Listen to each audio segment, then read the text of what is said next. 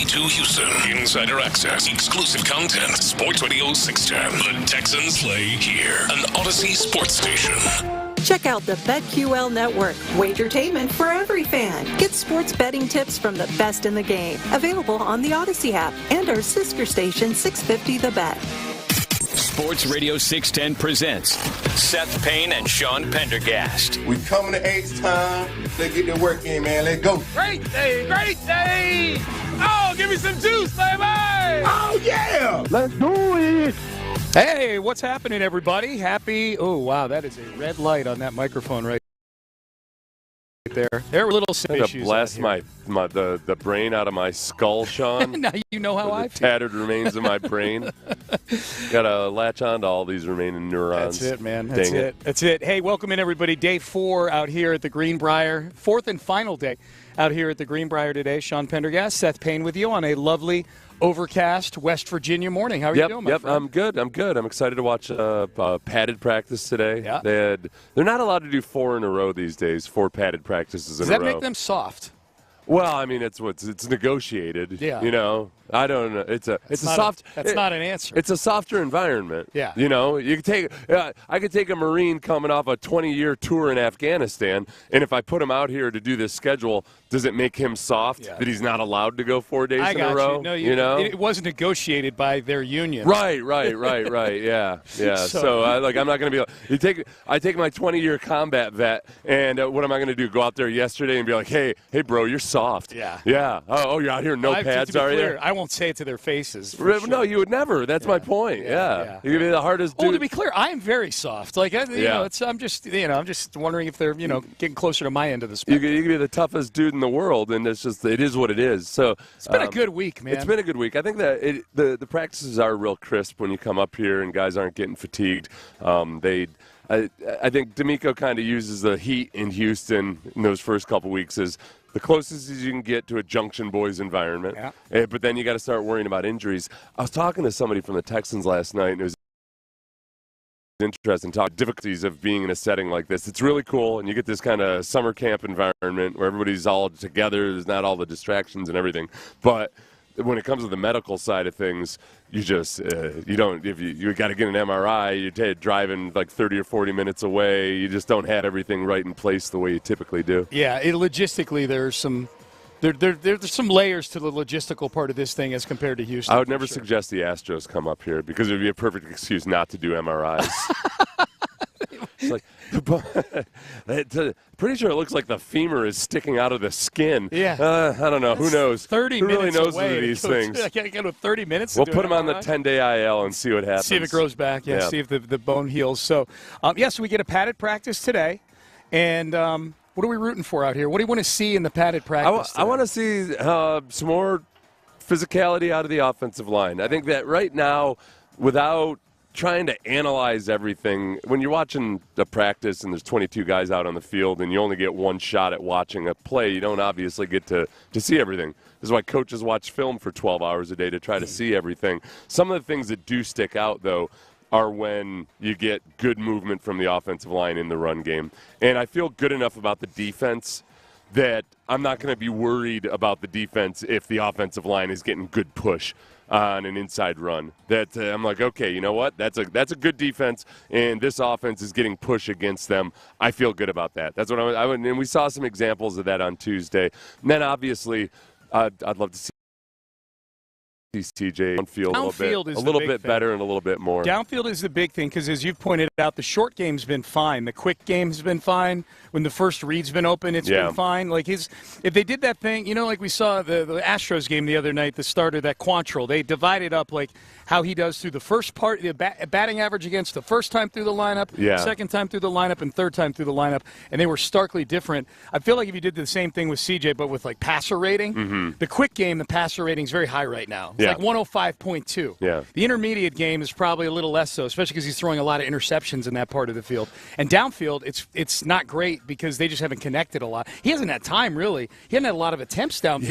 Yeah. He's gotten sacked. When he drops back and he's trying to hit a slow developing play or something that somebody's running a go route, more and I'm not even. This isn't even just cliche. Like literally more often than not, it's a sack as opposed to him uncorking something that overthrows or gets intercepted. And he's trying to play it honest. You know, when there's no tackling, a young quarterback would just stand there and wait and then throw it and hey, yay, it's glory. But it's not realistic. I think CJ is to his credit. Yeah, he's trying to play it honestly and get rid of the ball on time. So it's either a credit to the defense or it's just signs of a laggard offense, which. And I keep reminding myself of this more than anything, that looking at it realistically, you've got a brand new offense, you've got an offensive line that's still in flux, obviously, and you're going up against a defense that really right now looks like they're as close to firing on all cylinders as you could be this time of year. So I shouldn't look great, but it's at some point. You get increasingly nervous until you actually see the offense click at some point. As someone who's watched both padded practices so far, and the practices back in Houston, I am rooting for the offense today, just based on everything I've seen in camp. You know what I mean? Like I want the offense. I want to go into that first preseason game, especially because I have my doubts that we're going to see the first-team offense in that preseason game. I have no idea. I don't know if D'Amico's meeting with the media today or not. I know you're meeting with D'Amico today. After practice, yeah. Better get ready for that. Yeah. I'm excited.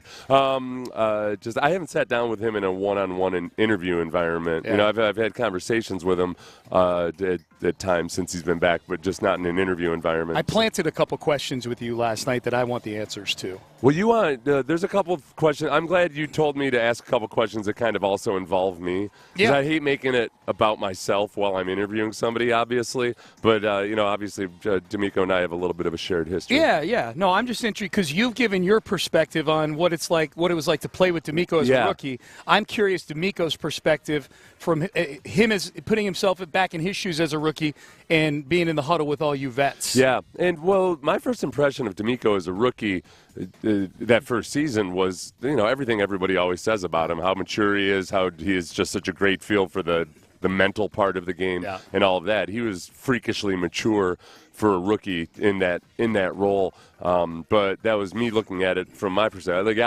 I'd like to know just how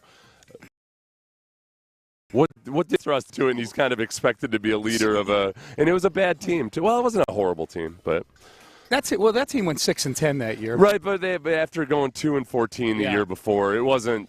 They made some strides. Yeah. But I say they because I was on IR after a few games. Right. But like being in that huddle, looking into the eyes of guys with mortgages and kids. Yeah. And, I say they so I can separate myself from the 6-10 team. From the 6-10 season. I'm pretty sure we were undefeated when I got injured. Seth only associates himself with the Jags teams that went to the AFC title. I'm like a really bad Little League dad. How are your kids doing? And he only talks about like 2 of the 3 kids. Oh, man. Doesn't talk about Cooper. I feel like if Archie kept forgetting about his 3rd kid. Did Seth only play 2 years in the NFL? Well, why is that? He only talks about 1998 and 1999. That was the straw that stirred the drink. That's not true. Seth is proud of his heritage as a Jag and as a Texan. So, speaking of Little League, the Astros lost yesterday, 6-4 to the Marlins. Still won the series, though. That felt kind of good. Although the lead, I believe, is only 2 games in the AL West right now. Yeah. Seattle is barking right now, right behind the Astros. And Spencer Arrighetti, I guess not the greatest box score if you look at it. 3 2/3 innings, 11 hits. He only walked 1. He struck out 5. Had a bunch of swing and miss. You and I didn't get to watch it firsthand yesterday because we were doing stuff. It was an afternoon game. Yeah. But everybody who I've listened to or talked to has said that the box score is drastically different than what it actually looked like. He gave up at least 4 hits to soft, but then he hung some pitches out over the plate. So it was a mixed bag of, it wouldn't have been the greatest outing even if he hadn't had bad luck with some of that. Gave up a home run. I mean, that's right. But it was it's in a first game back, it wasn't like anything to raise the alarm flags or anything. So far so good. You won the series. Let's just keep getting guys back healthy. Get a day off and you go to you head up to Yankee Stadium this weekend for a series with the Yankees. To an absolutely miserable fan base. Yeah, they're not having fun right now. Look, the last month or month and a half, ever since the injuries really started taking their toll, there's been some drama. Mm-hmm. All can be erased and forgotten if you just. All I'm asking is that you sweep the Yankees in New York City. That's it. That's it. That's all we ask. And then possibly when they come back, it sounds like we might get Christian Javier back. That's pretty tasty. Yeah. I'm hoping Amy and I are going to that game on Monday, the one where Bregman's coming back and Correa's making his home return. You pile Christian Javier coming back from Tommy John. All the World Series heroes back in the mix. That's a pretty fun Monday night right there. Yeah, so that'll be good. Javier, I guess, was hitting about 94 on the gun on Tuesday in his Tuesday or Monday in his rehab start. 94, 95 pretty consistently for the past few weeks. Yeah, and that was kind of where, when he was peak Javier, that was where he was living. Yeah. It was in that 94, 95 range. So that'll be good to see Christian Javier back. So we're live here, day 4 at the Greenbriar. Not much yesterday because it was only a walkthrough. Really, the only thing we got yesterday was seeing Dameon Pierce and Christian Harris back. Yeah, boy, it tells you where we are in training camp. Where the people, I think, were genuinely excited to find out about where they were in a freaking walkthrough. Were they running with the ones? Were they running with the twos? Right. Yeah, that's what I would be asking. I know. The depth Definitely chart, what I would be asking. The depth chart's the funniest one because D'Amico just flat out said 2 days ago when asked about the depth chart that the team put out that he had just himself learned that there was a depth chart that was put out. He had no say in it whatsoever. It's basically the PR staff or the media relations staff doing the same thing we're doing, is trying to project the starting lineup and just throwing it out there. Are you a little surprised? I know it's a walkthrough, and you're going to laugh at me when I ask this question, I'm pretty sure. But are you at all surprised Dameon Pierce? Nick Chubb didn't practice yesterday. We should point that out. Nick Chubb is nursing some sort of injury. He wasn't out here yesterday. He walked off with a trainer 2 days ago. During 11-on-11. So were you surprised at all that Dameon Pierce's very first practice back, he just, boom, like plunked back there? Or is it just like, screw this, it's a walkthrough, it's not a big deal? Well, no. Well, okay, who are you going to put there instead? For one, this is what coaches tell you all the time during training camp. Guys, don't worry about the depth chart. It's going to change every day. This is what the coaches tell the media. It's not like it's fluff and nonsense. It's exactly what they tell the players every day. Yeah. Guys, don't worry too much about the depth chart. We're going to be mixing things up. You're going to take some reps with the twos at times. Don't read into it. And sometimes it does mean something, but sometimes it genuinely is just shuffling things around. So if you look at Dameon Pierce would have been above a Gumbawale or anybody else. I think Woody Marks had earned some reps with the ones in the walkthrough. It's not like Dameon had missed the first 2 weeks for punitive reasons or something. That's true. It's not like he got caught. It's not like he got caught out past curfew or something, and that's why he needs to earn his way back out. Anybody, right? So. All right, Payne and Pendergast with you, off and running on a Thursday. C.J. Stroud met with the media yesterday, and C.J. Stroud's mood has been a big topic, and body language has been. He was asked about his body language yesterday. Yeah, I want to hear from C.J. Stroud on that. And I have a question for the audience based on something that happened in West Virginia with Seth and I last night that I want to get the audience's take on. So be ready to get your texting fingers ready to go at 713-572-4610. Stay there. You're listening to Payne and Pendergast live from West Virginia. Kirk Holmes.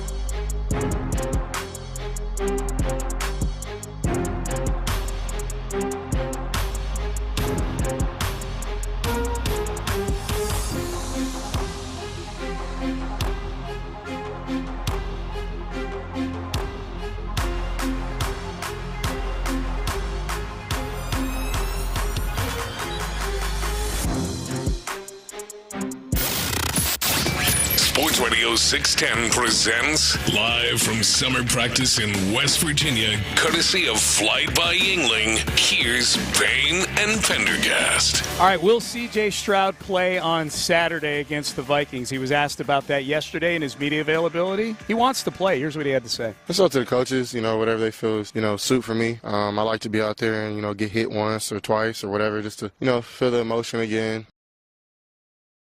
It's a little different, Nico the size, and I'm good with that.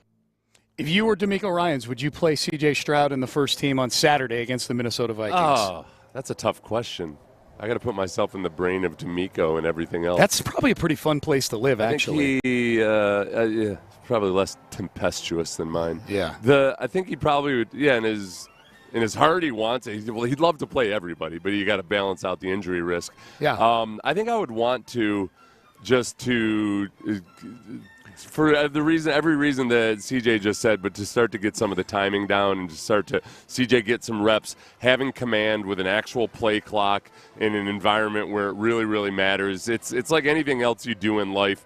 Rehearsing a speech, it's going to be different when you're rehearsing the speech versus when you get out in front of an audience and you have that pressure of, you and I know, when you try to record something, sometimes it takes like 20 shots when you're just recording it by yourself. Only 20 for me. But when you have to do it live, you tend to do it better because of the pressure of it. Yeah. I think about that during training camp a lot. I'm like, I'm watching the offense. I'm like, you know what? I just think, like, in NRG Stadium on a Sunday, when the lights are on, it's going to be a little more crisp than we've seen in camp. And plus, you're not going against Danielle Hunter and Will Anderson. It's a different environment, but they will be facing good pass rushers. For sure. The Vikings, I don't know how many of their starters on defense will play. They're playing J.J. Supposedly, according to the guy that we talked to last night here in West Sulphur Springs, West Virginia, we ran into a Vikings fan. That's right. And he was saying, because I haven't checked back with the Minnesota media on this, that Jay's going to play, but it's going to be with, by and large, the second string offense. I wouldn't want to see that necessarily. If that is in fact the case, that guy was pretty drunk. But I'd like to see CJ with 10 other guys that he's going to be playing with this year. Going against a Brian Flores defense that I think Brian Flores isn't the type of defensive coordinator that's going to go plain vanilla defense in the playoffs. He wants to start doing all of his disguised coverages and everything else like that. So it's a good challenge, and it's against a team that the Texans really struggled against last year. The biggest thing that I remember from the Vikings game last year was the 4 straight pre-snap penalties by the offensive line. Me too. It was not a clean operation. The thing that I want this year, before anything else, is good, fundamentally sound offensive football in a clean operation. So if you could exercise some demons just by going into that stadium and looking like you actually know what the hell you're doing, I like that. You said this to Clint and Ron yesterday, and I tend to agree with this. Like, even if you send CJ in there and he's just handing the ball off and you're running the ball, because here's the thing, you're trying to work on your run game right now too. There's plenty to work on for this offense. This offense needs reps in live football games. So I hope they play at least the requisite 2 series that you usually see the ones in a game like this. The only thing I'm fearful of is if all CJ does is go in and hand the ball off, that we're going to come in on Monday to a slew of texts about how CJ's shoulder is screaming right now. Oh yeah. If he doesn't, I'm glad you said that because I might have been one of those people. I'd be calling in to our show. Let's go to Seth on a mobile. Seth on a mobile in Pearland. I'm glad you said that, honestly, because I would have thought that because I had forgotten. I had told Clint, if he goes in and just hands the ball off, because the big challenge for CJ right now is not about learning how to be an NFL quarterback or anything. He's done that over the last couple of years. Mm-hmm. It's the pre-snap operation. That's what's different for him. He's got more at his command, but more things to think about and worry about. So even if it were for 12 straight runs, he's got to come up to the line. He's got to ID everything on the defense that he's looking at. He might have to make some adjustments. And really, as most young quarterbacks start to learn over the course of their career, the quarterback being in command of the run game is just as important. If you want to be a top tier Hall of Fame caliber dude, you got to care as much about the run game as you do about the pass game. That's not you're not in charge of you're not in charge of the passing offense. You're in charge of the offense. That's why Tom Brady was genuinely 100% cool with some of those games where they would hand the ball off 40 times. They're trying to win. That's the right thing to do. It's not about your ego. It's not about your passing numbers or anything.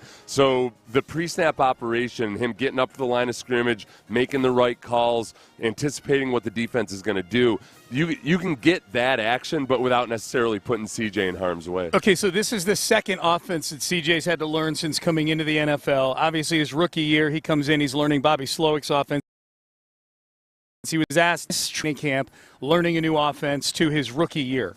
Yeah, it's a little different just because, I know, more coverages. I know, style, trees. I know coordinators. I played against a good amount of, different schemes. So it's a little easier. And then, it's a lot of similarities from what Nick's bringing to what we're doing in the past. So it's a little similar in those lights, but it's not as hard as my rookie year was. Learning Chinese. This year is a little bit of that, but not as much. It's a little easier.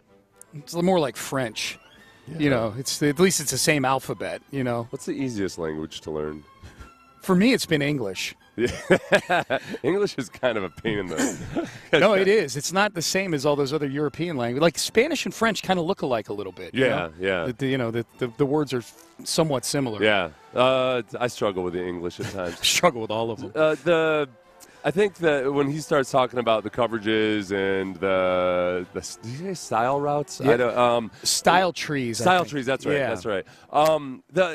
There is that too. There's one thing when you learn coverages while you're playing Madden, and there's the textbook. Hey, this is cover 2. This is cover 3.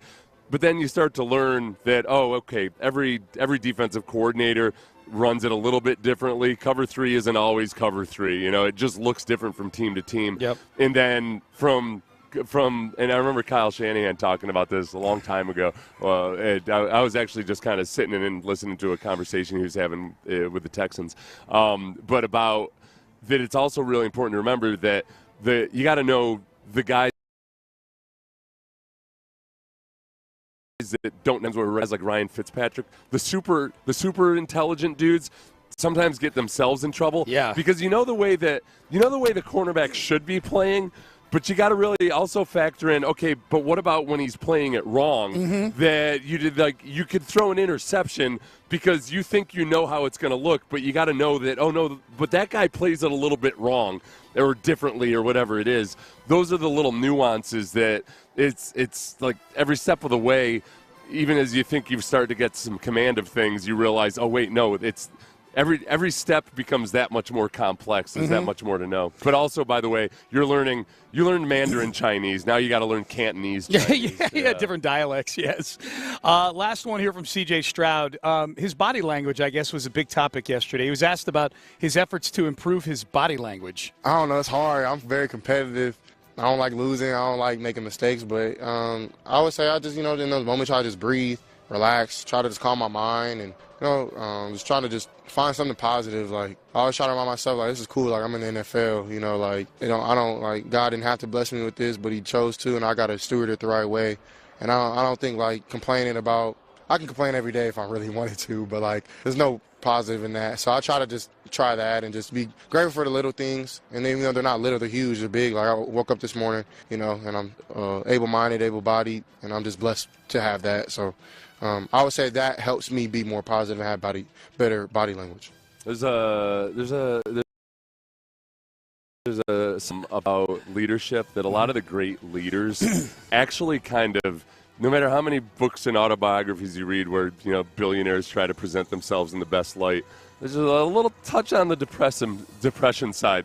Abraham Lincoln, Martin Luther King Jr., all those guys, they really struggled at times. They would they would feel such a great responsibility, and they take it very, very seriously. That's CJ. That they would get kind of morose at times, and it can be a positive. Are we seeing that with CJ Stroud? I don't know. Who the hell knows? I think he cares. He talked about his responsibility that he feels. It's the curse of really, really caring. Yeah. So, and the people that are the toxically positive people, they're like, hey, no, everything's great all the time. It's awesome. They can wear on you a little bit. Yeah. So it's always about finding that that balance. I think CJ takes it really, really seriously. And I think there's times where, part of his process and his maturation is that sometimes you got to learn that, okay, it's okay to let things go. And it's okay, and it's my responsibility to let things go. Yeah. That it's not that, okay, me caring doesn't release me from also having to be the guy that is moving forward and letting everybody else see that we're moving forward, even though I just made a mistake. Okay, it's a good segue. I'd be awful. If as a quarterback, I'd be the worst. Yeah. The worst, because I hate myself so much after I make mistakes. You got to be a little bit – you got to find that balance of just like, okay, yeah, I made a mistake. I'm moving on, all right? You don't have the requisite short memory on a mistake like that a quarter? 9 years. And I think about how I let everybody down. Yeah. That's the biggest thing. I could see that with CJ. I think it's not that he, is embarrassed or anything and he made a mistake. It's that you feel like you let everybody down. So you got to figure out a way to move past that. All right. That's why I never made it as a quarterback, Sean. Okay, so despite every year me walking into Dom Capers' office and saying, "Damn it, coach, put in a few plays. You don't give me a few snaps at quarterback." And he's like, "Seth, your attitude just isn't right. You care too much." Yes, Seth. yeah. Speaking of caring too much, I have a question for the audience, and it is: how long do you wait when you think somebody might be missing before you call the authorities? Because Sean was a little bit worried about I was worried about Seth last night. So we had a media dinner last night at the Jerry West Steakhouse here at the Greenbriar. So all the requisite media members, everybody who you guys follow, we were about 15 or 20 of us with the Texan staff there. Beautiful, nice steak dinner. And then we left about 9:30 or so. You and I are in separate cars because, sometimes I go back to the house, sometimes you go back. We're in separate cars.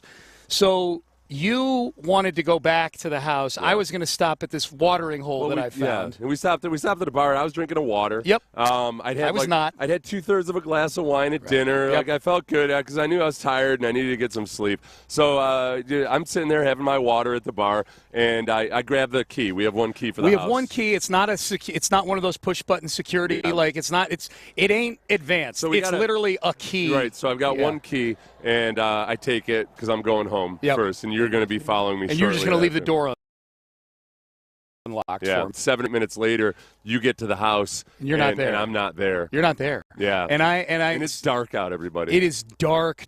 Yeah. And so I go to the front door. It's locked. Obviously, we locked it. I'm like, maybe we happen to leave the back door open. Yeah. Back door's locked.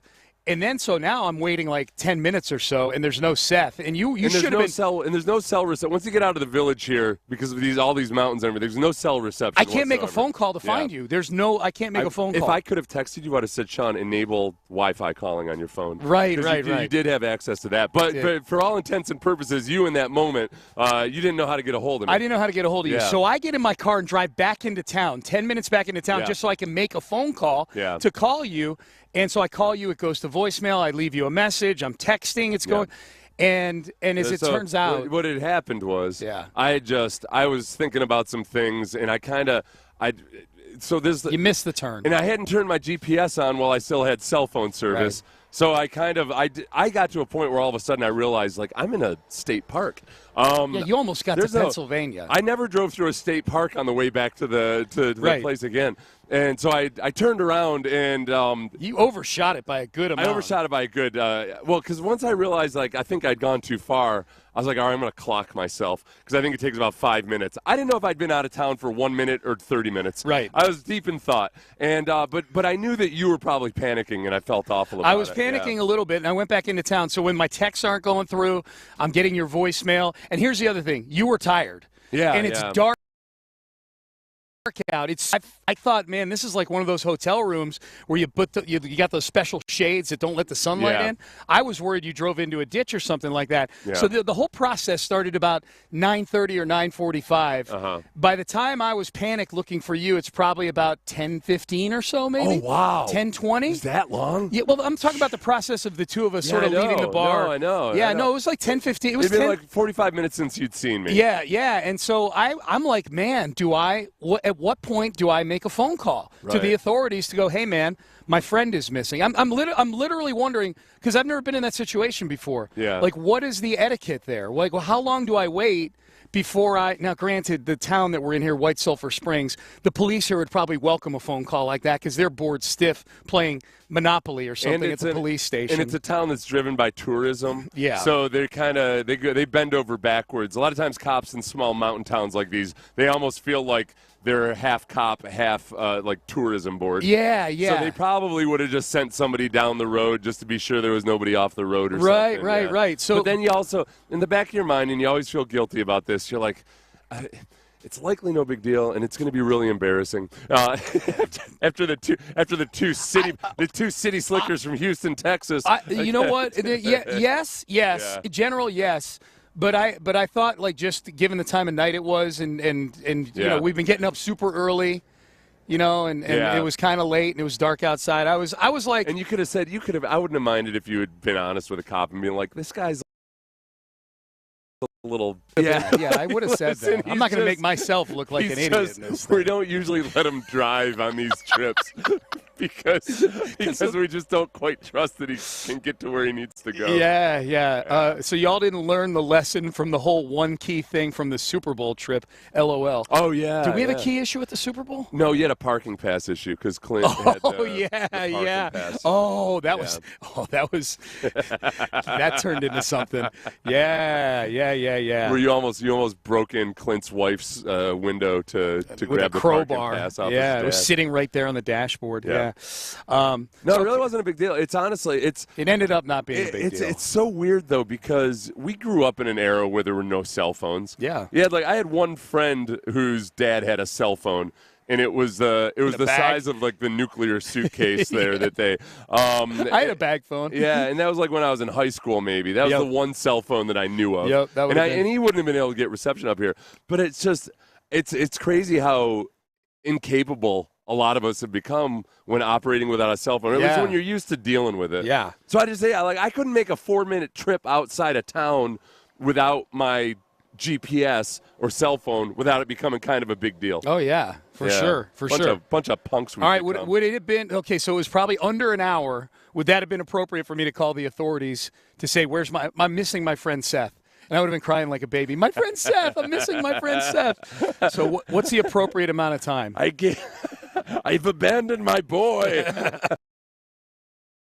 All right, Payne and Pendergast with you. We'll do some headlines coming up next. We'll dig deeper into the Astros. Hey, we got some hot Thursday night action, a little football going on tonight. We'll get you set up for that as well, give you everything going on here at Texans training camp today. We'll do that coming up next, but before we get to that, Berkeley Eye Center, they've got their huge August radio-only promotion going on right now. The only way you're going to get the promotion I'm about to tell you about is if you tell them that you heard about it on Sports Radio 610, and that is this. $2,000 off the LASIK procedure. This is the biggest savings they have all year. The biggest. You can go back and check. I'm telling you, $2,000. And that's cool. Because I can promise you this, and you can go look at all the reviews. The surgeons, the staff, everything about Berkeley Eye Center when it comes to the actual procedure itself, off the charts, great. The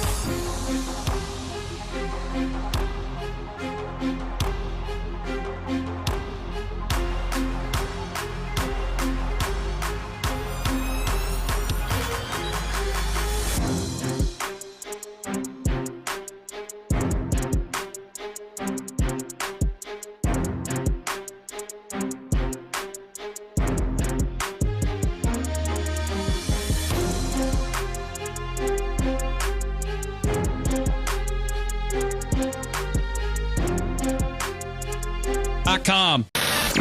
Payne and Pendergast with today's headline. Click. Let's get to headlines, and let's start with the Texans. We get a padded practice today, day off tomorrow, Vikings game on Saturday, a game you can hear right here on Sports Radio 610. Starts at 3 o'clock, noon for Texans Countdown. You got your Texans Countdown hammies all stretched out? You ready for pregame on Saturday, I'm baby? Not yet, but I will be, You Sean. will be, good. No, being on a Saturday, you're going to have to remind me on Friday. Because I got a long drive, and we both have a long travel day and everything. So Yep. I'll be, you're taking tomorrow off. I'll be in with Brandon tomorrow. Okay. Yeah, that'll be good. We got a padded practice today. I guess the only real news yesterday, it was only a walkthrough. There was nothing going on that anybody should be like, hey, what did you see out there yesterday? Right. It was literally just skeleton walkthrough stuff. But Dameon Pierce and Christian Harris both back doing practice things. They were in pads on Tuesday, but working out on the side.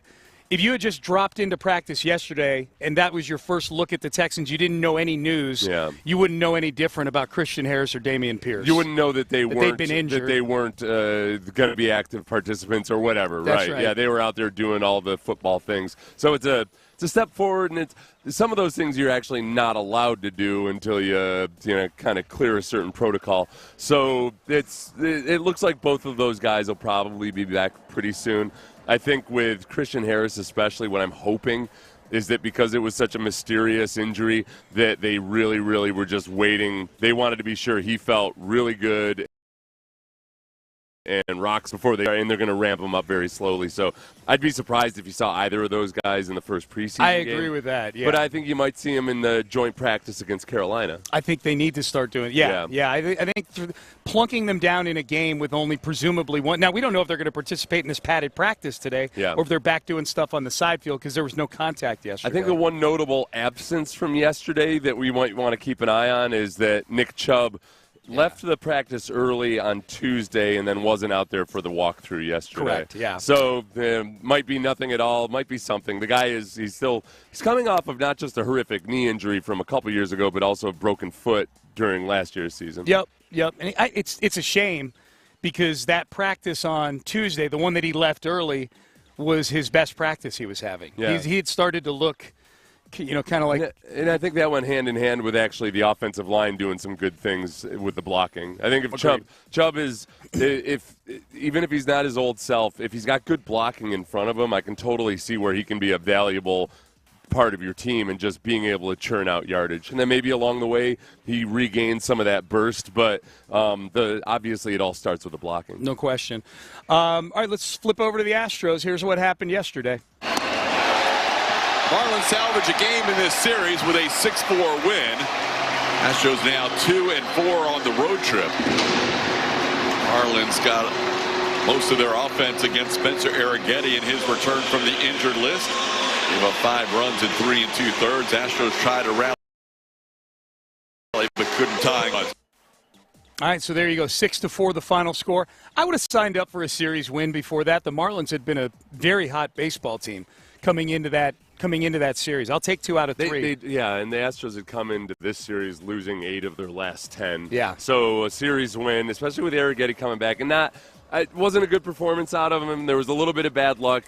4 infield hits on very soft contact, but he also hung some pitches out over the plate. So got 4 strikeouts on the day, or was it 5 strikeouts? 5 strikeouts on the day. So I think it was something to build on. Nothing to be alarmed about, but nothing to have a parade for. I think that's a good way to put it. Nothing to be alarmed about. We'll see what happens next time out. Christian Javier, reportedly, according to Joe Espada, could be back with the big league club when they return home next week. Yeah. I'm hoping for Monday because I'm going to be there. I'd love to be there for Christian Javier's return. Compared to his teammates, this is a pretty rapid return. For Christian Javier had his surgery late May of last year. It's been relatively like 14 months. It's been relatively void of setbacks. It's been totally void of reported setback. There's been none. It felt overly optimistic to say that he might be back in mid-July, but about mid-July was when that was the early date that people had said. So I'll take August 7th and call it a win. I'll take him anytime, man, and hopefully he's close to what he was a few years ago. And look, who knows if Bluebaugh, there's guys now with Javier and however Bluebaugh might factor in over the course of the second half of the season, as well as other backs started before, have been either relievers or starters, and you start to see where you can hodgepodge in the playoffs where the Astros have had a lot of success at times just mixing pitchers in and using things a little bit unorthodox. Like that's the total resources available to you feels a lot better right now. These guys need to work out, though, at least a couple of them. Chandler Rome had a good piece about that in the last day or so. I think it was on the heels of Arrighetti's outing yesterday. I think he wrote it. The piece went up last night. That, look, Dana Brown didn't go get any pitching at the trade deadline. Yeah. Like, their trade deadline acquisitions are going to be Spencer Arrighetti, Christian Javier, Luis Garcia with this new throwing motion that he has, and J.P. France. Like, they're banking on that versus paying whatever the retail plus 25% was for going and getting Dylan Cease or whoever else. And Sean Dubin as well. In the bullpen, yeah. So it's a calculated risk on Dana Brown's part to not go get any pitching, and so far, 0 for 1 so far on that, going with that approach. They've had such bad injury luck that it kind of just skews your perception of how the GM should operate. Yeah, and it's hard because you also wonder, okay, wait, is the way they're handling these injuries or something about the process? If it's their fault, then I can't give them a pass on it. But you can never say with certainty whether it's just bad luck or something with the system. Yep. NFL Thursday night action tonight. We had the Hall of Fame game last week. Now we're really into preseason week 1. Of course, the Texans will play on Saturday. The 3 games tonight, I'm intrigued by Ravens. Anthony Richardson is going to start this game. Daniel Jones is going to start the next game. So this is a true QB competition that we'll talk about in the 7 o'clock hour. They are co-quarterbacks. Co-quarterback. It's on the depth chart. It's an or. Everybody knows that you always feel awesome about having co-quarterbacks. For sure. It's the old saying. It's my old saying. It's so true. Is that if you have 2 starting quarterbacks, you have none at all. That's right. It's just so rare. It's so rare that you see the exception to it. It's just. I mean, every now and then, okay, we've got an older quarterback, but we've got a young guy that can come in and give him some, be the short yardage quarterback or something. But if I were the Colts, I would probably just want to throw all my eggs in the Daniel Jones basket if I were the Colts. As somebody who hates the Colts, I like that that's their best option. But I'm also living in a world where, man, Sam Darnold, Geno Smith, Baker Mayfield, you count these guys out at your own peril. So we might see the most incredible version of Daniel Jones we've ever seen with the Colts. You can't write these quarterbacks off like you used to. So it'll be Anthony Richardson going against the Ravens. I'm assuming we'll see 0 Lamar Jackson tonight in that game. I also think the Colts are hoping that Anthony Richardson has yet another one of his bi-monthly injuries. Do you think? You think they're hoping he makes the decision easy for them? I don't think they like Anthony Richardson. What? So they should just cut him then, right? Or are you just doing it for the optics? He was Jim Irsay's favorite child. And guess who's not around anymore? Yeah, but his daughter is, and you just all the weird dynamics that go into. It's their problem. Yeah. Bengals Eagles in another game tonight. I don't know what the Bengals and Eagles if they're going to play Jalen Hurts and Joe Burrow. Raiders Seahawks is interesting. Because that's Pete Carroll going against his old team. Does Pete Carroll seem like a coach who would pull out all the stops in preseason week 1 to beat his old team, the Seattle Seahawks? Knowing that as a guy he's been in the NFL for probably, am I even exaggerating? He's been in the NFL for 5 decades. Other than USC for a little while. He understands and knows just how meaningless these games are. No, I think Pete Carroll fights his own, whatever internal temptation he has to be petty. I think he fights it and he just treats it like a normal preseason game. That'd be hilarious if Geno Smith played the whole game. Because Geno's in revenge mode too, That's true. They shipped him out. Yeah. So it's that's it. I'm slightly intrigued. Whatever, that would be a hollow vengeance if that's what you choose to do. Yeah. Like, what are you going to do afterwards? If that vengeance works out, like, we beat you in the preseason. We beat your pants. We beat the daylights out of you in the preseason. Sure, we had a couple of starters end up on injured reserve, but it was worth it. Yeah. Okay, we got a few answers here on how long I should have waited to call the authorities when I thought you might have been missing last night. Yeah. For everyone else, an hour. For Seth, give it a couple weeks. Yeah, I might have just decided to go on a wilderness retreat. Yeah. You know? There's no reason. An abandoned summer camp that I stopped at on the way here. I might just sleep there tonight. You should. I should bring a crowbar and pry open one cabins? of the Yeah, okay, so there's this vacant Girl Scout camp. For those of you, it's like or you just got 20% creepier. Dusk time. It was like dusk. When I pulled off on a dirt road because I needed to go potty, okay? Yeah. And it turns out there was this vacant Girl Scout camp there. But all boarded up and locked and everything, and it felt like a horror movie. So I drove deeper into the woods where it got darker and darker, and the road got narrower and narrower. That's what you do, man. Somebody asked, like, "Hey, Seth, how'd you know the cabin doors were locked at the Girl Scout?" Yeah, because they had padlocks on them. No, you could see the padlocks. I didn't go around being like, "Hey, are you sure? Are you sure? Any college-age counselors around?" Yeah. Oh, man. All right, text in. 713. I got some s'more supplies in my trunk. 713-572-4. Go get them out of the trunk for me. 4610. Further in the trunk. Lean in. They're in the back They're of the in trunk. the very, very back. All right, Payne and Pendergast with you. We head into the 7 o'clock hour. Hey, which position battle for the Texans is the most intriguing right now? ESPN did one for all 32 teams. DJ Bijani did the one for the Texans. Do we agree with DJ that this is the most intriguing position battle? And there's 3 teams that have a position battle going on that is just a signal that your season is sunk. We will get to that coming up next.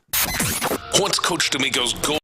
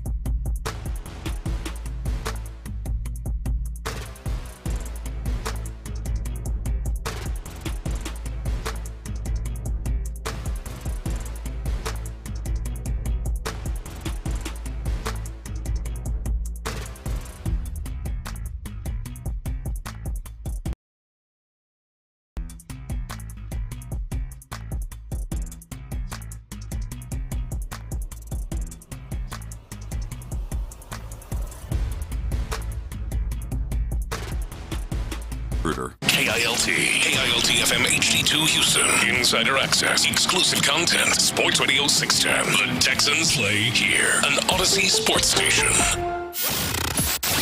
Sports Radio 610 presents live from summer practice in West Virginia, courtesy of Flight by Yingling. Here's Payne and Pendergast. NFL training camp. We're live at Texans training camp here in West Virginia, right outside the Greenbriar Sports Performance Center. Field is empty. We're the only ones out here. There's one golf cart driver over there or whatever, a trailer driver over there, but it's empty right now. But within about an hour, players will be pouring out here, getting ready to stretch and have their last padded practice here at the Greenbriar on a beautiful, overcast, about 60-degree day here in West Virginia. It's really, really nice. So we're with you till 10 a.m. this morning. The McNairs are going to join us at around 9:30 or so. Cal and Hannah McNair are going to join us. I interviewed Titus Howard yesterday. We're going to run that interview at 8 o'clock, I believe. Okay. It was a good conversation with Titus. Talked about his new leadership role. Talked a bunch of things with Texans. I hesitated to label him with a position as we're talking. I'm here with Texans just Texans offensive lineman. Yeah, So did you do it like that? I didn't. That's what my brain did. Fun with it. He seems like a couple years ago, he was hey, I'm a right tackle. Yeah. And I don't think he's that way anymore. I think he's fully embraced being a versatile player. Yeah, for sure. So we'll run that at 8 o'clock today. Meanwhile, so we do have training camp battles going on right now across all 32 teams, obviously. And ESPN did a piece where they talk about the most compelling, the biggest storyline, position group-wise, for each of the 32 NFL teams. Each of their beat writers picks one out. Obviously, our beat writer here is DJ Bijani, who you sat next to at dinner last night. Yeah, I talked to him for a while. Was it delightful? Oh, it was. He was a college sprinter. So he ran the 100 and the 200. So I didn't realize he does some kind of coaching of kids. Looks like he could still run. Yeah. So sprinting fascinates me. It's the amount of detail that goes into it. For such a small period of time. And we were talking about that, about how he said it can drive you crazy because every little thing matters so much. So you just start analyzing everything. Because, a hundredth of a second makes all the difference in the world. So every little thing you do in your training and during the day, you're always obsessed about every little thing. That's not the life for me. No. Yeah. So do you agree with DJ that offensive tackle is the most compelling position battle going on? He said specifically offensive tackle. Offensive. Do you want me to read what he says here? It's pretty quick. DJ says this: there's a battle in Houston that features both tackle spots and involves rookie Ariante Ursary, second-round pick out of Minnesota. He's battling Cam Robinson and Blake Fisher, who are the starting left and right tackles, respectively. Okay, so Blake is not the starting right tackle right now. Fisher was a 2024 second-round pick. Robinson was a notable free agent signing. Last season, quarterback C.J. Stroud was sacked 52 times, which was the second most in the league. The Texans are high on Ursary as they tried to trade up for him in the first round, according to league sources. I wouldn't be surprised if they wrote this a couple weeks week ago. And it changed. Going into camp, and it just came out. Because that would have been the competition headed into camp, where it looks like didn't look anything like this. Ursary, who I think has done some promising things out here, and I totally 100% see the potential for him. He still is only 2 weeks into his professional career, so he's not at the point where he's locking down Will Anderson or Danielle Hunter. But his good reps versus Danielle and Will look really good, and it looks like he's had reps where he looks like a polished pro, but he's still a rookie, so he's not there yet. But it's not as much that he's winning the competition as that Blake Fisher just hasn't showed up. And I think that's probably the biggest surprise. I was hoping to see an improved version. So far, we haven't. And maybe he's battling through something. Maybe he did in the offseason. Who knows? But right now, it's less of a competition than we thought it was going to be 2 weeks ago. Well, this is how you know this was probably written right before training camp started. There's zero mention of Titus Howard in here. Yeah. And Titus Howard, since Cam Robinson went down, first snap of the first practice here, he's been the right tackle the whole time. But I think that too is just more of an indication that that's still in their bag.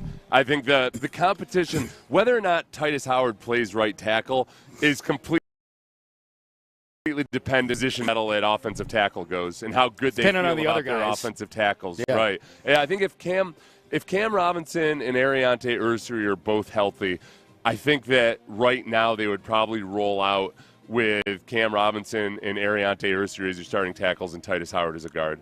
But if either of those two guys are injured, I think, they'll probably slide Titus Howard back out.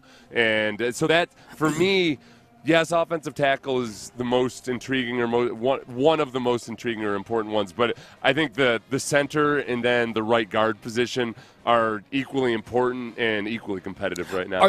What's the most compelling one to you that's not related to the offensive line as far as position battles go? Probably. I think they're probably all for spots like linebacker. Fourth. Yeah. Well, linebacker, and part of it is that I don't think the starting linebacker is going to matter as much. I just want them to have the options that at times, hey, we want Azeez and E.J. Speed out there. Or, hey, you know what? No, we want Christian Harris and Henry To'oTo'o, or we want Christian Harris and E.J. Speed. I think their ability to mix and match at linebacker and to play a true base 4-3 with 3 linebackers on the field, because especially against teams like the Ravens or other teams that like to put a lot of tight ends and fullbacks out on the field, I think they'd like more bulk out there at times. They had a lot of health and or suspension issues last year at linebacker. E.J. Speed's gotten some run with the ones here in West Virginia. He's looked good. Yeah, and I think that's where you don't necessarily have a – I think Azeez is a starting – I think there's going to be other scenarios where, based on game plan or other factors, you're going to see a rotating cast of linebackers. The position battles that I put in my there's a drone. Oh, is that a drone? Yeah. Oh, wow. I think it was looking at us. Yeah. Oh, man. Okay, we're being watched. Yeah. All right. Mark Vandermeer showing up on the scene. Hey, Vandy, what's up with that drone, and why is it watching us? We're going to shoot it down. That would be awesome. Did you bring your rifle? Some kid comes out with like a suitcase, sets it up. And just No. It'd be better. Some kid with a raccoon skin cap, like true West Virginia. Oh, yeah, shoot it with some local. Shoot it with a long rifle. Yep. Got overalls on and a coonskin cap. A rifle like an Elmer Fudd rifle with the two shafts. And he runs over and skins it in 27 seconds flat. And then he's wearing a drone cap later. Mark Vandermeer in the house. I should have explained to our listeners that was Mark Vandermeer. That was Vandy. Yeah, no, Vandy's bringing our headsets out so we can talk to the McNairs a little bit later on in the show. So I did my video yesterday, my 5 thoughts from training camp, and obviously it was walkthrough yesterday, so there wasn't much to take away. So I had my 3 position battles that I'm most looking for. Linebacker was one of them. Yeah. You know, that back end, to me, the most interesting position battles aren't the ones for guys who are going to start, because I think the only ones where there's that is the offensive line right now. We know who the 1s or the 1As are at each position. The guys who are fighting for jobs right now. Mm-hmm. And especially given that Saturday is going to be those types of guys playing in that game against the Vikings. To me, running back, wide receiver, and linebacker are 3 positions where they're going to end up cutting guys who have either played a lot of football for other teams or have played a lot of football for the Texans. I do feel that they've gotten to that point now where, all right, good. I feel you go through stretches sometimes where guys get cut from the Texans and then that's it for them in their career. I like it when I see guys get cut by the Texans and then they go on to be starters elsewhere. Yeah. And not because it was a dumb mistake by the Texans. No. That's a key too. Because they have depth. Yeah. Don't do a Brandon Brooks type of thing. Where, no. I like it when, hey, it's a guy that just wasn't enough room for this guy. He goes off and look, he's doing great somewhere else. Yeah. I think they have a lot of guys like that on the defensive side of the ball. The example that you're talking about there where someone gets cut in training camp, like off of a bad Texans team, and then they wind up being good. Remember, Rasul Douglas was in Cully camp a few years ago. Oh, that's right. And then all of a sudden I'm watching these games with the Packers, and he's playing he's in the Bills and the Packers. Yeah. He's starting. Yeah. He's playing super important snaps. Like, that guy was getting no run in Texans camp a few years ago because they had to get Terrence Mitchell his snaps. I'll tell you how crazy it is and how sometimes it's just a matter of finding the right fit and scheme. I mean, when Agumbawalo was a young player, I don't think the coaching staff was all that sold on him. He was here at the Greenbriar in 2017 with the Texans. I'm not sure that Bill O'Brien really thought much of him. And it happens. I'm not, crushing Bill O'Brien for it. That's the way that sometimes some guys develop slower in the right place, and that's why it's so frustrating. As far as this article goes, it has the 32 They're the most compelling position battles at all 32 NFL camps. The three teams that are screwed, the three teams whose most compelling battle is quarterback, starting quarter. If you are in this article each year and quarterback is your most compelling position battle, you ain't winning squat in that upcoming season. And those three teams are the Indianapolis Colts, who we just talked about in headlines, Anthony Richardson and Daniel Jones. Anthony Richardson's going to start tonight. Daniel Jones is going to start whenever they play in week 2 of the preseason. The other two teams, the Cleveland Browns, who now have 5 quarterbacks, 6 if you count Deshaun Watson. Yeah, but 5 that are potential players or starters. Shedeur Sanders is going to start in this game they play this weekend, and he's gotten hardly any snaps in training camp so far. And it's largely because there's injuries. Yeah. You know, Kenny Pickett is dealing with some He's starting largely because there's injuries. Yeah. Shedeur is. Yeah. Shedeur is starting. Yeah, and Dylan Gabriel's got a hamstring. Kenny Pickett's got a hamstring. Joe Flacco, they're not playing in this game because he's 40. Yeah. So Shedeur Sanders is going to start. So you got Cleveland, and then the other one is New Orleans. Cleveland's kind of worked themselves into the same position that Indianapolis has been in forever, where, hey, you built a hell of a roster. Looks great on paper, but we've got this small little detail of quarterback, and how do you handle it? And there's, you're just kind of screwed until you find one. But then you're your windows. Deshaun takes a whole big chunk of cap space. He does. Well, and now the question is, okay, Myles Garrett is an awesome player, but is this the team that should be paying him $40 million a year? Yeah. And I get that you drafted him number 1 overall. You want him to retire as a Brown. He's going to be a Hall of Famer, this and that. For the sake of football, though, like think about how counterintuitive that is, that you've got a team that's got 5 quarterbacks in camp and is going to start a 5th-round pick in the first preseason game. And a few months ago, they just handed a guy who's pushing $40 million a year for the next 4 years. Yeah. It's just what they're doing makes no sense, and I'm glad it's them and it's not us. So they're screwed. Yeah. New Orleans is the other one. New Orleans, Derek Carr retiring. It's Tyler Shuck. It's Spencer Rattler. And, the Hainer kid from Fresno State. I'm glad you mentioned Spencer Rattler because he shows up on the list of whenever people bring up the Shedeur Sanders having the record for career completion percentage in college. Yeah. I love people bring it up like it's somehow an indication that obviously he's an incredible quarterback. There is not the only quarterback of the top 10 guys for college completion percentage that made anything of himself in the NFL is Case Keenum. Right. And certainly it wasn't because he was, 9th on the completion percentage. That had nothing to do with it. It goes Shedeur Sanders, and then Colt Brennan, Colt McCoy, Kellen Moore, Graham Harrell, Grayson McCall, Will Rogers, Brandon Weeden, Case Keenum, and Chase household names. Because I saw it pop up the other day, and I'm like, what the hell are you even doing? Yeah. You're citing a list that you clearly haven't even looked at. Was it one of those tweets where someone just puts a graphic with the stat there and says, No, they look at it like it's a elite. They look at it like it's a mic drop. They're really? You think he's not good, huh? I got how you. about this? I got Boom. you. I got you. Yeah, it ends the conversation. No, you owned yourself with that tweet. It's just guess what? If you're a really good air raid quarterback, those or are all a air raid quarterbacks. Those are all most of them are either Mike Leach quarterbacks or branches off of the Mike Leach tree for sure. Does the drone that's flying over you guys have the logo of an AFC South team on it? Perhaps. Bring it down, Seth. You have the listeners' permission. We know Let's see. Of the AFC South teams, I think the Jaguars would be the one most likely trying to revolutionize the sport 100%. and scouting by using advanced warfare technology. Well, by process of elimination. He brought over a Ukrainian general to run his drone program. Well, and I know I'm setting you up here for this one, but the other two cities are Indianapolis and Nashville. Yeah, I know. They're flying drones down here. You might come in here with they got a bunch gyrocopter. bunch of hillbillies running down here, like Game of Thrones style, Battle of the Bastards. They got a sketch artist up in the tree. Yeah. We're in full camo. No, they're just standing on that interstate up there with huge binoculars looking down. That's what they're doing. Yeah.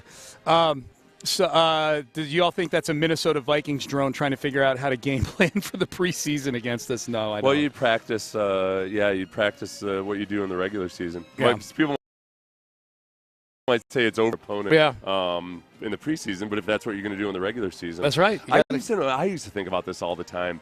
Over at NRG Stadium, there's that one hotel that has a good vantage point of the entire practice field. Oh, really? Yeah. Oh, the one on the north side. Yeah. Yeah, and I just always thought, like, it would be so easy for anybody to just get a room up there and just sit there with some binoculars or a telephoto lens and film everything. Yeah. And I don't know what's to be done about it, because it's not like the Texans can ethically train a camera on all those rooms on in the hotel. Yeah, and just be sure. Can you imagine?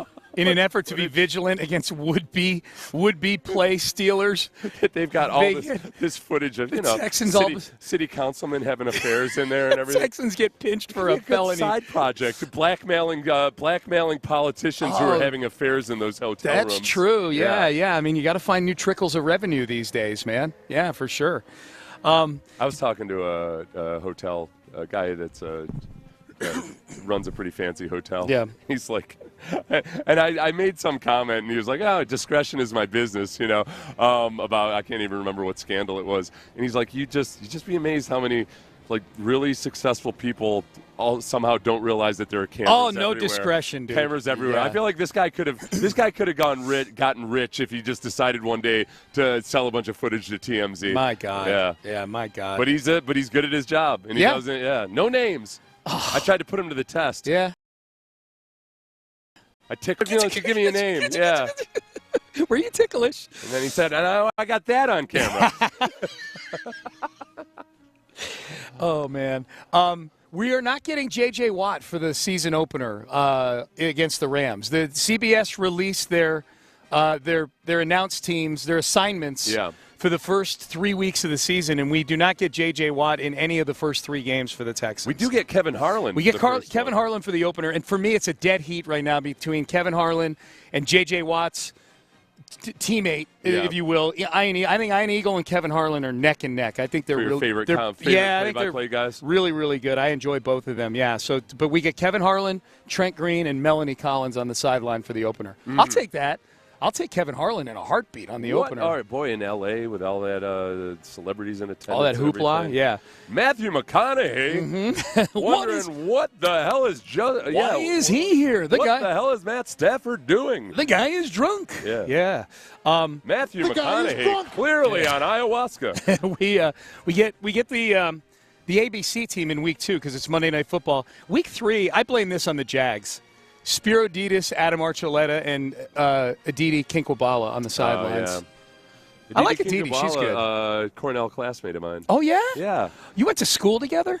She was. I want to say she was a freshman when I was a senior. Oh, okay. So not a okay. So you went there. You were there at the same time. Yeah, and we had a few. I think she was doing something with like sports media or something. Okay. So it was. She looks good. She's in her late 40s. She's She's doing well. Yeah. Creep or anything? Right. Yeah, No. Yeah. Oh, you're saying she doesn't? I wouldn't imagine. What you're saying is I would have never guessed she's about your age.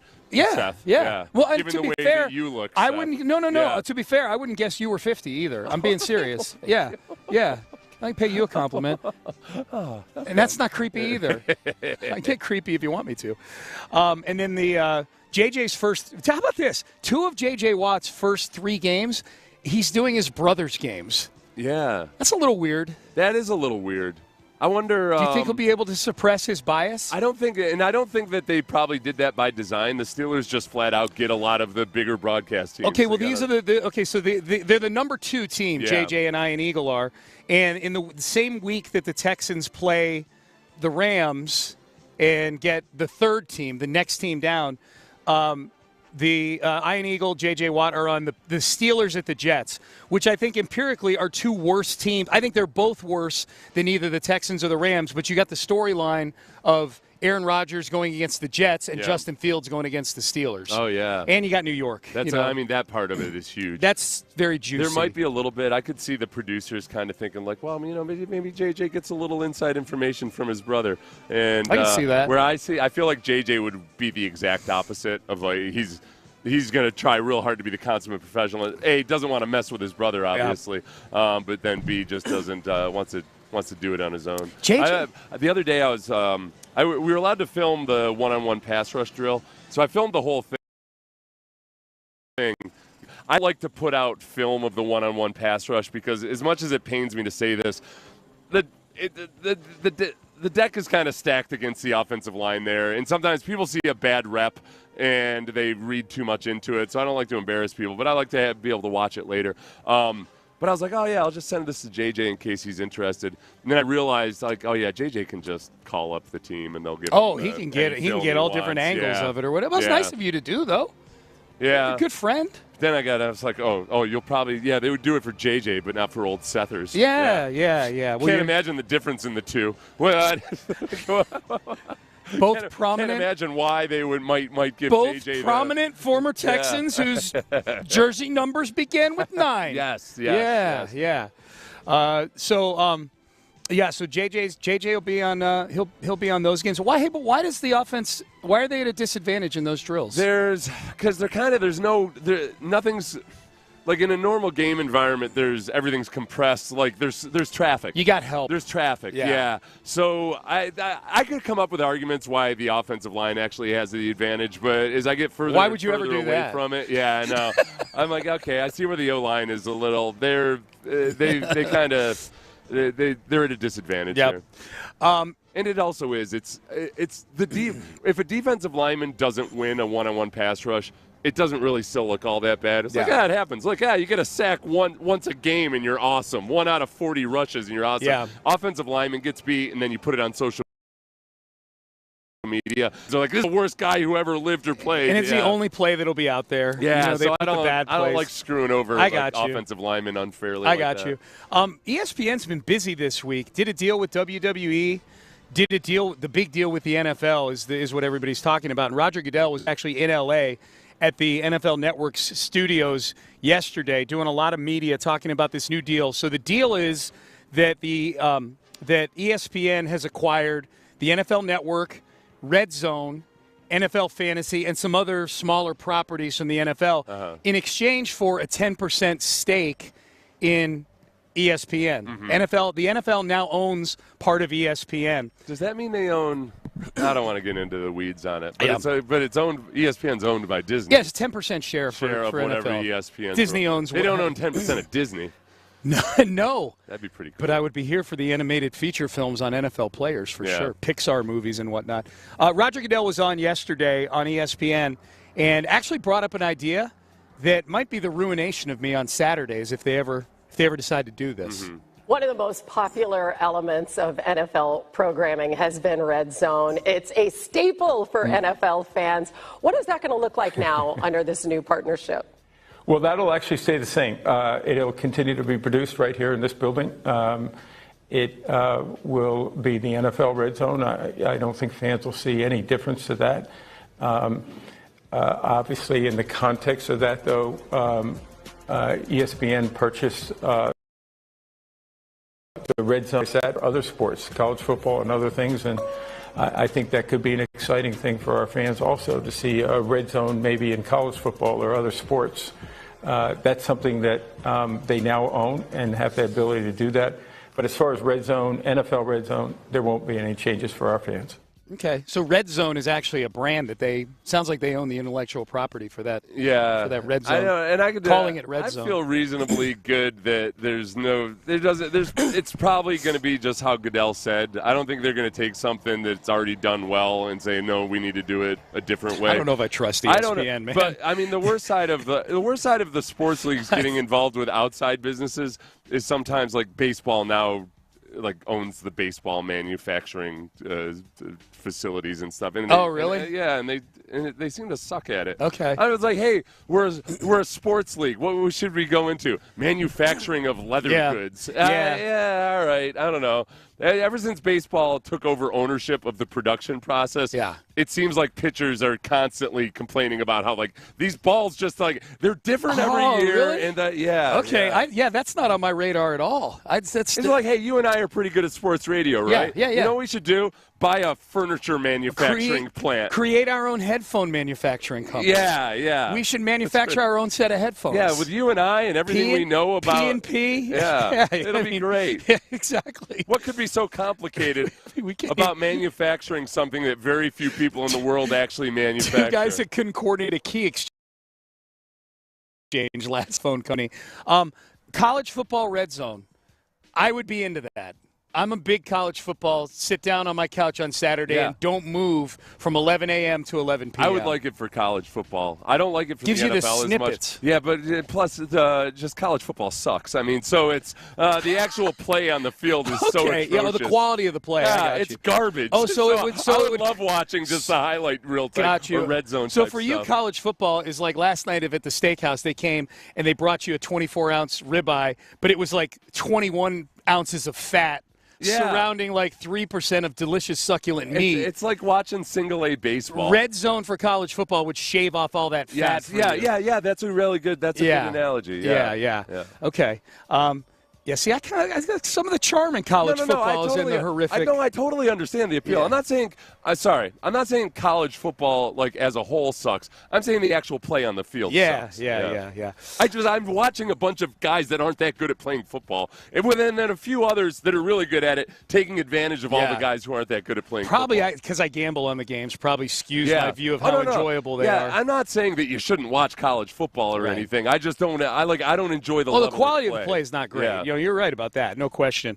The thing that people seem to be upset about with this whole NFL, ESPN thing, is that there is people have a glitch, and I think it's mostly people I've seen who have glitches about a lot of things journalistically these days. That any news you get now on the NFL through ESPN, like I've already been doing that.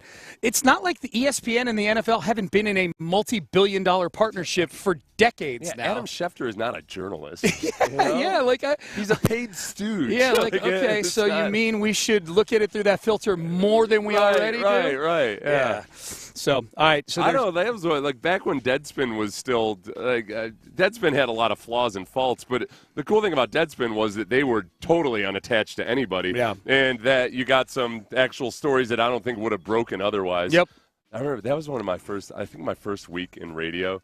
I kind of tried to ask the guy on the NFL Network with the ears. What's his name? Oh, Andrew Siciliano. Andrew Siciliano. I know this story. Because he's a Syracuse nerd, too, you know. Yeah. And I basically just asked, I tried to ask some question about, like, hey, with the way things are where teams like, the NFL Network, ESPN has an interest in the NFL. They're a partner of the NFL. And this was when I think all the Sandusky stuff was going on.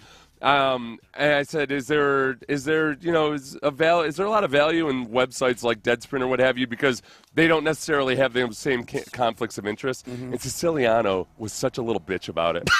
He was like, he was just appalled that I would suggest that there was any kind of conflict of interest. And was it his tone? Was it how? Like what made him a bitch? He kind of was dismissive of Deadspin at that time, and then Mike asked a question, and Siciliano said, "Now that's a good question." Oh, he propped up his because that's Siciliano's. They hate so what happens with a lot of Syracuse guys? Not all of them. So like Meltzer and Gallant are cool as hell. Sam Warren's out here. He's cool as hell. He's a Syracuse guy. Yeah. But some of them, they're those guys that are a little. They feel a little. They've got like an inferiority complex because they want to believe that they're like, I'm a journalist and I have integrity and everything, and yet meanwhile, like they're covering sports, and they feel a little ashamed of themselves because of it. That's my take on it. Yeah. So when you kind of just address the elephant in the room, they get very offended. I said, because I made this claim to another writer once, and I didn't think it was a big deal. Yeah. I was talking about teams that put out really nice spreads in the press box. Yeah. And I was like, Texans are one of them. And I said, hey, I think it's a smart business move because it's like all those other little things in life. It's like, man, what the journalists see and what the writers see tends to have an effect on their perception of the organization. So when you're feeding the journalists really well, it's like it probably has a little bit of a subconscious glow up. No question. So I said this to this writer, and he could not have been more offended. Oh, you basically said that he's for sale. He's a whore. He's a whore. Suggest that would have any effect at all on his opinion. And in that moment, I knew, like, oh, it totally affects his opinion. Thou doth protest a little too much. Whether he consciously realizes it or not. Yeah, man. When I'm watching the offensive line out here, do I think of the cake pops in the press box? Maybe. I know that my mood is a little better. Yeah, maybe. Because I'm my carve all top off. Yeah. I mean, this offensive line is very mediocre, and yet ice cream sandwiches. It's like, CJ's had 3 concussions in the last 4 weeks because the offensive line is so bad. Yeah. But I don't want to risk these ice cream sandwiches that I'm getting fed. I'm just going to be quiet about it. Yeah. This run game is in first gear this entire practice. Carving station. So all that to tell you that I feel like that Pandora's box has already been opened. Yes. I don't trust any of the network, ourselves included. Like anybody that's got a business tie to anything. Yeah, you got to take everything with a grain of salt. Okay, now with that said, let's put you to the test. Hey, P&P, this is a text message. Is there anything you can say about the offense that looks absolutely better or more crisp than this time last year? Okay, and this sounds underwhelming, but I think it's very, very important. It's carving station. Well, you know what? Ice cream sandwiches. Usually they do have mineral water out here. That's true. For the media. Light them up, Seth. As of today, we have Tell them how none. much it sucks out here. Where's our water?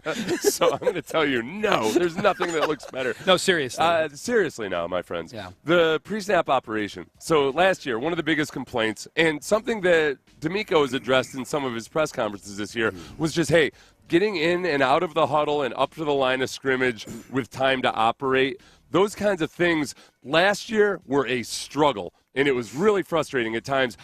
We all got way too accustomed to watching the play clock and being like, okay, guys, all right, there's 4 seconds on the play clock. Yeah. Let's go. Come on. Let's get going. Yep. That's been a lot. This is a little thing, but I think high school football coaches will appreciate this. When guys break the huddle and the offensive line basically sprints up to the line and gets set, that's the little stuff that you have to have in order to have everything else run in order. That looks better. They look like a more professional organization in that regard. Yeah. And then because CJ has to process more behind the line of scrimmage. He really needs that 20 seconds of play clock at the line of scrimmage sometimes. And so far, so good with that. And with other, when new offensive coordinators are in or there's a lot of new players, a lot of times that's what holds practices up at training camp. You'll have just if you're at a training camp and you continually hear the head coach blow a whistle and say start the period over. Yeah. That you haven't seen any of that. So that, I know it doesn't sound like a lot, but it is progress over what we saw last year, and it is really integral to the way they want to operate with CJ this year. Cole Popovich has been kind of like a hard ass this year on the offensive line in a good way. Yeah. Seen a lot of push-ups by offensive linemen. They were talking punitive push-ups. The punitive push-ups. They were talking last night at dinner. Some of the folks at our table that I guess he's had them like at times like when you make a mistake you got to go run a hill. Yeah. That kind of thing. So that's always tricky because a lot of there's a debate about that, about using exercise as punishment. Yeah. Because then in your minds, you're kind of like, wearing it down. Well, no. You're making exercise a bad thing. And it's kind of want to work out. I think you need to frame it this way. And this is how I always felt about taking a lap. It's not like it's hard to take a lap because they don't make you sprint it or do it in a time or anything. But it's a little bit of embarrassment because you've been ostracized for a small amount of time. Yeah. And B, it's kind of time to think about what you've done.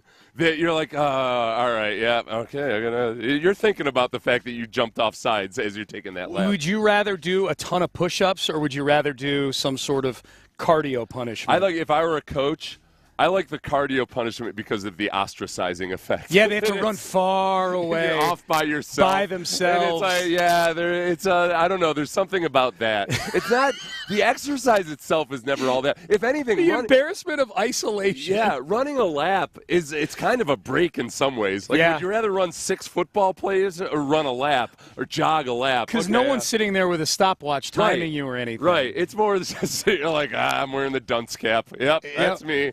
And that's a good, a little negative, it's all right. Reinforcement. You're going to do it a little bit. Yep.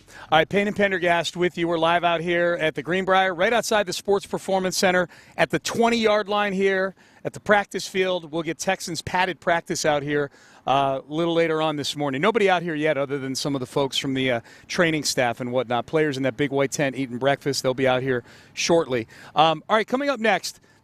Be glad that you're not living in this city and that this person is your owner. They stuck a mic in front of his face again yesterday. So their problem. Stuck on Mike. We'll have that for you. My interview with Titus Howard yesterday was a good conversation. We'll have that for you at the top of the hour as well. Stay there. But first, Beck's Prime. First place.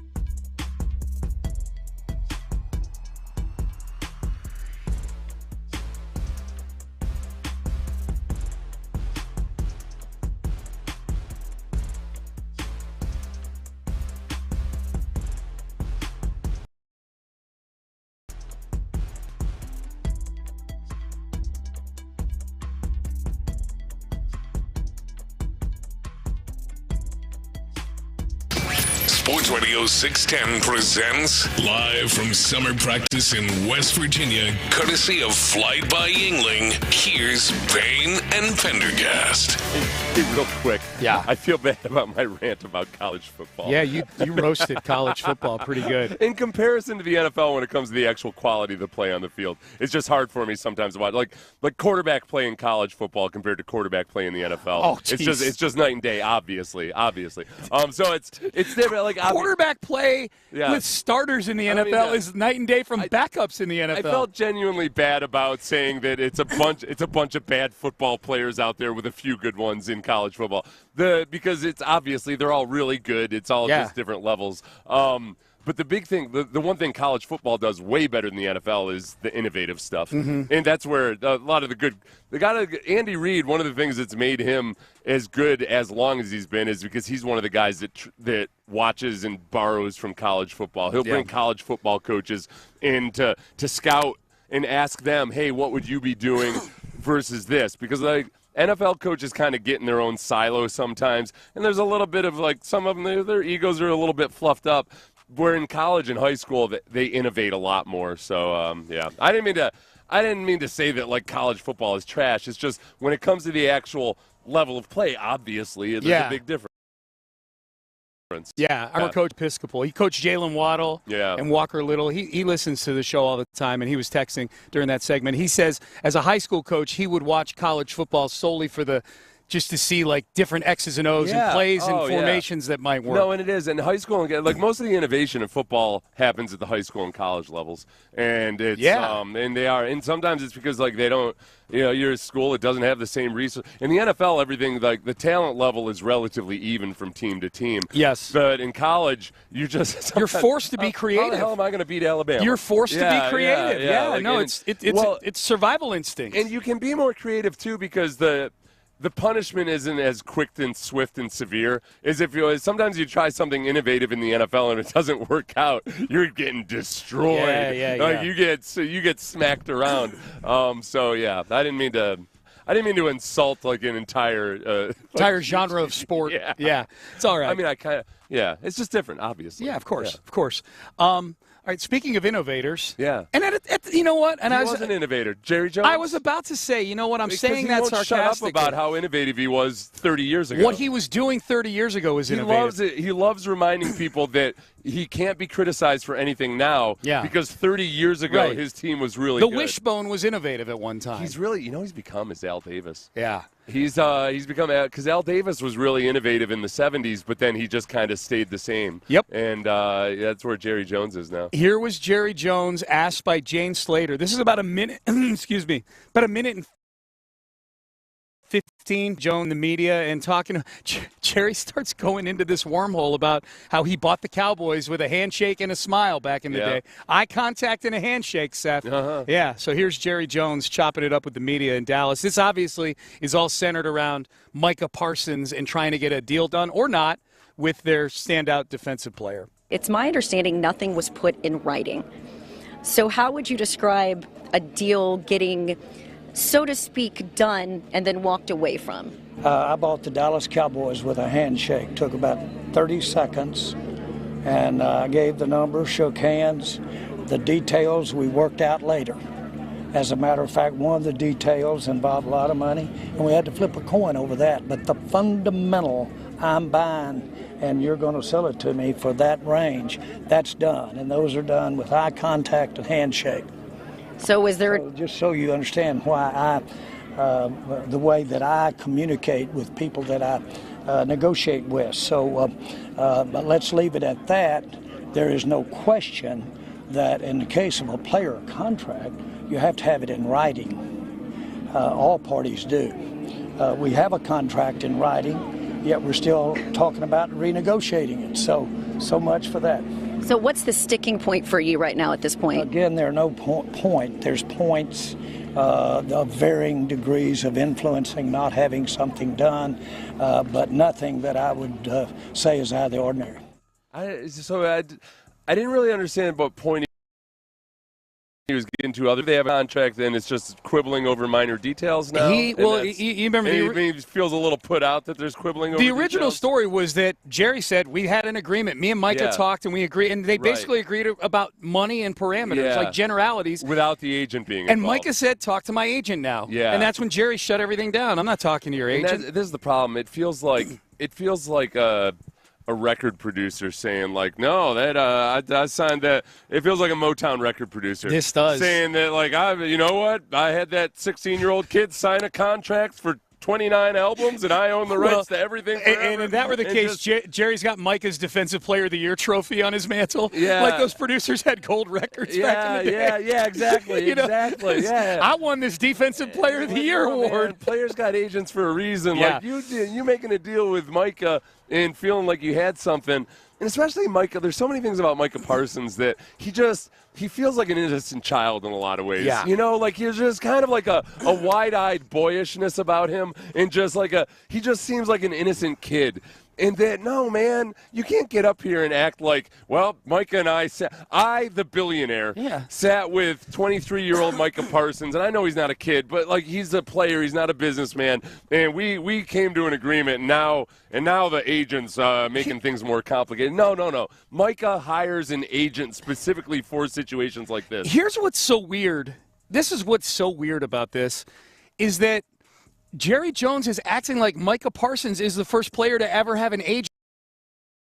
You've negotiated contracts with and for hundreds of players. You've been the owner of the team since the late 80s. You've been the general manager of the team since the late 80s.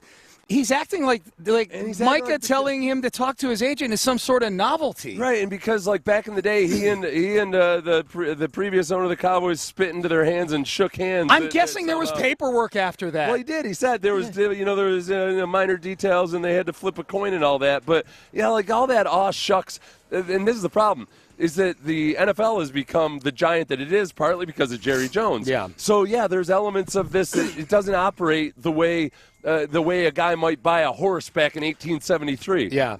That is one thing. We're going to have the McNairs on a little later. I'm not going to ask them to talk about Jerry Jones, but the Texans operate the complete opposite way of the Cowboys. Yeah. Right? That's a factual statement when it comes to these big contracts. Dak Prescott, CeeDee Lamb, and now Micah Parsons, they drag their feet. They have to overspend. And in the case of Micah Parsons, they're alienating their best and most impactful player, certainly most impactful defensive player.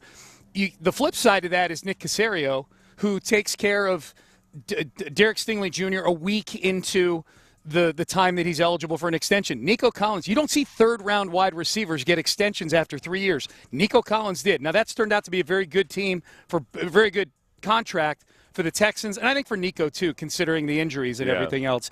I think when we're here next year, I don't know if we'll be at the Greenbriar, but when we're at training camp next year, my guess is we will be talking about contracts that have been done here in C.J. Stroud.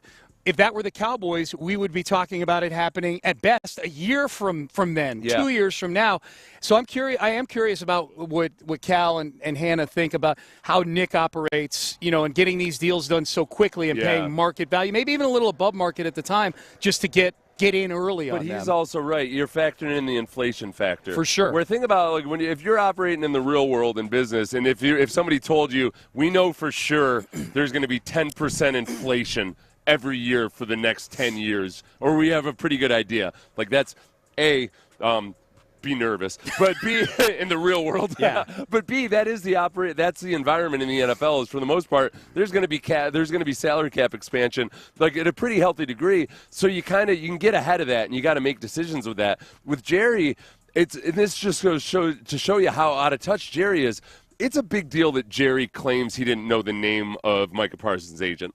Because that means that Jerry thought he was going to be able to make a handshake deal with Micah Parsons, for one, and that B and two didn't realize that, man, Mulligetta is not a guy that's just going to go gently into the night because with a feel-good, hey, my player made a handshake. Like, Mulligetta is a really, really good agent. Yeah. So it just shows, like, Jerry's so far behind the ball. Like, he's so far behind the times in the way the business is operated that it's obviously any Cowboys fan would tell you, he should have ceded control either to his son or made the director of personnel there McClay time. It's like that's not a revelation. It's just this is another illustration of it. I don't want it to ever end.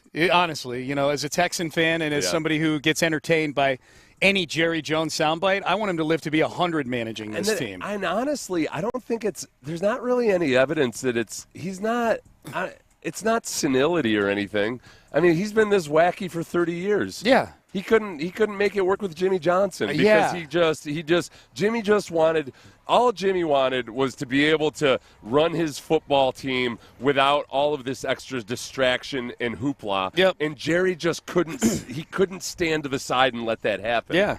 So it's like this is the same Jerry from 30 years ago. It's just in a different environment, and it's one which he's responsible for. It's one of the great what-ifs in NFL history. Yeah. If Jerry had just stepped back and let Jimmy run things, how many Super Bowls would they have won? Yeah, how many more? They won 3. Yeah. I mean, Barry Switzer kind of cruise-controlled into another one. Yeah. That is a good question. Yeah. Right? I mean, because presumably the free agency was really just starting to. Yeah. I mean, you'd only had real free agency for a few years at that point. Yeah, 93, I think, was when real free agency hit. So, yeah. All right, Payne and Pendergast with you as we head towards the top of the hour. We're live at the Greenbriar, just outside the Sports Performance Center, hanging out on a cool, overcast West Virginia morning. Texans practicing in pads today. Up next, I had a chance to talk with Texans right tackle, right guard, we'll just call him an offensive lineman, Titus Howard yesterday. Good conversation about Titus, changes in the O-line room, what's this season like, his leadership role. He was jealous about when it came to Laramie Tunsil. Oh, yeah. So we've got that as well. We've got that for you coming up next. Hey, don't be jealous about people that have good retirement plans in place. Be the person that people are jealous.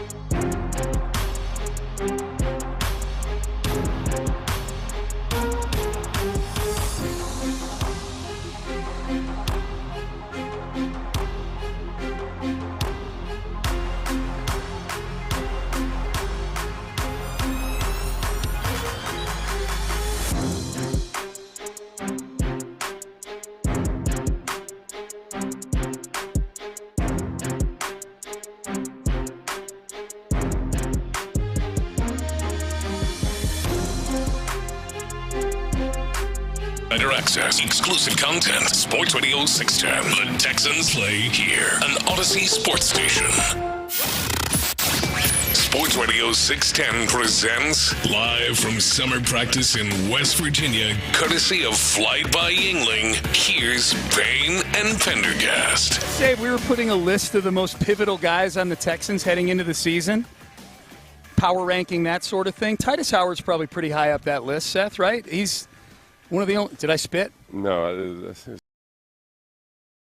an aphid. Yeah, I was about to have a potato blight. Yeah, there's a bug on my face. That's like rubbing his eyes. I'm like, damn, that spit went a long way.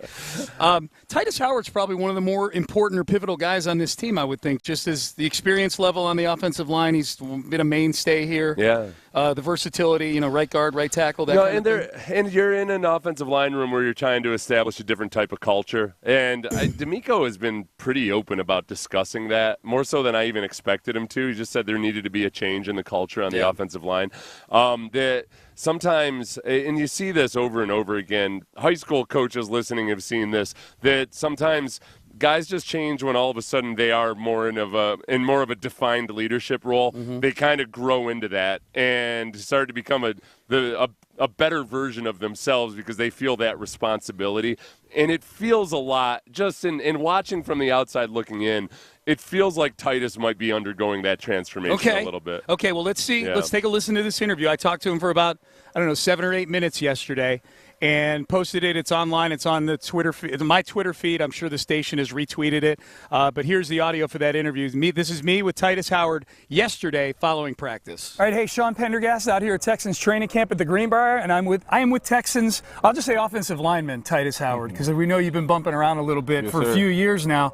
Last few days at right tackle, started camp at right guard. First, before we get into any of that, how's things going at the Greenbriar here? Your first trip here, right? Because your rookie year was the year after they came here a couple times. Yeah, it's my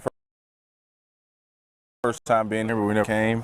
So, the weather's great here, though. Yeah, it's beautiful, right? Yeah. Especially for you big guys, man. That sweat gets big out in here. I know. Makes practice a whole lot easier. Yeah, for sure. All right, so this training camp, you started out at right guard. You've been playing a lot of right guard. You bumped out to right tackle a few days ago. I'm not going to ask you if you have a preference for either one. I know you're going to do whatever the team asks you to do. But how are you feeling so far about how you've played, just training camp in general so far? I feel like it's my best training camp so far since I've been here.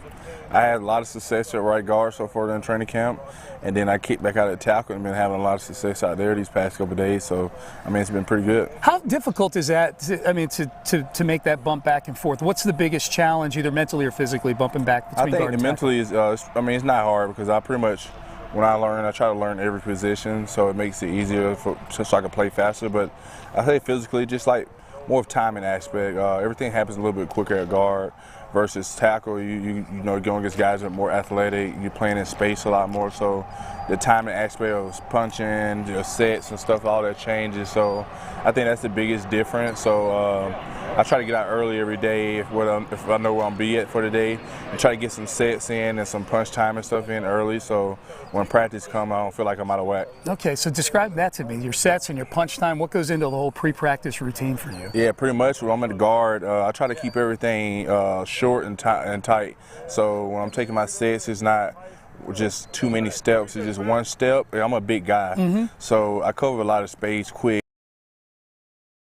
quick. So when I'm going to use my hands quick, keep my base and play a little lower, versus when I'm at tackle, I gotta, I gotta be able to kick to a junction point. So when I'm at tackle, you got guys that be lined up at wide nine. That's a new thing in NFL now. Yeah. So I gotta find out where that angle is I want to go, so I can meet that guy at a junction point and be able to keep the width of the pocket as long as I can. I know a big theme for you guys is iron sharpens iron, especially when you're at that tackle position and you got either 55 or 51 lined up across from you. How does that help you prepare for the upcoming season? It helps me a lot, man. Those guys are very competitive. So it's a battle every day. Mostly the whole time I've been in camp this week at tackle, it's been me and Will. I accept the challenge, he accept the challenge, and we just go at it. Every one-on-one, every team period, we just try to make each other better every day. But like I said, our DNs are two of the best guys in the league, so it's only going to make everybody better at practice, and because you're going to get the best of each one of these guys every day. We know you guys are installing a new offense, and obviously new offense. Cole Popovich gets bumped up to offensive line coach. How's that been going? What's been the biggest difference for you guys from last year to this year? I say as far as the offense, I kind of played in an offense similar to this when I was with Bill O'Brien, the similar play style. It was pretty good, and I like this offense. I feel like this offense fits me and my style of play. But as far as the group, I feel like the number one thing I would say is the mentality. Like having more of a dog mentality up front, and not taking shit for no one. I think that's something we needed these past couple of years, and I'm looking forward to being a guy to kind of lead the group and show them this is how we camp. I feel like it's been our best camp as an offensive line, especially running the ball, because we've been able to get these guys moving, especially these past couple of days. And we're just trying to establish that dog mentality. We're just trying to work every day. We're not focusing it on, just what people are saying. We just want to get better for ourselves, and then once we put the work in on the field, everybody will realize, hey, these guys have been working hard this whole offseason. Is that something that you consciously came into this season wanting to be a leader in this room, seeing as you're one of the guys who's been, forget about the offensive line room, you and I were talking before we started recording, You've been with the team since 2019, so you've seen a lot of ups and downs along the way. You've seen a lot of stuff with this organization. Is that something you came into the season wanting to, in addition to the physical stuff, wanting to be a leader and work on leadership as well? Yes, sir, definitely. One of the things I want to do is work on leadership because, as you can see, we got a lot of young guys on the team. We got a young tackle that we just drafted. We got Blake Fisher. He's a young tackle. We got some young guys inside. So I just want to, help those guys and give them the leadership, be a leader for them guys, because, that's something I needed when I was coming into the league. And I felt like, that can just, set a different point for the offensive line, so we can start off fast and not be having to worry about that when the season starts long, so we can go ahead and establish that now. How is the installation of the offense going so far? It's going good, man. They're doing a good job of breaking everything down for us, and all the guys have been picking it up pretty good. We got a lot of smart guys in the room. Like, we got some of the smartest centers it is, and Jared Patterson and Jake Andrews. Those guys are very smart, so I feel like CJ's doing a good job, too, of picking up the offense, and he's being quick with the calls and stuff. So I feel like that's the big thing about him. In this offense for this team, his leadership on the offensive side. When you think about him, what's the biggest thing that you think about with C.J. Stroud? I think about it, C.J.'s always positive, and he believes in the offensive line. So the thing he's been preaching this year, we just control what we can control up front, and he's gonna handle the rest. So he just put it on us. Like, hey, we block and we do what we're supposed to do. We got the faith in him. We know what he can do when we do what we're supposed to do. Like, that's just the number one thing. When we blocked good last year, the offense played phenomenal. It's when we didn't block good, we start to struggle a lot. So we know what we got to do up front. It's a challenge. It's not going to be perfect off the rip because, we got 5 guys that never really played with each other before, but we're going to continue to work every week to get better. Are you a wrestling fan? I am. You are? Okay, because I saw that video. That was my suggestion to the social media team to do the Cena or Cody video, and I saw you were one of the ones that answered. So I'm like, I think when I talked, so you're wrestling, who's your guy in the My favorite wrestler all time would be Dave Bautista.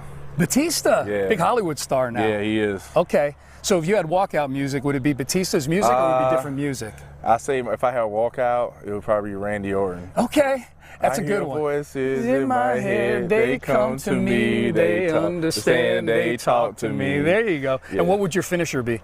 My finisher?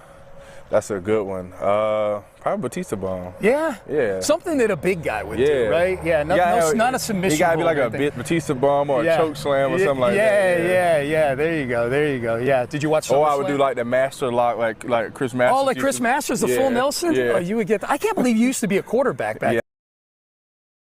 I know. Day, right? So when I first got to college, I was like 6'3", 220. Okay. I played quarterback, and then I eventually ended up moving to tight end. I spent 2 years at tight end, and then our coaching staff got fired, and we had a new coaching staff come in, and then the offensive line coach had told me, like, hey, I want to make you an offensive lineman. And then something happened in the game, and then they had to make me play offensive line for the rest of the game, and then the rest was history. The rest is history. Yeah. First round pick. Best decision you ever made. Yes, sir. Or best decision someone made for you, yeah, maybe, I know, right? at the time, right? He did make it for me because I was mad, man. I was mad, but I eventually ended up buying into it. Okay, you don't have to. You don't have to tell me if there's a play in the playbook, but do you ever campaign at times to put a play in the playbook for you to maybe break out and catch 2 yards? Definitely. They had one in there for Laramie last year. I was jealous. I was like, bro, he's been an offensive lineman his whole life. I'm the guy who got the hands. I got the hands. So we're gonna work on something. Good. Well, that's great. Hey, Texans offensive lineman, Titus Howard. Right tackle today. Who knows what tomorrow? But we know you'll be on that starting five. Hey, man, appreciate you very much. Thank you for having me. Yeah, you got it. Titus Howard. We'll flash those H's up at the end, too. There you go. We do. I always make sure to flash the H's at the end with the guys on those interviews. Yeah. You know, I have an insecurity about whether I'm flashing H properly or not. You know what the problem is? I feel like I'm always like 45 degrees away from making some kind of like white power handset gesture that I don't know exists. That you're going to have to go back and delete 5 years from now. It's going to get me fired from a job 20 years from now because it turns out that oh no, that's actually the Aryan was fine. At the time, everybody was I don't mess with gestures anymore. That's probably smart. Remember when they tried to make the OK signal something like that you couldn't That's what I'm talking about. Yeah, dude, yeah. my son was my son had pictures from back in high school when he was making it over his eye and near his leg. Everybody got everybody was like, okay, hold on a second, this is getting really stupid. Yeah, all right, I gotta go back and doing this with it. Scour my social media. No, we're just everybody gets a So what do you think of Titus? I liked a lot of what he said. I liked a lot. I thought the part about when he talks about establishing a physicality, which they had done and made some progress on in these 2 days of padded practices in West Virginia. 100%. And because it's part of this offense and the way that Caley wants to operate. It's that they need to have a physical presence in the run game, and it's not. They got to have offensive linemen that can get down and gritty and bury double teams and all of that. So you want to see evidence of it. And I think in a non-tackle environment, you can't do that 100%. But what we saw out there on Tuesday was, hey, there were some run plays where the O-line was genuinely getting some good push up the middle. Mm-hmm. And it's always hard in training camp to really tell, okay, would that have been a tackle? Would the pile have kept moving forward? But you could see the initial surge to where, all right, that's a 4 or 5 yard gain at the very least. And then maybe beyond that, that's great. But last year we just had so many instances of runs that were stuck at the line of scrimmage or tackles for a loss. A lot of the positive plays were when Joe Mixon had to dodge somebody in the backfield before he got up to me. Because it's one thing to talk about it, but we saw a little bit of it, little bit of evidence of it this week. Yeah. I'm bullish on Titus Howard this year. I think he's played well in this camp. I think he's got good reps at right tackle. Yeah. The last couple days that he's been out here, and I think his mindset seems to have changed a little bit with him being kind of the senior voice in that. He did, when he was talking about the differences between playing guard and tackle, it's true. Like I have flashbacks when guys talk about that because from a defensive lineman's perspective, when you play defensive tackle, everything he was talking about, how everything's quick, everything happens in one step, you got to be really quick with your hands. It's like fighting in a phone booth. And then all of a sudden, when you move out to defensive end, you feel like you're naked and alone on an island. Like there's just so much space, and the game changes completely. And that's why it's not always. Yes, it's harder to find good offensive tackles than it is to find guards, but that doesn't mean that the tackles can always make that transition into playing inside. Yeah. It's just a completely different skill set.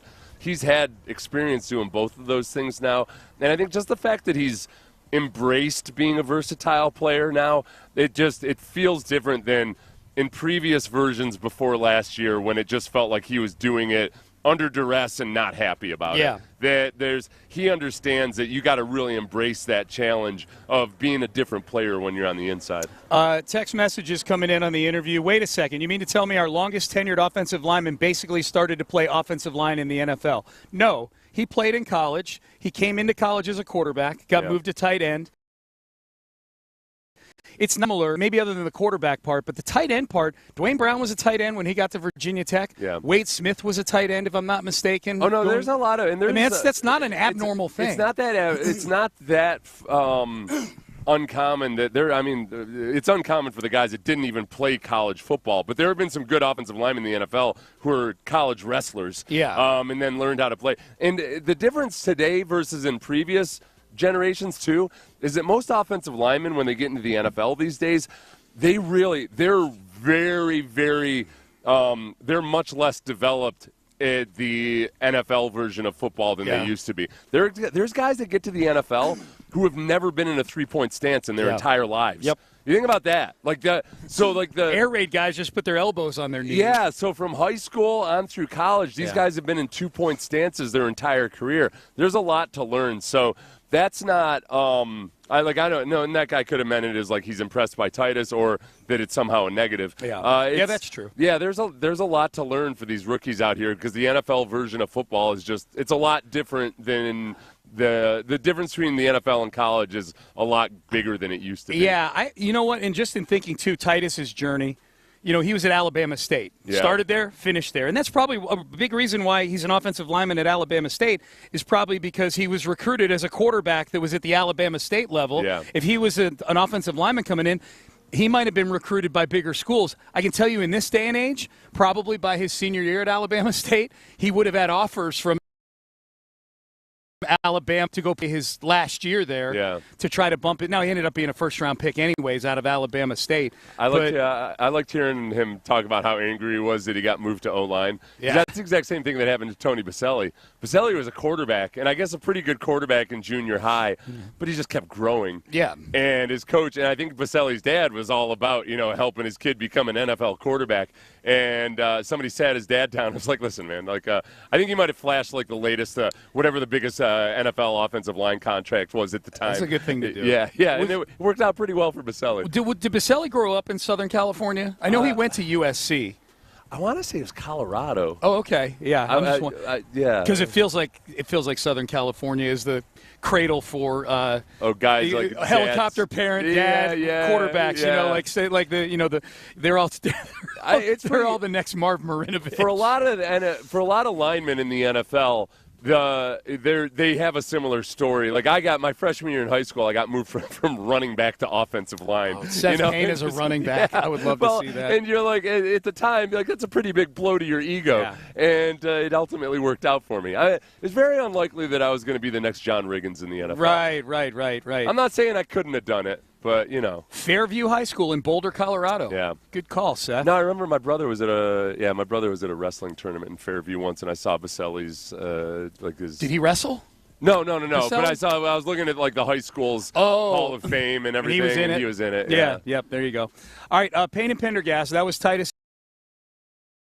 Howard. Hopefully, podcast, you can hit the rewind feature as well. All right, this has been a very petty week. We haven't gotten to do a traditional petty cast in a couple of weeks because of the 2-hour shows, but we did sort of a mini one yesterday. Mm-hmm. There's still more petty leftovers, Seth. There's so much petty out there. There's so much petty out there. I've got what a world we live in. I've got petty leftovers, including Kyle Tucker. Not Kyle getting petty. Pettiness directed towards Kyle Tucker. I can't imagine what it could revolve around. So we'll have that for you. We'll do that coming up next. Live from West Virginia.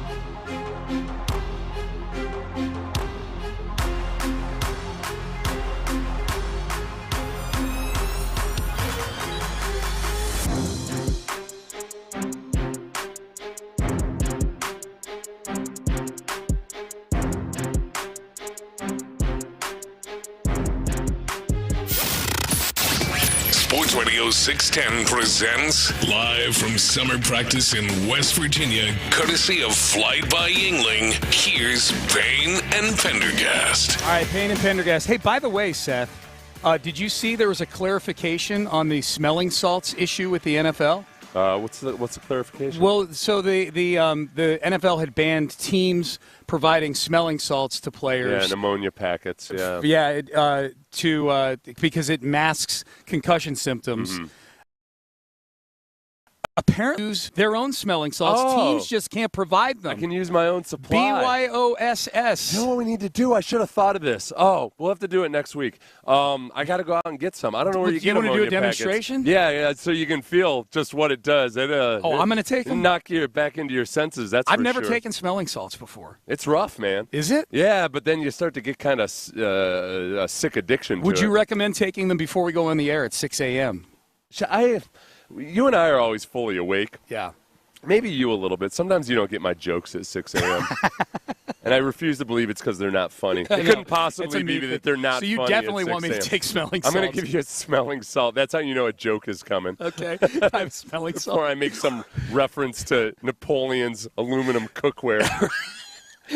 So Mark and John are over here trying to fix this aluminum tent that blew over. Literally blew across the practice field. It was supposed to be our tent this morning. So Mark and John are deep in concentration trying to figure out how to break this thing down. If you're watching on the YouTube, it's right behind us. And meanwhile, I'm being the annoying guy telling Mark about how back in the day, aluminum was actually a very rare metal. You're explaining. Because of the process. While he's trying to bend a piece of metal. Yeah. So Napoleon had a set of dinnerware made out of aluminum that they only used for the highest of guests, like royalty and what have you, over the silver, because aluminum was so rare. Wow! Until they figured out the process to extract it to extract the ore. Okay. Where now aluminum's like no big deal. And now the richies now it's something get you the use silver. and you crumple and throw away. Now the bougies get the silver. I think they appreciated the historical perspective. Did they? In the middle of trying to bend a gigantic piece of metal with their own hands? I could tell a lot of people might have thought that. Yeah, a lot of people might have thought that Vandermeer was perturbed and annoyed by me talking while they were doing physical labor. But right. I could tell that he respected it. He was respecting it. He's going to use it later. It's an analogy for something. Yeah. You ready to get petty again? Yeah. Yeah. All right. Shedeur Sanders. I'm as ready as a Queen Victoria with an aluminum fork. That was me laughing at your joke. Smelling salts. All right, so let's do this. We've gotten petty a few extra times this week. These are interesting ones. We'll get to the Kyle Tucker one in just a second. This is Louis Riddick. This is going to be me getting petty at Louis Riddick, who continues to carry water for Shedeur Sanders. Louis Riddick, who made the entire ESPN DraftCast for 3 straight days about Shedeur Sanders. Him and Mel Kiper, the two of them.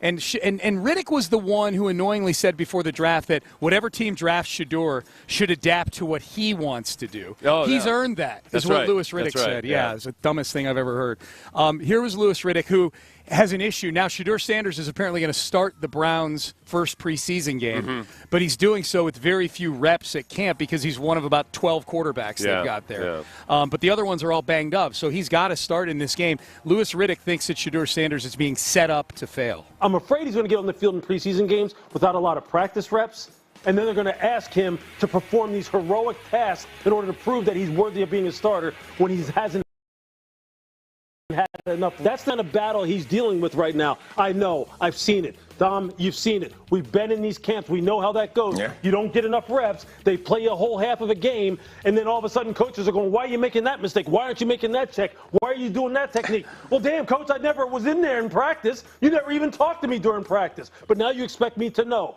That's what they're going to that's what they're going to expect of him. But if anyone can get it done, it's this kid because he's been trained the right way. But I'm telling you, he is ice skating uphill. He just is. And every time you hear this organization talk, you get that feeling. If anyone can get it done, it's the guy who's behind Dylan Gabriel on the depth chart. I'll tell you what, though, I do give him credit for ice skating uphill. That's a good visual. I never thought of that. That's a tough one. I haven't heard that one, and I'm trying to imagine it right now. It's not easy. I think that look. He didn't make it sound like they're intentionally setting him up to fail, but he's just kind of by circumstance set up to fail. It bothers me. It's the whole I've seen this before kind of thing. It bothers me and it annoys me because it reminds me of when people were convinced that Gary Kubiak was setting Case Keenum up to fail or didn't respect. When Gary Kubiak was the very one who was giving Case Keenum a chance to make it in the NFL. Undrafted free agent. Right, like Gary Kubiak gave Case his opportunity and was like, he brought him into the NFL, and yet people were dead set and convinced that, like, oh, Gary Kubiak just hates Case Keenum. I don't, like, what are you talking about? He's the one that's giving Case Keenum a chance. Why Case is what here. on earth are you talking about? Yep. So some drafting Shedeur Sanders are somehow doing him a grave disservice by also giving him an opportunity to play in the preseason. Yeah, it's very. And they're not. Look, this presumes that the Browns coaches are all idiots or something, right? Which might in fact be the case. Who knows? The case. But that somehow that they don't understand and realize, it's a rookie in a bad position where he hasn't taken a lot of snaps. They account for that when they're evaluating a player. Do you want to get to the Kyle Tucker pettiness? I'm going to skip down to that. Yeah. Kyle Tucker, who, of course, the Astros traded in the offseason for Isaac Paredes, who's now out probably for the season, maybe. Pending PRP injection. Hayden, who was an all-star before that, though, we should point out. Hayden Wesneski, who is out for the season and getting Tommy John surgery, if not had it already. And then Cam Smith, who is really he's the crown jewel in this trade. If Cam Smith turns into a long-term viable big league baseball player, then the Astros probably win this trade. And he started showing signs of some kind of rookie wall, and yet everybody feels great about him long-term. Having a much better rookie season than Kyle Tucker ever did. Oh, yeah, for sure. Well, Kyle Tucker right now is not having a great season. Well, he overall is still having a good season. I guess it goes to show you how great he was at the beginning of the season, that the numbers I'm about to share with you since July 1st still have him at like 140 OPS plus. Yeah. Still like 40% on the better. Season. On the season. For the total on the season.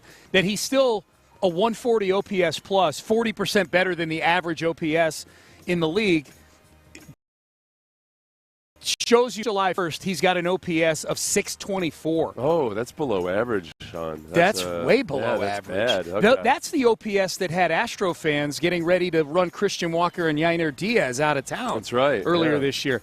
He's hit one home run since July 1st. They probably expected more than that. I would think they did. I would think they would. And lo and but behold, at least the team's doing all right, right?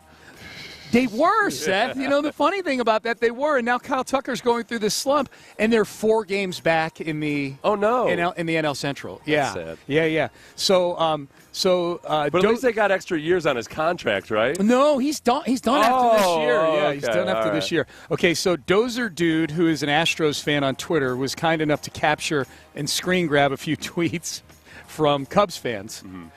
Cubs have the worst offense I've seen for a supposed good team. Kyle Tucker is just not a good enough hitter to be a team's best player. Suzuki and PCA, Pete Crow Armstrong, guessing on every pitch, and the rest of the guys are average at best. Cannot win anything with this roster. No. That's an interesting take because Kyle Tucker, a good player for the Astros, I would submit was never their best player. Yeah. I don't think. No, and that's where Kyle Tucker. He was on his way last year, and then he broke the shin. Yeah, look, and I'm not going to try to rewrite history or something and act like we didn't want him to, He's a really good player, right? Yeah. Obviously, but there is a difference between Kyle Tucker when surrounded by all of those other golden era players, and Kyle Tucker if you expect him to be the guy. Yep.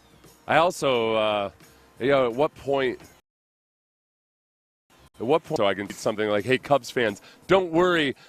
Because now you don't have to worry about Kyle Tucker disappointing you in the playoffs. You're waiting for that. You'd rather not make the playoffs because then you don't have to be further disappointed by Kyle Tucker. Great point. We should point out there's still 3.5 games in front of they're firmly in the wild card. Yeah. They're the number 1 wild card team.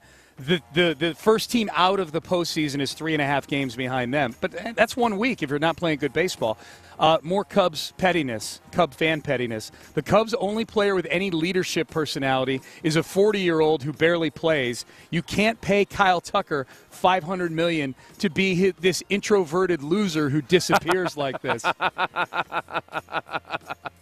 Introverted loser. Introverted Hey, man, loser. Kyle Tucker's finding out, man. Cities like Chicago and places like that, they don't play around when it comes to their baseball. No. All right? Here's one more. This is Connor Barr, whoever that is. Kyle Tucker doesn't deserve any contract, $300 million or above. He can't hit, and the guy refuses to hustle.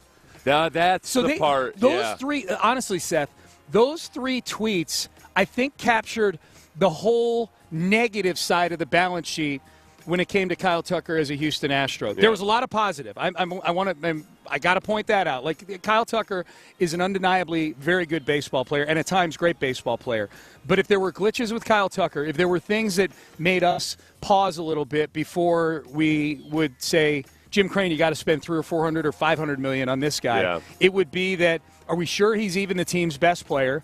It would be that verted loser. We never said that, but we did cite his personality at times. Yeah. Kind of a milquetoast vanilla personality and the refusal to hustle. The refusal to hustle, which has shown up in the outfield, where he went from being 4 years ago, a really, really good fielder to these last few years, he's actually been a minus. And right now he's -1 outs above average in right field. Yeah. That's not Gold Glove caliber. Yeah. Sorry. And it's not $400 million caliber. And a lot of times it just frankly looked, the reason that he wasn't getting to some balls was just because it didn't look like he was trying that hard. Yep. Cubs fans are finding out, man. We got Cam Smith. Damn shame. Yeah, it's too bad. I wouldn't have cared at all, except that, like, Cubs. I tried to say something positive about Cam Smith once, and Cubs fans came after me hard. You? Yeah, and I was like, all right, well, we'll just say, like, let me bookmark a couple of these and see what happens. The trade is aging very strangely because a month ago, or in late June, when Cam Smith was really starting to rise up, and Isaac Paredes was really helping carry the team through that period where they were missing a bunch of guys. And meanwhile, Kyle Tucker's an MVP candidate for the Cubs. It was like, okay, everybody's happy. I think both teams are, even with the Cubs not having Kyle Tucker long-term signed up, I think back in June you would have asked both teams. They said, we do the trade over again. We would do it. He had the Cubs in position, and may still get him back there to where they can make a run in the postseason. And now it's like, I think the Astros are probably feeling better about it, even with Cam Smith's slump, just because okay, this is just what rookies go through. Whereas they traded for Kyle Tucker with the primary thing being him leading them to a World Series this year. Get him on a rental. Otherwise, they would have given him a deal. Right, exactly. And then you also wonder, are the Cubs actually going to be the team that spends the money to keep Kyle Tucker around, even if he had – Cubs fans could have been just as miserable if they made a really good push, and then, lo and behold, it turns out that, no, they're not going to be able to re-sign Kyle Tucker. They're not going to pay that much money if he was playing well. In right field, Cam Smith, for the first time in his career, playing in the outfield. You got one of those color charts right field. 81st percentile for range, 87th percentile for arm strength, whereas Kyle Tucker is 35th percentile for range, 62nd percentile for arm strength. So you're telling me, what's the thing that – you just closed it. What's the thing Kyle Tucker is good at on defense? There's a big red stripe. It's probably arm value. Arm value, okay. Yeah, arm value. But that's that's interesting. That is really interesting. Too much blue on Cam Smith's hitting chart right now. There's a lot. I can't do that. Blue is bad, red that. good, yeah. He's got the 83rd percentile for bat speed. Okay. Everything else is in the blue. He's a young man. The bat should at least be swinging fast. It's just not. I'll tell you what, though. Talk about judgment at the plate from the golden era of the Astros. Chase rate, Kyle Tucker, 100th percentile. Oh, he must be at the absolute apex of. That's really good, right? Yeah. Like he's not chasing anything. Yeah. Oh man. Oh God. All right, Payne and Pendergast with you. We've got a lot to get to still here at Texans training camp live at the Greenbriar in West Virginia. C.J. Stroud met with the media yesterday. Is he going to play on Saturday? What is it going to look like with him having more ownership? How is that going to help the Texans? C.J. Stroud having more on his plate this season. We will discuss.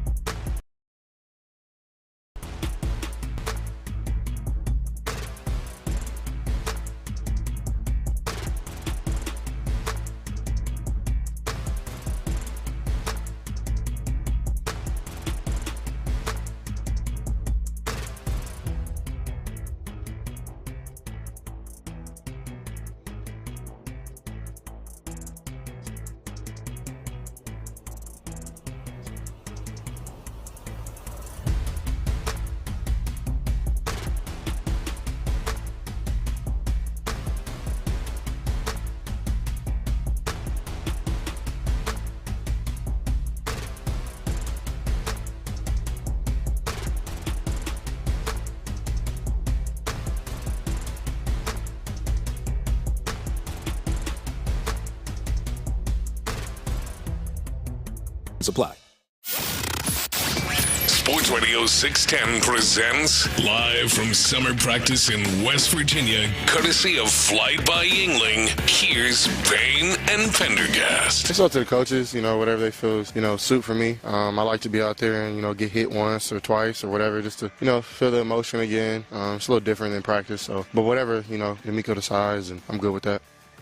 All right, that was C.J. Stroud. The question was, will you play on Saturday? And it sounds like it's still up in the air. We'll find out more, I would imagine, as the next couple days go on. This is a tradition like no other going on behind us over here. Every day at about this time at the Greenbriar, this helicopter comes swooping in. Is it going to be in Ali? Okay. Okay.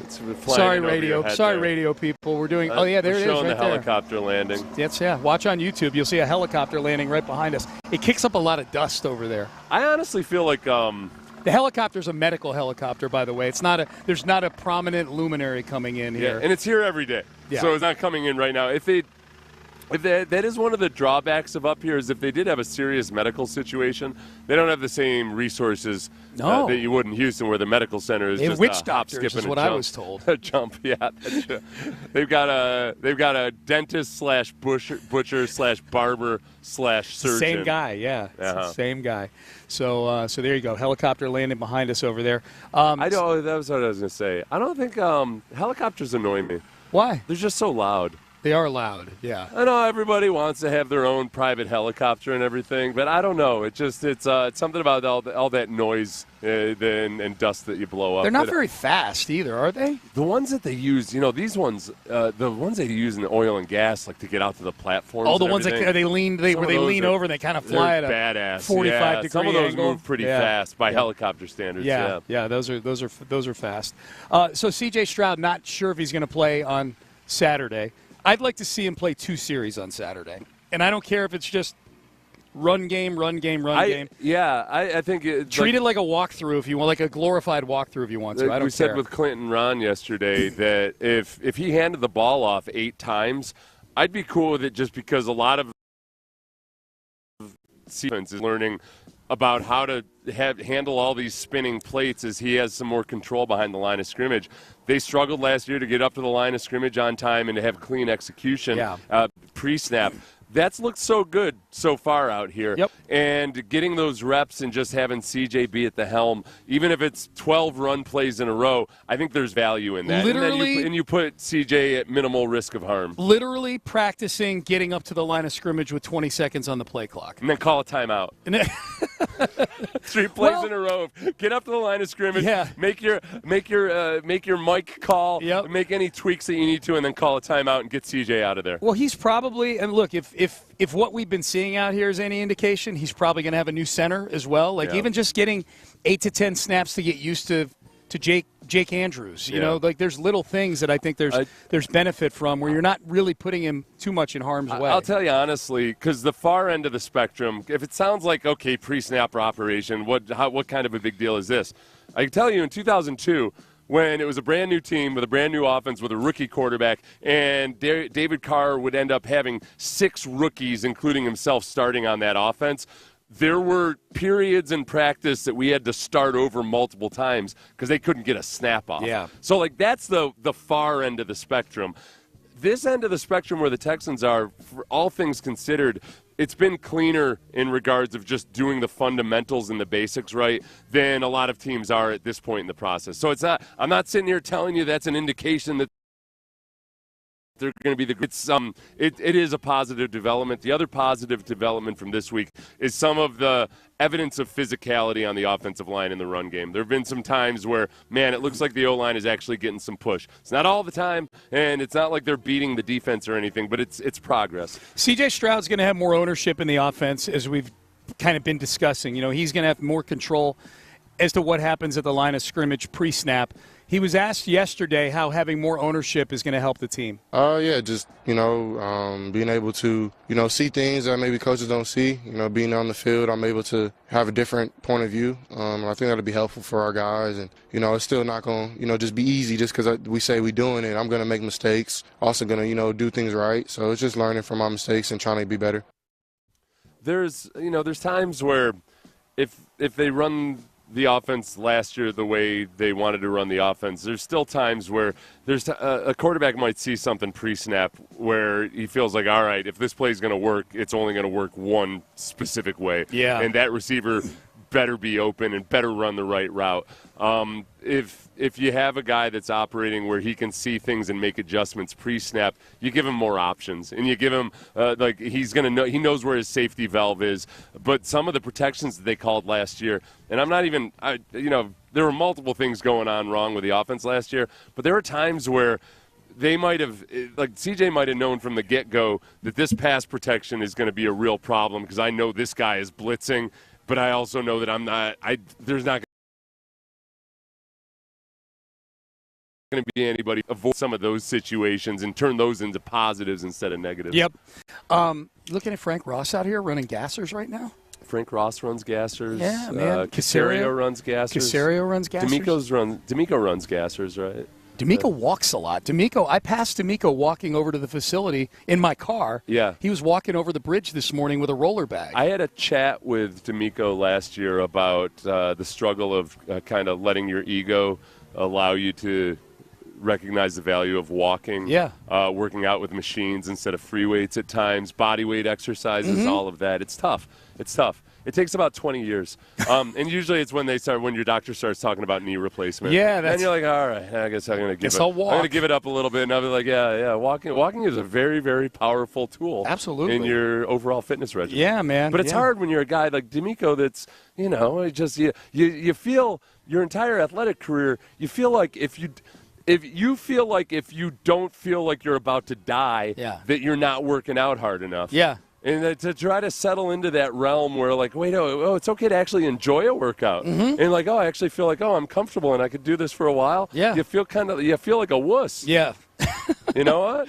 But it's better to feel like a wuss than die. When it's good for you, yeah, for sure. What do you think? Because the other side is sometimes people, they'll get to the point where, like, well, I can't work out anymore, I guess. Yeah. Because if in your mind it's balls to the wall or nothing at all. So you got to try to find that happy medium somehow. For sure. The 2 times I've run into D'Amico Ryan himself. That's good. Yeah. Leaders need to spend a lot of time alone. He's been by himself. I saw him getting on the elevator last night as I was calling into Area 45. Said, "What's up, Sean?" And I said, "I'm about to talk about you on the air, all right?" Yeah. I didn't say that to him. I said, "Just working here, Coach." And then, this morning, getting his steps in with the roller bag. There's times you just need to reflect and just kind of be free of all the influence and all the chatter and everything else, and try to get some perspective on things. Think of ways he can hoodwink his coaches, like who was it that was talking about that? It was D'Amico himself was talking about how he'll just right before practice. Oh yeah, Titus, you're playing right tackle today. You're playing right guard. I would like it if today we found out that D'Amico's not even on the field, that he's meditating on top of a mountain somewhere. Yeah. One of these mountaintops up here. He's just up there just sitting and thinking and pondering. Just sitting, thinking. He's got a huge telescope, and he glances into it just every now and then. Yeah. There's always people are working. There's in so many movies, there's a scene where everybody's wondering, like, what's the leader going to do? What's the leader going to do? Yeah. Why isn't he doing anything? Yeah. And he's just sitting there, calm, cool, and collected. Everybody else is freaking out, and then all of a sudden he walks in with the plan. Yeah, that would make me feel good about the upcoming season. Titus Howard at tight end. That's what he comes in with. Titus would like that, yeah, based on what he said earlier in the interview we played. Who's that? That's Mike Eubanks running right now. Yep. They've got a pretty fit. They've got a fit coaching staff and front office with Nick. I mean, I would take them in a Thunderdome against all these other NFL teams. These fat asses waddling around out there. We had joint practices against the Raiders once, and it was in one of the Raiders' dark periods. Yeah. You can almost tell how bad the team was by their coaches walking out. Yeah, a bunch of frumpy. It wasn't like, it's good if you got a chubby O-line coach or something and a few of those guys, but they all look, and it didn't help that Al Davis, he was old, Yeah. But he was out there in a walker, but still like all black and everything, and all of his coaches looked like they were just looking for a place to go smoke their 18th cigarette of the morning. Yeah. I like it better when I see it this way. Yes, for sure. All right, Payne and Pendergast with you on a Thursday. Up next, 2 of the Texans' defensive players were on a list that came down from somebody we actually met out here at camp yesterday, a prominent list that bodes well for the future of this football team. We will tell you who it was and why coming up next.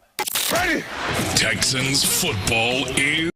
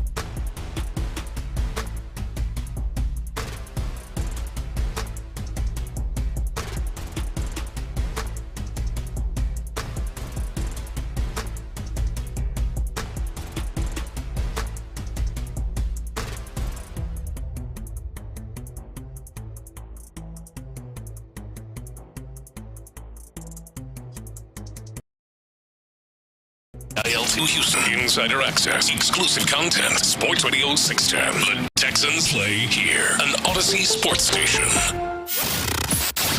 Sports Radio 610 presents live from summer practice in West Virginia, courtesy of Flight by Yingling. Here's Payne and Pendergast. It's interesting with the Texans, as much as the offense is kind of a work in progress, especially on the offensive line. They are stacking up players on the defensive side of the ball over the last few years. Yeah. Whether it's through free agency, bringing in Azeez Al-Shaair and Danielle Hunter, or probably more beneficially through the draft, because these are the guys that you get, A, cheap for 4 years, and then B, you may want to keep them around, like Derek Stingley Jr. Ben Solak, who was out here, he's a writer for ESPN. He was out here. Ringer forever. Yeah, and now he's with ESPN, and he was out here for a couple days.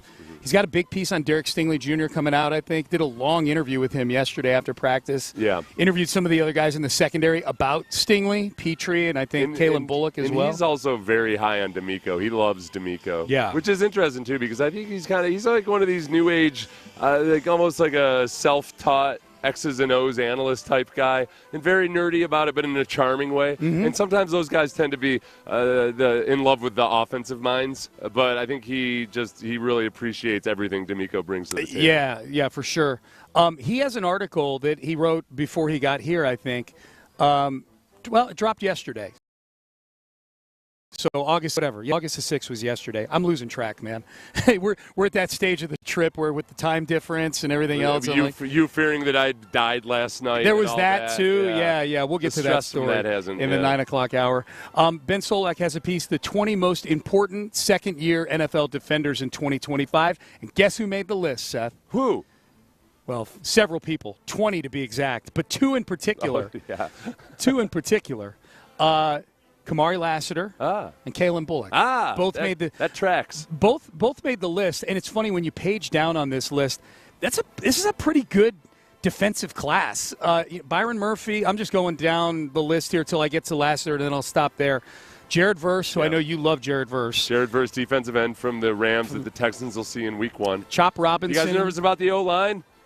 Yeah. We're going to get tested. Exactly. Well, the two cornerbacks from Philly, Quinion Mitchell and Cooper DeJean, who were part of a Super Bowl winning secondary. Neither of whom had as many interceptions as Kalen Bullock and Kamari Lassiter. No. He just got this Super Bowl ring. Terry and Arnold, who the Texans may or may not have been trying to move up and get. They traded out of the first round, they were reportedly trying to trade back into the first round. Well, Terry and Arnold, and a lot of that, it just makes sense because the way people talked about him was very similar to the way people talk about Will Anderson. Yeah. And all of those undefinable character traits that D'Amico and Nick together seem to have gotten a good knack for identifying. Terry and Arnold has a lot of those. Nate Wiggins, Tavondre Sweat, Cooper DeJean, Kamari Lassiter, cornerback for the Houston Texans. And Ben Solak says, there's 4 paragraphs. I'm going to try to read the highlights of it. Lassiter gave up an absurd 45.6% completion rate when targeted last season. 11.5% below expectation for where he was targeted and what separation he allowed. Those are next-gen stats. The more just narrative stuff.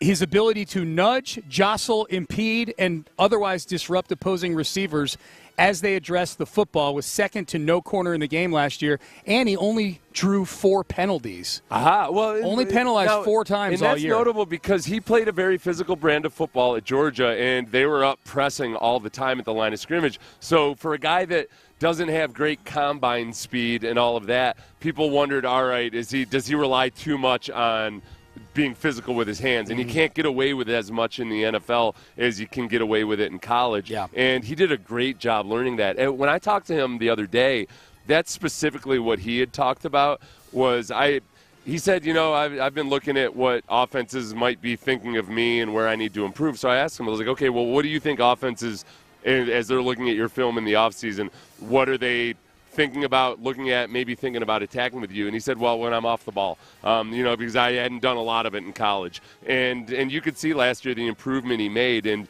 playing out in space without that security blanket of being able to stab somebody at the line of scrimmage. And it was cool. I liked it because he actually gave me an answer. Yeah. Usually he asks players that, and they're like flat out, yeah, I want to be better at that. I haven't done that. That's excellent. That's excellent. Lassiter fell in the draft. This is Solak due to his poor long speed, but he won at the line of scrimmage so consistently that vertical receivers rarely found free releases at the line and space outside the numbers. His love for physicality was not exclusive to the passing game. Yeah, this is big.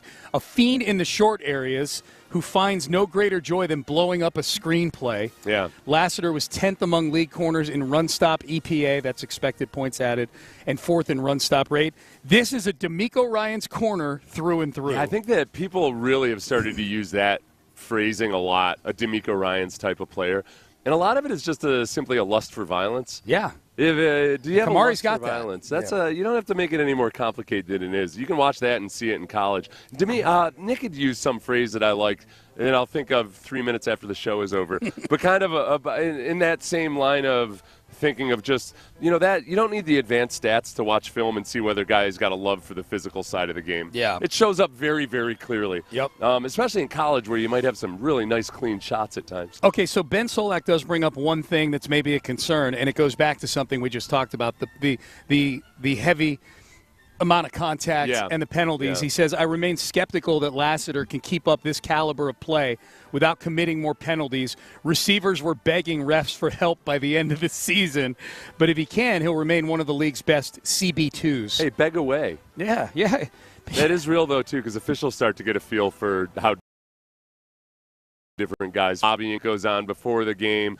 Coaches and players will tell, like, hey, just so you know, I just want to help you do your job. Yeah. No, hey, it's not about me. It's planting the seed, man. I'm just trying to help you be a better official. This is what this guy does. Yep.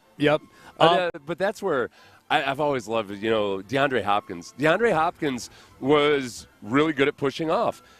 But it was because it wasn't just random. He knew what he could and couldn't get away with based on his positioning, where he was between the official and the player on the field and everything, and just how much he could get away with. So there's an art to that, and I think Kamari's kind of wired that same way, that he's not randomly. He doesn't use physical contact randomly and without thinking about it. Yeah, so I think he's strategic about it. He's just got to continue to work at being surgical with it. Obviously, the other Texan named to this list, we're going through the 20 most important second-year defenders in the NFL. Kamari Lassiter, Ben Solak put this list together from ESPN. Kamari Lassiter is on the list, and Kalen Bullock, not surprisingly, is on this list as well, because we've seen some of that top 10 at each position voting. Kalen Bullock's getting a lot of love around the league this year, this offseason, just based on the 5 interceptions last year and the 5 he probably should have had last year. He's also the classic guy that when you might be watching to watch one specific player, but this other guy keeps flashing. Yeah. You hear this in recruiting stories all the time. Yeah. College recruiters are watching some kid, and they're like, wait, who's this backup that's always around the ball and everything? Kalen's kind of that guy, the NFL version of it. Derek Sling. Yeah. But this guy, where'd this guy show Always up around from? the ball. Yeah. So here's what Ben Solak says about Kalen Bullock. Only 4 rookies earned at least one All-Pro vote last season. Okay, so All-Pro is best. It's not Pro Bowl. Yeah. This is best of the best. Edgerrin Cooper, Cooper DeJean, Quinion Mitchell, and Kalen Bullock. Somebody voted for Kalen Bullock for All-Pro last year. How many national fans know about this third-round rookie who served as the center fielder for one of the most aggressive secondaries in the NFL? After this season, many more should.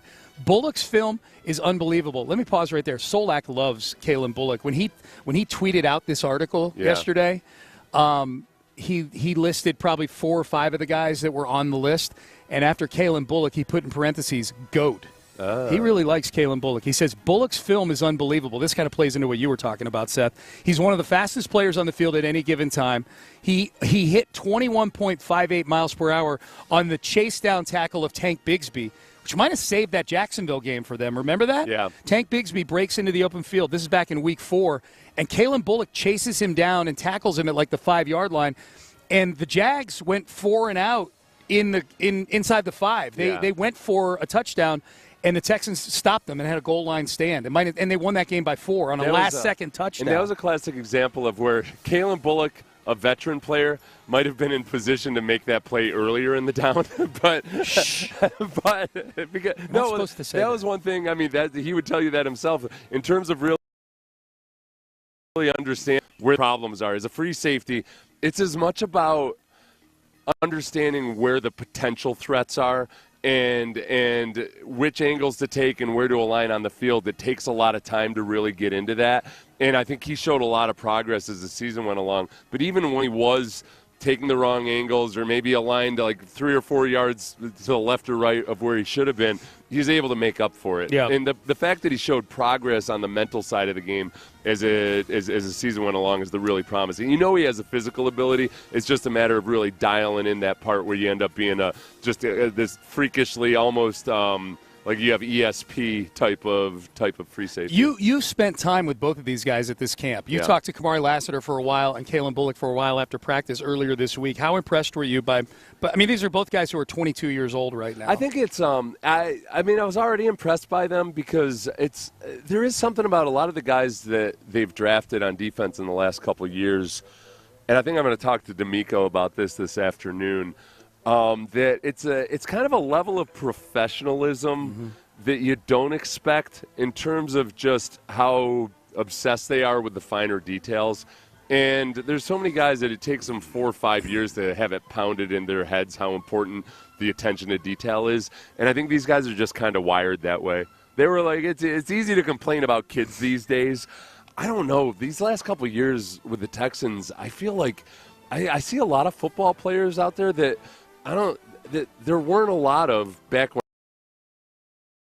I played, or that understood the assignment as well as a lot of these guys do. So it's a really cool environment to watch the defense, and especially the young guys on defense operate. This was the last sentence that Solak has about Kalen Bullock. He said, there are rough edges to sand down. He talks about the drops. Yeah. But watching Bullock reminds me so much of watching a young Jesse Bates in Cincinnati. If the Texans have the best defense in the league this season, something I'm quite close to predicting, Bullock will be a huge reason why. Yeah, I think so then you start to, then that little reaction nerve says, oh, wait a second, let's not get cocky before we see this. Like, where are the potential downfalls, et cetera, et cetera. Because of everything that I just talked about, it's hard for me to really believe that either Kamari or Kalen are going to have setbacks. But I said the same thing about C.J. Stroud going into last year. Yeah. And I don't feel any differently about C.J. Stroud's long-term future. I think with C.J. the difference was there were multiple things wrong with the offense. There's so much interdependence with the quarterback and everything else. That it became really hard for C.J. to take the next step that I think he would have taken if the environment was better and the circumstances were better. Where it's obvious on the defense that that's a really good environment right now. You know what? I was talking to somebody the other day from another team who said that, and I won't say which team because obviously he was talking about this team, or the team he was on. But he said he's been in places where he was talking about the Texans, where like, man, the best guys, the best players on the team.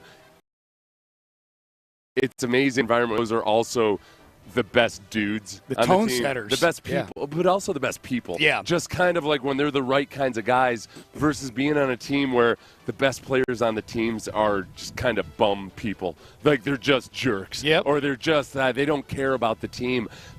You could be Vince Lombardi, and it's hard to take a team like that and get the most out of them because you end up spending all your time worrying about this motivational crap. Yeah. It's exhausting. The motivational crap, I call it crap, but it's obviously a really important thing.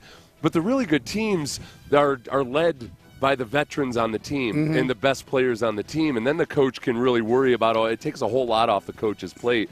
And I think D'Amico has kind of created that environment on the defense, at least, where the players set the tone and there's a certain culture, and you don't have to worry necessarily about giving a PowerPoint presentation about the importance of good habits. Yeah, every day. man, they're self-starters. You don't want to forget about it completely, but you don't have to be hammering that every single day instead of a lot of the other more fun stuff. You know what I like about this list that Ben Solak put together of the 20 most important second-year defensive players in the NFL is that Kool-Aid McKinstry's not on it. Oh. Remember when the Saints jumped up over the Texans on draft night? Well, on day 2 of the draft. And I was at the party that night, and there's all these Texan fans. And as the players are kind of, it's starting to come into focus who the guys are that are going to be sitting there when the Texans pick at 42. And when Kool-Aid McKinstry got picked at 41 by the Saints, Texans at him, and then they draft Kamari Lassiter from Georgia. McKinstry with Alabama, Lassiter with Georgia, who doesn't have as sizzly a name as Kool-Aid McKinstry. Yeah. But there were Texan fans who were disappointed they didn't get Kool-Aid McKinstry, and I swear to God I said this that night. I'm like, 90% of you booing have watched 10 snaps of Kool-Aid McKinstry. You like that he's named Kool-Aid. Yes, you like that he's named Kool-Aid. You Yeah. think that makes him a better player than he is. Especially for a defensive back. There's just something where it kind of just feels like and it's ironic that it would be Kool-Aid. Yeah. Which is like not a very scary drink. At when you all. tell like it's not like you know, the Kool-Aid Whiskey guy, McKinstry. When he that's a pretty cool Whiskey name. McKinstry is pretty cool. That sounds like some sort of explorer in the Yeah, 1800s. No, the Kool-Aid guy's a little scary when he bashes through the wall. Yeah, that's true. A little bit. I mean, he's got a big smile on his face, but Do they still do that? I haven't seen a Kool-Aid commercial in forever. Every now and then, I think on the every now and then I'll end up I'll be babysitting my nephew or something, and I'll see commercials like kids commercials. Because I never see kids commercials. Yeah, and I'm like I'm blown away by two things. One is like some of them are pretty funny, but two is like this should be illegal. It's like these kids are so moldable. They're so swayed by the advertisements. That's the goal. I'm not saying. Listen, everybody, settle down. All right. Yeah. I'm not saying that you should ban it, Yeah. or I'm not taking away free speech or anything. But there is a part of it like this is too easy. Yeah. My God, marketing to kids. Oh yeah. I make them want Brains this are toy very so fertile. quickly and easily. Yeah. Yeah, man. And make them think they're gonna beg their parents for this for 6 straight months. Capitalism. What can you say? I never would have said this should be illegal before I had a child. Now I'm like, they need to ban this. Well, now my kids are out of that age range. I probably said it for like 10 years because it's costing me money. Oh, that's like when you're a teenager and you're laughing at adults who are worried about lyrics and music. Yeah. And now then you get to an age where you're kind of like, well, I don't want to be that guy, but that's did you really have to use that word? Right. All right, Payne and Pendergast with you live here at the Greenbriar, right outside the Sports Performance Center. Right here, we've got Kaimi Fairbairn kicking field goals right in front of us. All the players doing some stretching over on the far field. Going to be scrimmage style today out here. So we're going to see like actual, not just plays 11 on 11, but they're going to be trying to simulate, I think, some things, some in-game things, some timeouts. Situational time. Oh, like actual like TV timeouts. TV timeouts is what I heard. Yeah. So this should be a really interesting day of practice, and we'll have you covered all day long here, or at least all morning long, and then Seth and I'll come back and share our thoughts with you. So we've got that going on. Callahan and McNair are going to join us at the bottom of the hour, thereabouts. Sometime here in the 9 o'clock hour, we'll talk to the owners of the Houston Texans. Up next, you got some Danielle Hunter audio. You want to hit that? Yeah, I'll get that to Ben. Okay, yeah we got what's a good tease for your Danielle Hunter audio? It's Danielle describing exactly how that vicious spin move that he pulled on Penei Sewell last year, just exactly how that happened. Oh, cool. And how it was a surprise to a lot of people. Okay, good. Yeah. We'll do that. A little Danielle Hunter and the McNair family coming up later on this hour. Stay there. You're listening to Payne and Pendergast. Our guy Clint says he needs to see.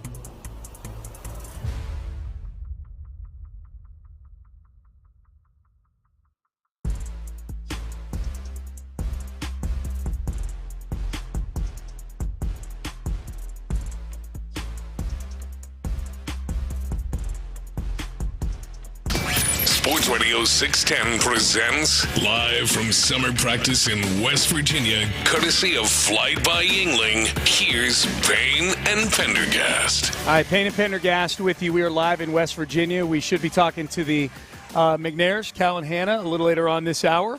Looking forward to chatting with the owners of the Texans. In the meantime, we are getting ready for what it sounds like is going to be a lively day out here. They're in pads, and the play out here is going to be very situational and scrimmage-like, so this should be fun. I don't know if it'll still be ones versus ones and twos versus twos. I'm kind of hoping, Seth, that there's a little more blending of which strings are going against each other. Yeah, ones versus twos. I wouldn't mind seeing the first string offense go against somebody other than possibly the best defense in football. Yeah, you know what's funny? For some series. I was talking to Drew Hodgson yesterday, former Texans offensive lineman, and I had floated to him. You know, he was asking about the offensive line, and I said part of the problem is, man, this defense is operating at a very advanced level, whereas the offense is just trying to figure things out. And I said I feel like it should be. I feel like they should go ones versus twos a couple times just to get a feel for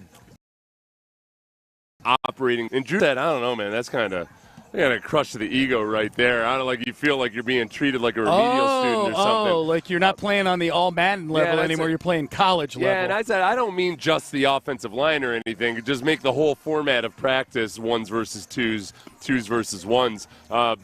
And then I started thinking, boy, but the number one defense versus the second string offense would be. Oh, wow. That might be criminal. You know what, though? It's interesting. And I'm not saying that the second string offense would deal on them or anything like that. But I would. Davis Mills has had an excellent training camp. I kind of would like. He's gonna. I would kind of like to see him go against a little higher level of competition, just to see if he can, make some things happen. That's a good call there, Shawners. Thanks. You bolstered my case. That's right. I'd like to see it too. Because there's times out here where it's true. Like anything, when you're trying to learn something new and you just get dropped in the most difficult circumstances, it's hard to sometimes even just to operate effectively, realistically. And I feel like that's where the offense has been. I'm not making excuses for him or anything. It's just that's the reality of the situation. Yeah. But you also don't want him to feel like you're, putting a floaty on him and throwing him in the pool. Wait a second, inflating CJ. floaties. Don't go in the deep end, CJ. Yeah. You don't go past that line in the pool there. The buoys. Yeah. Oh, man. All right, so you talked to Danielle Hunter yesterday. I did. Yeah. Had a nice conversation with him. And you tweeted out a picture of him, and I feel like we should send to foreign countries. Yes, is right, yeah. This guy right here. We've got 1 million of this guy. We actually don't. We've got one. It's funny because there's lots of guys on this team that have pretty impressive physiques. Like Azeez Elshire, pretty impressive physique. But even Azeez Elshire a couple weeks ago was talking about how he wishes he could look like Daniil. And you don't really quite appreciate it until you're standing right next to Daniil and he's wearing a sleeveless shirt. And you're like, this isn't – come on, man. Yeah. This isn't fair at all. It's not real. It's not fair. Yeah. And but he obviously works at it. Yeah. So the one thing I'd wanted to ask him about how he gained 5 pounds, because that was kind of a surprise when he said he gained 5 pounds. Yeah, I'm looking at him like, where? It's not like a guy that looked like he needed to add bulk or anything. He said it was from pull-ups. He's just really started focusing on weighted pull-ups, doing weighted pull-ups all off. So I got to look at his lats together today, maybe. They're impressive. News alert. If compared to last year when they looked awful or something, I don't know.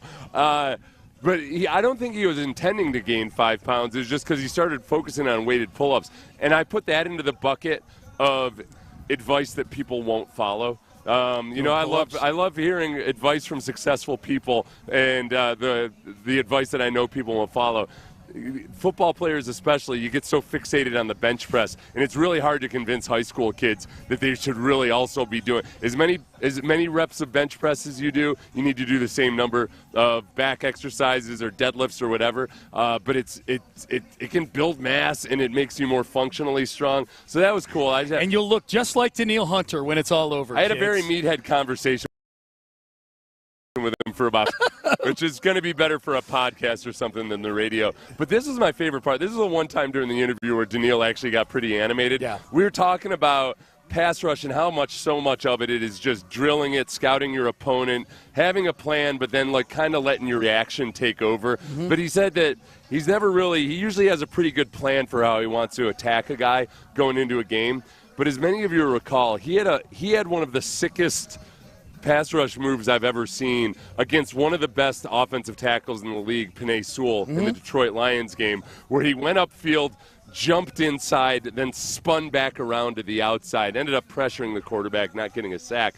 But as we're talking about how he usually has a pretty good plan for how he's going to attack guys, this is how that particular move came to be. That move that I did on Penei, that just happened. You don't know where it came from? That just happened. It just happened. That just happened. It was beautiful. That just happened. It was cool to see his eyes kind of light up. He's so calm, cool, and collected. But it just happened. Yeah, it just happened. And, well, we were also talking about how, as a pass rusher, you learn that, you want to have a plan, but on any specific move, you don't ever want to be thinking necessarily, this is exactly what I'm going to do. Yep. You just kind of, it just comes to you. Yep. And you get into that flow state of everything happening. But that particular sequence of moves that he pulled wasn't even anything he'd ever consciously thought about. He's a beast. And that's where people will say he's like an artist as a pass rusher. And that sounds like how people describe art. Yeah. You get really, really technically proficient, but then something happens where it's out of the universe takes over. Yeah. And you're almost like observing your body. Like that's what that one play looks like. That dude, he might be the most dialed in human being I've ever met in terms of I don't think he thinks about a single thing other than just pull-ups and football and pass rushing and everything else. Yeah. Pull-ups and football, that's it. So I think we're about to get Cal and Hannah McNair here. Who are they? They are the owners of the National Football League franchise in the city of Houston. And Mike D'Antoni, too. Oh my God. Mike D'Antoni for support, Cal. We need more headsets. Mike D'Antoni not looking a day older than the last time I saw him. I know. Yeah. What's up, Coach? How are you? Good to see you.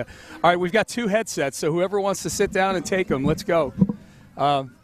All right, we're going to get Mike D'Antoni and Cal McNair. All right. Hannah, do you want a headset? We could scrounge up a headset somewhere. Okay. We'll have Mike on for a little bit. Yep. We're not going to give him we're not going to try to get the Pelicans game plan or anything.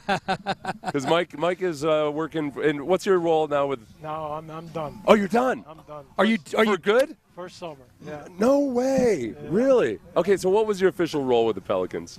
Probably coaching advisor. Yeah. I would talk with Willie. There we go. Willie all the time, Willie Green. Yeah. Great guy, great coach.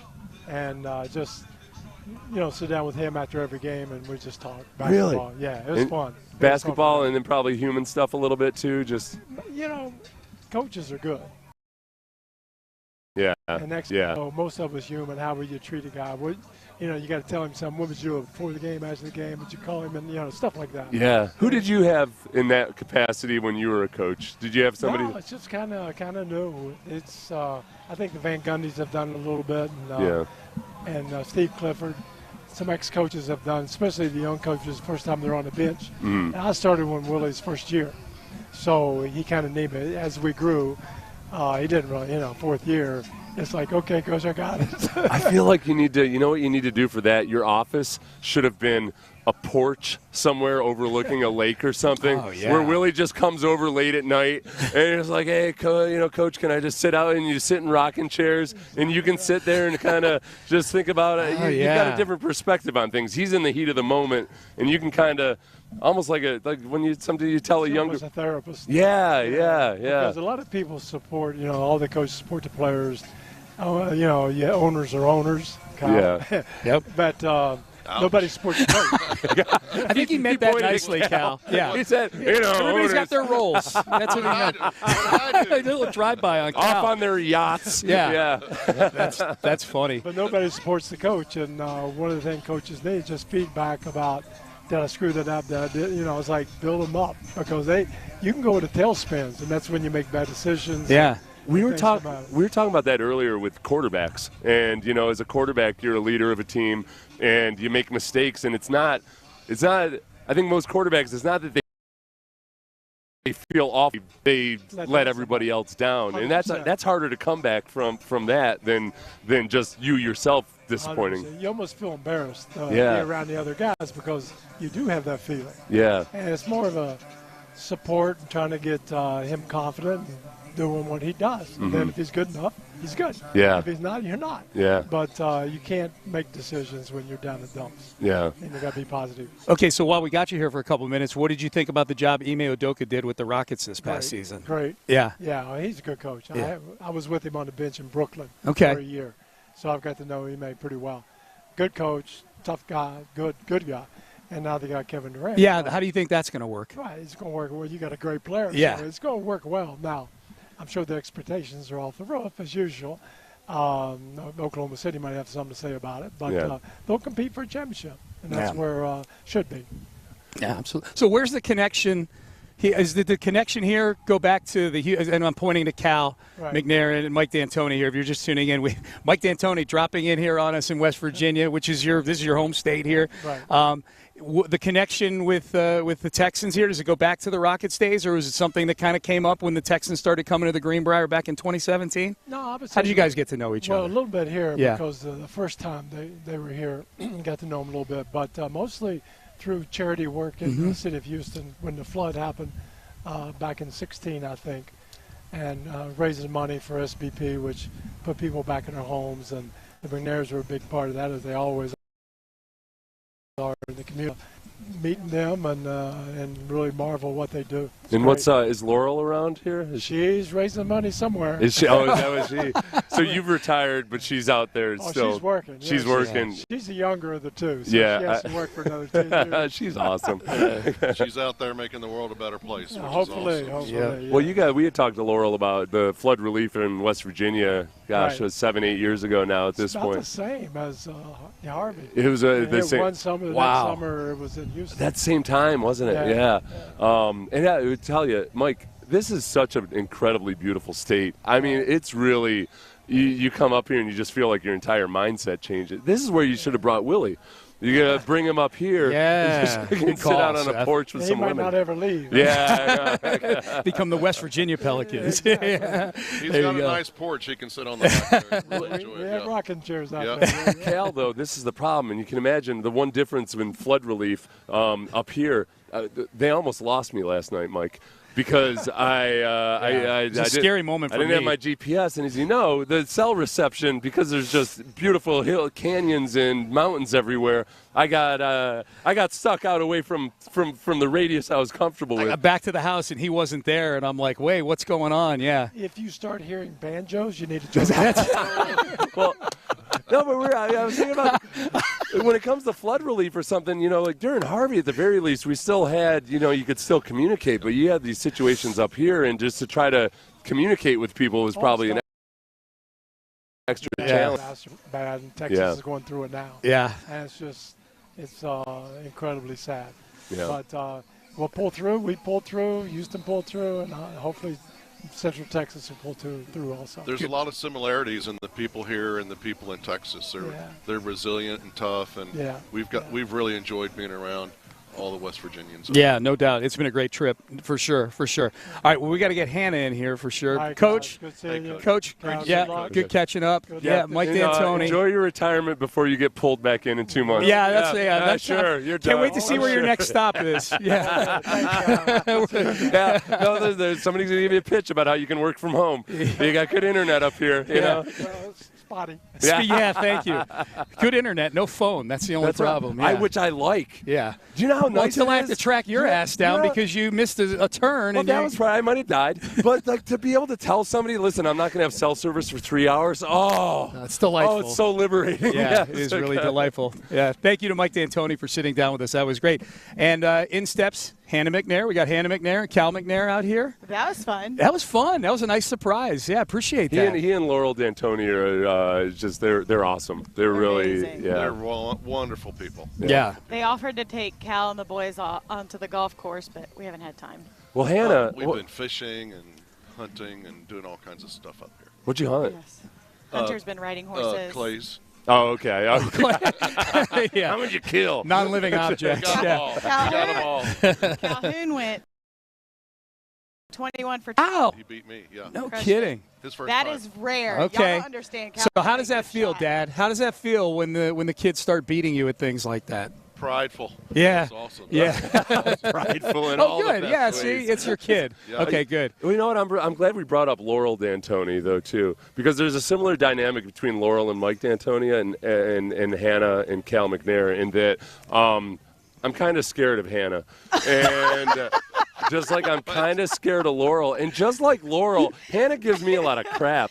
People wouldn't see it, but she busts a ball breaker. Yeah. Yeah. And Laurel was the same way. What is it about me that you and Laurel D'Antoni feel like you got to go after me? You just that lovable face. Yeah, is that what it is? It doesn't feel like love. That's If we're giving you a hard time, it's like that family vibe. Okay, Yeah. all right, good. yeah. I'll take that. So how things? This has been great out here. What made this the year to come back to the Greenbriar? Well, last year we went So somewhere Ohio, else. yeah. And so this year they were kind of looking around where to go, and D'Amico had been here before, and we had been here before, and so it was sort of a logical place. And then from here the team will go to Minnesota. Okay. Yeah. So it's not exactly Minnesota, but it's a little closer than Houston. Mhm. So getting out of the heat and everything for 4 or 5 practices and coming up here all made sense. Yeah, the one thing that we were talking about is that it's kind of like with all the rules in place and everything, you're kind of limited in how physically those for a couple of weeks in the Houston heat. That's as close as you're going to get to the Junction Boys, and it seems like you got to figure Cal out. lit up. Cal lit up at that. Aggie. Yeah. You made that reference the other day. Well played, I yes. feel like he's copying you. I don't listen to anything other than our show. So no, but you got to balance those two things because obviously an injury during training camp can be devastating. So you got to try to balance that. Okay, it's grueling and it's tough, but also all right, we got to pull back at a certain point. And it coming up here in this weather, it's less physically. You guys can recover a little bit from the practice better. And dehydration and all that. And as you know, when you start training camp, you're in maybe the best shape you've ever been. At the end, you're worn out, you're beat up, Yeah. and then you're going to start playing games. Yeah. So really, we want them to feel the best they felt right before they start playing games. Mm-hmm. And so this is a good way, to try to do that. Yeah, it's kind of like you're tapering for a long distance run or something. Right. Tom Capers once tried to pull that game with me where he said, I read an article about the Tour de France and that at the end of the Tour de France, these guys are in the best shape of their lives. Yeah. And I was like, yeah, but you know what they don't do? They don't go out and do another Tour de France right after. So you Coach, you gotta figure out there's got to be a rest and recuperation period. Yeah. Was this when you were doing 2-a-days? Yeah. This was that was a different world. It was still the real tough stuff was never. I wasn't by the late '90s everything wasn't like what the Oilers had to do. No. We were talking earlier. We got Cal and Hannah McNair with us here live at Texans training camp at the Greenbriar. It feels like I could say this about the last 2 or 3 off seasons. It's been a big off season for the team. And the big contracts are starting to pop up here. Derek Stingley's contract and Jalen Petrie gets a deal. And next summer, we know what that could look like with Will and with CJ. And I'm just curious. I'm not going to name other teams, but other teams kind of drag their feet on things like this. You guys have been at the opposite end of that as a team, notably so around the league. Nick has been out in front of these things, doing them soon. And I'm curious, especially the size of these deals. I'm just curious, ownership perspective on the strategy that the front office has taken in making sure that this core nucleus stays together. Well, that's our hope, is to draft really well and then keep the young players, on your team. Keep as many as you can. And that's what we were able to do this offseason, as you mentioned. Mm-hmm. And we'll try to do that next year. We're already budgeting that because it's going to be some large numbers coming up. And we got to be ready for it because we want to keep our really good players. Yeah. So that's exactly our game plan. Yeah. But don't tell anyone that's what. No. Yeah, nobody's listening, Cal. It's fine. Yeah, it's all. It's just us. It's all. It's right. It's all good. Well, it's got to be pretty gratifying. I mean, the training camp this year, the lines around the corner, the fans out there, and you guys greeting them out there. Do you guys ever get a chance to kind of reflect? And I know Super Bowl is the goal and all that stuff, but where the place that you guys are in right now and where you've come so far in the last few years.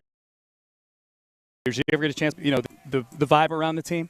Yes, I would say everybody seems a lot happier now. We're all on the same page. We're all working towards the same goal. I think we had this conversation yesterday, you guys, after practice. Yeah.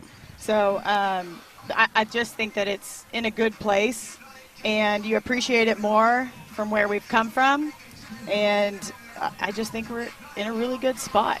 But it's always a working process, and we never want to, sit back and go, oh, we're there, because there is no finish line. Mm-hmm. And we want to be hip to hip, all the guys in the room, and try to get where we've never been before. And to do that, we're looking at, a few years ago, we're looking at kind of big things to change, and now we're always looking at little smaller things to change and get better, and trying to get the thing that will get us where we want to go. Yeah. And it's going to be a bunch of little things that we're not going to sit back and just say, hey, we're great where we want to be, but we're not. We're going to keep working and keep changing you said hip to hip with it. the guys in the room. I sure would like to be hip to hip with you two. Well, these chairs are too far apart. Oh, with you as well. Okay. I thought you meant you two as like Cal and somebody else, and I was like, who is it? What? I'm tied in with this cord. Well, you know what? Sean and I will joke sometimes about just the challenges of being an NFL there's owner. Joanna. There you go. Hey, Joanna. She runs out of the shot. Oh, you know what, though? I'm sorry. I got to turn it back around. They don't want us. That's filming. There's stuff. There's football things going on. You're going to get big trouble. He's a good word with D'Amico. Now, the guys on the sideline are blocking it, but you never know.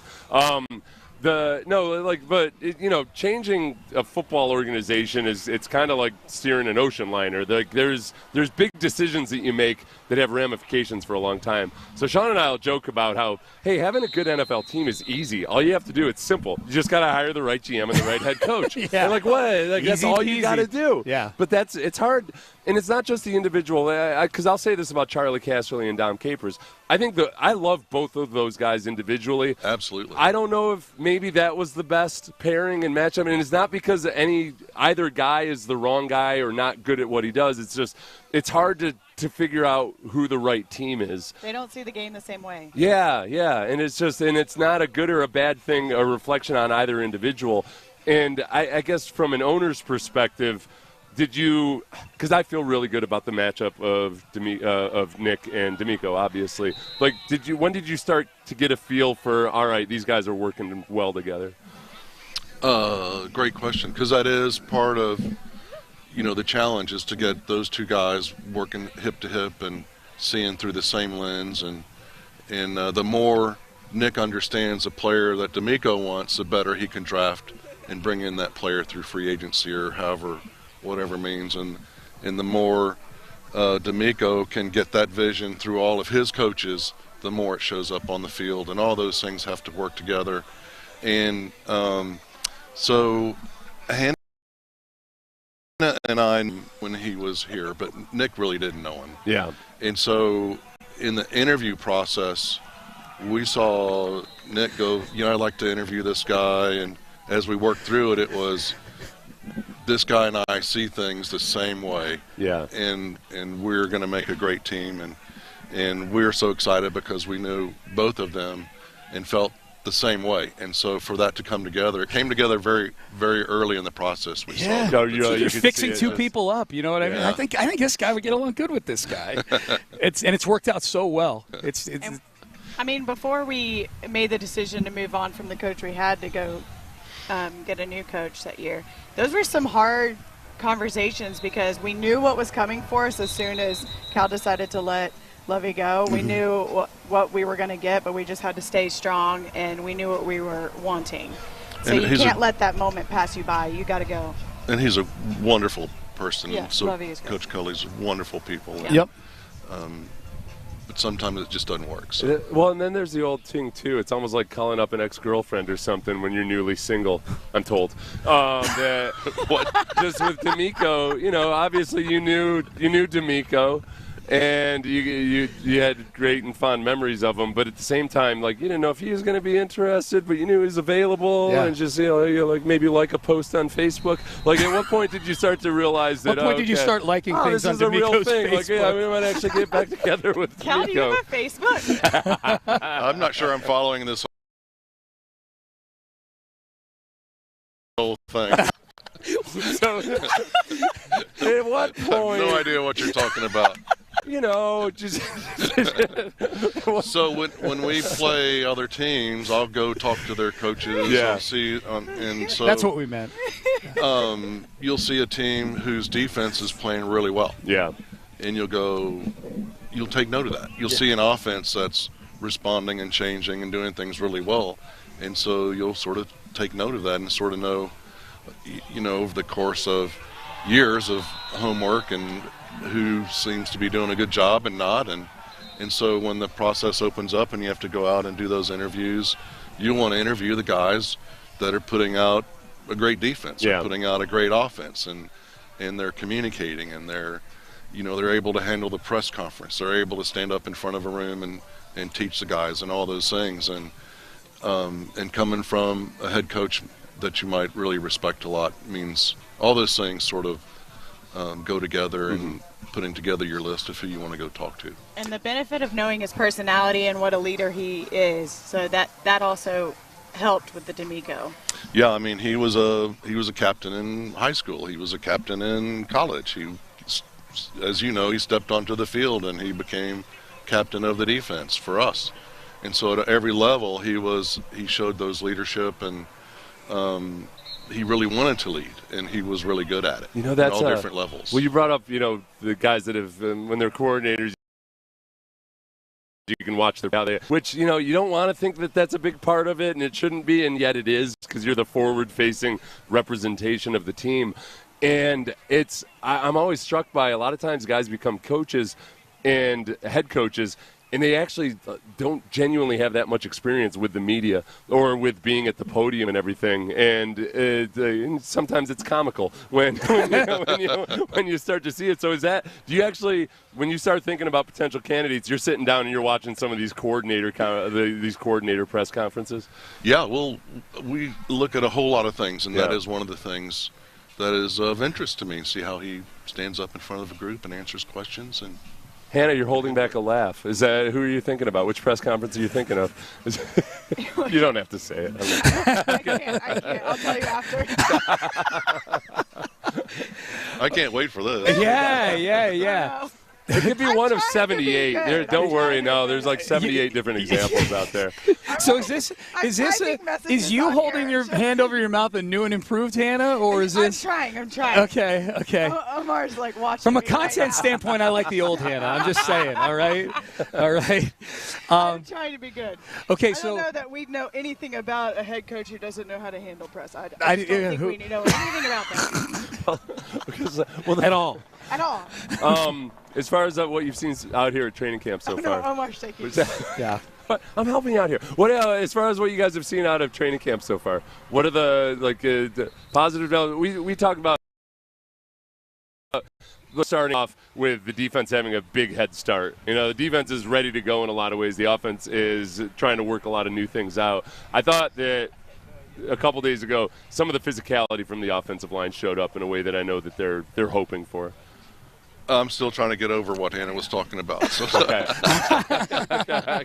No, I think the defense is showing how good their potential is, and we got to go play games. But it's really, really exciting for us to see that, and I think they are pushing the offense to their limits. And I'm excited to see the offense go against a team with a different color jersey. I think they are too. I think they're going to, have better results, but I think they're seeing a really good defense right now. No doubt. All right, well, we got to get out. Top of the hour coming up here. We appreciate you guys sitting down with us. This is coming out. Who's crosstalk? Lopez. We're a little late on crosstalk. I butchered the whole clock to accommodate you guys. Some ads here. Yeah, so I'm willing to go take the heat for it. I got to go pay out-of-state tuition at University of Oregon. It's a fun hobby. Yeah. Hey. Seriously, we appreciate you guys and appreciate you bringing the team here, because that means we got to come here, and we've really enjoyed this whole week. This has been excellent. It's all for you. Yeah, thank you. Hopefully it's an annual tradition. Yeah. Hold on, I got to get in. It's great to see Seth here right next to you. Oh, thank you. Thank you. Couldn't resist. The old Hannah is still here. That's good to see. It's like when a child comes home, you're like, welcome back. He slid into my DMs on Facebook. Facebook. Cal DMs are this thing that. Never mind. Yeah. do not need to know. All right, Cal and Hannah McNair, we appreciate you guys, as always. That was a lot of fun. The owners of the Houston Texans. When we come back, we'll do a little bit of crosstalk with the guys on In the Loop, find out what they've got going on. We'll do that coming up next. Live from the Greenbriar. Stay there. Live from West Virginia.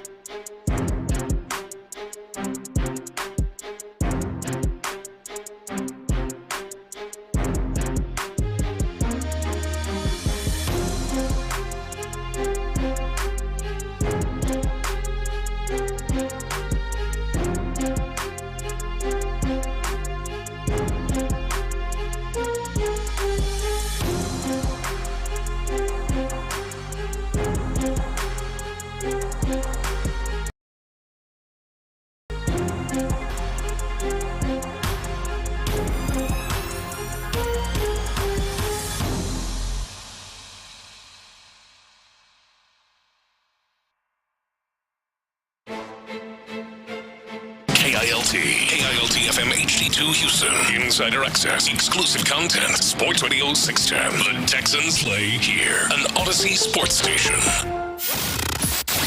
Sports Radio 610 presents live from summer practice in West Virginia, courtesy of Flight by Yingling. Here's Payne and Pendergast. All right, Payne and Pendergast, and it's actually just Pendergast right now because we just got done having a great conversation with Cal and Hannah McNair, and the mood has been entirely dampened here. Yes, it has. At Texans training camp. Okay, good. John and Reggie are in studio right now. Guys, I'm going to lay the scene out for you here, but Please. It sounds like you've seen the tweets. Literally, as we're finishing up with Cal and Hannah, the players are all down on a knee, and from our vantage point, we can't see who the injured player is or was, and it was C.J. Gardner-Johnson, and the players were down on a knee. The gravitas of it, you could tell it was a serious injury. We didn't see the injury happen. We only saw the aftermath of it, but I'm seeing tweets from plenty of people who were sitting in the bleachers over here saying it looked like a serious knee injury. They just carted him off the field, like not rode a cart, like carted off like you see an injured player. And the one of his legs is stretched out there. The other leg is kind of in a bent position. And they generate here. He needed to be helped off of the cart by two Texans staffers. So this was not a knee injury where he's kind of limping and he rode a cart just to save on the stress on the knee. He needed to be helped off of the cart and into the performance center. So this looks to be a serious knee injury. And the players, when they got back up from being down on a knee, D'Amico gathered the players at midfield of the field that they're scrimmaging on and talked to them for a good 3 or 4 minutes.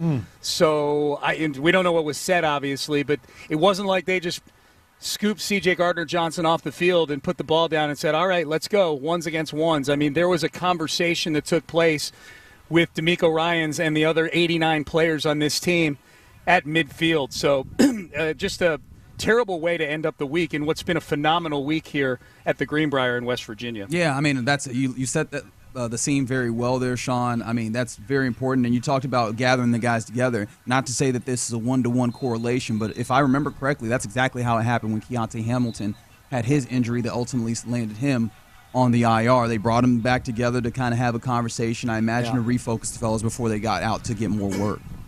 Yeah, and I would imagine this was probably a different kind of conversation just based on where C.J. Gardner-Johnson is in the pecking order for this team. I would imagine he's probably established himself as part of the heartbeat of this defense just based on his personality. I just feel awful for him. I had a chance to talk to him for about 10 minutes in an interview after practice one day earlier this week, and he was so excited, and he is excited, injury that season ending or anything like that, but it doesn't look good. The optics of it don't look good right now. He was so excited to be a Texan and talked about how this was one of the most competitive camps he's been a part of, and he's, as you guys know, he's been with several different teams over the last few years, and he doesn't seem to be a guy who minces words or says things that he doesn't mean. And so for him not to get to experience if indeed it's a serious season-ending injury. And now with the Texans, you have to speculate, okay, what do you do at safety? I mean, we've been sitting here saying what a genius pickup that was with C.J. Gardner-Johnson because, boy, if he wasn't here, then think about what they'd be trotting out here at safety for this team. With the ones, it'd be M.J. Stewart or Russ Yeast. We know Jimmy Ward is in a situation right now. I don't know if he's here in West Virginia or not, but we know he's still dealing with an injury and a legal issue. So what went from a real strength on this team is basically Kalen Bullock and a bunch of guys right now. Yeah, that's exactly all those things were going through my mind. I imagine that's going to be what we spend a majority of our first conversation about. Yeah. I know that they probably won't enjoy this particular association, but always appreciative to D&M Auto Leasing for the opportunity Thank you. To chat with you. But one thing I want to ask you, especially since you had that conversation with C.J. Gardner-Johnson earlier in the week, did you get a feel that, like, he's gotten a really good feel of what the offense is? Because my brain started going, if this is not a significant injury, he is the type of player, though, with the experience that he has, where mental reps will be enough and he can jump back in and get to work if he feels like he has a good grasp on what the defense is at this point. Yeah, I think he seems fine. Like he's had a good camp. He's played well, and I don't get the sense, there's nothing I've watched with him. Now, look, it's not like this first-string offense has challenged this first-string defense on the regular here at camp, so they haven't really put him in a bunch of positions where he'd be out of position, get beat by a deep shot, things like that. But it's a really good point, Reggie. If indeed he's able to come back, then yeah, the mental reps will help him. I would hope too that if he's not able to come back, that he's still around the team in some way, because you do have a lot of youth on this defense still, and his perspective might help. We remember last year when Stephon Diggs went down with the knee injury, he ceased to be around the team. So one of those ancillary benefits of Stephon Diggs when he was healthy was, boy, what a great example, in terms of just the work ethic and how you go about practicing for Tank Dell and Nico Collins. And then he's gone. He disappears. So we'll see. I mean, this injury happened 10 minutes ago, so we're talking about stuff that's going to unfold over the next several weeks and months. But it's such a downer for what's been a phenomenal 4 days here. Yeah, I mean, look, that's all the conversation I think we're about to have. I imagine that you want to go and see what's happening with the team it's a scrimmage day. This is supposed to be a big day to get a little bit of a better feel of what this Texans team is as they finish out their time at the Greenbriar. We'll talk to you again here at 1240, and just so you can have more stuff to talk about, we will release you to do that. We appreciate you sitting with us, man. Yeah, man. Fellas, have a good show. Appreciate you guys. You're listening to KILT AM, KLT FM, HD2 Houston, and Odyssey Sports Station right now. We, of course, are in the loop on Sports Radio 610. That's John Lopez. I'm Reginald Atula, Figgy Fig, hanging out with you. Get involved with the program. In various 469 is the text line. And, of course, appreciation to the Mo Cameron Injury Lawyers for the live streams. We keep it 100. My bad. I was like, just because of the tenor of things, I was just going to speed by it, but you're right. The YouTube page is Sports Radio 610. The Twitch chat is 610 Houston. And, kind of somber tones you could hear from West Virginia right now because, right before the fellas come through to hand things off to us, we find out that C.J. Gardner-Johnson, the Super Bowl winning safety who you brought in a trade that sent out Kenyon Green, he went down. He had to be stretchered off with what appeared to be a knee injury from various people who were reporting. I saw some from Sam Warren of the Houston Chronicle. I saw some from Aaron Wilson, KPRC2, and a number of other people, DJ Bieniemy, obviously. Not to say that one of them would be telling a mistruth or whatever, but it's confirmed in the number of people that have given it to us. C.J. Gardner-Johnson has sustained what is probably a serious injury. I don't want to call it a major injury. I feel like there's varying degrees. We don't know very much right now. However, he had to be helped off the field at this practice today. Well, the observations were serious pain, banging his fist on the ground, carted off, carted off, not like a veteran would be carted off sitting on the end of a cart, carted off laying down in pain. So, yes, not the best optics, not the best optimism for him. And C.J. Gardner-Johnson, we've been having this conversation, the way he's elevated this defense, the leadership that he has brought, how the swarm mentality seems to be, compounded even more, multiplied even more because he's on the field. That, there are injuries, we talked about them that we've seen this camp already that are heartbreaking and serious, and you feel for everybody involved. And then there are injuries that affect everything. And I think C.J. Gardner-Johnson, depending on how long he's out again, looked to be pretty serious, kind of affects everything. Yeah, I think that Sean started getting to one of the thoughts, and I'm just going to go stream of consciousness. There's a lot of different angles that you come to mind. And, of course, even before we know what the severity of the injury is, because, I don't think this is an injury that he doesn't miss sometime, whether it's a day or two or what have you. But one of the things I started thinking about, as Sean also mentioned, the young guys that have seemed to benefit such a great amount. Being out there at practice, one of the things that I was that made me smile was seeing the ways in which C.J. Gardner-Johnson was already being so much of a big brother, not just to Kamari Lassiter, who we saw him work out with pretty early into the offseason when he was acquired by the Texans, but Jalen Smith. I saw him, up close and personal, have a couple of moments of talking with him. I imagine Jalen Reed has gained a lot of benefit, and I do wonder, with him dealing with this injury, at least even for this short period of time, in the short term, what does that do for those guys in their development? Because it does seem like he was very instrumental to helping give those guys game. And then you have to also, realize that this could be a major injury. We're not saying it is, but it has all the markings from the outside looking in of a major injury. And then you have to start talking about, the football aspect of it. You touched on it right there. But this team in the offseason felt the need, we talked about it as well, to upgrade the safety. Their big shortcomings last year were tight ends over the middle, deep balls over the middle, safeties covering, safeties catching up, getting outrun, etc. the physicality, outside of like Petrie, who plays the nickel, of course, but Jimmy Ward, had he lost a step? Was he the same player?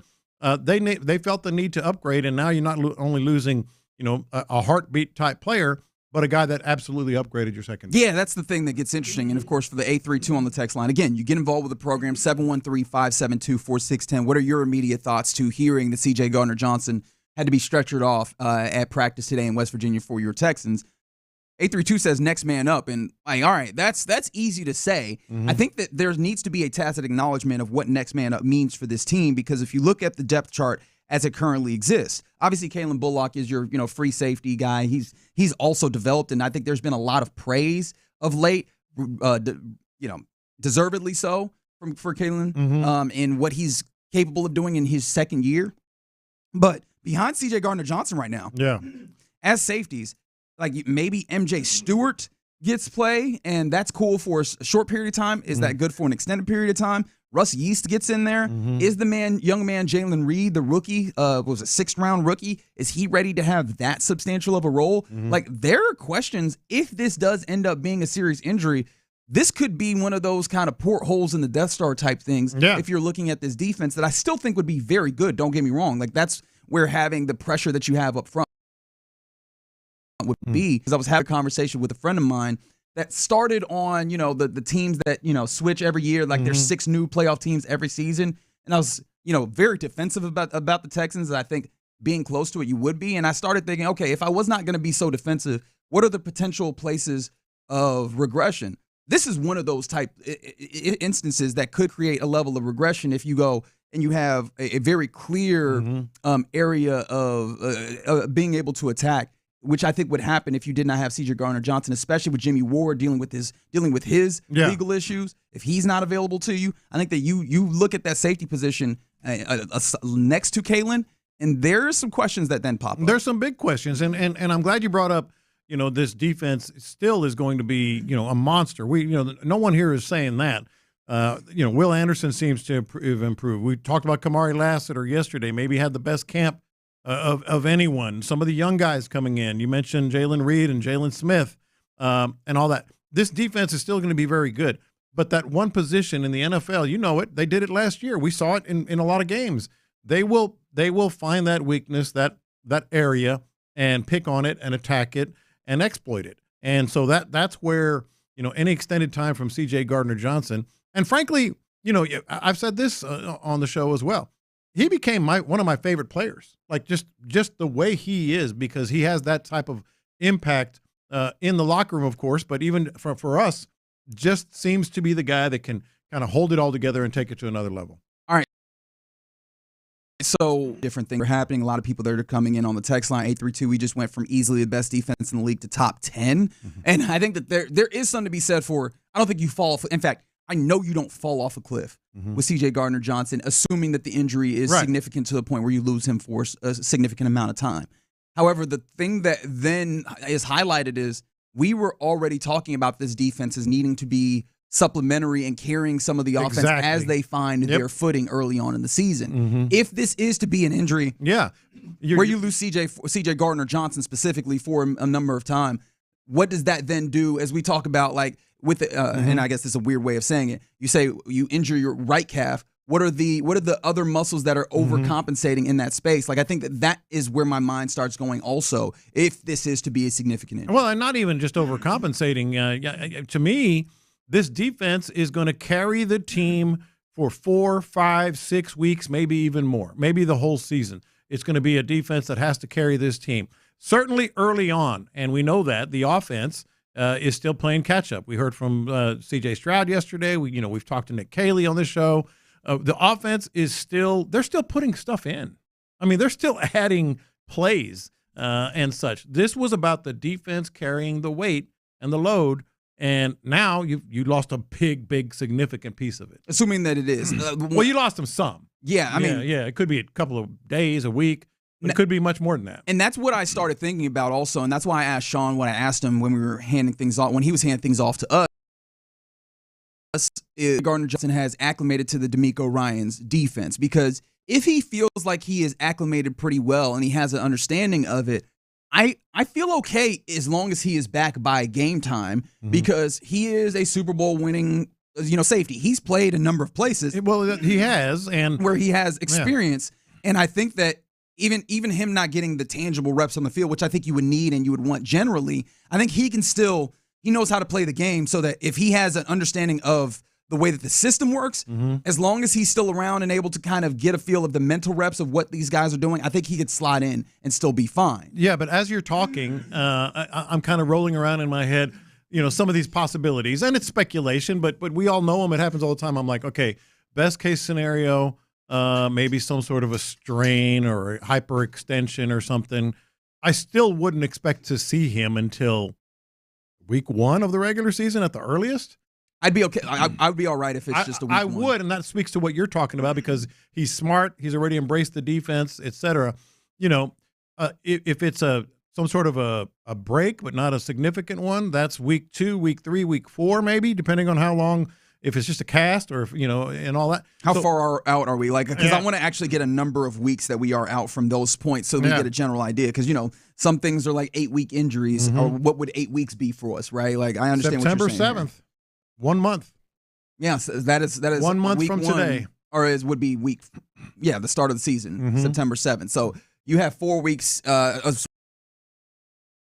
depending on week 1. Yeah. So, I mean, a minor injury would put him in a place where he's available for at least that point. Boy, and that's a blessing. And, well, that would be a blessing if that was the case. Based on what we've seen and heard from Sean Pendergast, et cetera, I mean, we have to be real here, man. That is pie in the sky. Yeah, I think just hearing people saying the mood changed and the players are kind of down a little bit, that kind of make you think the worst a little bit. It does. It's not fair all the time. It's not the end of the world or nothing, but you can't help it. You can't help but think that way. Yeah.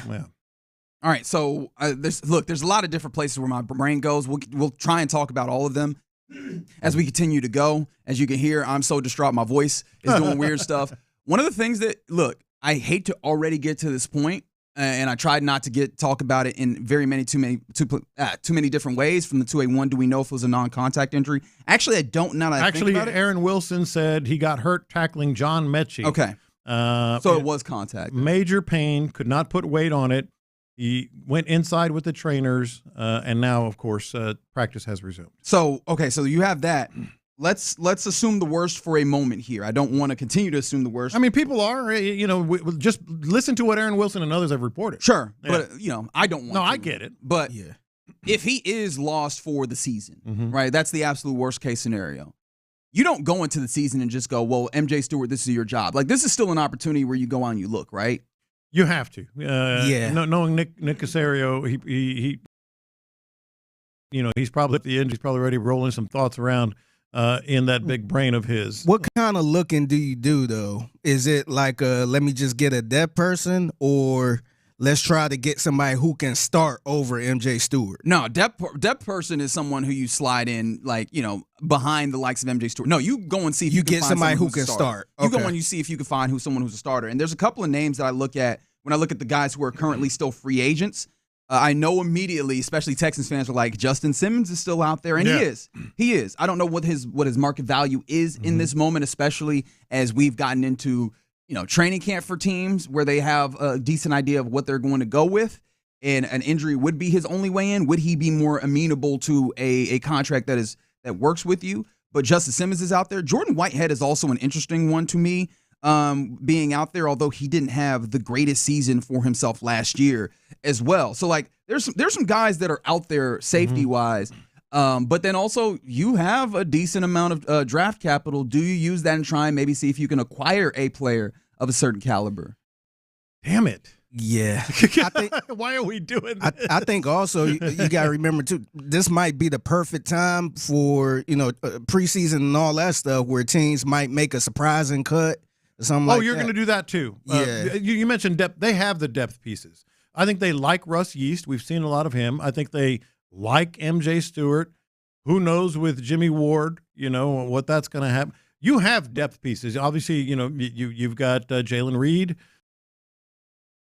I think you like and you have enough. We talked about it yesterday. Yeah, but do they trust them enough to start week one and hold it down for the season if needed? I don't think you can. I think you can trust some of the depth to kind of step in. Yeah. I don't know that you can trust the depth to be a significant starter for a large period of time. So, of course, the first step, as with anything, is finding out what the severity of the injury is to C.J. Gardner-Johnson. If you're just tuning in, letting you know, C.J. Gardner-Johnson in practice today. It's scrimmage today, I believe, in the final day of practice out there at the Greenbriar in West Virginia. C.J. Gardner-Johnson was injured. I believe it was a knee injury that happened as he was tackling John Mechie, is what Aaron Wilson of KPRC2 reported. He had to be stretchered off. And I know Sean was making note of the idea that he also had to be helped by a couple of Texan staffers get into the building once this stretcher reached that portion. So this is not a minor injury. This is obviously going to be something that matters a great deal to your Houston Texans, and we'll try and continue to get you the latest information as we get it. And, of course, we will talk again to Sean Pendergast at 12:40, where I imagine we'll have more information as to what's happening and a better idea as to what's happening, what happened in practice when it comes to the team in general. All right, you're in the loop right here on Sports Radio 610. Huge news for your Houston Texans that we'll continue to monitor. But coming up next, I also want to talk about the Astros because you mentioned it. You said the stretch run started yesterday, and it started with an Arrighetti go, which wasn't the best. Where do we stand? What are you thinking about it? 713-572-4610. Let's talk about it now. All right, where do you stand? What are you thinking about with your roof, that new roof? Maybe you still maybe.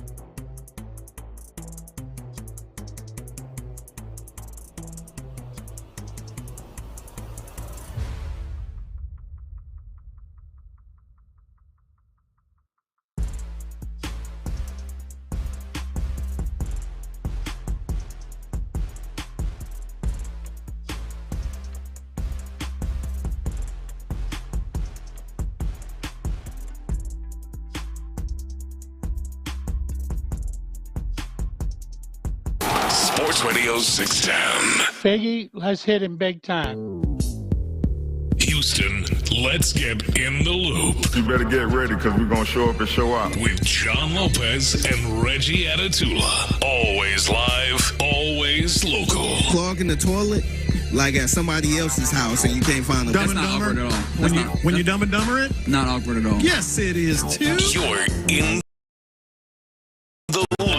Sports Radio 610. Yeah, you're in the loop right here on Sports Radio 610. Real quick, again, if you are just catching up, if you're just checking in with us out there at practice with the Texans, unfortunately some really bad news. C.J. Gardner-Johnson, the safety that you just acquired from the Eagles this offseason in the trade that sent Kenyon Green out that way. C.J. Gardner-Johnson, in an attempt to tackle John Mechie, seems to have hurt his knee pretty significantly.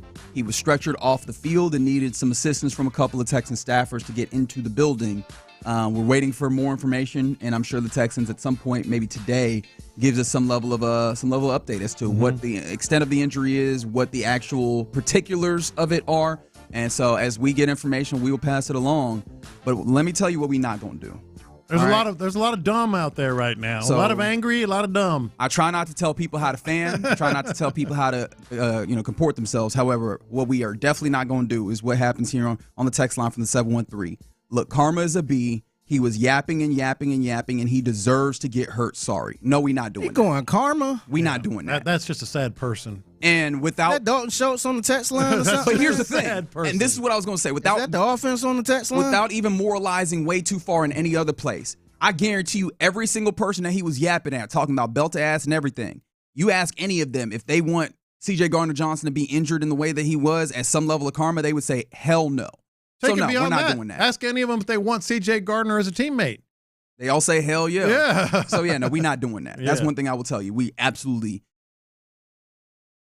are not. About the Astros, unfortunately, unable to get the sweep that we were all hoping for last night, finishing off a sad and honestly a little bit of a road trip versus the Marlins, and it was really on the back. It was a 6-4 final, and it really what got this thing away from you was Spencer Arrighetti in his return to the majors was just getting hit. They hit the mess out of him. Go ahead and say it, Lopez. I know you want to say it. I texted it. I'm good. Go ahead. I texted it to them boys on Wesley. Go on and get it out. Arrighetti and meatballs? Is that what you're talking about? Yep. Yeah. Well, it was. I low-key think you want him to have bad hours so you can say that. Just so you can say that. No, I don't. I didn't even start it. Reggie's texted. What? Yes, I texted. They were hitting them. And I said, Arrighetti and meatballs. That is not that. So don't put that on. How is that my fault? I wouldn't have ever said it. I started by talking about the game. You mentioned Arrighetti. You would have said it if you seen that stat line. Oh, I saw the stat line. No, trust me on that. Look. So here's what I'm calling it, because I'm going to steadfastly stay with my point yesterday that the stretch run, the biggest run of the season, started yesterday for the Houston Astros. 48 games were left, now 47. You're getting guys back. Pitchers are coming back, starting with Arrighetti yesterday. This was the most important part of the season. The first game of the most important part of the season. So I'm calling it the Stretch Run Chronicles. Day one of the Stretch Run Chronicles was yesterday. Oh God, are you going to get like a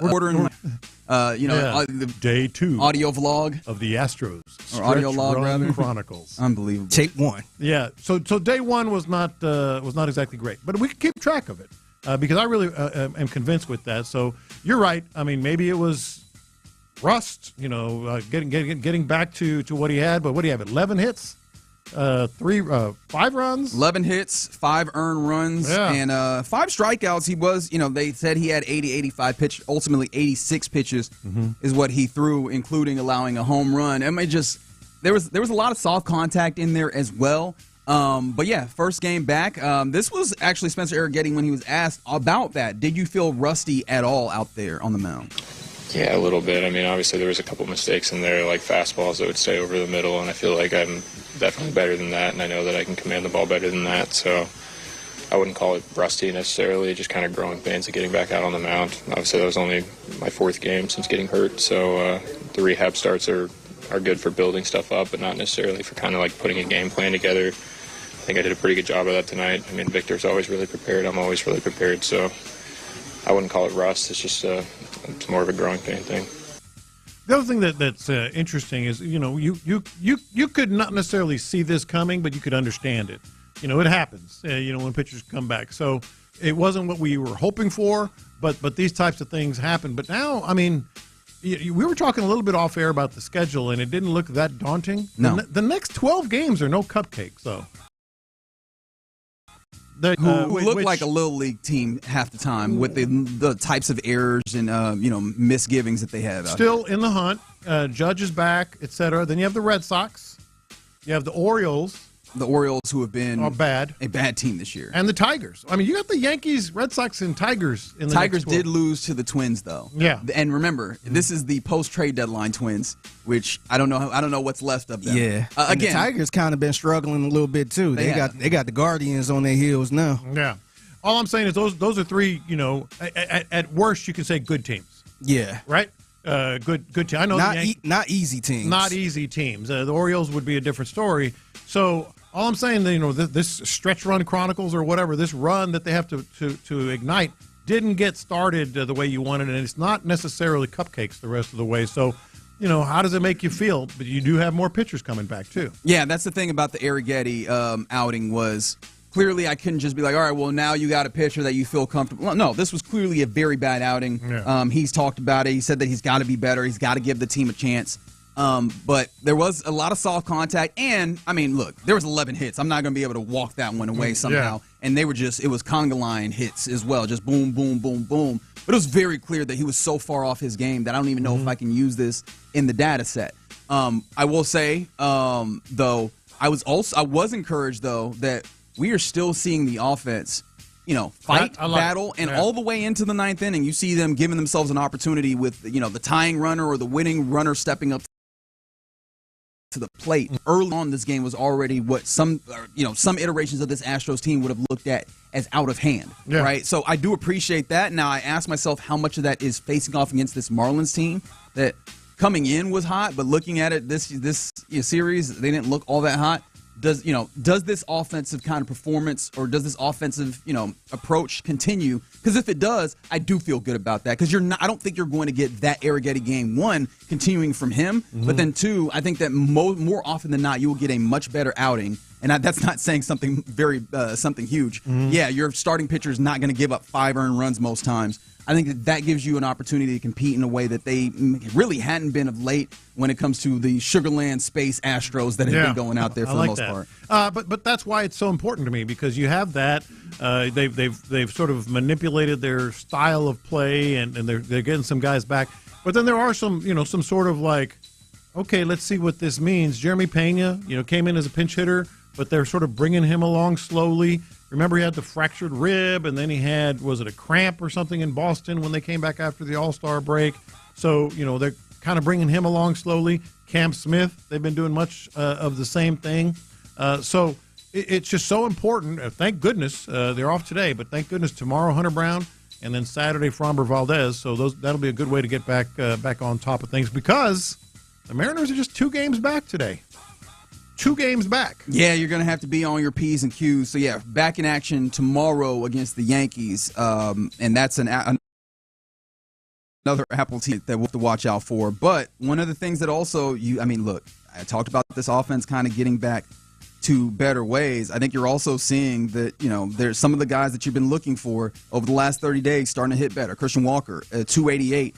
Average over the last 30 days. Yainer Diaz, 277 average over the last couple of days. Both of them over 800 or over 800 OPS. Like, you're seeing some of those guys start to hit better, and on top of that, them having some protection and being placed in the lineup in a better place that suits what they have been doing, and probably makes them a little bit more comfortable hitting. So again, the offense somewhat meeting the pitching. Unfortunately, yesterday the pitching was really raw. I think that there's good reasons for why it was raw, but hopefully for Arrighetti it gets better. But as of right now, you have not found your third starter. If should the season end right now? Yeah, and no updates on McCullers. Christian Javier pitched 2 2/3. That's not a lot, so he's coming along slowly. Luis Garcia, I think he pitched, was it 4 and change in his last? So it's not like we wouldn't expect this, but I feel like you're going to kind of have to sort of recalibrate expectations when those guys do get back up here. Yeah, for sure. But we're still on the lookout for the return from the IL of your pitching help, especially seeing as you didn't do anything at the trade deadline. Swing and a miss. You are 0 for 1 right now on seeing if that comes back around. Obviously, I don't think you're throwing Arrighetti in the trash by any means, but no, that was unfortunately not what you were hoping to see from Spencer. But good job by the boys to try and to keep gritting it out there, keep a win, have a much-needed day off today. All right, you're in the loop right here on Sports Radio 610. Coming up next, let's get to our question of the day here, Lopez. Ready? Yeah, let's. What? Okay, fine. I'll do it. No, inspired by a conversation we had yesterday. What's Figgy a restaurant? brought it up. Yeah, Figgy did bring it up. What's a restaurant or team that you just had to quit on? You may have a reason why, might not. You just quit on them. 713-572-4610. Let's talk about it next. Let's talk about it. Texans football is back. The preseason kicks off in Minnesota Saturday afternoon against the Vikings. Hear the action here with pregame coverage starting at noon. Kickoffs at 3 p.m. with Mark Vandermeer and Andre Ware on the call. Then Texans postgame gets going.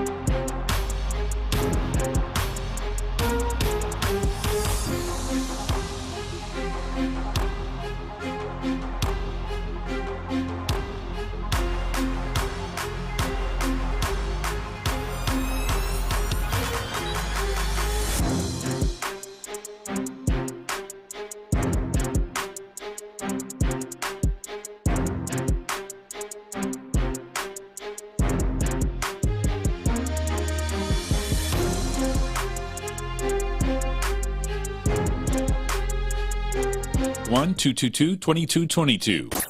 It's Texans Training Camp, live from the Mokaram Injury Lawyers Studio. Sports in the Loop. All right, we're about to get to the question of the day. What's a restaurant or team or anything else that you just quit? You just had to drop it straight up. Quit them.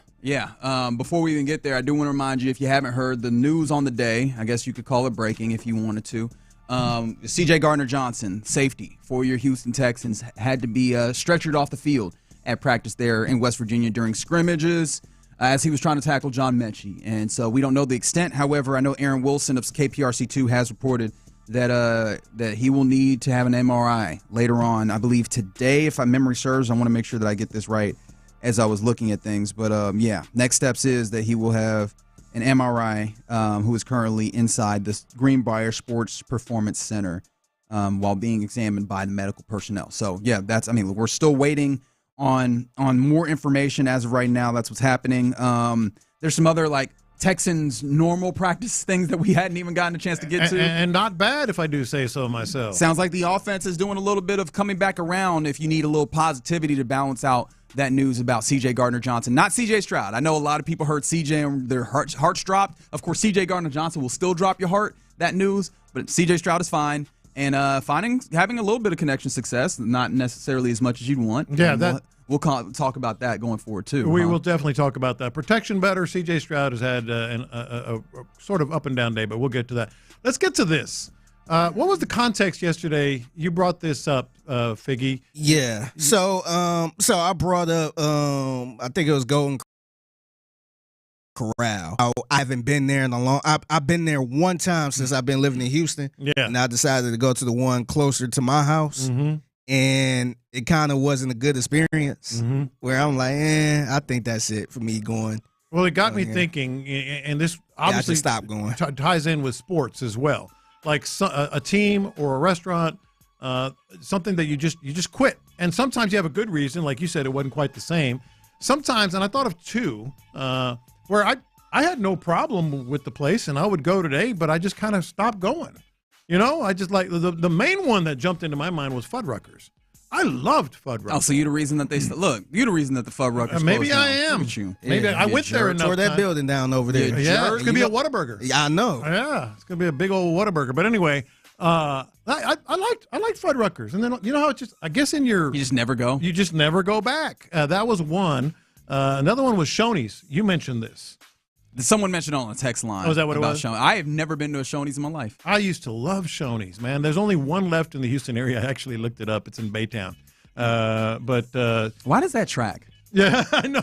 Biscuits and gravy, that's why. Okay. Their biscuits and gravy are off the chart. And then there's this one, which I'm very proud that I just quit them. So I was born and lived my first 18 years in San Antonio. Been in Houston pretty much ever since. But you're born in San Antonio. What team do you follow in the NFL? The Cowboys. Yeah, the Dallas. They used to have training camp down there and everything. Yeah. They did. It's just like it's ingrained in you that you are a Cowboys fan. Down there is heavy Cowboys, too. Oh, big still some big Cowboy fans down there. But I'm really proud of myself on this, and it ultimately was kind of ironic. I was 16 years old, 16 or 17, whatever it was, and I was watching Monday Night Football with my buddies, and the Oilers were playing. It wasn't the Dolphins game. It wasn't the Earl Campbell big game. They were playing the Steelers, and Pastorini hit Burrow on a big old touchdown, and Earl's running all over the place. And I went, man, I like that team. And I kind of just quit the Cowboys, and I especially quit them a few years later when they fired Tom Landry.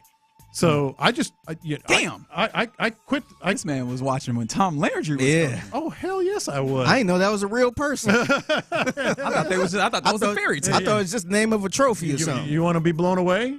I interviewed Tom Landry. What? I interviewed Tom Landry. See, it's not fun when he enjoys it. The whole idea is to make him feel old. And Bear Bryant. Oh, God. Ever tell you about the time I interviewed Bear Bryant? We'll get to I thought that was just the name of an award show. Of an award. So I quit the Cowboys. Just quit them. And that's because I love the Oilers. And that has paid dividends so many times Big over. time. Yeah, it worked out pretty good for you. Although you quit them early enough where you missed some of the Super Bowl runs there, which is I did, but I didn't care. That's fair. I was cheering for the other guys. This one is probably one of the most fair things I've seen here on the text line from the 281. Had to quit believing the Astros medical staff for obvious I reasons. quit the medical staff. That's a good That's one. look, as someone who keeps falling for it, like I am in full Charlie Brown thinking I'm still in the place. You are doing the right thing, friend. Yeah. I just want to believe so bad, and it has caused me nothing but pain and grief. So I understand you being in that place. This is a great one. Maybe you were going to say the same thing. Sorry. Ponchos. I used to love raising the white flag, getting the sopapillas, and whatever you wanted off the buffet. I stopped going. I don't know why. I stopped. I quit ponchos. You know what's something that I realized at some point, and I felt it made me feel sad that I quit them from a sports context. When you're in high school, you keep up with all the high school sports. Yeah. And I mean, unless you're like our guy Ocho and you're like, down and dirty with it, it really is like high school adjacent folks, and then obviously like parents, family members. When I was in high school and in the next few years when I still had some of my guys playing on those teams, I was a Max Preps fiend. I was all over the Dave Campbell's Texas football. And I, like 4 or 5 years after high school, just one day I thought about it and I was like, I have no idea what's happening in high school football. And it made me feel sad. I still dabble. I'll go to playoff games or a big game like North Shore against Tennessee or something like every now and then. But I don't. Yeah, I'm with you by and large. Like I might have to see if I can get out to a few games, like few Friday night lights games this year, just because I need to restore that feeling. I miss it so bad. Yeah, a couple things that I just quit. As far as teams. Growing up, I want to say this was like Tom Brady's first year with the Patriots. I became a Patriots fan. I was a big fan of them. I was rolling with them for a long time, and then it wasn't until when Tom Brady left. Watched the Patriots a little bit. I was just like, Like I had no. The weird thing is, I had no interest in Tom Brady in Tampa Bay, and I also had no interest in the Patriots. Yes, so I get it. I just stopped. And then the other thing is TV shows. I stopped watching Walking Dead. Oh yes, I had to. I was into it. I tried to get into the spinoffs, and then all of a sudden I'm just like, man, I'm tired. Yeah. I think it's a good way to do it. Because they ain't about to stop. They ain't gonna stop. They ain't gonna stop making them. And then they had the Talking Dead and all these shows and podcasts. I was just like, man, this is a good way to just stop. I'm like that with CSI. I used to watch it every week. Yeah, they were insulting y'all's intelligence. And then I was like, come on, man. That one was more for a reason. Go ahead and say it. I saw it too. From the 832, Lopez interviewed Jim Thorpe. That is hilarious, bro.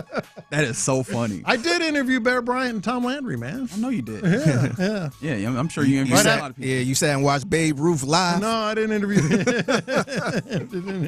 I was there when he called his shot. I seen him point.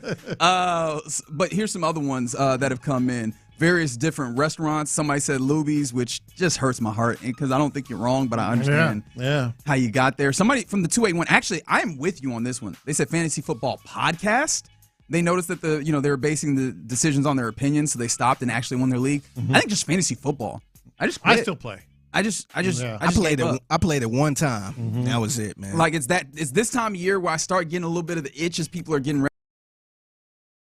But I remember the way that I felt on game day, watching the games and like not taking in what was happening, but just looking over there at this wide receiver. I was like, throw him the ball. Yeah. Throw him the ball. Yeah. Throw him the ball. It was just too much work for me, man. I think what got me is I forgot I agreed to jump in somebody's fantasy league. And I'm out at a doggone restaurant, and they're like, all right, we about to start the draft in 10 minutes. I'm like, wait, what? So I'm sitting here at the table trying to eat. Oh, they do that and a trying lot. to I'm just like, man, I'm I'm just freestyling at this point. Yeah. I'm just like, man, I ain't doing this no more. My son goes on a trip with the whole fantasy football league of his other one, not the one that I'm in with him. I think this time they're going down to the hill country or something. I do think that's cool. Yeah. When people do For trips. their draft and everything. I think T-Mill do the same thing. Yeah. Him and his boys playing trips. Yeah, and yearly trips. Yeah. Buffalo I do think that's Wild cool. Wings, somebody They said. said they got stingy with their fries, which I love. I love someone who is that petty. They're like, nah, I'm counting them. It's 3 less in here than last time. That's right. I'm out. But this is look, I'm not mad at you, Magic. I see you. Honestly, they quit / put the Texans on hold the last 2 years of the Bill O'Brien era. Oh, they weren't alone. Like if they were not alone. I'm never gonna be mad at you if you look at your team and you like, hey man, we not going the right way. I might need to. Yeah. I might need to. Hey, to be honest, I kind of quit my hometown teams. And you should have. They put you through hell. Yeah, and to be honest, when I first moved down here, obviously I was still rooting for them and watching them. But it's not to me. Maybe it's just me, but it's not the same feeling being all the way in Houston, the Texans and all that stuff, and rooting for another team, because it's not like I'm there to celebrate. Right. And I realized that when I think the Cavs made the finals, 2017. I'm like, yeah, but ain't nobody down here, no Cavs fans. Yeah. So I was just like, man, it's not the same feeling. So I wasn't missing nothing anyway. Yeah.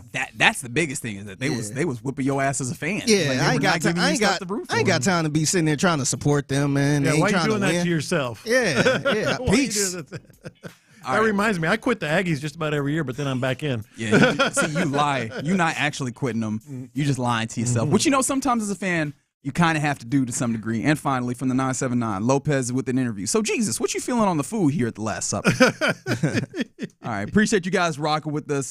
Coming up next, let's get into Around the NFL, where we got football today. Let's talk about these games. Which ones are you most excited for? We'll do that next in the Loop on Sports Radio 610. Our guy Clint says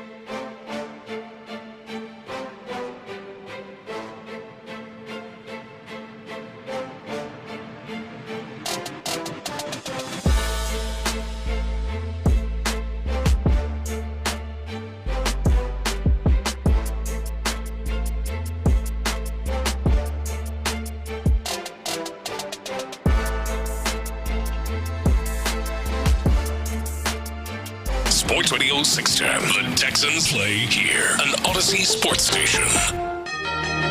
Let's go around the NFL in the loop style. Why are you smiling? Because I love football. Here, Ready Attitula. I'm going to tell you all about how much fun you're going to have this season. On Houston sports leader, Sports Radio 610. All right, let's go around the NFL here, and we start with the big news of the day for your Texans, and unfortunately not good news. CJ Gardner-Johnson, the safety that you acquired this offseason, is hurt. He, in practice and scrimmage today, as they're getting out of the final practice there in West Virginia before they go and play the Minnesota Vikings on Saturday, 3 p.m. You'll hear the pregame show start at noon. But neither here nor there. CJ Gardner-Johnson seemingly injured his knee in tackling John Mechie. He had to be stretchered off the field and also needed some assistance getting into the building. MRI will be taken for him to surmise the extent of the injury. We'll hear from D'Amico a little bit later. I don't imagine that he has information more up to date than just the idea that he was injured. However, that is where it stands as of right now. And I don't want to speak for you, but my head is swimming on the possibilities when it comes to that safety position for this Texans team. It is, and there will be reporting on this. We will share that as we get it. I'm imagining today, Reggie. I think the connections that a lot of people have, and as devastating and important, as devastating an injury and important a piece he is, we're going to hear something. We will let you know as we move on, but. We're going to continue to keep you updated and mention some of the things that are going on as we get them. And you'll also hear from D'Amico Ryans at noon. At noon. That's right. Speaking to the media. That's right. So, we'll catch a little bit of that. But, some of the other things that were, at least got me kind of excited before we got that news and at the early parts of practice. New old offensive line, and when they get into, scrimmage type situations. Obviously, Cam Robinson not scrimmaging today, which not the best thing in the world, but not something terrifying by any means. Cam Robinson obviously still a vet. You want to get out there, but Arion Territory still playing on that left side. Of course, Lagan Tomlinson has is solidified in that left guard role. You have Jake Andrews today at center, right guard. Juice Scruggs, as Titus Howard is still playing out there at right tackle. Obviously not good, still not good news for Blake Fisher and what his kind of battle is, but Juice Scruggs getting some first team reps again. Yeah, I think, they always talk about competition. I think we're seeing like the reality of that in a number of places. We talked yesterday about Blake Fisher and heck, man, the guy was jogging out there with the ones during minicamp and early in camp, and now he's nowhere to be seen. The competition is sort of clearing the space there for Tay Ursery and others. Zach Thomas has gotten some run with the number ones that we've seen. And I think the other one where it's kind of playing out is Juice Scruggs. Juice Scruggs, I think you asked the question last week. What's he been doing? Where? And I'm paraphrasing, but I think I asked that. Was that with you? Where's he been? How come we're not hearing? Now he's with the ones. So I think there is competition, and it's legit competition. And people are starting to separate themselves. We'll see. It does feel like if you were, and we kind of did some of the math on this yesterday, if you were trying to find the 9 guys that you probably keep, or in that space, he does feel like he fits in that number, Juice Scruggs, and it is good to see him kind of push forward. I don't think that's just like obviously an opportunity for him to start in a real circumstance if everything is if health is assured. Yeah. However, this does kind of give him the idea that he's in that mix, and I do think that this team likes him. If for no other reason, then he seems to be the only guy that you feel comfortable playing at both guards positions. And in a pinch at center, in a pinch, he could play some center. I think last year, or maybe it was in the offseason, D'Amico said he thought that was his best natural position. So, yeah, it speaks a lot to the competition and other things that we're going to dig into a little bit more later, specifically with C.J. Stroud. But just so our listeners know, better protection today. Maybe not better offensive of the passing game in terms of, I'm not saying there's a bunch of sacks and interceptions. There's been apparently a couple of sacks or near sacks, what would have been sacks, and some incompletions, a lot of incompletions. But we'll dig into the specifics of that later. Yeah, you mentioned it. I want to highlight that to, I know Seth himself tweeted it about the idea that, hey, the protection has actually been pretty good today. So that is, a tip of the cap to particularly like Ariante Ursery and Titus Howard, who are kind of playing, I guess, quote-unquote, out of position to some degree. Yeah. And I guess that's a little bit of a shout-out to Juice Scruggs as well, because the interior hasn't been incredible through camp. So for that note to happen when he gets to step back in, that's probably means something good for him. And then real quick, at least before we move on to the greater NFL, no practice today for Christian Harris, Dameon Pierce, nor Nick Chubb. Nick Chubb is not practicing for the second time in a row. Any of those kind of catch your attention in any real way? Well, Christian Harris, obviously, and maybe it's as simple as because he looked like he was moving around pretty dang good yesterday. But that was a walkthrough. Yeah. But they still do some running and some cutting and all that stuff. But not out there. Dameon Pierce needs to be out there. Nick Chubb doesn't bother me. He had a good day. What's today? Thursday, Tuesday. He had a good day Tuesday. Nah, I'm in the same place. Today feels kind of like a Friday. That was the day that he busted what could have been, at least according to Sean Pendergast, like a 25, 30-yard run. So maybe they're just sort of resting him a little bit. Daria Gumawale running with some today at running back. So we'll get more into that, especially at 12:40 when we talk to Sean Pendergast, maybe Seth Payne, live from West Virginia. All right, some other things around the NFL. We got football today, baby, like real life football, and we'll get some starters out there, including, we'll start today, the first game, 6 p.m. on NFL Network.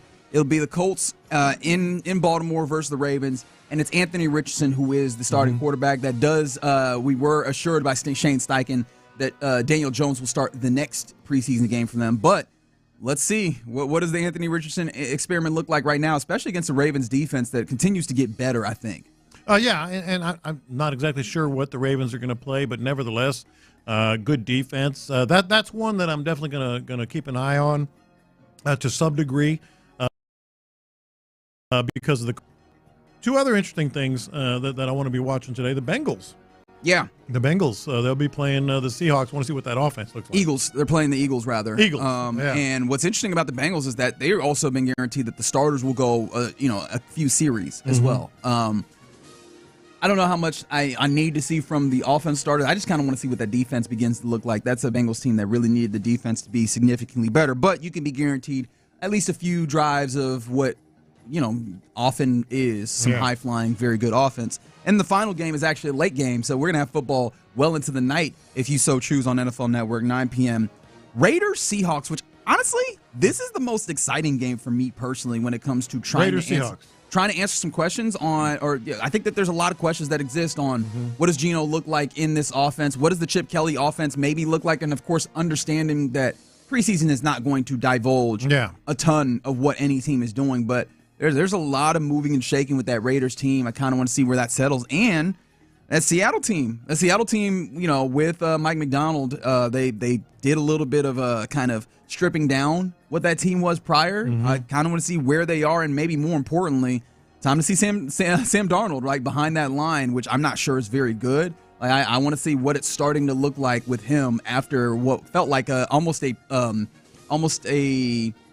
fairy godmother year with the Vikings. Like I want to see, is it a pumpkin yet? Yeah, is it a pumpkin? Yeah, no, and we'll keep an eye on that all year long. But you're right. Raiders Seahawks will be interesting. But I have for sure. Yeah, no, I mean that's clearly going to be one of the main ones as they are in division. Some other things around the NFL. This kind of came down. Was it yesterday or even the day before from the NFL to their teams that smelling salts, and any ammonia type of things that are used to kind of help get guys going and really get them alert, that would no longer be allowed to be distributed by NFL teams to the players. They gave clarification earlier today, or was it late yesterday rather, that players could bring their own smelling salts, and so to say.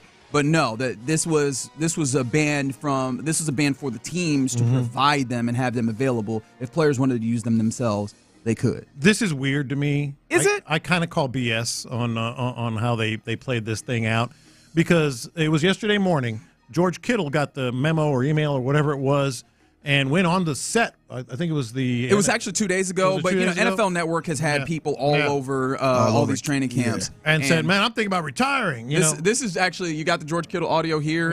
He'll grab it for us. But George Kittle made it very clear that it matters to him. There's a number of players that have come to talk about Levante David had a relationship with smelling salts. Yes, he did. Yes, he did. Figgy, what you got for me here? I got Levante David. All right, this is Levante David with the clarification of the smelling salts ban.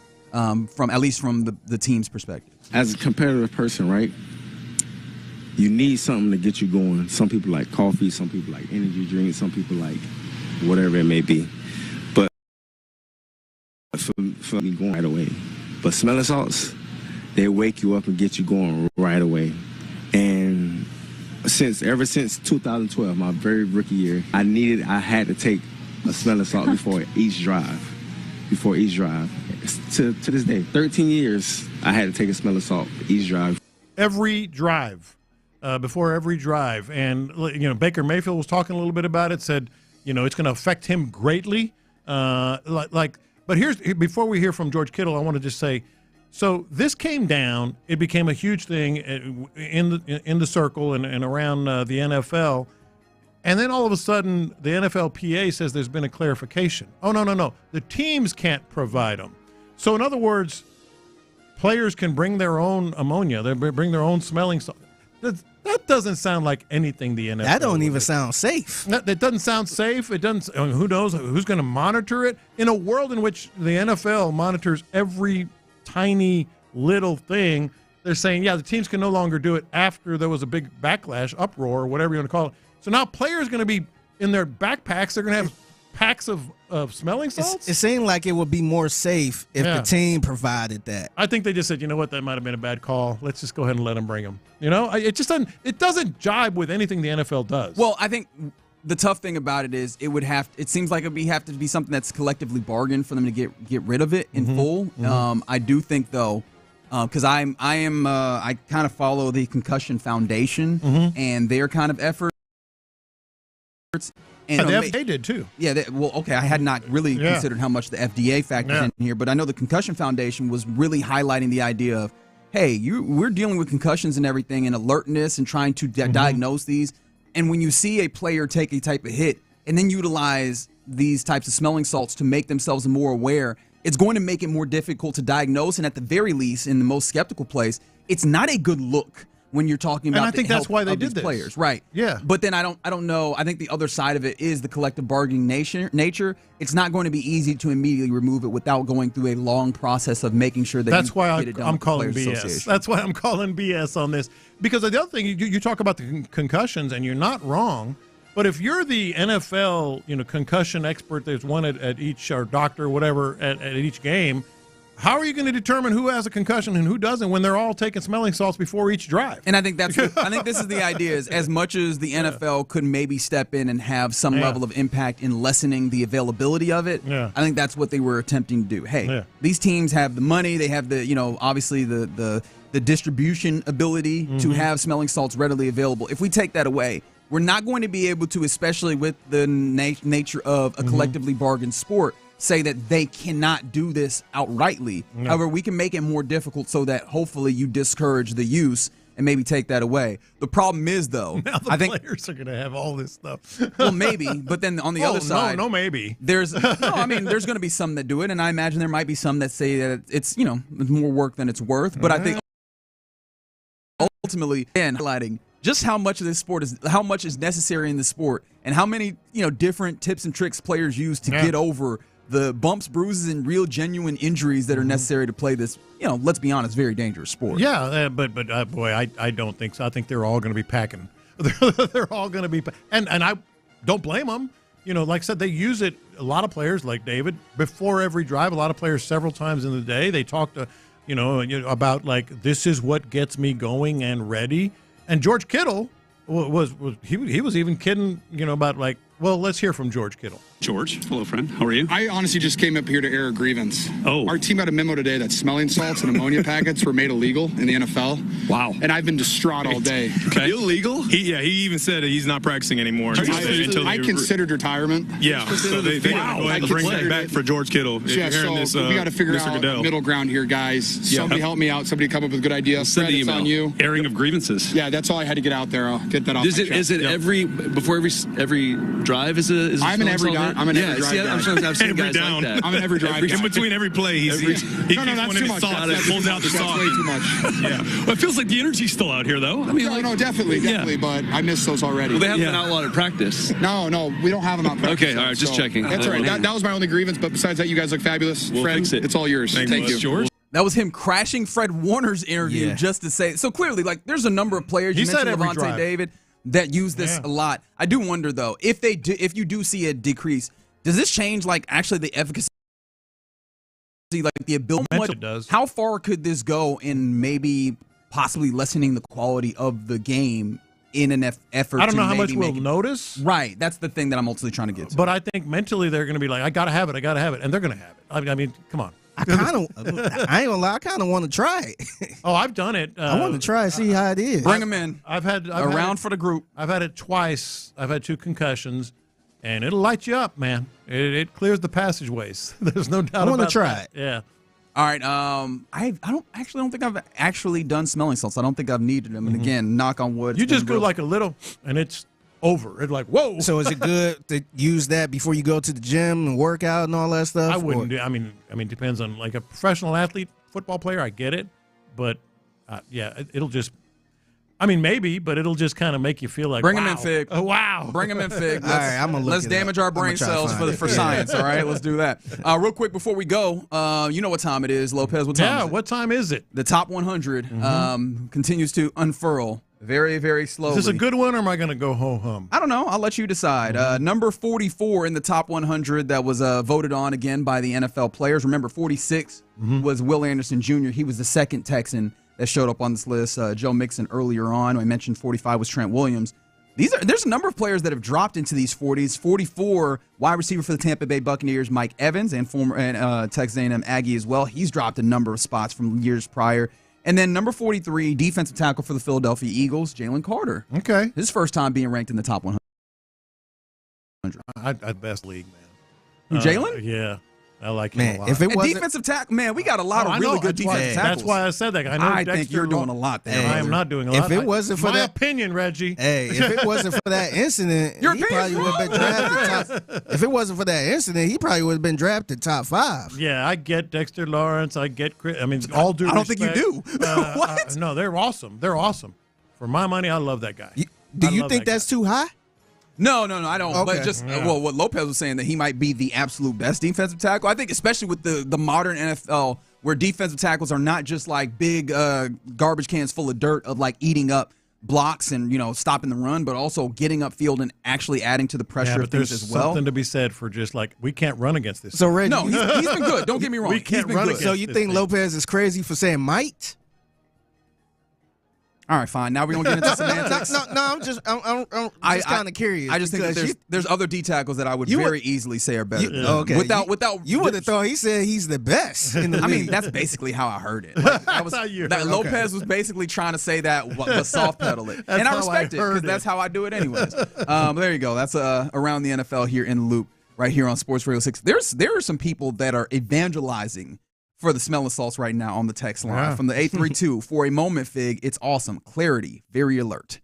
Okay. All right, very good. And I guess now you have to bring them in every segment, just like Kittle before every drive. Just how bad would that be for our health? Because that feels like that'd be abundantly terrible. I don't think it'd be that every segment. Well, I'm not going to do George Kittle or Levante David or whatever, but yeah. Okay. File it to the list of things that we say we're going to do that we never actually complete. All right. Coming up next. Actually, let's talk about C.J. Stroud because today in the scrimmage, it seems like from what we've been able to see, all right, but maybe not the same C.J. Stroud that we can typically expect. Do you need to see C.J. Stroud play in this preseason game 1 on Saturday? 713-572-4610. Let's discuss it next on Sports Radio 610. Live from West.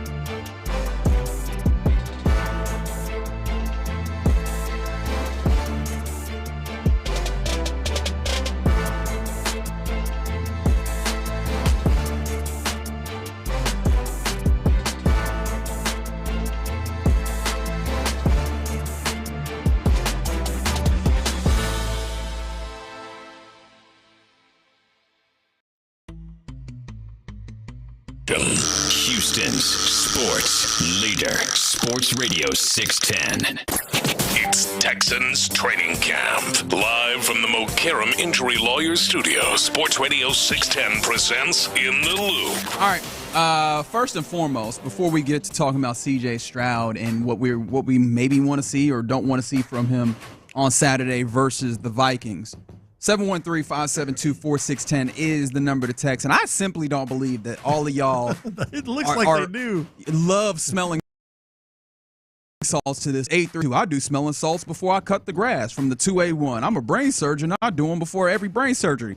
I don't think I've ever come to the text line and been like, y'all are all lying. Except right now, I feel it in my spirit that y'all are lying to me right now. Cocaine is a hell of a drug. I don't think they are. You're saying he does coke before he mows the grass. I think some of y'all might be doing other things instead of that smelling salts. I believe them. I mean, maybe some are lying. I mean, it'll light you up, man. I'm telling you. I'm telling you. You're like, woo! You're like, whoa, baby. Now, I did accidentally lie saying I don't think I did smelling salts. I have done it once, but it was like because a friend of mine, when we were like playing flag football, was like, hey, yo, do this. Oh, yeah, wow, yeah. But, yeah, I don't think I ever got to a place we should all like, do it live on the show. Again. That might be one we actually have to do. Yeah. Why? Yeah. I don't know. It seems have fun. to? Why? Because I want Figgy to videotape you doing it. Hey, we're going to be live on YouTube, man. Yeah, we'll do it live for the people on YouTube, Notice man. how I said you? He was like, you're not getting out of this. If there's smelling salsa here, you will be partaking. That's something that somebody said now bath salts is another story. Okay. Oh, God. Yeah. Let's move on from that. Yeah, we can't go Florida man in here. All right, let's talk about California man, though. C.J. Stroud, obviously, quarterback of this Houston Texans team. One of the, I guess, other things that it feels like the C.J. Gardner-Johnson injury, and if you did not hear about it, he was hurt his knee seemingly during practice tackling John Mechie. He had to be stretchered off the field and needed assistance going into the building from a couple of staffers. That's about all we know right now. There's an MRI that he will have to have from any other place that we've heard of. But that seems to have taken all the air when it comes to practice day. But it was a scrimmage day, the final day of them out in West Virginia, and so there was things that were coming out, including shout out to Sam Warren of the Houston Chronicle, damn near giving us a play-by-play great job of everything that was happening out there. And John, you were looking at this. It feels weird calling you John. Lopez, you were looking at this, and CJ, he's completing a decent amount, but also not completing a decent amount. I mean, I'm not going to sit here and do the math. Maybe you can do it in your head real quick as we go through it. It was a good news, bad news day for the offense. The good news was there seemed to be better protection. Oh, man. Seth talked about it. Some others have mentioned as well. I'm looking at Cody's tweet right now where he said the offensive line has done a pretty damn decent job today for the offense. Yeah. I don't think he uses those words lightly. That almost makes me kind of not cringe, but what you mean cringe? Well, let's go through this because we're all in agreement they had better protection today. That is very objectively the case. I mean, with the way that people have talked about this offense, with the way that we've talked about this offensive line, the pretty damn decent sounds like quite an upgrade from what we had previously seen. So we heard from C.J. Stroud talking about the offense and the adjustments and learning and the process, and it could be slow, etc. So with the backdrop of he had pretty decent protection, let me go through some of this. I'm not going to go through all of it. I'll go through most of the passes. Read all of the play-by-play. But the Texans ones, as they call them right now, because I don't think you can necessarily say they're absolute starters, but the ones, CJ, incomplete to Schultz.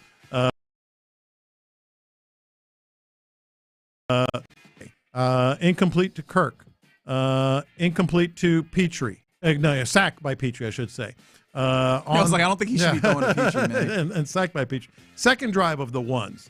It was the play that was an injury. Then CJ sacked. Short gain to Stover.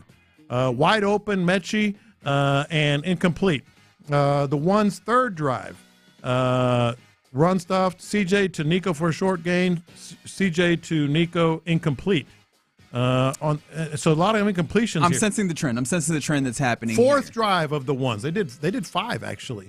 Dropped wide open TD to Nico. That's not his fault, but still an incompletion. Overthrown to Schultz.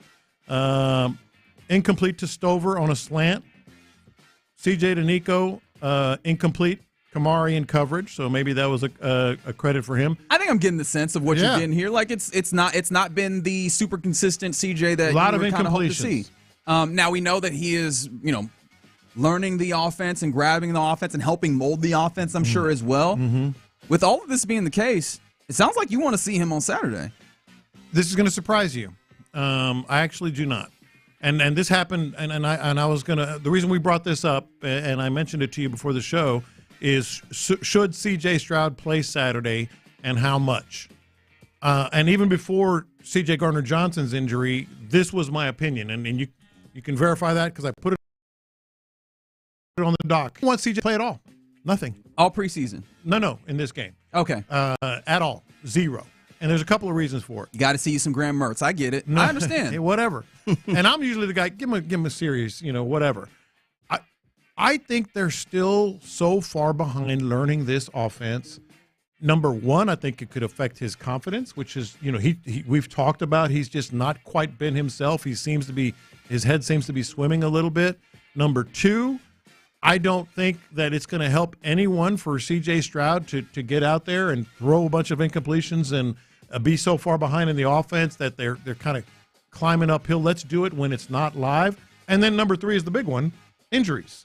You never know when they're going to happen. This offensive line, despite having better protection today, has been not good. I normally am the guy, like, give him a series. Let's go. I'm normally the guy that says we don't even need preseason games, but give them one at the most where they can maybe go a half, I'm changing my tune for Saturday's game. I don't want to see CJ at all. I think as much as you might argue, hey, live reps, real defense, real tackling, it'll be a good test. I think the negatives far outweigh the positives on that. Yeah, funny. I mean, I'm there. Like, I'm actually there. Like, CJ needs a lot of work with this offense, and you know what? One of the benefits of him playing could be getting that relationship down on the field. When you talk about Nick Caley's not called plays, getting that play calling rapport down as well, value. And maybe I'm just too close to it after seeing C.J. Gardner-Johnson, his namesake in some ways, get injured. I'm going to be scary. You can call me scary if you want to. I'm like, I don't know if I want to put him in harm's way. I think he'll get some of the experience of seeing a different defense when you have your joint practices. You'll have two of those, which I think will be very helpful in that regard. But I don't know if I want the idea of him being out there, especially as you're still finding a level of solidity with your offensive line. I don't know that that's going to, I don't think I want to risk C.J. Stroud in that way.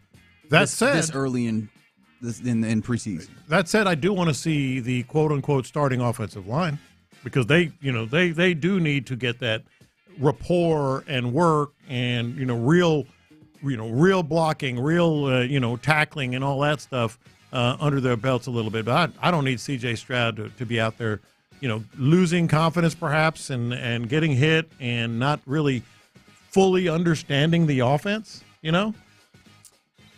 Yeah, I think. Look, I think that still remains to be seen. I think that there's a lot of quarterbacks that would be in this period where they're, still grasping of what's happening with an offense if they have a new coordinator or whatever. I don't think it's necessarily that. I think you can get me on the injuries and you can get me on the idea that the offensive line is not fully formed and you're still working your way through that. So yeah, I think that for me is enough. But yeah, C.J. Stroud does have some ways to find with the offense, and I think finding some timing with the wide receivers, especially as you compare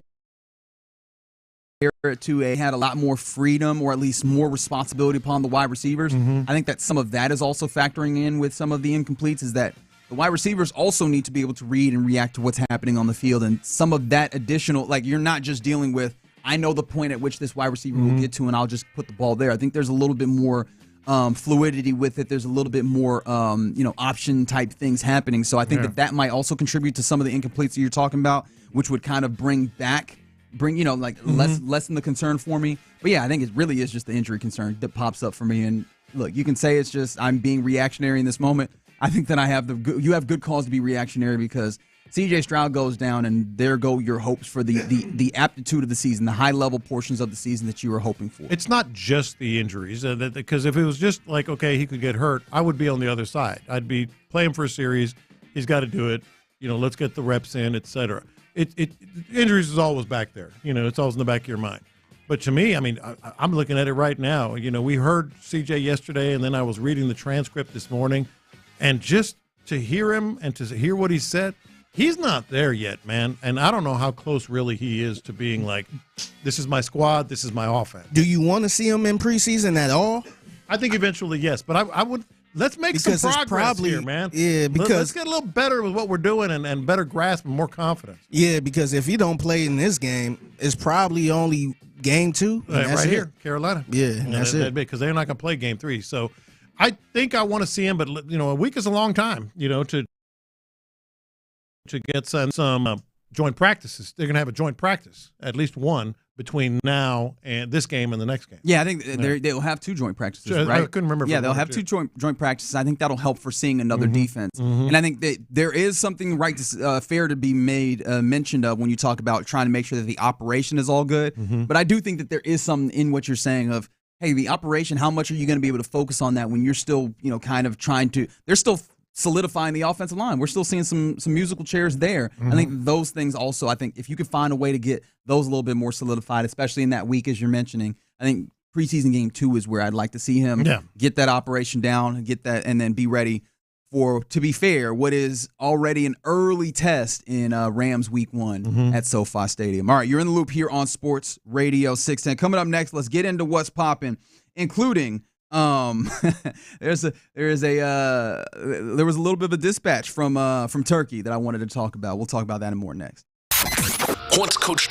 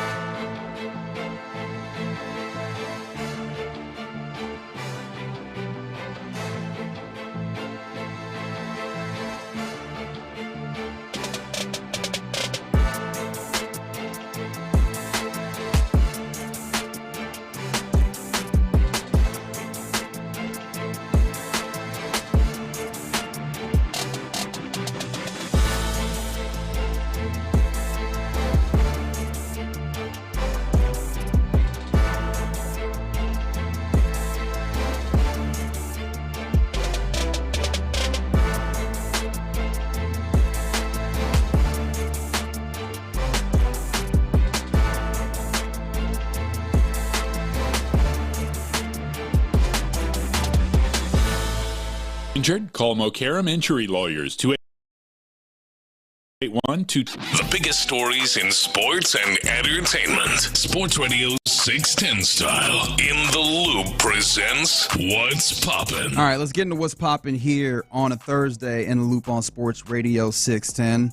The news of the day out at Texas training camp: C.J. Gardner-Johnson, safety, injured. Seems to have hurt his knee. We don't know quite what the extent is, but he was stretchered off the field and needed help to get some practice, or rather to get into the medical sports performance center. And team had to, huddle it up, talk a little bit after before they continued with scrimmage. But scrimmage did happen on the field there, and we got Christian Harris, Damian Pierce, Nick Chubb. None of them participated. However, in the participation, offensive line got some plaudits from the people that were watching, various different media members who had an opportunity to see it. Boy, you talk about just in the nick of time, because we're sitting here going, I don't know about these guys, but we'll see once they get to Saturday. I'm not sure how many starters would play because they did scrimmage today. We were talking about that during the break.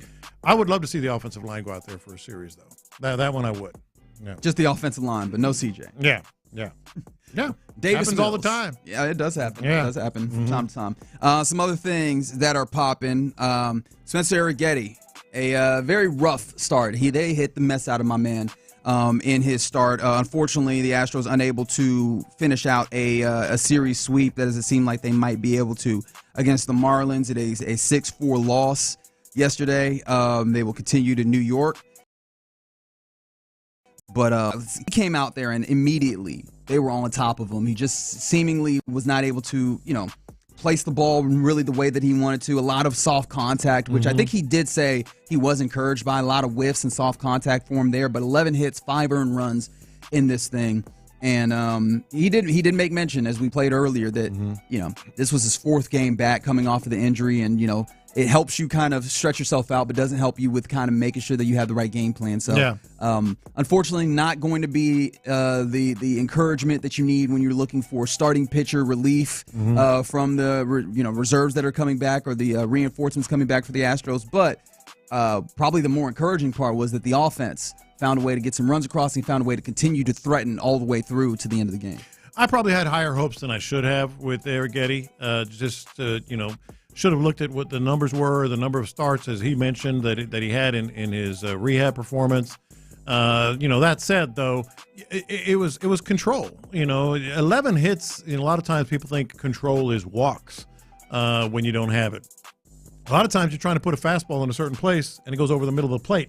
That's control, and that's what 11 hits speaks to. Yeah, no, for sure. Yeah. He definitely had that feeling early on in the game. Hopefully the next time around he will be a good amount better. You mentioned 2-game lead over the M's right now, but you head over to Yankee Stadium there in New York to face off against the Yankees, who, as you mentioned, Aaron Judge is returning. However, that team has looked abysmal. I mean, to the point where you're having all sorts of people, amateur. They look out there in the field and just in general. So I think this is another instance. 6 or 7 games over 500. I mean, they had a very good start to the season, but they've definitely slipped in the AL East. I mean, what are they, 3rd in the AL East at this moment? It's not a gimme, is what I'm saying. It's not a gimme, and I don't want to purport it as such. However, I think that you are hitting them at a good time, and hopefully you have a good opportunity to get some more wins and maybe create some more separation in the AL West. But I mean, you got time off, or you got a day off rather. And then you'll get going against the Yankees tomorrow, and I believe that it's a Hunter Brown day as well. Hunter Brown followed by Fromber, so that's a good 1-2 punch to start that series. Yeah, for sure. All right, some other things that are popping. I found this to be interesting. We've made a lot about the NFL acquiring a 10% interest in ESPN, where ESPN garners the right to utilize some NFL properties. We talked about the contractual. Not the contractual, but the journalistic impacts of that. I thought June Lee made a very good point, talking about how the NFL not too long ago, maybe a decade and a half ago, and maybe that's even too far to go back, was staunchly against gambling money, and now in having an ownership stake in ESPN is dealing with a company that lends their name. They're getting checks. A sports book. That they have a sports book basically. It's and they're getting checks from all these others as well. Now the NFL has been doing that individually, the teams, But no, now they have an interest in it. No, it's just it's quite interesting, all the various different nooks and crannies of this deal. One of them, mind you, is one that was kind of spoken to by Roger Goodell himself, the deal, and highlighting a thing that could be really cool, especially if you're a college football fan. One of the most popular elements of NFL programming has been Red Zone. It's a staple for NFL fans. What is that going to look like now under this new partnership? Well, that'll actually stay the same. It'll continue to be produced right here in this building.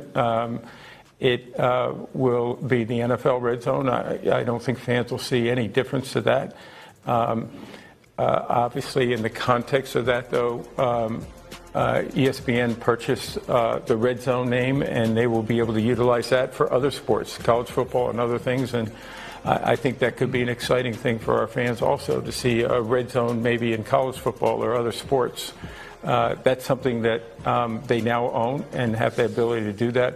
But as far as Red Zone, NFL Red Zone, there won't be any changes for our fans. The big thing there is the college football thing. That would be. I know you would be watching it. I'd be watching it. It would. I don't know if I would. You know, I would. I watch the Red Zone every chance I get, and if you do that with college football, heck yeah. So that's the good thing. And, and I said this when this news was breaking, and then when it became official. I get, still same producers, same directors. It's the NFL Red Zone. Nothing's going to change. For how long? For how long? I'm a little skeptical on that. Yeah, we'll see. I think in college football, I do enjoy having a game that I'm watching. Well, actually, let's be honest, 2 games that I'm watching and really keeping track on. I do think that, you bouncing around and getting the updates, which I think most of the broadcast cut-ins. We're going to cut in here and show you what's happening around. I don't know if I would actually want to have the entirety of this bounce around to games to where I'm not able to follow the flow of the individual games. 100%. Yeah, especially if it's close games too. Yeah, man. You'd be like, oh yeah, yeah. Because I find myself searching those games on other apps and stuff. Like if you see the crawl on the bottom, and you're like, whatever, Oklahoma and Oklahoma State's a 3-point game, 3 minutes left. And I'm like, okay, where's that game? Yeah. Now I can just go to the college Red Zone. Yeah, or sometimes you see people tweeting about it. Yeah. You're like, Alabama blew this lead? Yeah. And they about to lose to Vanderbilt? It's like, what channel was that on? Yeah. God, what a day that was, Vanderbilt beating Alabama. Anyways, we are not very far away from college football returning into that space. Another thing around the NFL, are you familiar with one Kyle Tucker? He plays for the Cubs. Have you heard of this man? I know that man. Obviously, Kyle Tucker, formerly an Astro, he was traded out, and he, the return brought you the likes of Cam Smith, Isak Paredes, and Hayden Wesneski, which 2 of the 3 currently injured, maybe lost for the season. Wesneski, we do know, lost for the season. Cam Smith still chugging along, although he wearing down just a little bit. A little tired. And then a couple of days ago, what was he doing when he slides in front of Dubon in the outfield? Early on in the season, that was cute. Were you as upset as I was that was happening in that? Because Dubon also looked like he was like, look, I'm not going to shout at you right now, but I need to sit down and talk to you, young fella. We can't have that. Yeah, that was weird. Anyways, that's neither here nor there. Kyle Tucker, who we know was going to be a season, was one of the reasons why he ends up getting traded before the season. Seems like Cubs fans are not happy with him. I've seen a lot of scuttlebutt on social media about how nobody wants to pay him the hundreds of millions of dollars that it would take for him to get be re-signed, especially when you consider his recent performance. And Lopez, I went and looked at his recent performance. Not good. Has not been pretty. Over the last 28 days, he has a batting average of a 203 with a 650 OPS. I mean, if you're talking about OPS plus, which obviously a metric that is kind of standardized in order to make it so that a 100 is average, lesser than that is below, and obviously above that is above. Over the last 28 days, you want to know what his OPS plus is? What is that? 55. We need to just have a talk with Cubs fans. As Astros fans, we need to have a talk with Cubs fans. This happens every year, man. We ain't got to talk to them. Well, I'm saying. For? Well, I'll put it this way. They'll figure it out. Yeah. They'll figure it out. This happens the deal is done. It's sold. Year. That's your card now. Yeah, but what I'm saying about with Kyle Tucker, sometimes it happens earlier in the year, sometimes it happens later in the year. They're like 18 games over 500. They're going to be in the playoffs. Kyle Tucker, you don't need to worry about. He'll deliver when you need him to. He'll deliver. And again, I don't care. You don't care, Figgy. All I'm saying is like this whole, oh my gosh, Kyle Tucker is slumping. He is. You just laid it out. He really is. I think the issue is, we got to pay him too? Yeah. Well, maybe. Hey. What I'm saying that's is, your fault. Y'all knew that. In terms of his performance, he'll be there. But ain't it cute? Like, go through it and learn it. You're just watching them and you're like, oh, okay. Yeah. I've been there. That's like that. We've had that kind of, oh man, Kyle Tucker is really in a slump. Yeah. And then all of a sudden, it's a 420. That's like somebody dating your ex, and they going through the same thing you going through. Yeah, I know exactly what you're talking about. I told you. Some other things that are worth noting. Shout out to Jen, and I'm going to butcher her name, and I apologize. Powell?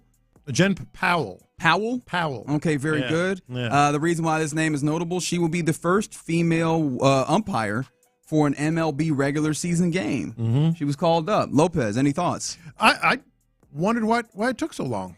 I that was my thought as well. I was kind of curious to see what took so long.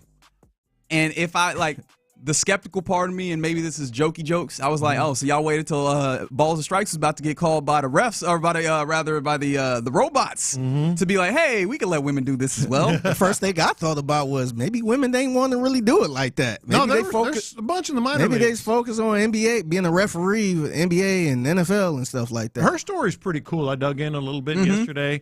Very, very cool. Real good player. I think softball and another sport, and I can't remember. Then played softball in college, was like doing some, accounting or something, in the business world, and decided it's in me, man. I gotta call games. So she went to the camps, got, elevated to the major league camp, with major league umpires, and then all of a sudden got into the minor leagues and elevated. So she got elevated pretty quickly. So I'm excited. I'm a little bit, like I said, curious why it took so long. But she's I'll tell you one thing, I wouldn't cross her.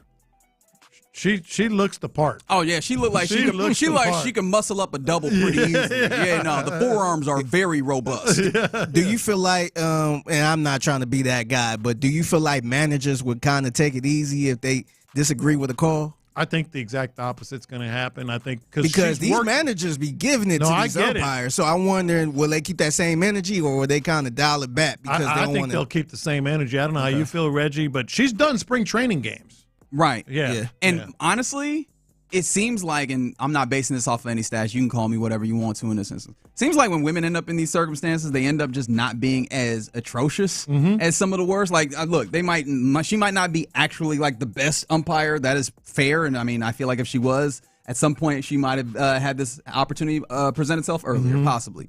But I feel like we have a number of umpires that we know by name because they are so terrible. And I'm like, I feel like the manager's just going to be like, ooh, thank God it's not that cat. Yeah, we can work with this. Jen, thanks for stopping by. And it's also one of those things, you have to be extra good to make it, as a woman. You have to be extra good. And then finally, I did want to mention this, and we talked a little bit about it before, but Fred VanVleet posted a little bit of a video of him over in Turkey hanging out with Alper and Şengün. Unfortunately, the audio doesn't really work because it's like kind of in them out to dinner. But it is cool seeing Fred continue to be that veteran there. But he was giving some real praise to Alper. I'm super excited for what you see. One all-star that you had on this team, I have a strong feeling that it's going to be different this year. But, what is the growth that we might see from Alperin from year to year? Because it seems like, again, you have Fred there, and they were chopping it up like he is super excited himself for what Alperin will look like in this upcoming season. And I think, several, at least 3 or 4, maybe more Rockets have gone over there. Including Ime. Including Ime, and I think another assistant coach and another player. I'm trying to remember who it was.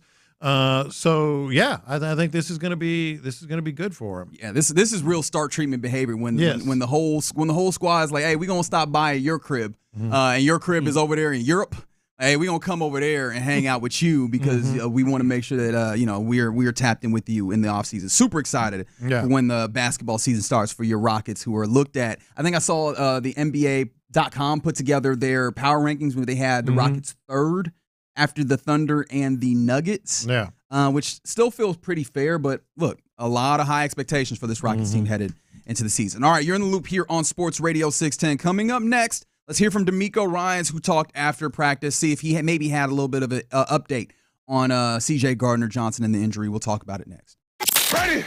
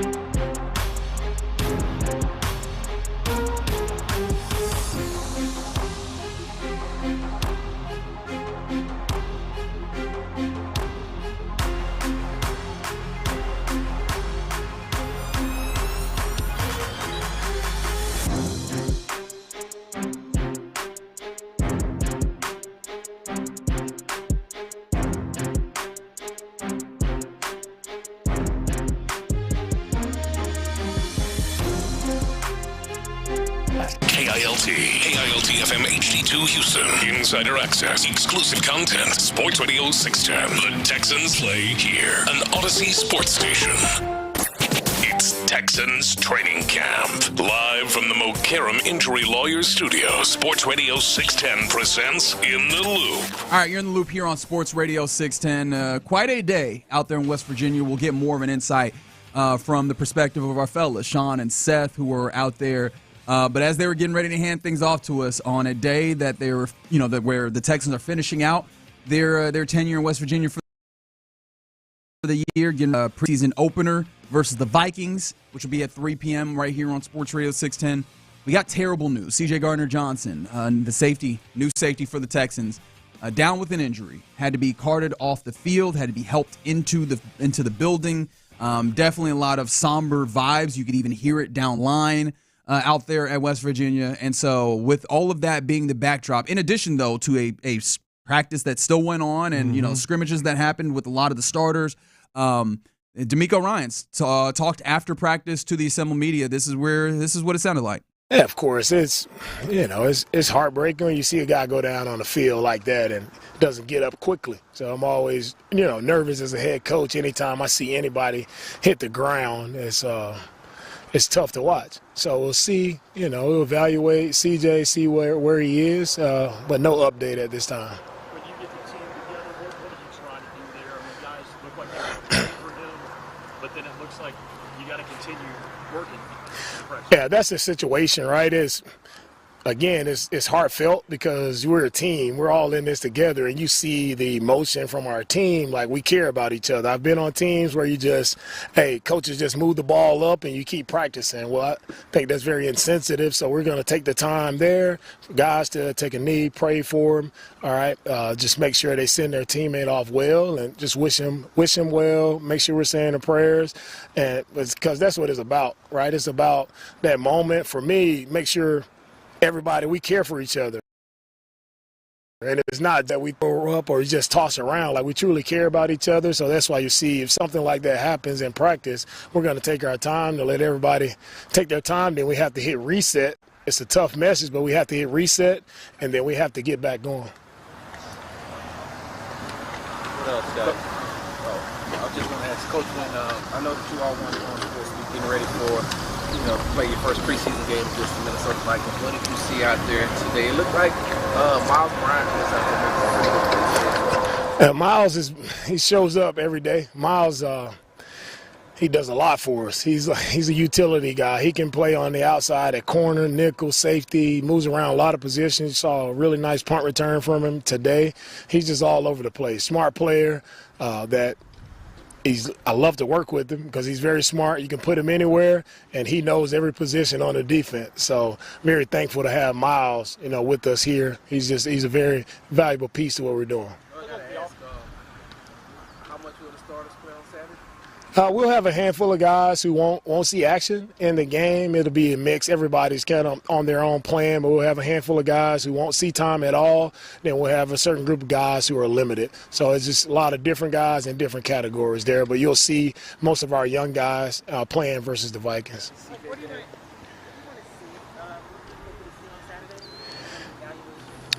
Yeah, on Saturday we play the Vikings. What I want to see is our guys just go out and see who can go play when the lights are on.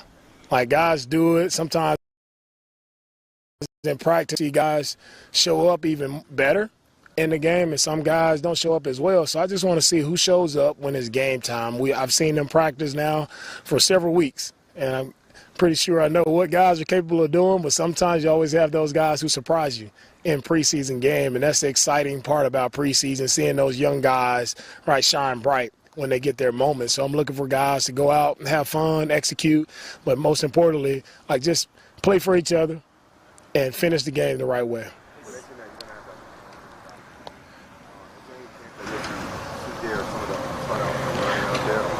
Yeah, we'll have a handful of guys who won't play. What did you make of the offensive line today and how they performed? It looked like they did a pretty good job. A couple blitzes. Yeah. Yeah, offensive line, I mean, overall these past couple of days, they continue to get better and better and better. They've done a great job of, picking up some of the pressures, done a great job just one-on-one protection, passing off games, working with each other. I see that progression. I see the growth in our offensive line, and I'm excited to see them actually go out and do it against someone else. But they've done a really great job while we've been here in West Virginia. Do you have an update on the status of Nick Chubb? He's been out the past couple of days. Oh, Nick will be fine. Nick will be back with us pretty soon. You said the goal of this trip was for the guys to be focused on football and kind of really lock in on their technique and their details. Do you feel like you guys achieved that over this trip? Everything that we set out to accomplish, we got it done here coming to West Virginia. Again, pleasant weather. Our guys were able to lock in, and I saw us get better. Both sides got better, and it was a lot of positives from us being here, and just very thankful to everyone who supported us coming out here. Thankful for all you guys as well coming out here and covering us. So really appreciative. It was everything that I thought it would be. It was everything, so I'm happy it turned out in a great manner.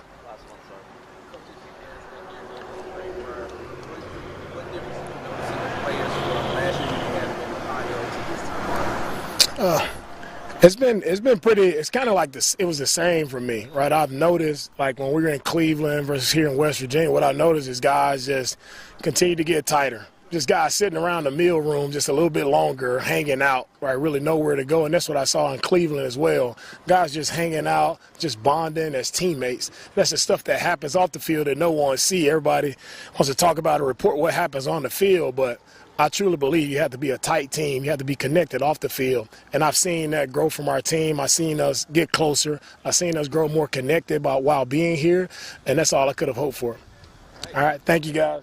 Here you go. DeMeco Ryans, head coach of the Houston Texans. Unfortunately, no update when it comes to C.J. Gardner-Johnson. I mean, that seemed to make sense. This is not something that they'll approach hastily, but I imagine at the very worst by tomorrow. But I think at some point during the drive we'll get some general ideas as to what's happening with CJ. No update, but you could tell the seriousness, of just the what they do know, even from his voice. He called it heartbreaking and tough to watch. Yeah, and again, depending on how severe it actually is, or that he is the only decision maker in this. Yeah. But I think that he gave us a little bit of an insight as we were talking about, hey, what is the potential of your next moves if you needed to do something?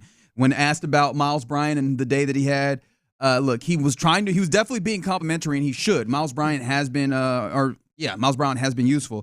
Miles shows up every day. He's here. He is a utility guy. Mentioned that he could play outside corner, nickel, safety. Smart player, loves working with him, DeMeco said. It's like when you get that attendance certificate in 5th grade. Well, I wasn't going to go that far, but next man up. You know what I did think about is your feeling on Dubon as utility guy. Like that's what it sounded like. Hey, you don't want him. He's a utility guy, but I don't know if I want him to have to be everyday guy, which I think speaks to I think that's probably the way that I would look at it. If you need to fill in for C.J. Gardner-Johnson for a period of time, you have the guys that can do that. If you need a guy who becomes your de facto starter for the remainder of the season, I don't think that's the answer by any means. And I think that's where they are. But by and large, I was pretty, optimistic about everything I heard from DeMeco today. I did, just as a note, he said regarding, who's going to play, who's not going to play on Saturday. He said a handful would not be playing. So what is a handful? Is that 4 or 5? Yeah, that's a good point. Is it 12?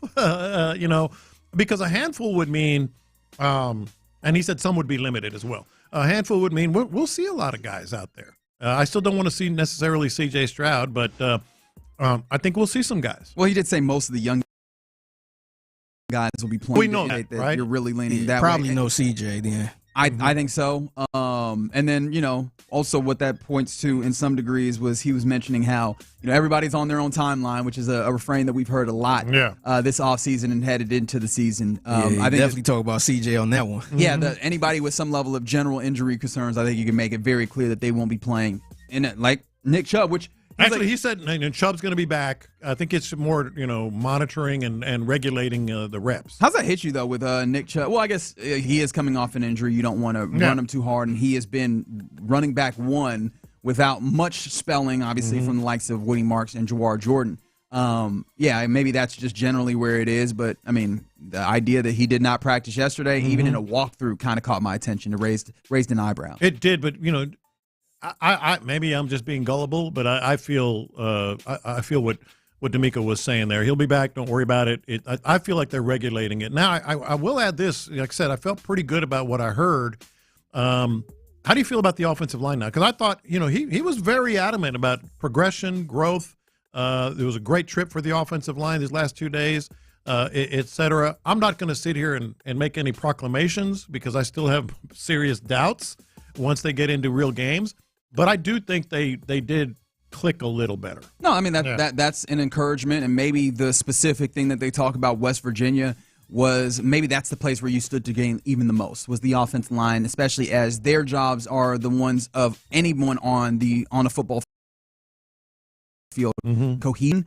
The idea that they get to be out there in West Virginia in that kind of bunker-style mentality, getting an opportunity to get even closer with one another. It feels like the defense very much so in what we were talking about. Hey, everybody's out here working out, and Nick Caserio talking about that before we get to OTAs and minicamp.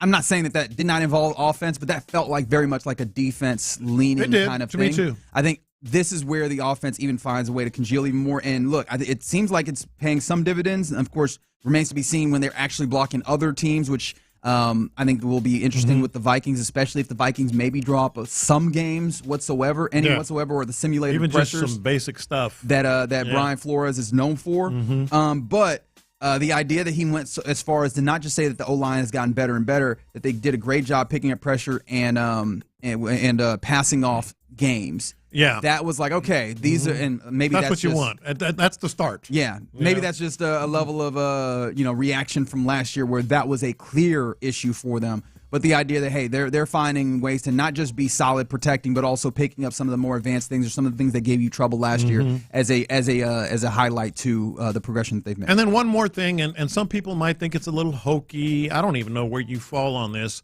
to be honest. Maybe you've said it and I don't remember. I very much believe in getting away, staying in a dorm or a hotel, hanging out, going to the restaurant together, walking around that facility. We've been there, walking around that facility, which is, just is kind of all self-enclosed and self-sustained there. There's workout facilities, which I don't think they need a workout, but there's things you can do. Who on a team is most likely to just go to the hotel gym? Will Anderson. But I'm saying, I'm very much a believer in that makes you a better team. 100%. I look. It can't hurt. And I think a lot of us have been on the work trip. Hell, I think the Super Bowl trip served as some of that for us. Yeah. You just get to know people on a different level, and they become more human. And look, especially in football, but in a lot of different places, you're inclined to go a little bit further if you have a level of emotional attachment to who you got over there. And it seems like, football inherently, the messaging is always there. We're a family and everything. It's another thing to act like it and have that real experience that makes it feel like a family. You got time in a different way than we were just clocking and punching the clock together. And I think that's why, to some degree, I think that the defense has been really good. I have a feeling that will help them be a better team. And I love that D'Amico Ryans is not just, he mentioned it at the top of that. It's not just words for him. It is actions. As much as you have to turn the page when you have an injury like the C.J. Gardner-Johnson or even the Keontae Hamilton, that he takes the time to care for not just, hey, we need to get the job done, but hey, we are trying to foster a environment where you care about the next guy, so we will take time to make sure that we have adequate opportunity to care about that guy before we have to get back to and even D'Amico had a little bit of a drive-by on Chip Kelly. Did you catch that figure? I know you did. Yeah. I was wondering who he's talking about because it was Chip Kelly, I bet. Yeah, because he was talking about the injury to C.J. Gardner-Johnson. He said, I've been on teams. I've been on teams where they just keep rolling. Yeah. No, I guess pretty much no matter if somebody get hurt, they just keep going. Practice don't really stop. And that's what's tough about that had to be Chip Kelly, right? Had to be. Hopefully he's learned a little bit different. Kubiak ain't do that. Oh, hell no. Nah. Yeah. And that's what's tough about the next man up mentality because, it's right. Like, you need somebody to step into this role, but you don't want to be callous with it. And so I do appreciate that they're threading that needle. Maybe that's a little too overly sentimental. There we go.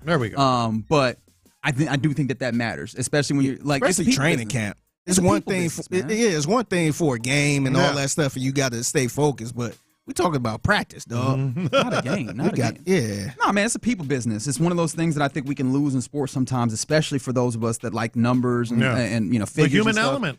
It's a people business, man. Yeah. And so I'm glad to have a head coach that understands that as well. All right, you're in the loop right here on Sports Radio 610. As I mentioned, we will get more insight on everything that happened, and let's get a feel for exactly how well the offensive line did at 12:40 when we talk to Sean and Seth. But before we get there, we got to get our lunchtime confessions as we typically do. We'll do that next. Our guy Clint.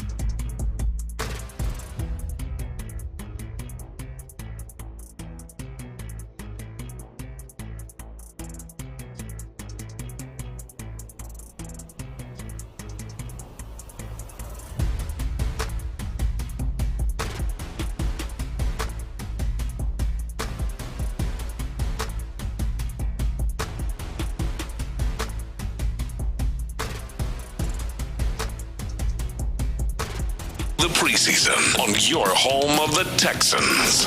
Sports Radio 610. Sometimes it's sports, sometimes it's not. Whatever it is, Reggie and John are keeping it real. It's In the Loop's Lunchtime Confessions, presented by the Men's Clinic on Sports Radio 610. Watch this.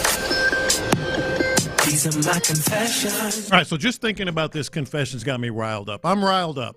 Uh-oh. I'm hot. Oh, God. I'm hot. All right. I am. Okay. I think you couldn't even see. He chuckled in it. He's not hot for real. I'm hot. He's not actually hot. I'm not just sick. I'm sick and tired. You know what I'm sick and tired of? What? We all use Amazon, right?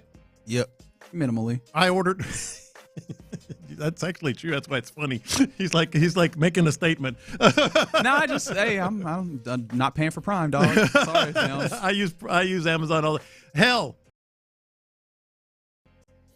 Yesterday. Yeah. And within minutes, it said, will be delivered by 8 a.m. tomorrow. And it was it not? I think it was there around 6 in the morning. Yeah. Because my wife, she woke me up and said, did you order something from Amazon? Yeah. I'm like, no. I'm like, that's Lopez. He sent me something. Yeah. So this is what I'm sick and tired of.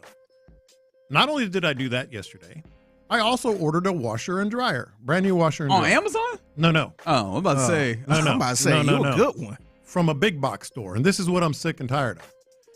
Your order will be delivered Friday between 8 a.m. and 6 p.m. That's right. Yeah. Brother, you ain't going nowhere, boy. I thought we were past all this. You ain't going nowhere, you were chained to the house, my boy. You got to call off. And this was a big box store, like a name brand big box store. Are we still doing this? Yes, we absolutely are. 8 a.m. and 6 p.m.? In there somewhere. It could be worse. So it could be the cable man 8 to 8. I've had one of those. I told you I missed a date with a nice young lady behind one of those. And the tough thing about it is, you mess around and not be at the house. You're done. Like, oh man, I'm around the corner. They are mad at you. Yeah. They get mad. They're like, we told you it was gonna be here in that 8-hour window. In this a 10-hour window. That's right. And so you better be at the house too. And this is why I'm so high. If Amazon and others, whether it's Etsy or whomever, they'll tell you within 2 hours maybe, or maybe even less than that, we will be there at this time. They start telling you 3 stops away, 2 stops away. You can. So if you can do this in all these other places, why are the big box stores bleeping with us? They can do it. It's just trying to cover their tracks. Well, you know that they outsource the delivery, but they can do it. Those folks have to. Yeah. Well, also it is worth noting those big kind of deliveries require installation and type stuff, which all I'm doing is getting it delivered.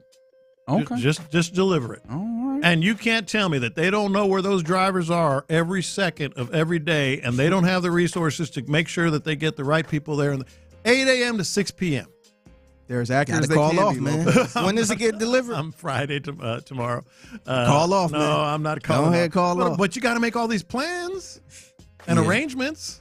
It's ridiculous. Somebody said cancel the order and see if they don't change their mind and attitude. Oh, man. 8 to 8 is a 12-hour window, not 10 hours. But 8 to 6 is 10 is what I said. Yeah. No, we just started exaggerating because that's basically. Yeah. I mean, what's the difference in 8 and 10 on a day like that? That's a big difference. Yeah, that'll make my day. I got 2 extra hours. And it does always seem like when you are man, I've been around.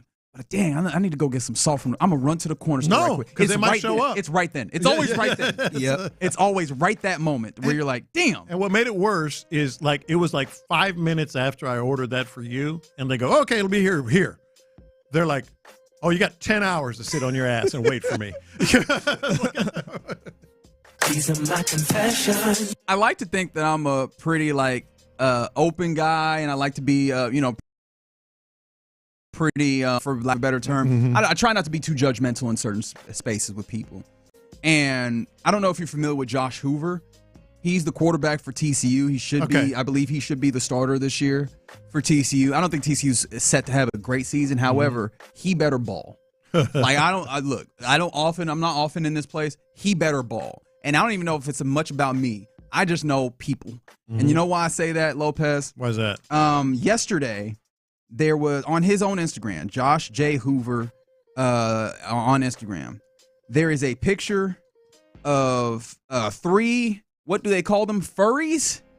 At some level, furries. Yes, at like a convention. Are you familiar with the nature of furries? I am not. People that dress up like animals of sorts. Oh, that's what they call them. Yeah, I've seen that trend. Yeah, I've seen that trend. It's a picture there, and then somebody screenshot it and said TCU starting quarterback. By the way, he's a furry. To which he quoted it and said, "Can confirm this is me." Oh, my and I'm like, hey man, goodness. Look. Be who you want to be. Do what you want to do. This might be like, especially look, I know that we're not always the most accepting society. Mm-hmm. There are things that we typically viewed as taboo that I think would go over better than if you were a quarterback at a college football team and you were a furry and you were stinking up the joint. You better ball, dog. You better hoop. You better ball. They're going to say crazy. The opponents are going to say crazy things about you. And let's be honest. If you a certain level of bad, your team will say bad things, or your fans will say really bad things about you. You better ball, brother. That old furry ass. Yeah, you better be good. And by the way, you can do what you want on social media, but there will be reactions. No, for sure. Especially if you ain't good. Yeah. So I really do appreciate his willingness, but I gotta confess, ain't no way. If that was the way I was living, I'd say that out loud. And I'm the one who is the problem there. In theory, you should be able to fully be yourself. Even if you're just good at football and that's what you do on the side or whatever. Mm-hmm. I just know the way that this goes, you better ball, kid. That's why I kind of feel bad for somebody like a Caleb Williams who is known for liking, nail polish and all that stuff. You got to ball. You got to put up some MVP type numbers for people to just be cool with that. Yeah. If not, people are going to bring that up, and it don't even matter in the game of football. People just going to bring that up no matter what. Definitely will. So, Jalen Green as well, man. Yeah. That's honestly the perfect one. Like Caleb Williams painted his fingernails. Really, in the large scheme of things, not a huge deal. Every chance you got, especially for some of our friends that are maybe the less imaginative when it comes to jokes and insults at times. The first thing, if there was some of those the nails, buddy, if you are a furry, oh man, of all things, yeah.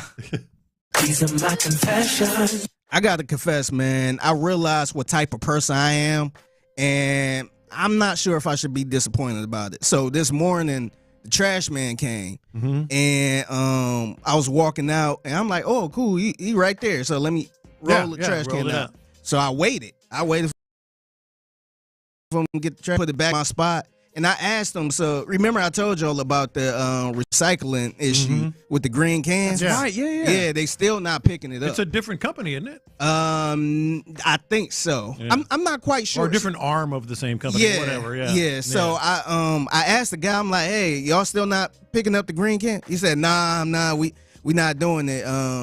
But you gotta. He told me, he was like, hey, call 311 and keep bugging them, man, because if you keep bugging, I don't understand why if we picking this up, we can pick up the green one too. Like, just call and keep bugging them, and maybe it'd be a change or something. That's my confession. I walked away. I'm like, I ain't doing that. Why not? I just never did stuff like that, Stick it man. to the man. Because even some neighbors, it's a lot of people that would just call to I don't want to say complain because it sounds bad, but it might be a crack in the sidewalk or something like that, and they will keep calling the city to come out to fix something like that. Yeah. I was never that type of person, man. I was always it is what it is. Somebody else would do it. I would never get on the phone to call the city. I don't know. Is that a bad thing? I think you're just self-conscious and don't want to be that guy. No, I think that there's something to be said for. I get where it comes from, but you can make the argument that it is a bad thing because those things exist for you to utilize it and for them to get information. Because it's not a bad thing to kind of get on the city's tail to, hey, let's pick this stuff up or let's fix this, especially if it's your neighborhood. Yeah. But when he said that, I was just like, all right. Well, you got a platform, Fig. So, yeah, all the other people in Houston, if you want to get your recycling picked up, he said, what, call 311? Yeah, 311. He said, just keep calling. Some poor operators like, what is going on? Over again. I'm just like, nah, I feel bad because I'm like, I ain't that type of person to be trying to call a city all the time and just keep bugging them. Yeah, that 311 operator is like, and who is Figgy? Who is this? I do appreciate the people that do that, though, because that otherwise, city probably wouldn't. Sure. So I do appreciate the people that do that. Can I steal a confession? Please do. These are my confessions. I feel like off-season workout stuff can be overrated quite a bit. I think that we all are in that place. I'm like drinking the Kool-Aid, buying all of it in one particular case. Victor Wembanyama. Yeah. This offseason, he has been spotted working with monks and working out with Kevin Garnett. And I'm like, those are the two ends of the spectrum that you need. The solemnness and all of that of the monk culture, and then the insane person portion of the and playing soccer with kids. That is true. He did that as well. I think he's going to come back and be an absolute menace this year. I'm sorry. I refuse to believe anything. If he takes some of that Kevin Garnett gene, that's going to be scary. Yeah, I saw that as well. And Garnett also is saying the same thing. Like he's going to be a monster. Yes. Yeah, Garnett's after working out with him, he's like, yeah. So Wemby going to be out here talking about Honey Nut Cheerios and all that stuff trash. Well, that was what he learned. He wasn't learning how to be a better center or power forward. He was like, so how do I do the trash talk? Just imagine him trash talking like that in a French accent.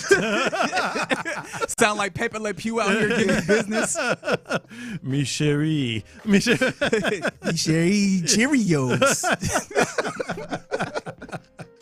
Now I can't get that out of my head. You're welcome, by the way. You're welcome. All right. Somebody said Josh Allen last season against the Texans might be part of the reason for banning smelling salts. Yeah, probably.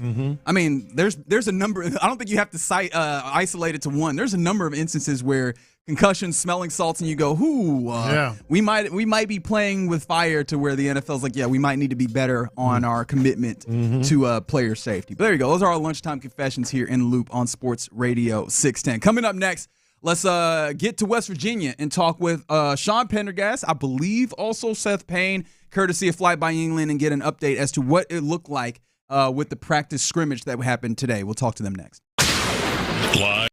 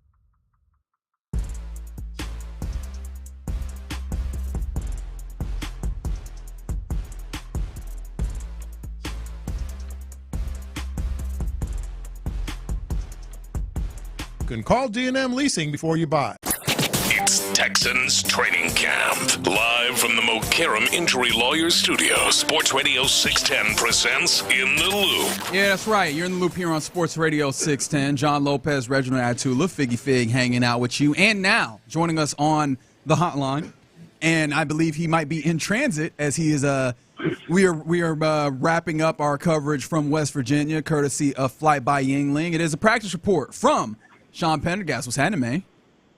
I'm just getting ready to go into this little eatery here in Lewisburg and cut up some videos and make some posts and reserve a hotel room in Charlotte and think about the next 4 hours. I've got 4 hours in the car this afternoon, boys, to ponder the fate of the safety position on the Houston Texans. So that'll be my afternoon. You know, we're going to ask you about that. Who doesn't like to use the word scuttlebutt? We all have seen the tweets. Yeah, it says butt. But yeah. You hearing anything else in terms of updates?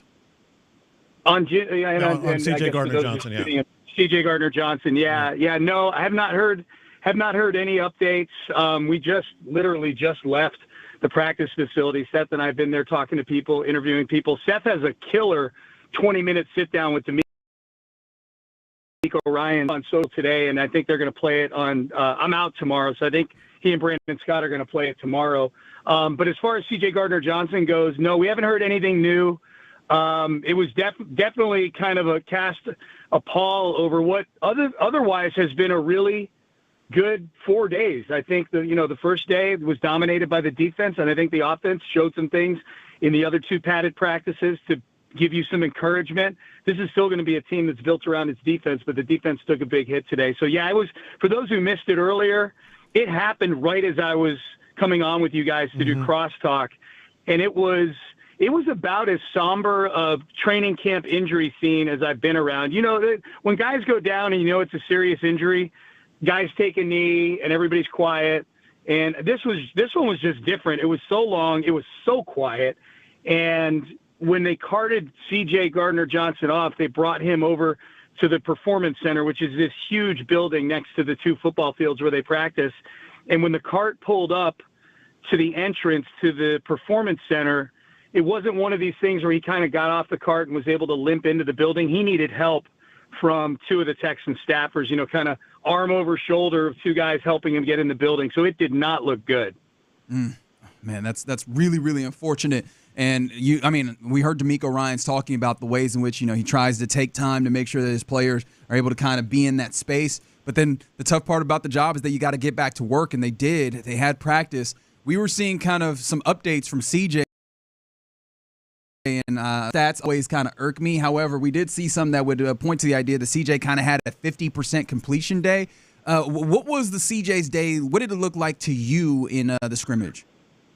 I thought he made some good throws. There was a sequence, I think, in the middle of probably about midway through the scrimmage part of the practice where he hit Nico Collins. Should have hit Nico Collins. Nico wide open. CJ put it right on him, and Nico just dropped it in the end zone. It would have been about a 20-yard, 25-yard touchdown. The very next play, CJ had Dalton Schultz open almost in the same spot and overthrew him. And we've seen that a lot from CJ Stroud in this camp, guys, and here at the Greenbriar.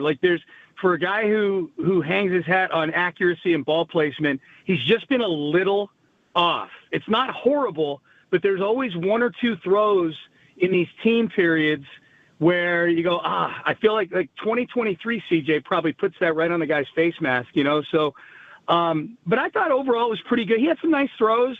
The first session of scrimmage play, he marched the team down the field, got a field goal, finished it off with a touchdown. They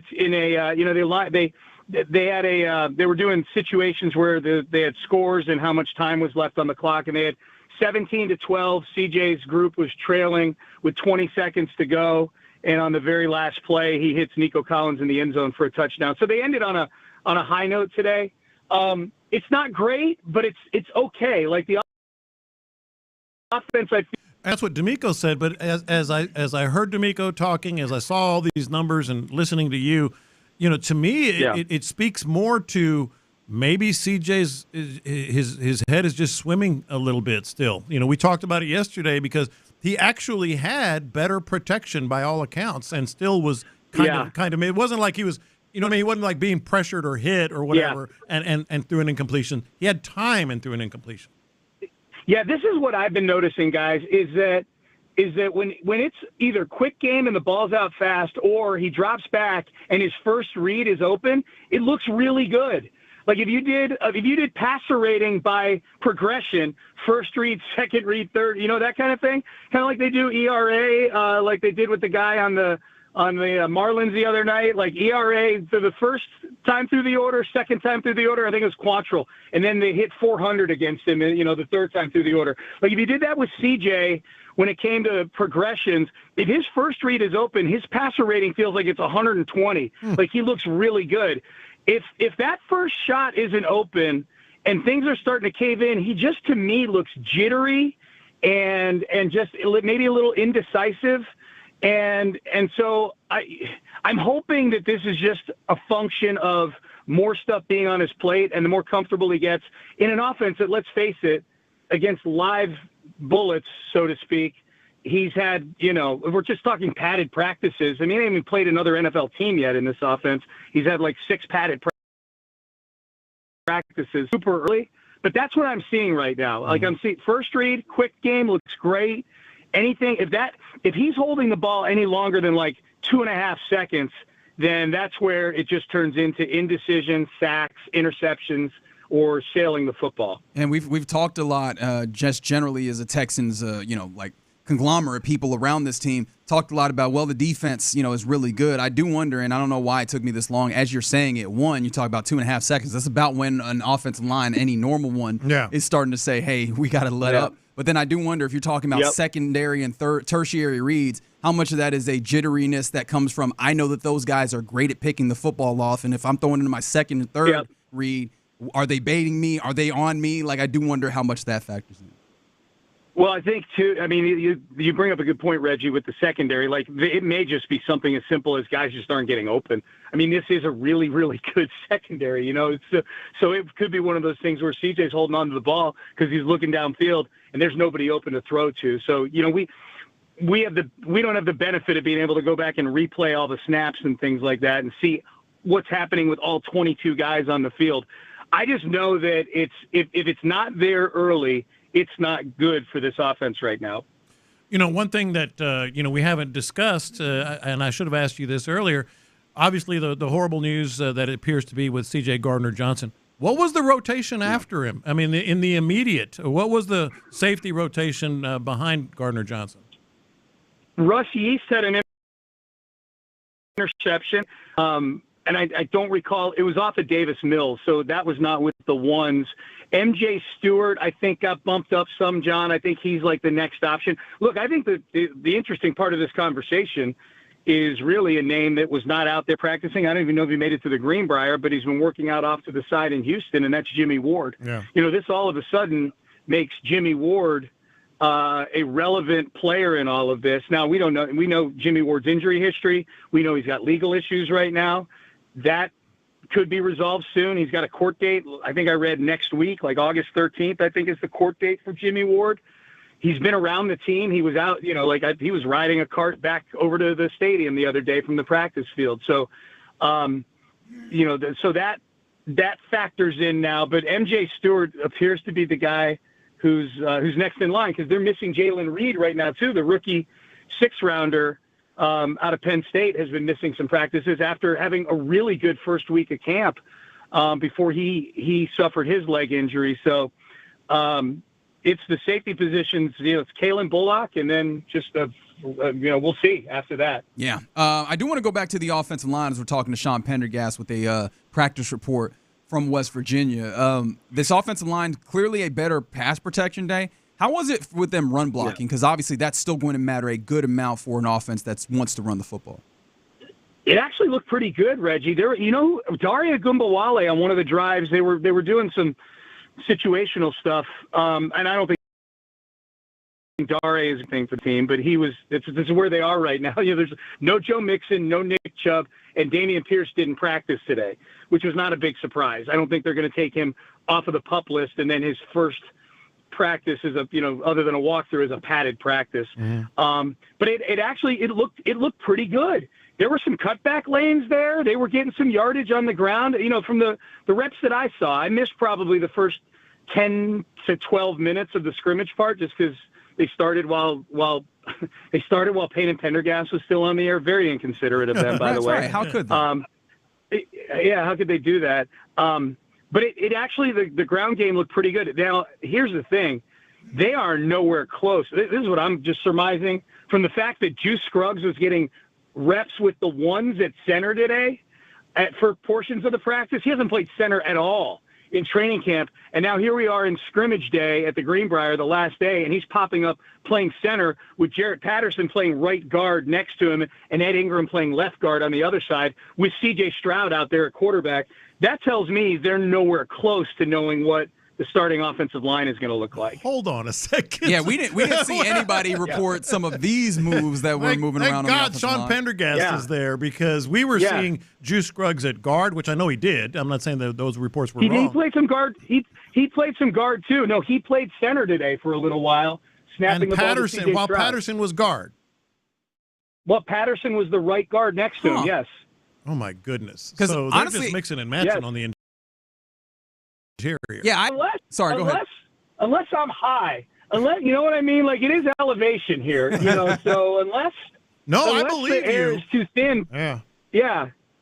That's nuts. Now I'm starting to doubt myself if nobody wrote it on the internet, Well, we might have just missed it. Obviously, we're doing our show, but that it does speak a lot. And I was about to ask about the offensive line, which is a consistent topic. But I was going to ask, Juice Scruggs just getting the reps at right guard. Now you're telling me he's getting reps with the ones at center. He was getting at center. That changes everything. All of a sudden, it makes me think that they're just mixing and matching, trying to find the right combination. It makes me think that neither of the centers that have been playing center so far have really stood out enough yet. Otherwise, I mean, of all the positions along the offensive line, to me, the two most important ones, even though I know the interior and keeping that safe for CJ is super important, but left tackle and center, to me, are the two most important. The guy protecting the quarterback's blind side and the guy that the quarterback has to have the tightest brain synergy with, the center. And left tackle's in flux right now. Cam Robinson didn't practice today either. So there's a lot going on, man. Well, the other thing that I'm thinking of is, that affects C.J. Stroud too, because C.J. Stroud in the center, sort of hand in glove there, and he's trying to learn, reads and the communication with the center, and all of a sudden, and I'm not saying it's a bad thing per se, just that they're still trying to figure it out, that combination. Especially when you talk about you guys saying that this would kind of be the general time where they started to figure out what they were doing. They just added a wrinkle on the day before we go, or the last practice before they go and get their preseason opener. Yep. Yeah, I'm looking at it right here. Sam Warren of the Chronicle. I'm just checking to make sure I'm not crazy. Sam Warren, who, by the way, great dude, and his summaries on Twitter are great. He tweets. You guys have seen this. He tweets every play, like in really easy to consume form. Texans twos. Okay, it might have been the twos he was out there with them. My bad. He might have been out there with Mills. Texans twos, third drive, Juice Scruggs at center, Jarrett Patterson at right guard. So I might have had that. But nevertheless, they're trying him there. Yeah.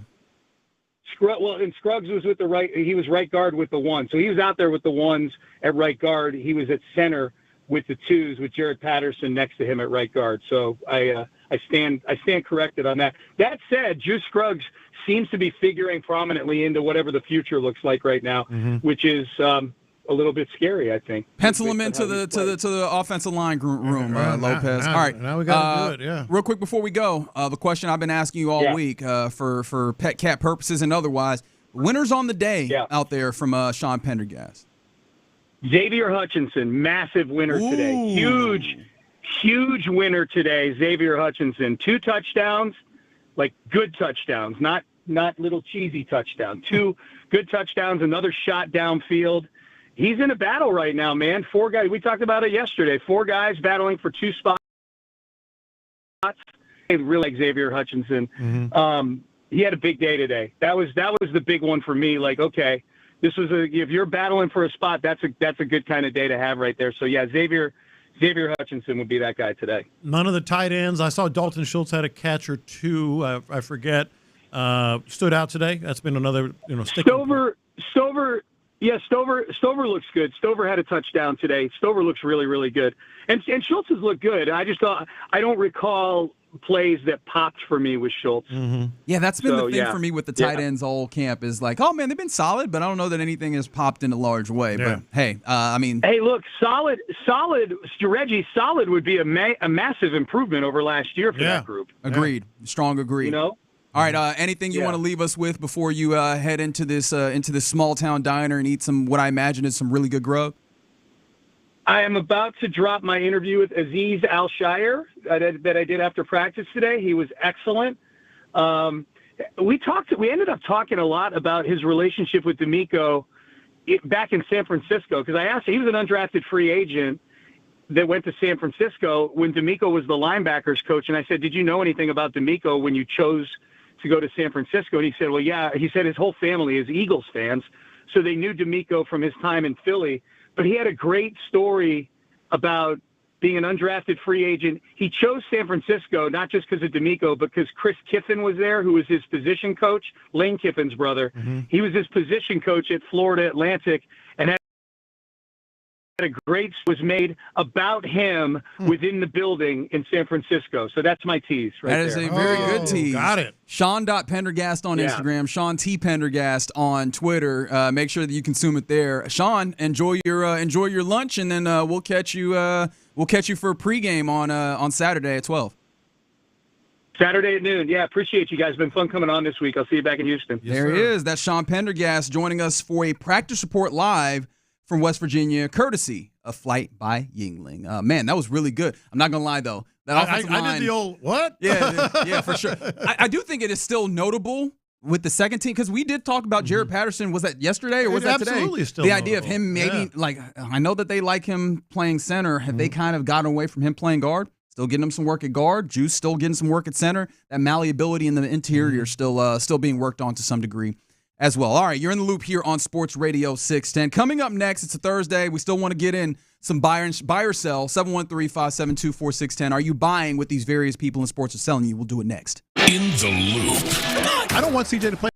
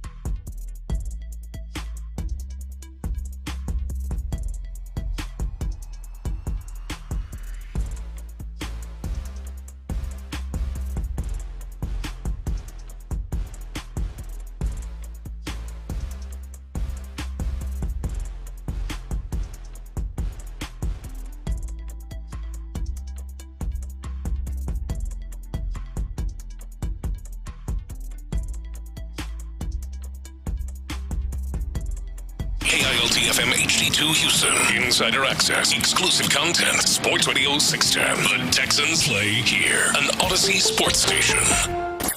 It's Texans training camp. Live from the Mokaram Injury Lawyers Student presents In the Loop. Yeah, you're in the loop right here on Sports Radio 610. Appreciation to Sean Pendergast for yet again jumping on, giving us a practice report from what's happening out there in West Virginia. And I guess I should thank Flavor Yingling for making that all possible. So that was a fantastic time to get some more information there. Something really it's a bad day in the NFL when it comes to camp. And maybe I'm just like, because we're close to it, the C.J. Gardner-Johnson injury really tints all of this. He carted off the field, seeming apparent knee injury that was sustained. We haven't understood or heard the extent of it. However, just context will tell you it wasn't good. Was not good. Got quiet out there. Everybody taking a knee and everything, and then a decent amount of time, maybe 3 to 5 minutes from what I can tell of D'Amico talking to the fellas after huddling them up once CJ was cleared from the field. So that all those things kind of point to a somber tone that maybe belies a tough injury. Seems like the Chargers had maybe a little bit of a similar situation as Rashawn Slater, their tackle, who actually signed an extension this offseason, was carted off the field as well with a left leg injury himself. So a couple of big-time injuries in the world of training camp. This is the nature of the car crash sport, unfortunately, but still doesn't mean that we have to be happy about it by any means. No, not by any stretch at all. All right, so that's kind of some of the things that are happening, but it is a Thursday, and I still want to get in a little by ourselves. So what do you say? All right, let's get into this. Let's start with the Texans' first opponent. Matthew Stafford revisited had an epidural, I believe, over the weekend, and Sean McVay said he's making good progress. Yeah, I'm selling that. Bro. I'm sorry, like back's sort of place where I get belligerent. Like backs aren't easily helped. When you have back issues, those either stay with you or they're substantial. I mean, the idea that he's having an epidural, which is a type of steroids to help ease the pain, is not a good thing, especially in a time period where he's not doing a lot of activity. Right? Like it's not like he has more activity that is aggravating the issue. And you know what might aggravate some back pain? Playing football. Yeah. Right now, of course, the offensive line, you keep them upright, maybe you can mitigate that. Hey, you know who's coming? Number 51 and 55, week 1. So this is going to be a tough situation for them over the entirety of the course of the season. Maybe you can say he's making progress insofar as he will play, and they feel good about that. I don't know how long he will play for. This is clearly going to be one of those things that's going to make the latter portion of his career and possibly the closing stage of it really uncomfortable, both literally and I think metaphorically. Yeah, I'm selling it too, man. I feel like that's coaches talk to or anybody talk with. Oh, good progress. He's making, unless he was in a wheelchair or something like that or paralyzed. I just to me that's not a good sign. My thing was just that made me laugh is the timing of it. Like he was asked I think Monday or Tuesday. And he goes, yeah, he's making good progress. You mean the guy that just had an epidural and a whatever the disc problem was that they diagnosed? Well, to be fair, that could be progress from where he previously was. But again, I don't know if that's he was in a wheelchair. I'm selling that as well. All right, couple from D'Amico Ryans here. Are you buying or selling? He just reiterated this. I actually put this in this morning from a previous comment. Quote, the offense is getting better. I'm buying it. The offense is indeed getting better. The question for, I think, all of us onlookers is not if the offense is getting better, how much better and at what rate. Yeah. I think ends up being the question. I think that it was inherent that this offense was going to be getting better as they learn more of the offense, as the offense itself, begins to reveal itself to all parties involved as to what it actually and truly will be this year. And we're also giving evidence that it's getting better. The offensive line is having better days in the last couple of full practice days where you talk about Tuesday and then today, because the walkthrough, I don't know how much you can take from it, but it does sound like, from all indications, both Seth, Sean, all the other assembled media that made the trip to West Virginia, all pointing to the idea that they're getting better at doing what they need to do. How much is the question that I still have, and will it be enough to get to where you want to go? Yeah, I'm buying it too. I'm gonna buy it too. Not because of what Reggie said, but just kind of, it's been a little bit rough where I think they are getting a little better. That means the offense is top notch, but I think at this point in camp, I think they are getting a little better. Grading on a curve. Yeah. But I am buying it. Yeah, grading on a curve, but I am buying it. Another one from D'Amico. Depth chart came out this week. Did you notice that? Yeah. Yeah? Yeah. He was asked about the depth chart and just in general, and he said, quote, Omar gives it to me. For those who don't know, Omar is the Texans' public relations, whatever his official title is, I guess director or whatever. Omar gives or whatever's in there. I'm pretty sure that's on the documentation. Yeah, or whatever is in there. Let me look at the email. So Omar did the depth chart. I'm selling it. Of course you are. I'm selling it. Like, here's the thing. I could see the situation where, like, Omar drew off the depth chart. But, I mean, I think it's still going to happen within conversations from the team. I don't think that they're so far removed. And also, well, let me finish my statement. I don't think they're so far removed from the instance where we just really don't want to give any insights. Mm-hmm. But I think D'Amico said that with the tongue-in-cheek kind of smile and wink way that D'Amico can at some times. And so I'm willing to go to that place where he's smiling about it in a way. But clearly the team has some, or actually the coaches had some level of factor. By the way, Omar is the senior director of communications. There we go. Put some respect on my man's Had to check the email at the bottom. That was my next choice. Senior director. Senior. You know how he became senior? He does the depth chart. Yeah. So you're buying then? Oh, God, no. Oh, okay. I'm going to buy it. Get out of here. Get out of here. Shout out to Omar knows ball. I think he did give him the depth chart. Lying. I think he handed it to him. Oh, he did give it to him after D'Amico said, put these names on there. We are a bunch of idiots. Here, put these names on there, then give it to me so I can say I'm giving it to him. I'm buying. Well, he definitely gave it to him. If you're being what are technical. you doing right now? All right, a few more here. Are you buying or selling? Adam Schefter was talking about the Browns yesterday. He said they are, quote, more likely than not to use 4 roster spots in the regular season on quarterbacks. I gotta sell this because 4. They can't be that stupid, can they? Well, they did it in the past, man. 4? They did it in the past. I don't remember them using 4. That means you got 49 players and 3 quarterbacks sitting.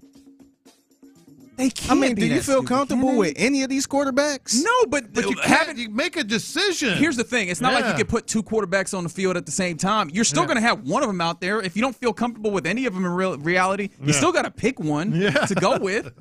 Like, I just don't – look, I don't even know what I was about to say. It's stupid. I'm sorry. It's just dumb. To me, it seems like they're not committed on either of these quarterbacks. Pick them. Pick 2. That's all you got to do. Golly. So you're buying it? I'm kind of buying it, yeah. They did it before, man. I think it was one year they went through like 5 or 6 quarterbacks. Yeah, but all at the same time on the 53-man roster? I don't remember. I could kind of see it, man. Yeah. Maybe they probably were going to go 3, but I wouldn't be surprised if they had 4. I am selling this. Now, maybe I should buy it because you asked the question. They're not that dumb, are they? And they actually are. Yeah, that's what I'm saying. I wouldn't be surprised, man.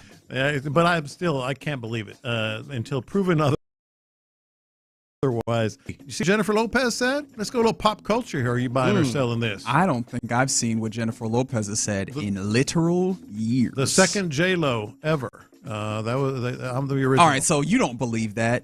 With how popular the name Lopez is, no, I was you the don't first. believe. People were calling. What I'm saying is, people were calling me J-Lo. He was J-Lo before. He was the most popular J-Lo before the real. Well, J-Lo. I don't even know if I was popular at the time, but when I was younger, a lot of people called me J-Lo, and then all of a sudden, this Jennifer Lopez character shows up and becomes a megastar. Yeah, because she used to be Jenny from the block, and then all of a sudden, she's taking people's nicknames. Yeah. I see what you're doing. Yeah, I get it. But she said, and it's kind of making the rounds, after 4 divorces and 6 engagement. I'm choosing myself. She said she's never going to get married or engaged again.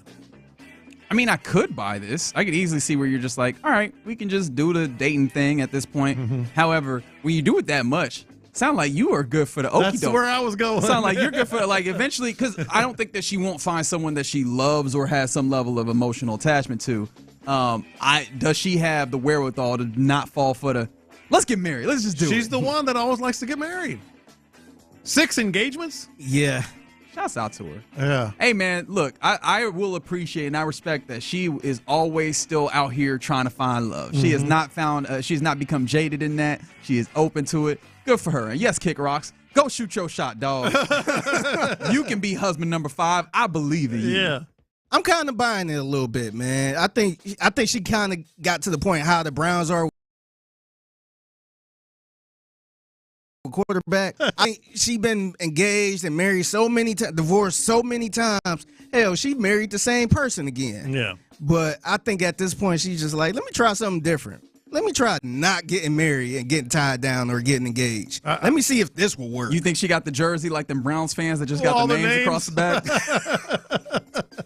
I like where your head is, and I think, I'm not saying she doesn't think that right now, but I'm kind of with Reggie. I don't think she can help herself. I think she just is the type of person that, like, loves to be married. Now, is it her or just people just getting a relationship with her and say, hey, you know what? I want you to be my wife. Yeah. No is a word that exists. Mm-hmm. Like, I mean, look, I am very much making it oversimplifying it because I feel like obviously relationship dynamics make it so that if y'all start having those conversations, there's pressure, so on and so forth. But she can say no. No, I'm just. It seems like she about to say no now. But she's saying she ain't. No, I think she believes it. But I'm wondering, is she the person that's pressuring people to get married? Oh, I don't know. That's what I'm saying. That's a good question. Yeah, I don't know. Because if she's not, she's probably not. If she get in a relationship, she's probably gonna say no next time. Pressure him, or maybe she will. Like I said, she can't help herself. How did we make Jennifer Lopez into the Cleveland Browns? That's fun. Exactly.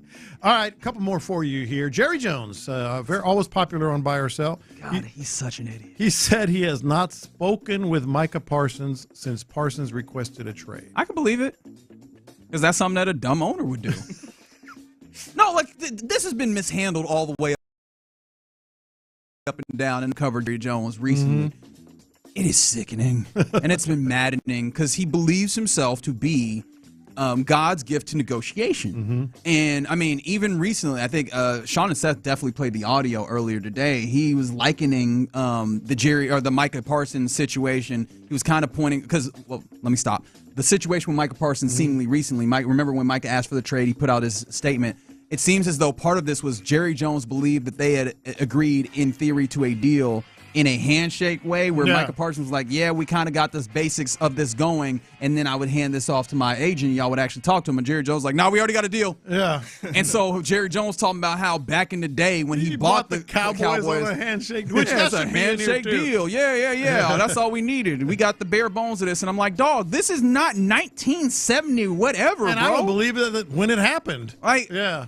He just believes himself so much smarter than everybody else, while he does some of the stupidest things that I can't. Like, you are antagonizing time and time again. I think over the last 3 best players that they've had, he has done this same thing where he's antagonized them instead of giving them the deal that they have rightfully earned on the field for his team. I don't understand him at all, and it's probably just so that we have an opportunity to talk about him. But it can't be worth it, dog. Can it? It can't be. Yeah, I'm buying it too. I don't think he talked to Micah at all. I just don't see. If I'm Micah, why would I ain't got nothing to say to you. You all up in the media and stuff like that. Talk to my lawyer. Talk to my agent. Last I talked to you, it started this mess. Why would Micah Parsons be like, yeah, let's line this up? No, talk to David Mulligetta. Yep. And he'll have the ski mask on, ready to get my money. Yep. I'm calling I'm calling Big Bro. And maybe I'm just being a little too gullible again right here. It's your job.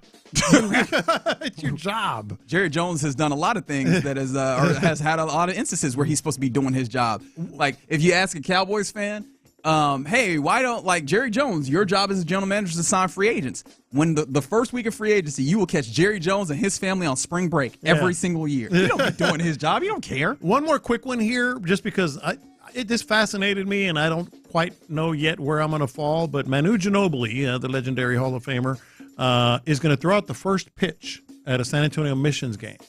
And he was interviewed about it, and he said it's, quote, the first time ever throwing a baseball is going to be when he throws out the first pitch. Damn, really? I can buy that.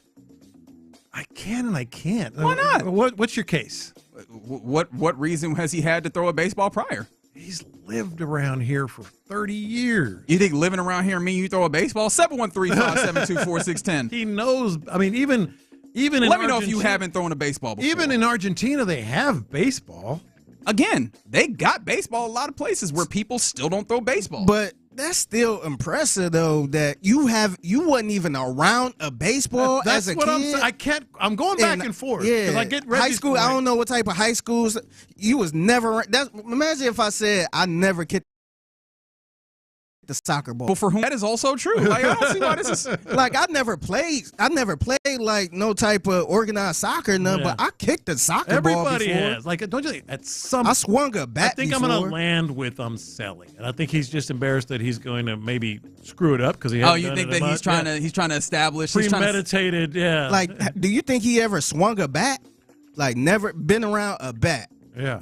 Well, he's been around it. That's crazy. He has grabbed a bat before. Oh, I see what you did there. With a net? You said that. I wasn't going to go there, but you set it up on a platter, so I had to take that one. No, I mean, like, there's very easy. He is a basketball player who's played a lot. I mean, I imagine that also he might have played some soccer. If you have, I don't know necessarily that you absolutely have to have thrown a baseball at some point. And they have baseball in Russia. I mean, you know, that's they have it. That don't mean that he has to have thrown a baseball. Look, I understand as a kid. Hell, I ain't throw a baseball in a long time. I ain't been around an actual baseball. But as a kid, like you be around a lot of stuff. You doing a lot of random stuff. Yeah. Anyway, that one fascinated me, and for good reason, because we're still torn on it. But oh well. Okay. Yeah, he was a hooper. Shout out to you. Yeah. No, I ain't got time for baseball. We hooping. I ain't no skateboarder, but I rode a skateboard before as a kid. Exactly. All right. Appreciate you rocking with us from the 713. I never played cornhole. Now we're just admitting things about, admit the sport that you've never played, I guess. 713-572-4610. Let's do that.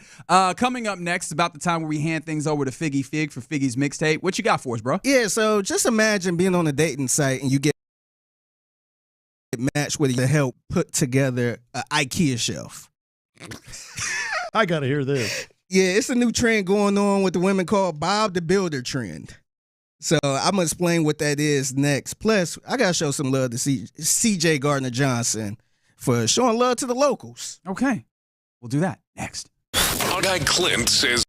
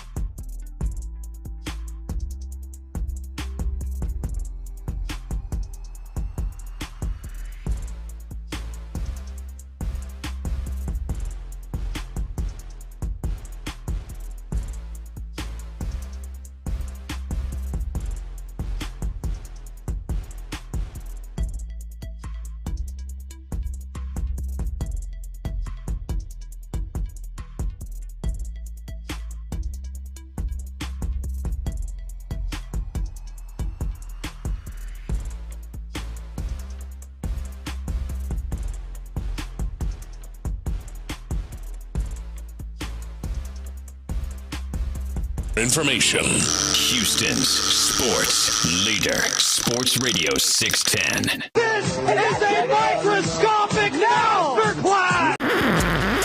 Pass the aux cord and crank up the volume. Figgy Figs in the driver's seat. Sit back, relax, and enjoy the ride. It's time for Figgy's Mixtape on Sports Radio 610. Yes, Radio 610. It's your man Figgy Fig holding it down on a Thursday. Happy Thursday to everyone out there. So, on this segment, I've been talking about a lot of different random dating trends that have been going on. Mm-hmm. And this one, I want to see how Reggie feel about this, since you are our single guy correspondent. Hate it. Sorry, what was it? Oh, you said what? You hate it? Huh? I forgot. So I want to get your thoughts on this. So it's a new trend these Gen Z women are doing, especially in You lost me at Gen Z. Yeah, it's Good, considering that you are very much older than them. I'm saying I'm not a big fan. Yeah. No, I know, but I'm saying just you should have that level of distance regardless. Yes. Yeah. Otherwise, we'd have to have some questions about you there, Lopez. Yep. Yeah, so it's a new thing they are doing in cities like NYC, Seattle, and all that stuff. They are using specifically the women are using dating apps like Hinge to help get guys to build furniture and stuff for them. Mm-hmm. So what they do is this is called Bob the Builder trend, when they update their profiles for prompts that will appeal to handymen.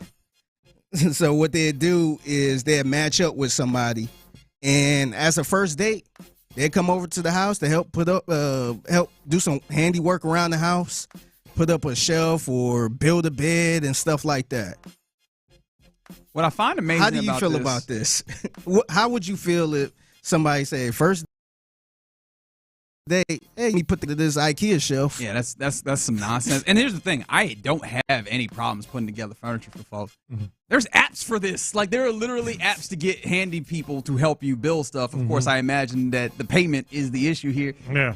This is weird, man. This is real weird behavior, man. So like, I get it. People need their stuff put together. You ain't got no friends. You ain't got no homeboys. Nothing like that. It's not even weird to me. You're being used, guys. Well, certainly. You're being Of course. 100% used.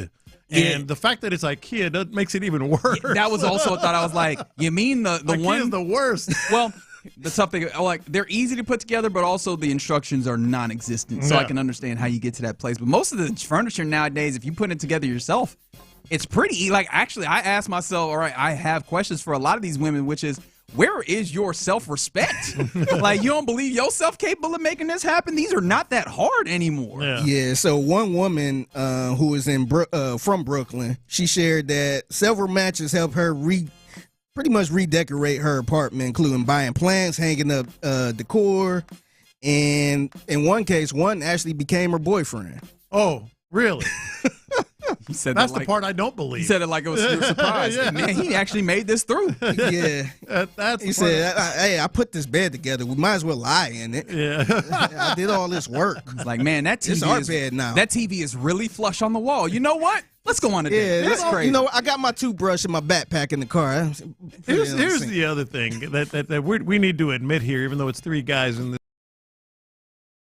room. When it comes to stuff like that, wait, why are you saying dumb? No, this could be a calculator. No, Look, here's the thing. No, you're dumb. Like, sure, I'll come build it. I'm sure it. We'll become. If it's a soulmates, I'm sure. But see, if it's a hot enough girl, that's why we're dumb. A guy would do it. A guy will do anything. Why do you say that's dumb? Look, man, here's the thing. In the marketplace, especially one that is saturated as such as the dating pool can be, use your skills and talents to get ahead, right?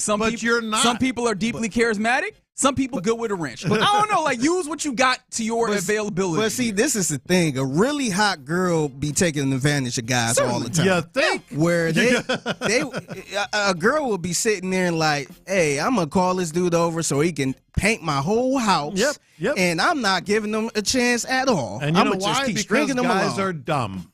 That's the gist of this whole conversation. The dumb part is a guy not realizing he's being used, and they thinking they got a chance. That's the dumb part. Hey, man, game recognized game to some degree. Yeah. I do think that there's got to be a significantly better way to get your stuff built, though. I will say that. But, hey, I mean. This is like a dumbed-down version of, I think that stripper really likes me.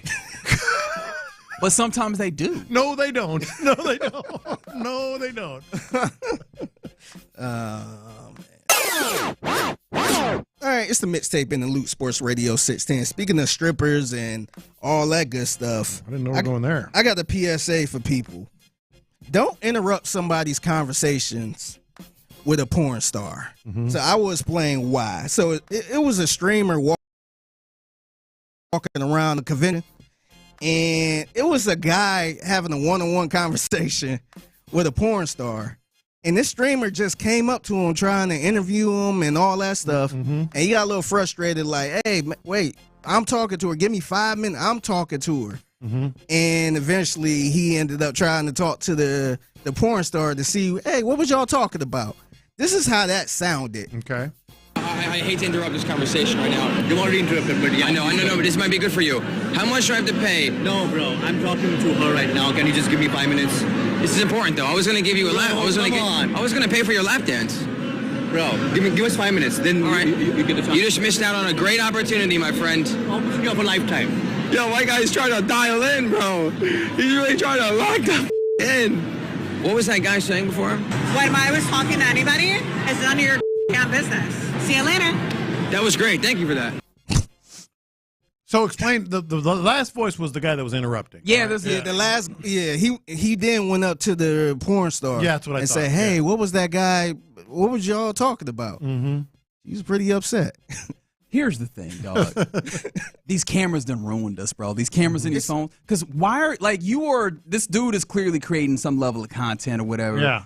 He was streaming live. Yeah, let me stream and go interrupt people. And that's kind of the new popular thing, too. Just walking around just on live stream. Just with a microphone, just butt-ass naked live. Just wait, what? Butt-ass naked live. I thought you meant they were butt ass. Okay, cool. I'm back in it. You lost me for a minute. I'm like, says the guys who said butt booty naked open. Booty naked, yeah, booty butt naked open. That's right. But okay, so yeah, dog. Why are you in people's face while they clearly having a conversation, interrupting them? Like, where are the manners? Where is your mom and your daddy who were supposed to have taught you to let people be in a situation where they're clearly having a conversation? Because, like, that was rude as hell. Like, I get it. Hey, I'm trying to do something nice for you. No, you're trying to do something nice for yourself because you're trying to use this opportunity to make content.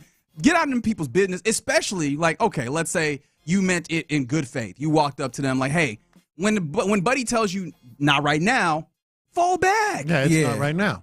Yeah, to me, that's kind of, that's like if you trying to talk to a chick and your homeboy is like, hey, yo, what's up? I'm like, yo, chill, man.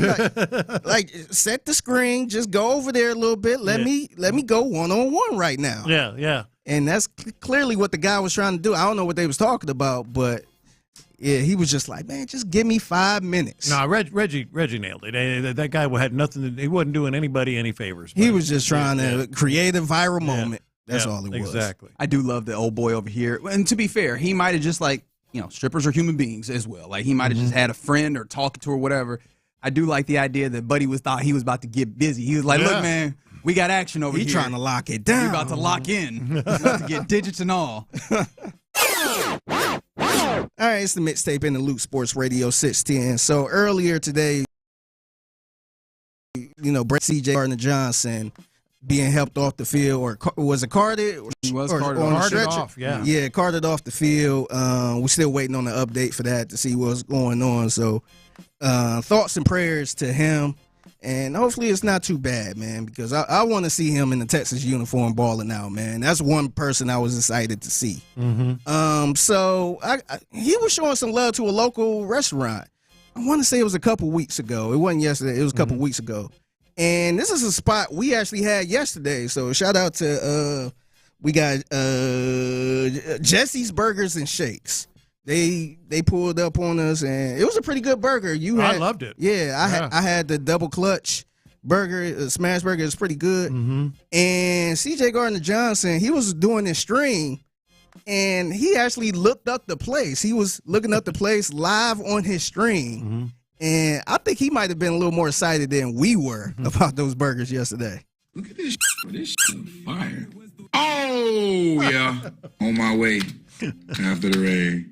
Can I get part ownership in this? I want to like invest in this. Definitely supporting, bro. Definitely supporting, bro. Look up Jesse Burgers and Shakes. Jesse, let me see something. Oh, this look, bro. This look good as a. Oh, you tripping, bro? Oh, this hard. I might pull our real stream here, bro. Let's check the menu out, chat. Oh, look at that. Oh, straight fries with that seasoning. He's loving that you burger. Tripping man. With the cookies and cream, man. Just I spot 100 burgers, 100. I spot what is it? Burgers and fries for the community. We'll do my backpack giveaway. It's my school back to school drive at your. For the kids come out, get burgers, fries, shake. Hey Jesse, I'm gonna follow y'all right quick, bro. Follow me back. Oh, you already follow me. Oh yeah, on my way, bro. Can I ask a question? Can I get part ownership in this? Like, can I buy? He's into serious this? about this. I want to like invest in this. That'll be a great investment. It's burgers and fries. We're definitely supporting, bro. He definitely supporting, bro. He was all in on it. Didn't even take a bite of the burger. That's yet, the thing man. that gets me. Like, it's one thing to go to the place and then try like, ooh, yeah, you know, and then you start talking. He's just looking at the website and the Instagram. All right, I he feel was like all in. I feel like it's one of two things. Either CJ was doing a lot in that moment, or does he have the ability to just like tell if something's good just off of looking at it? Because like the idea that and a burger, we've lived long enough to see a burger that maybe looks real good, doesn't taste as good, or whatever. Now I can tell you, I can't confirm, burgers were very good. But how did he know that in that moment to the place where he was ready to put money down right then? Or option number 3, what time of night was this? You think he might have been hungry? I think something might have made him hungry. Something might have made him hungry? Yeah. You're just assuming things, huh?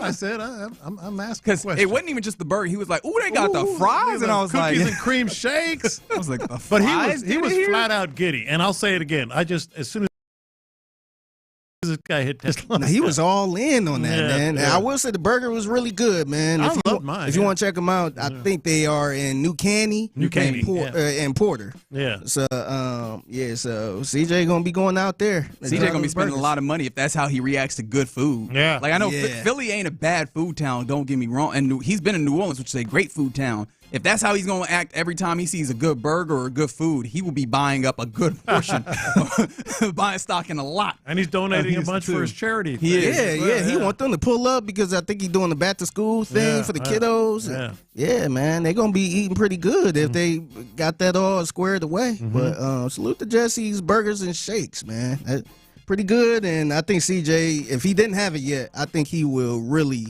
enjoy it. All right, I'll get y'all out of here on this. We got football tonight, man. Yes, we do. We got some football tonight. We got some Friday. Houston Texans playing this Saturday. 4 straight days. The Vikings. Yeah, man. It's going to be a good week for some little preseason football. So I wanted to ask y'all this. I want us to take our eyes off of our own paper. Okay. So not really looking at the Houston Texans and all that. So only preseason, not counting the Houston Texans or regular season. What are some players you plan on keeping an eye out on throughout the next couple days in preseason? I ain't saying watch the whole game or anything like that because I got a little list of players I kind of want to check in on. Cool. I definitely want to check in on Shedeur Sanders. He started for the Cleveland Browns. I want to say on Friday. How long he'll play? He might play the whole game, depending on how that quarterback room looking. Everybody hurt, but I'm gonna definitely keep an eye out on that game. I want to see what Travis Hunter looked like. Yeah, for sure. I'm definitely going to tap in. I don't know how long he going to play, if he going to play, but I definitely want to tap in with that. I want to see Cam Ward. I want to see how he play. I'm guessing he probably going to play. I don't think they're going to sit him out. And Ashton Genty. I want to check in on Ash. I kind of want to check him out, see how he play in his first preseason game. Also, I do want to kind of check out the other quarterbacks that went before Shedeur, just to kind of see how they look, because you got Jackson Dart. Yeah. I'm sure he probably going to get some playing time. And that slow, what's that dude from Tyler Shuck? Shuck. Oh, Shuck. Yeah. I kind of want to see how he look. His training camp videos ain't been looking the best. We didn't even talk about this earlier. Ashton Genty, for me, he's getting rave reviews, camp reviews, obviously, but rave reviews. I think it'd be fun to watch them a little bit. Yeah, I'm just interested in seeing the Raiders in general. I think that offense is going to be intriguing, especially I've always liked Geno Smith quite a bit, so I want to see that. But you guys, when you're mentioning kind of rookies, because I imagine that's where a lot of this leans outside of some veterans in different places. I want to watch the Colts for this additional reason of Tyler Warren. Like, I want to see what he looks like and how they're able to utilize him. Of course, that depends and hinges on the idea of one of them quarterbacks being able to get him the actual football. That's what are you weapons that could possibly you could see twice a year? And Tyler Warren is probably one of the ones that is the most interesting outside of the ones that you already mentioned, like Travis Hunter. Yeah. All right, that is the Figgies mixtape. You catch it at 1:20 p.m. every weekday right here on Sports Radio 610. And yes, I see you, Texter. You're not wrong. Pimp C would very much be disappointed in a lot of that segment. But rest in peace to the man, Chad Butler. All right, coming It's up. a family, man. We trying to get this paper. We ain't no freaks. All right, coming up next, we get ready to hand things off to the fellas of the Drive, Clint and Ron. We'll do that. Ready. Texan.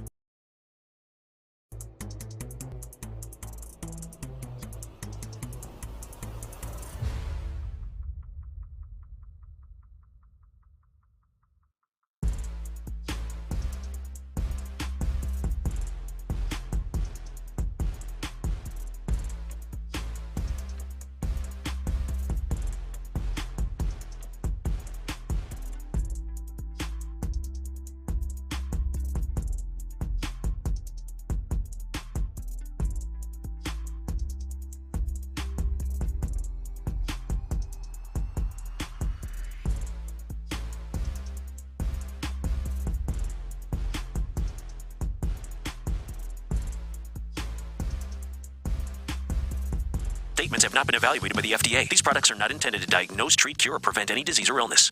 Thank you, Figgy. It's Texans training camp. Live from the Mokaram Injury Lawyers Studio, Sports Radio 610 presents In the Loop. Yeah, you're in the loop here on Sports Radio 610. Appreciate you rocking with us on this Thursday. Appreciation goes round also to Sean Pendergast for joining us all week long, honestly, from West Virginia and giving us practice reports, courtesy of Fly by Yingling. There's some news that's happening when it comes to the Astros that has caught mine and Lopez's attention, and we are working through what the Astros are trying to do because they have signed reliever Aniel De Los Santos to a major league deal. Not minor league. Major league in New York tomorrow as they'll face off the Yankees. They'll start their 3-game set out there. Nick Hernandez was optioned, and maybe the thing that actually creates the spot for De Los Santos is that Luis Contreras was DFA'd to clear spots on the 26 and 40-man rosters. I've seen that per Chandler Rome of The Athletic.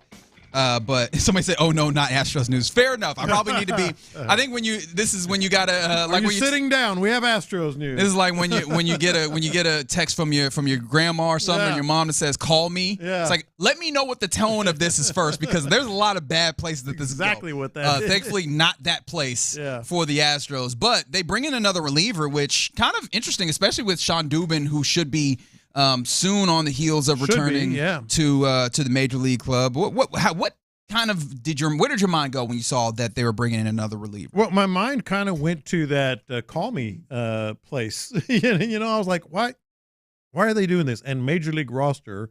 But maybe we were overthinking this. Maybe this is just that's quite possible. Yeah, it's very, very possible. It's just a matter of we weren't getting what we needed out of this spot. Let's get someone who we think can help us. It could be as simple as that.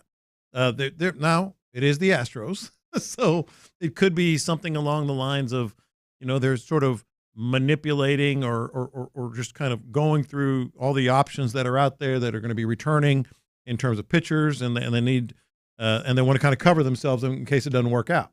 Yeah, no, I mean, it is reasonable, as you're mentioning. There's going to be a lot of instances where you have good reason to look over at tax a little bit more, and Luis Contreras wasn't really adding in. I mean, and they've taken some shots. They added the John Rooney fella who they ultimately didn't even get a chance to get out there. I think that they might be looking at this as, hey, let's see how many guys we can get in this pen that we feel comfortable with. And Aniel De Los Santos looks like he's pretty good velocity velo guy, and decent with with his whiff rate and barrel rate, hard hit rate, like that. Obviously, some good kind of metrics that I know the Astros would look at. Plus, probably some opportunities to still wring out more value. I imagine they would look at it. It has a 4.53 ERA thus far this year. So in 43 games, not very many, but opportunity to step in and possibly, if you need it, give you another arm. So that's something that's happening with the Astros, but they have the day off today.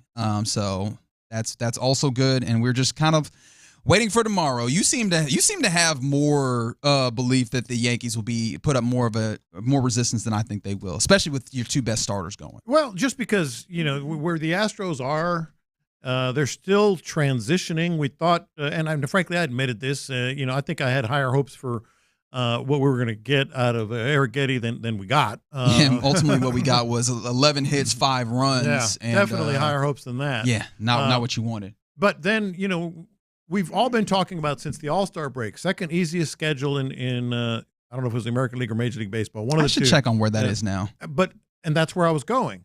They kind of spit the bit against some of the easier teams they faced out of the break. A's and I forget the other one, but so now it's still not a horribly difficult schedule the rest of the way, but the Mariners are just 2 games behind you, and in the next 12 games you have the Yankees, you have the Red Sox, and you have the Tigers with the not so good Orioles mixed in there. And all I'm saying about the Yankees is they have been crushed up there, crushed across the country in terms of falling short of expectations. But Aaron Judge is back. They are still, I looked at it this morning, I think 7 games above 500, so they're not a chump team. And then Red Sox and Tigers, now's the time when you gotta make hay and make sure that you don't lose any more ground to the Mariners. Ain't nobody trying to hear that. They 4-6 in their last 10. Y'all some chumps, especially because they be getting out here looking like little leaguers in the field at times. So I'm going to talk crazy about them for the time being. And hopefully the Astros will handle business such to a point where I could talk even crazier about them come Monday off of the weekend. Of course, there's still the off day is today, and then we'll see what that baseball looks like starting tomorrow, courtesy of an Apple TV Plus game, which actually mentioning Little League does bring me back to some that a hypothetical that Figgy threw out there that I'm interested how you land on this. And I'm a sicko, so I'm kind of game for this anyways. But speaking of Little League, and we've been watching a good amount of that this week, you have to watch for an extended period of time. I think Figgy said that for over 24 hours. I don't know if you will be watching it the whole time. Yeah. But you either watching Little League baseball, kids play basketball, or Pop Warner football. Which of those are you going toward? I have to watch it for again in the day. If you watching something, you are watching one of these things. Yeah, let's say it's like a football Sunday. How you post up and watch football all day. Basically, red zone. Yeah. All right. So, are they all playing like at a Little League World Series level and AAU Nationals and Pop Warner Nationals, whatever that is? Yeah, right. I think that's probably the way. Yeah, the best level. It's not like just down the street. Down the street. Yeah, the best level. If I'm watching young kids, it'll probably be basketball. It'll probably be basketball. As much as the Little League World Series is entertaining, and it would probably be that. Football, to me, I think you'd get tired of that after a while. I think football at the youth level can be really fun when you got one kid that's clearly better than everybody else. But then that also gets tiring after a little bit, just watching that one kid dominate for a little while. But it is fun when you see that one kid's like, oh, he should not be playing with them. Like, this is. Check his birth certificate. All right, I wasn't going to go there. But he's definitely a little different. Basketball is such a game of skill in that way where it can get a little dicey. I feel like baseball also, I can find a way to have fun with it even when they're bad. You know what I mean? Sure. I think that's what takes me to that place. So 2A1 says Pop Warner football easily. Easily. Okay. I don't know if I would go to that place. I can see myself watching Little League World Series all day though, man, because like you said, Reggie, even their bad plays, it could be a little exciting though. Like you can see a little error and throw the ball away, and they running around base. And, I can see myself watching that. Well, first of all, they would all be cool, I think, but I think I'd have to pick basketball. Okay. Yeah. All right. Courtesy of D&M giving us the opportunity to chat with the fellas of the drive. It's Clint. It's Ron. Fellas, what's poppin'?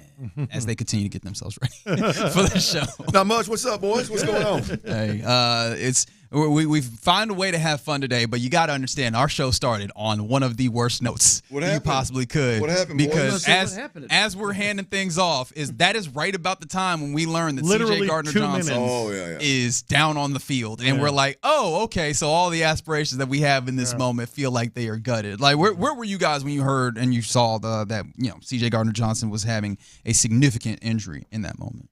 I was, I don't remember where I was, but I picked up my phone and old Eagle Eye in there. Old Tyler don't miss nothing. Yeah. Before I ever even saw it on social media, I get a text from Tyler that we've lost C.J. Gardner-Johnson. That was me, but yeah, I got you. Oh, was that you? It was. I'll be damn. Couple of explicit. He didn't. I feel like he didn't get texts from people that are not on the Wikipedia page. You know what I mean? Like, I feel like that's how that works. Right. Yeah, I've blocked the Wikipedia guy. Tyler wrote with the hard F-bomb as soon as texting. Well, I'll be honest, boys. If I don't have my glasses on, I have a really hard time seeing in a group text. You know, the name is right above it. I can't see who it's. I just assumed it was from Tyler because it would seem like it was a text from his type of text. Yeah. He followed it up with the F-bomb, which I think feels accurate. Like that feels like one of the places where your depth is not ready to step in at a high level. Didn't think that. I didn't either. I said it yesterday. I didn't think that until it happened.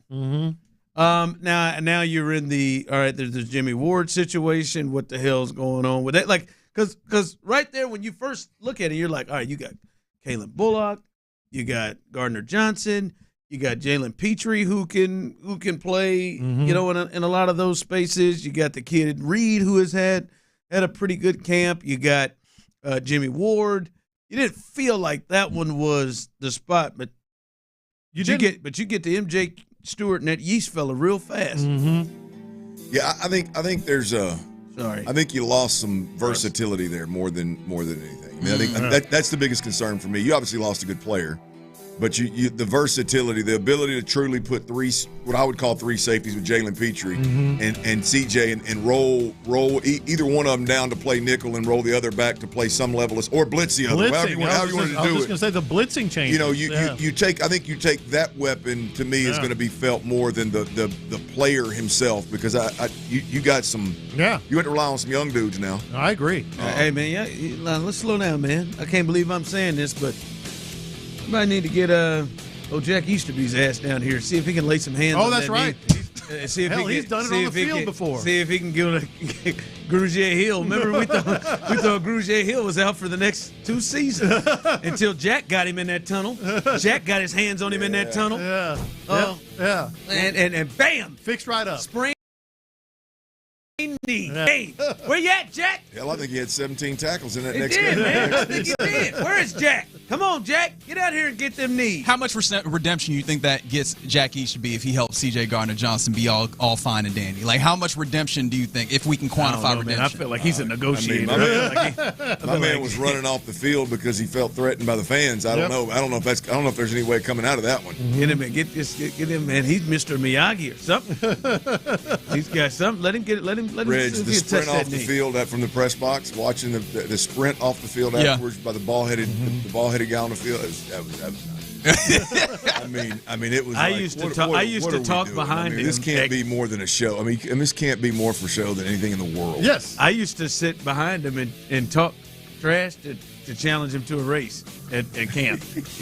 I used to say because I wanted to race him. I used to sit back and just challenge him. You think he could have taken him? It was never accepted. Yeah. It was close. It was close. Really? Somebody shot it down. Yeah.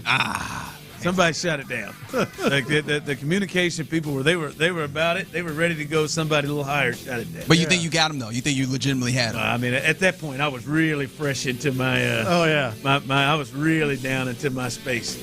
He's in them low 200s. And okay. I was in there, man. I was real. I was feeling it. Clint would say, "Well, the way he jogged off, man, I don't know if you got him."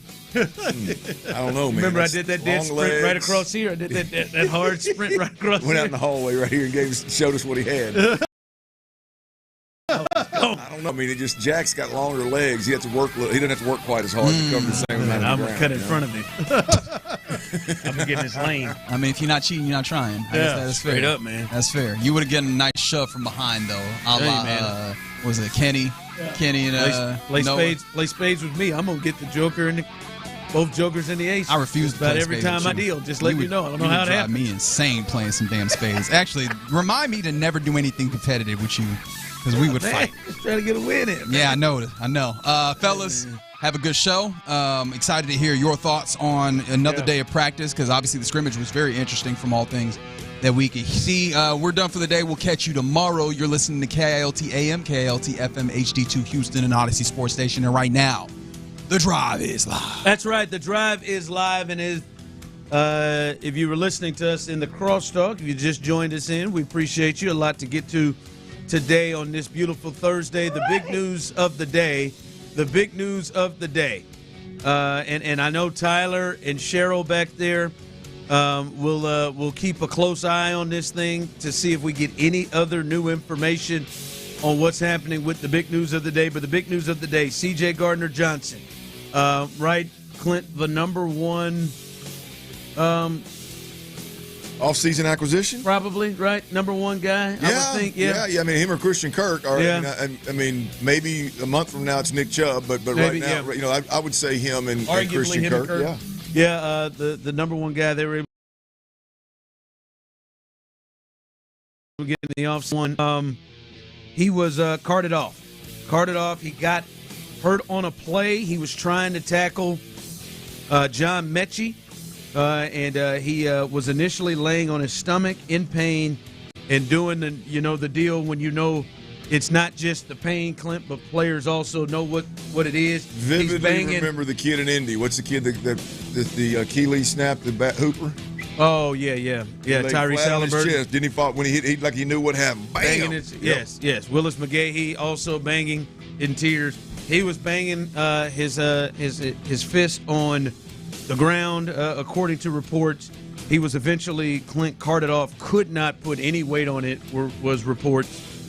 He did not walk off the sidelines, was immediately put in the cart. And if you were listening to In the Loop around 12:40 or so, Sean Pendergast, who will join us coming up a little bit later on the show, he reported seeing them take him up to the building where he was going in to kind of get the rest of the evaluation, and he still could not even limp in. He had to put his arms around multiple Texan staffers there, and it didn't look good. It didn't look good, Clint. It didn't seem like it felt good. It seemed like it halted practice for a long time. Everybody was on a knee. You could hear, according to reports, hear and see the concern of everybody, Clint, and it looks like we'll see. He's going to not the absolute worst, Clint. And I guess I will start with this with you and the people as well. In your opinion, how big of a hit is this? How big of a hit is this for the Texans losing safety C.J. Gardner-Johnson for at least some period of time? Well, it's a big hit. I don't think it's a season-changing hit. I don't think it's a defense-changing hit. Like, you don't change what your plan was or, anything like that. But there's no way around it. You're losing a ball player. You're losing a guy that has a knack for, talking guys into taking their game to the next level. He has a knack for being around the ball and making plays when it matters the most. He is a hybrid player that can play at multiple levels of the defense. He's got that Super Bowl experience. Obviously, you're going to miss that. That's a big part when you bring a C.J. Gardner-Johnson in. That's a big part of what you're bringing in, a guy that's been there and done it and knows how to lead guys to it, if you will. So it is absolutely a hit to the team. It's a hit to the defense. Not having C.J. Gardner-Johnson, depending on how bad the injury is, I don't know how long he's going to be out, but it looks like he's going to miss some time. Hearing how he was carted off the field and it was a lower leg injury, and D'Amico Ryan spoke and is going to let us know. That's what he said, was he'd let us know. There's no update right now. Now, here to me is the bigger thing. The bigger, I think, as a fan, what you'll see is talked a lot this offseason about D'Amico Ryan's toolbox, if you will, about how many different weapons he has in his toolbox. And that is what is so impressive. I'll give you an example. Like today, it seems like from all the reports that Kamari Lassiter played outside and inside corner. That's a weapon that you can always go to. If your nickel defender's getting his ass kicked in the first half, at halftime the adjustment can be bring another corner in, move Kamari Lassiter inside, and you get better inside because of his cover abilities. So, you've got several different weapons like that, and I think C.J. Gardner-Johnson was going to be one of them that schematically was going to allow you to do some different things, to show one look and then roll to a different coverage. Not just with his skill set, but also with his veteran experience of knowing how to time those things up and how to not screw them up. I think you lose that. You've lost Jimmy Ward to some degree. I don't know exactly what's going to happen with his legal issues off the field. That becomes large now. Right. That's another guy, though, that not the player that C.J. Gardner is, but every bit of the veteran that allows you to do some different things, has some versatility in his game. So you lose that dynamic with one of your weapons. I think we see that more than we go, boy, well, C.J. Gardner-Johnson, the player, it is just killer. This defense just lost a real impact player. I think it's more about what the defense now is limited to, more so than the field, if that makes sense. Yeah, the one part I do agree in a big way, and I said 713-572-4610.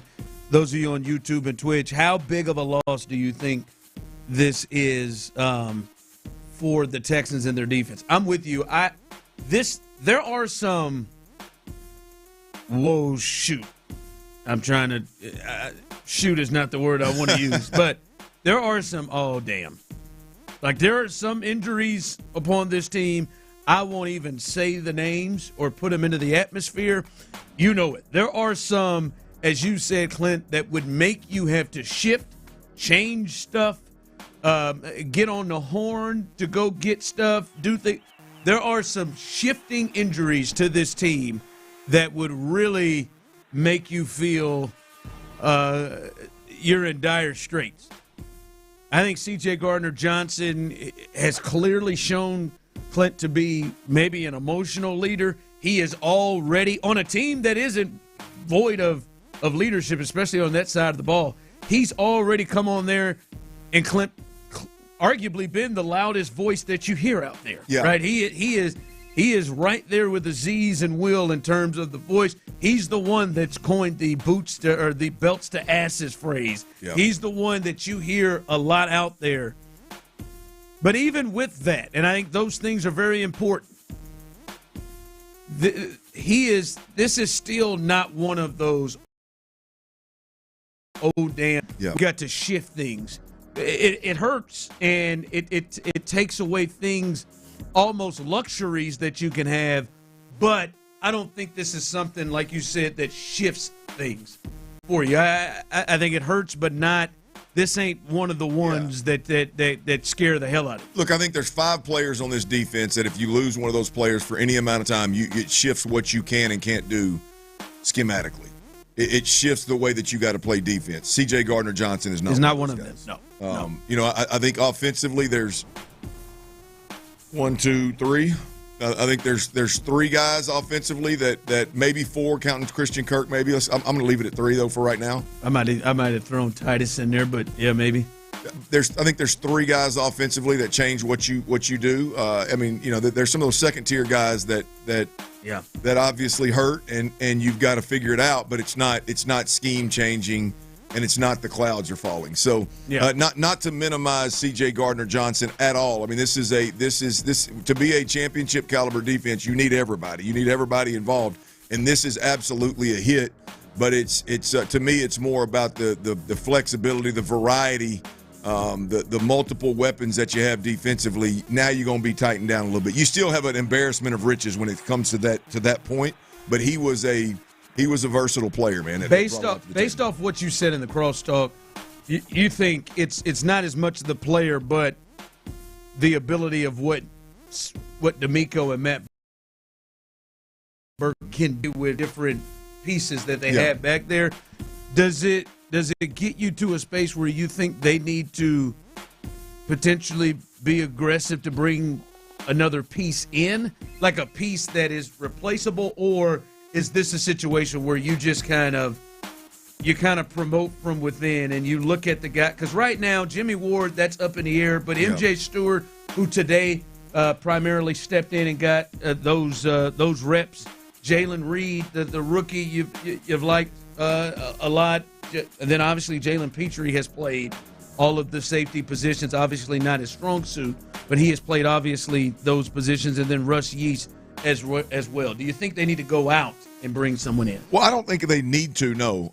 Can they? Yeah, and I don't know that it is because I don't know what kind of. I mean, obviously the C.J. Gardner-Johnson caliber player is not out there, but the point you're making of making some level of a move to upgrade somewhere to give you more answers to the C.J. Gardner-Johnson injury, I think is real, right? I mean, I'll give you an example. If you can find a corner, whether that's the Smith kid out of USC that you drafted. Yeah. I know he's had a really good camp. I think they believe in him a lot. Maybe it's him. Can he be this year's Kamari Lassiter? Boom, you shift Kamari Lassiter inside. Now you've got Kamari Lassiter and Jalen Petrie. Jalen Petrie with that safety hybrid experience, kind of like a C.J. Gardner-Johnson. You know, now you've got pieces that you can do some very similar things. You got to. I mean, I'd argue that Petrie has E.J. Gardner-Johnson type of player that can be a hybrid nickel safety that's more of an instinctual player. Like they are probably more alike than we've discussed. So I don't know if you go out there and you find another hybrid player. I don't know that guy's out there. I don't know if that guy's going to get cut. I don't know if that guy's ever going to be available. But to the point of, can you find another corner that you really, really, really, really like, and that frees up Kamari which frees up Jalen Petrie to do some of those. Like there's angles that you can take. I know they really like Miles Bryant at the nickel defender position. He's been there. Is that the answer? And then you get now Jalen Petrie plays a little bit more of the C.J. Gardner-Johnson role. That is going to be the question, is how do you backfill it? Do you backfill it with corners? Do you backfill it with another nickel defender? Do you backfill it with another true kind of hybrid safety player? We'll see. Again, it's painful either way because you're not finding a C.J. Gardner-Johnson level player out there. I don't give a damn what you do. Not right now. I mean, that's a starter off of a championship caliber defense. That's going to be hard to replace. D'Amico Ryans, who spoke to the media earlier today, you could have heard that on In the Loop in the noon hour. This was his reaction. Obviously, this was the first thing that he was asked by the media. Here's him speaking about the injury to C.J. Gardner-Johnson. You got to say it all the way, not just C.J. Some people might think you're talking about somebody else. Full panic when they think that. Yeah, of course, it's heartbreaking when you see a guy get up quickly. So I'm always, nervous as a head coach. Anytime I see anybody hit the ground, it's tough to watch. So we'll see, we'll evaluate CJ, see where he is, but no update at this time. All right, so no update. We'll see. I know Aaron Wilson said that he would have to get an MRI would be the next step as they continue to the evaluation. From the text line, Clint, as we said, do you think they need to potentially look at bringing somebody in, right? There could be certain injuries, right, where you look at it, you're like, all right, man, they need to bring somebody in to replace that. Text line coming in. Texans will be okay, but I would take a look at Justin Simmons, the former safety. He was with Atlanta. First thing my brother said today whenever he texts me, he's like, man, they need to go look at Simmons. Justin Simmons, who played at a Pro Bowl level with the Broncos, but then went with the Falcons. Like, again, would I hate my team doing that? No. Hell, if you can go get maybe at least kick the tires on the best. I just, and a lot of it due to what everything Clint broke down, I don't think they need to jump the gun on that. Like, I don't know if they need to do that, right? Like MJ Stewart is a solid player, and I do think Jalen Reed is somebody that you could bring forward. I know he's a 6th-round pick, but there's something there, and I think they have enough here to figure that out before having to feel the need to go out and go get somebody who will just be joining your defense where Justin Simmons is. I mean, if Justin Simmons is available right now on August 7th, I think that kind of lets you know a little bit. Yeah, I don't know if, like, Justin Simmons, it's been a while for me since I've watched him. Like, that's just a safety.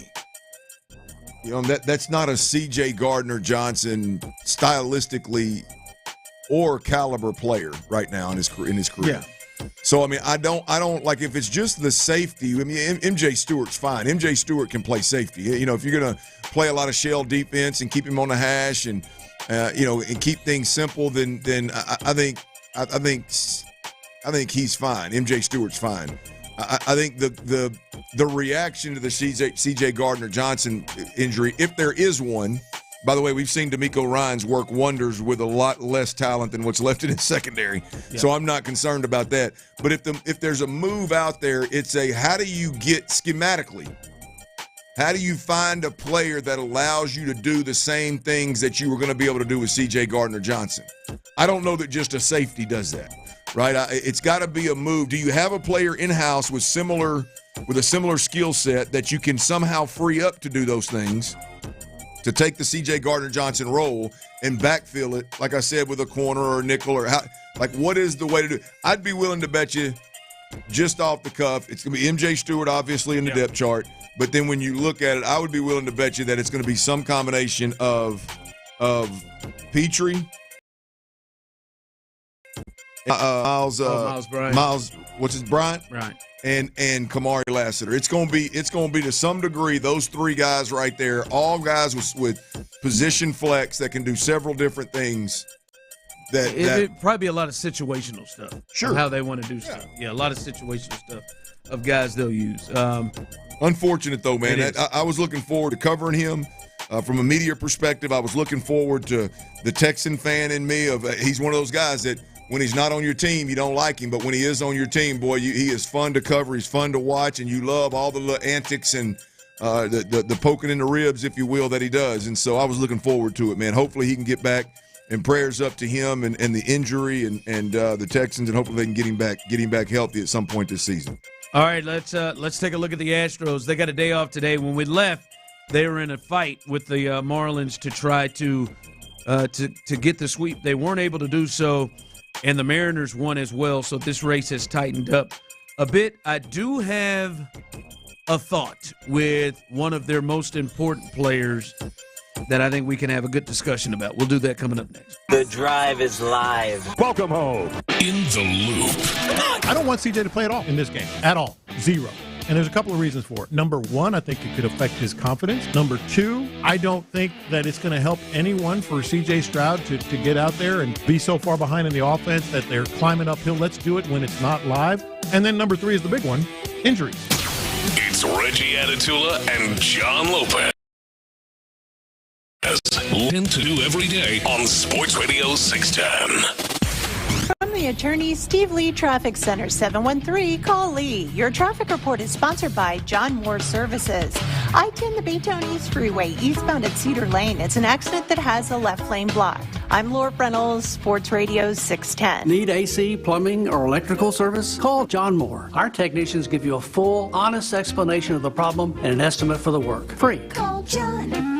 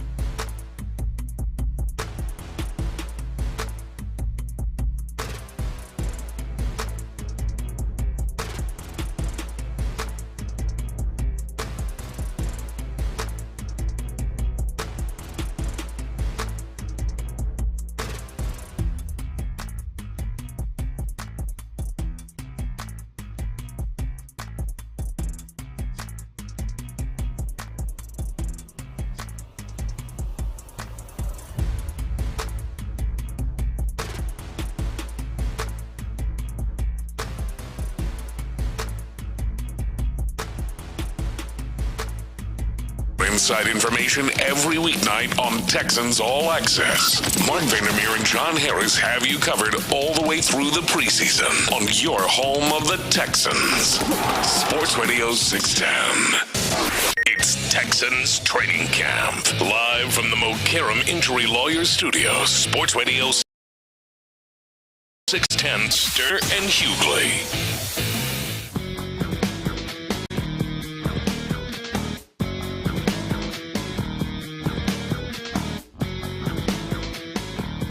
All right, again, the top story of the day, if you are just jumping in, we will keep you updated. Tyler always has his head on a swivel.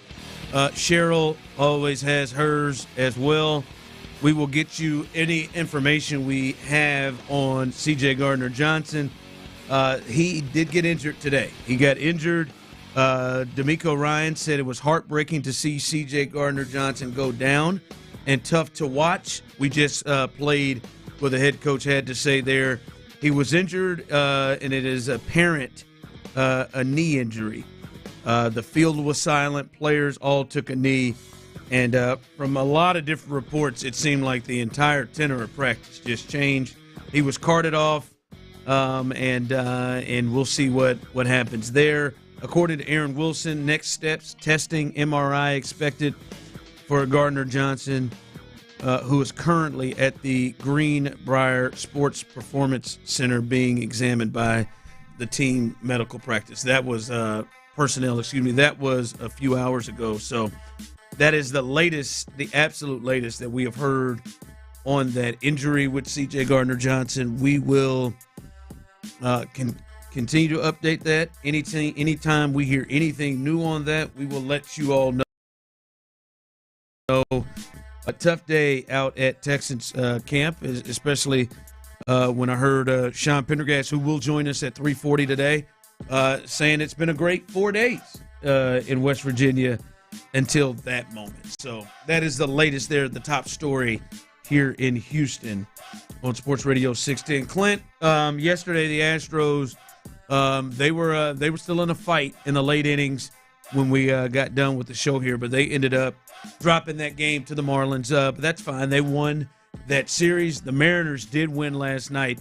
So that lead in the AL West has gotten tight. The Mariners have been playing really, really good ball here lately. The lead is now two games over the Mariners right now. The Rangers are 4.5 back. Roflo yesterday said it's going to be a 3-team race, and this thing is getting tighter, Clint. So hopefully they can get this thing rolling. They're off today, but they are then going ahead to New York to play the Yankees, a team that's struggling as well.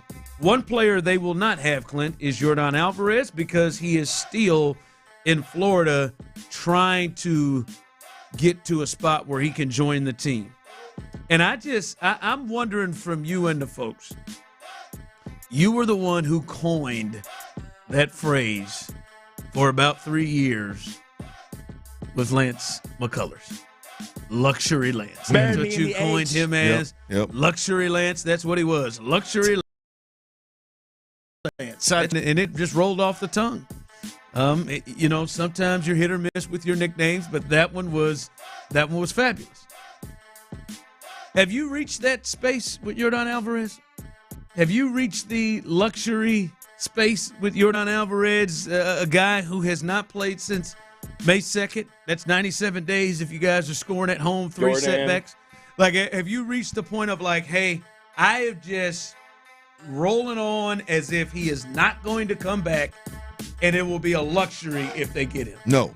You're not in that space yet? I fully expect him to be back, and it's not a luxury. It's a necessity. I know it's a necessity. I'm not quite where Roflo is in a sense of guaranteeing no World Series.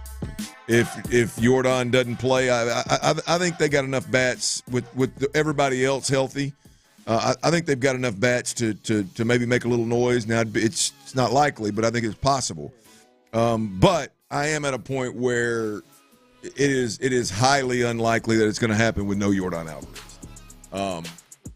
As you guys have mentioned multiple times in the last week, is look, once once the playoff starts, it's about pitching, it's about defense. I mean, good hitters struggle in the playoffs.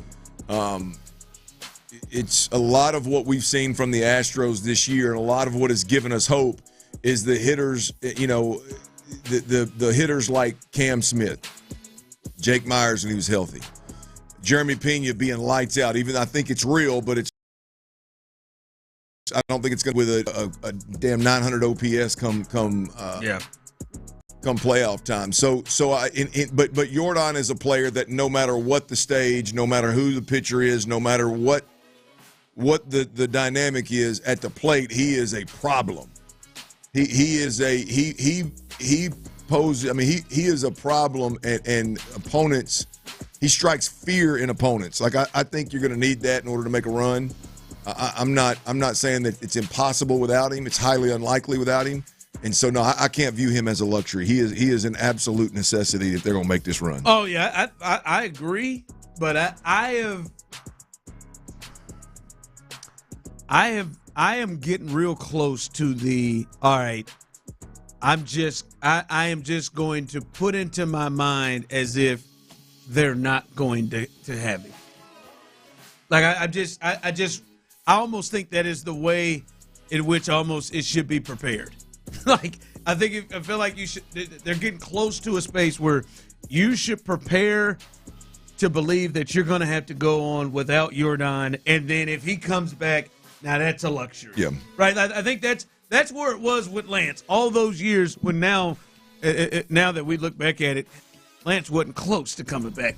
But all those times, it was just like, if they get him, hell yeah, great. If not, let's just prepare as if they won't be able to get him. And I'm not quite there yet. Or like maybe Kyle Tucker last year, where it was like, all right, I know he's going to get back at some point.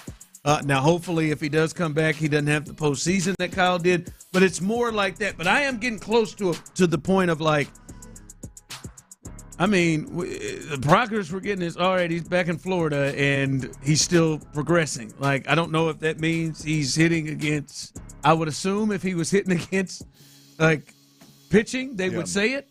And we are sitting here August 7th, right? The Texans are about to play their first preseason game. And it doesn't seem like he's not making rehab starts, right? You can see, Christian Javier, he's in Sugarland, and that's getting close. I don't know. I'm starting to kind of get to that point. Someone texted in, Jordan is a non-issue, non-talking point until he becomes available. Only then will he be talk-worthy. Well, I think that's silly. Yeah, Jordan's talk-worthy every damn day if you're doing sports talking. You should hate to break it to you. Also, we run the show, and if Ron thinks it's talking-worthy, he going to talk about it, friend. Well, I just think it's silly. I mean, I hear you. I mean, I don't think – basically what I said, silly, yeah. Yeah, I don't think John Singleton is worthy to talk about him being DFA'd. But I do think that Jordan Alvarez, them bat flips, though, the best player. I think we got him back. Did they get him back? Did they? Didn't we get John back? I saw the transactions you put in the day you were out Tuesday. No, they did. The day you were out, the last note on he cleared waivers, and I think he's back in Sugarland. Is that right? It. No, he's not. I thought it was. I could be wrong. I thought Big Bat Flip is back in the organization 2 days ago. Yeah, that'd be Tuesday. Big Bat Flip is back. I told you. Yeah, big boy John Singleton 2 days ago was brought back. There you go, man. See, he's back, Ron. They just keep toying with his heart. Hey, they're paying the man. I think he's toying with theirs. I think he's just toying. They put that nice photo of him and his family out in all those Houston uniforms to say goodbye. How many times has John said goodbye? Let's just hope that we don't see it again. Let's just hope that we get healthy and we leave John's ass in Sugarland. We don't see him again until maybe we're done with Christian Walker or something over first base. Yeah, because when John gets sent up, he's more liable to lose a job. That means somebody else has lost an injury battle. Yeah, no, I'm getting close. Luxury Jordan. Nah, man. Luxury Jordan, man. This is about to be over. Oh, luxury Jordan. All right, coming up. Listen, we don't talk about this battle. We've talked about a lot of battles across the offensive line, but there is a real battle in camp. And somebody who seems to do this around this time every year is starting to make a move. We'll discuss that coming up next. Serta Pro Painters, y'all. Look, I've flipped several houses in my time. I've had several projects in my own house. I've dealt with paint contractors a lot, and bottom line is Serta Pro Painters is simply the best in the business. If you want a job done, you want it done right the first time.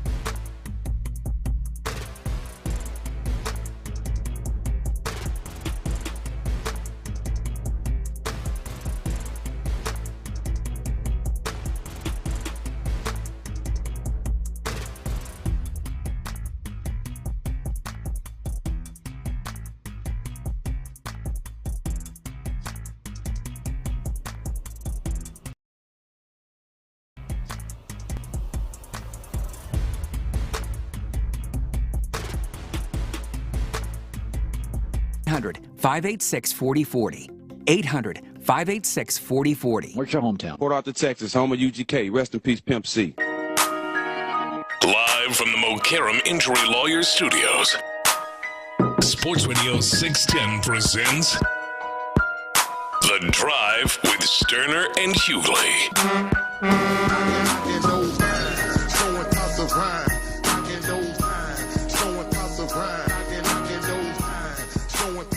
All right, Clint, it was obviously a day that was taken over at training camp today for the Texans by the Gardner-Johnson injury. But, Clint, there are some camp battles, right? We've talked about a lot. We've talked about a lot of them being up front on the offensive line. That's been a big one. The center battle has really jumped out. Hell, the swing tackle situation has jumped out.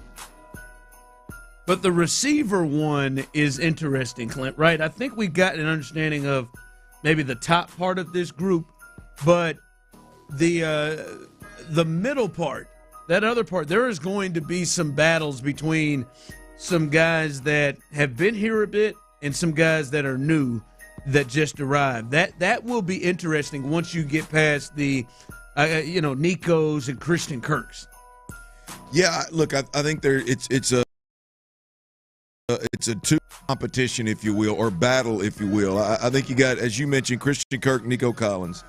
And then you've got, if we're talking playing time, I think the 3 through 6 receiver battle, the three through maybe even 7, depending on how many special teams they play. I think that playing time is a very interesting conversation. Now, look, if we're talking about a roster spot, then it's about 5 through 7. Right, because the two rookies out of Iowa State are going to be on the damn roster, so there's 4 roster spots taken. But if we're just talking playing time, you're talking about wide receiver 3 through 6. Who can go out there in training camp and prove that they can pick up this new offense? Who can go out there in training camp and make enough plays to earn one of those roster spots and earn that playing time? Who does it consistently? And you've got, yes, we're talking playing time, not roster spots. You've got a bunch of unproven, what I would say, second, third, fourth year guys that are going to be battling with the 2 rookies out of Iowa State. And it's back and forth. I think now you've got different bodies. You got different types of bodies. You got different play styles. So for the sake of not going into what each guy does well, I do think you've got Higgins, who's a guy that I think he's had probably 2 big days in camp. Maybe one of them was the mandatory mini camp. Yeah, I was going to say, where you got that one hand yes. from CJ. Yeah. He's shown some promise, a couple of different times. I think Jalen Noel,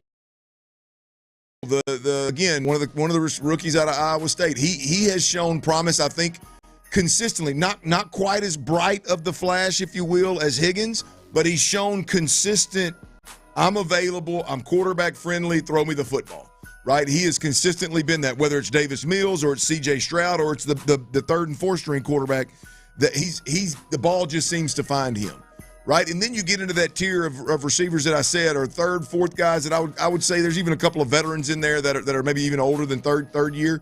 The Watson kid that they signed, the Berrios kid that they signed. Yeah. They're a little bit longer in the tooth. But that group right there is also, I think, battling for playing time. And I'm going to tell you, Ron, today, and I think even last year, because we can go back last year, you want to talk about a guy that plays at or above his ceiling all the damn time. You want to talk about a guy that plays every special teams and in a pinch is going to Daria Gumbawale us. In other words, your kicker's hurt, Daria can kick it, right? In a pinch, this guy in the return game can play. This guy makes tackles on all the special teams, the punt, the kickoff team. I mean, in a pinch, he's going to make a lot of plays behind the scenes, but in a pinch, this guy steps up and steps up big. Last year, we saw it. I heard John Lopez and Reginald Atatula and Figgy talking about one of the biggest plays of last season, and I'll be damned if Xavier Hutchinson wasn't on one of them, the scramble catch that C.J. Stroud scrambled through. He seems to keep finding his ass in playoff games, doesn't he? There's no doubt. I'm telling you, and you remember sitting in Canton last year, and we were talking about how much CJ play, how much this guy play, how much that guy play. and we were really watching. What receiver were we watching last year? Was it Mechie that we were? I was trying to watch Mechie, Hall of Fame game, and he went in and took over. That's it. He keeps doing it. It doesn't matter what quarterback's in there. It doesn't matter if it's a preseason game. It doesn't matter if it's offense or special teams. It doesn't matter if it's a playoff game or regular season. Every time the Houston Texans give Xavier Hutchinson a shot, the dude goes out there and makes plays. If you want to pick his game apart, yeah, he's not the biggest, fastest guy. I don't think he's ever going to be with the Texans and be a starter. I don't think he's ever going to go into the season and say, boom, this is one of our top 3 guys. I don't think it's ever going to happen with Xavier Hutchinson. But I think there is a level of confidence with C.J. Stroud, with Nick Caley, with D'Amico Ryans, with Nick Caserio, and being the damn wide receiver coach, McDaniel. I think those guys have a level of confidence and trust in Xavier Hutchinson that they don't have in anybody at this point that's not named Nico and Christian Kirk. Yeah, those top. There is a level of trust in it. And I only say that to say, my man went out there today and had a damn day. My man went out He's there. He's been having days too, yes, Clint. And he's been getting looks with the ones as well. A lot more than some of those other guys that you named that he's in their group. Yes. So we're talking playing time. We're not talking about the roster spot, right? We're talking about playing time. So wide receiver 3 through 6 with this team, Xavier Hutchinson is a guy that is making as strong a push as anybody. Now, he doesn't have the second round draft pick, the resume in terms of draft pick or even tangible skill set that some of these other guys ahead of him have. But damn it, every time he steps on the field, he makes plays, and you absolutely cannot ignore him. Xavier Hutchinson is showing up and showing out damn near every time he gets the opportunity. Today, from CJ, in the first drive of team, a slant for a big gain, 20-plus yards, over the middle of the field, over linebacker Toa, right? Mills, couple drives later, it's a bootleg, deep crosser, touchdown, 30-plus yards to guess who? Xavier Hutchinson, right? C.J. Stroud, I think this was a little bit more of a red zone type of period here for the Texans, but some little zig route. I don't know exactly what that means. It's how it was described on social media, zig route, but he catches a touchdown from C.J. Stroud. Xavier Hutchinson, Ron, is a guy that is going to make it impossible for these guys to cut him. He keeps doing it.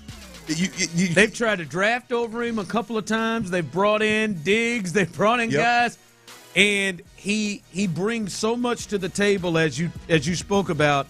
He's going to play every special teams in a way that John Mechie isn't able to. He's reliable and always there in a way that some of those guys aren't. And when I say some of those guys, I'm talking the Nikos. I'm talking Diggs. Because if you remember, I don't think there's ever been a play in his first 2 years that he be a guy to be available to make Chargers playoffs, or him to be a guy that comes up with big catches in the second half against the Colts and that basic playoff game at the end of the season, his rookie year. But he is always there and always seems to be in the rotation, and you're like, damn, all right, he's not great, but he's reliable and he's there all the time. You know, the interesting thing to me is that besides the fact that we've seen it in important moments in big games, but it's with every quarterback. Yeah, it's with. I'm gonna tell you, I've been the guy at that level where you go in the game and you've never thrown. I mean, I played entire third quarters, entire fourth quarters in preseason games and was throwing balls to guys that I'd never thrown live balls to in my life. Yeah, we'd stay after practice and throw a couple slants. I'd never took a snap in practice and threw a slant or threw this go route to this cat, and all of a sudden I'm in a game with him, and it's like, all right, let's go get it done. It is extremely difficult. And I only say that to say it don't matter. We're watching the two new guys this year, plus the two guys, Mills and C.J. Stroud. Case Keenum was one of them. It was Case the one that played in a bunch in him and Davis Mills last year. Davis Mills is the one he was really getting busy with. No, what's the other guy? The other guy still in the damn league somehow that I thought a hot take was going to take. He was going to take Davis Mills' spot last year. The quarterback, big, tall, thin kid. Josh? No. You're thinking about the one that was almost a head coach. I know you're talking about. Yeah, played with the Dolphins. He's still in the league. Yeah, he's still in the league playing third string quarterback somewhere. But my point is that guy got in that game last year, and Xavier Hutchinson had a couple of catches. The most important part, most impressive part of Hutch is that it don't matter what the situation is. It don't matter how early or late in preseason or regular season or playoffs it is. It don't matter who the quarterback is. The quarterback-friendly aspect of him is real. We've seen it time and time again. He's in my wide receiver. Yeah, and every time you think like, all right, man, he's on the bubble, man. He's a guy where you start doing numbers, and we've done this. We did it last year. You start doing numbers, and it's like, all right, man, is he going to make this team? And then he does stuff where it's like, hell yeah, he's got to make this team. You can't justify keeping somebody else over him. And I bet you in this preseason game against the Vikings, you know he's going to get every bit of 2 quarters. No question. And I bet you he stands out. I bet you in some way he stands out. I ain't going to say he's going to have 100 yards or something, but I bet you like that Hall of Fame game we went to, he had like 50 or 60 yards or something. And he was one that really stood out. He's one you can't get rid of. Keep trying. You keep trying to. Well, that guy that'll play every special teams too, Ron, typically is not a guy that's worried about getting injured, right? A lot of guys are worried about it. He's not. I mean, and so when it comes to blocking at the wide receiver, which we know this group loves, we know D'Amico Ryans and Nick Caserio, boy, they're talking about them wide receivers blocking now. They're going to block. Now, they're ate up with it, and he obviously does that well too, and does it. Yeah, good to see Hutch have a big day, man, and kind of separate himself there a little bit. Absolutely, yeah, good to see that, and the offense completing some balls like that, getting some chunk plays as well. Even if it wasn't, there you go. Shout out to the text line, Tim Boyle is who you're talking about. Tim Boyle, there you go. Yeah, I remember he played for the Dolphins. I remember where's he at now? He threw a bunch of interceptions in that.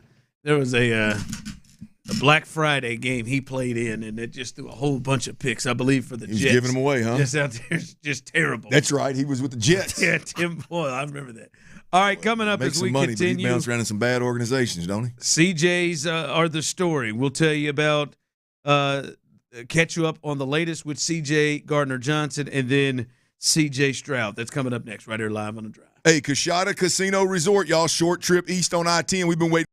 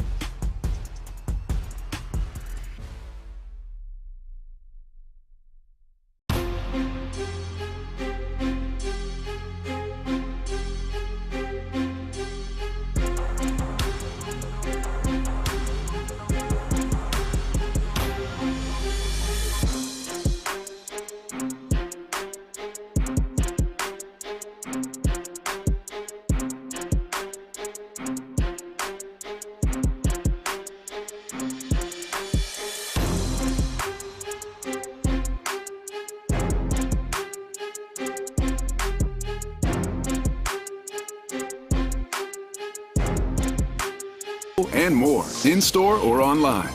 Lowe's, we help, you save.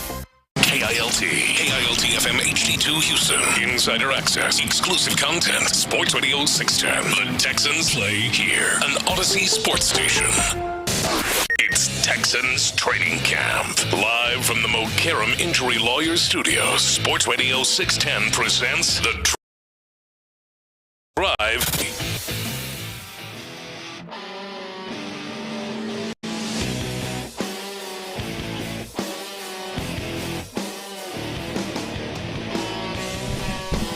All right, the news of the day. C.J. Gardner-Johnson. C.J. Gardner-Johnson was injured today with an apparent knee injury. He was carted off, was not able to put any pressure on that knee. No, God!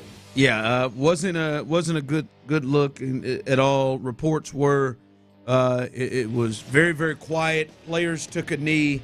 And it was a pretty lengthy stoppage, and unable to put any kind of weight on that at all. Did not look good. We heard from D'Amico Ryans. He didn't have anything in terms of an update at the time. He spoke to the media after practice. We will hear in about 35, 40 minutes from now, we will hear from Sean Pendergast, who was out there and saw it all, kind of saw a lot of the aftermath of it. We'll get his thoughts and everything that he was able to see coming up at 3:40 as he joins us from West Virginia. But a really tough situation, Clint.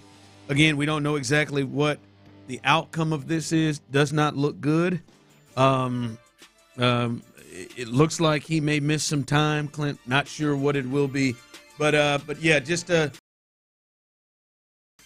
coaches and everybody in the back of their minds, they want to get work done, but they want to avoid this kind of thing, to have an injury to a starter, an important starter for this team. So we don't like that. It is a tough day in that locker room for them. Yeah, look, it's a tough day. There's no doubt. I mean, this is a guy that comes in and brings a Super Bowl mindset, which I think everybody in the room can respect. I mean, one way to garner respect, the quickest way to garner respect in a locker room, especially a locker room that's a 10-win team that has some alphas in that room, that has been a playoff team. One way is to win a Super Bowl and come walking in that locker room next year. You're the one that's done You're the one that's done what everybody else in the room wants to do. And so, yeah, I think there was an immediate response to C.J. Gardner-Johnson being a Texan. There was an immediate amount of respect and I think he was immediately given put in a spot of leadership, and the expectations that came with that were to help this team take the next step, and I think that was very real with the acquisition of C.J. Gardner-Johnson, and I don't think he had disappointed. No. He was out there working his ass off. He was making plays. He was being himself. He was setting the tone. He was one of the more vocal players out there, and so.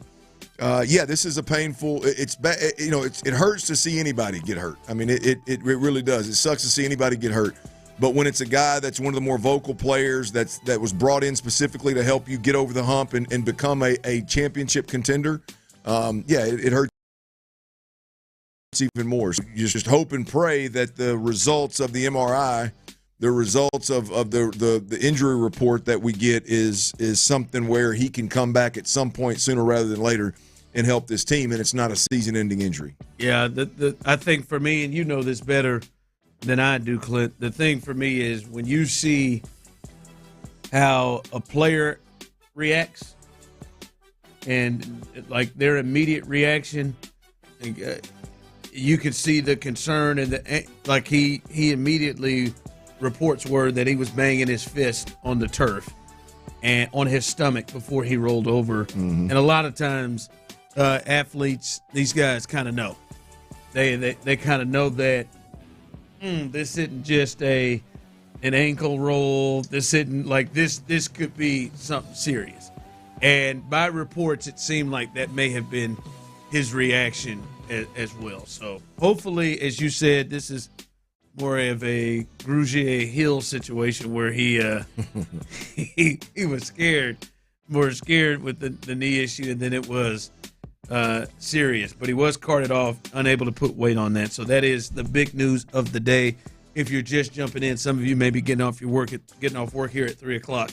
That is the top story of the day. All right, the other CJ reports out had maybe like a 50% completion day, up and down, very similar to what his training camp has been like. Some good. Overall, it seemed like the offense was more solid today. Not just they held their own at times, and got some given to them, and then was able to give some back to the defense. So a more competitive day from the offense today. But I was listening to CJ talk yesterday to the media, and it really brought up something that you have been talking about, which may be the biggest challenge of this season for the Texans and C.J. Stroud.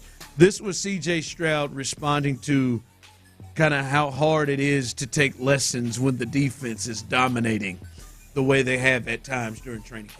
Yeah, it's it's the difference. It's the balance between being a competitor and then being fall in love with the process and not the progress and not like the result in the moment. Sometimes you can throw a ball and it look like a bad ball, but bad communication between myself and the receiver. So that's just like one point of emphasis on having to work through those kinks, because that's what comes in with like a newer scheme. So, but yeah, other than that, you still don't want to be turning the ball over or see bad plays. But I think we've gotten past that part in camp. And now it's just like more competitive on both sides. And but yeah, you got to be able to still compete and like hold yourself to a standard that you're not gonna make mistakes. But when those things happen, learning from them and just having that balance.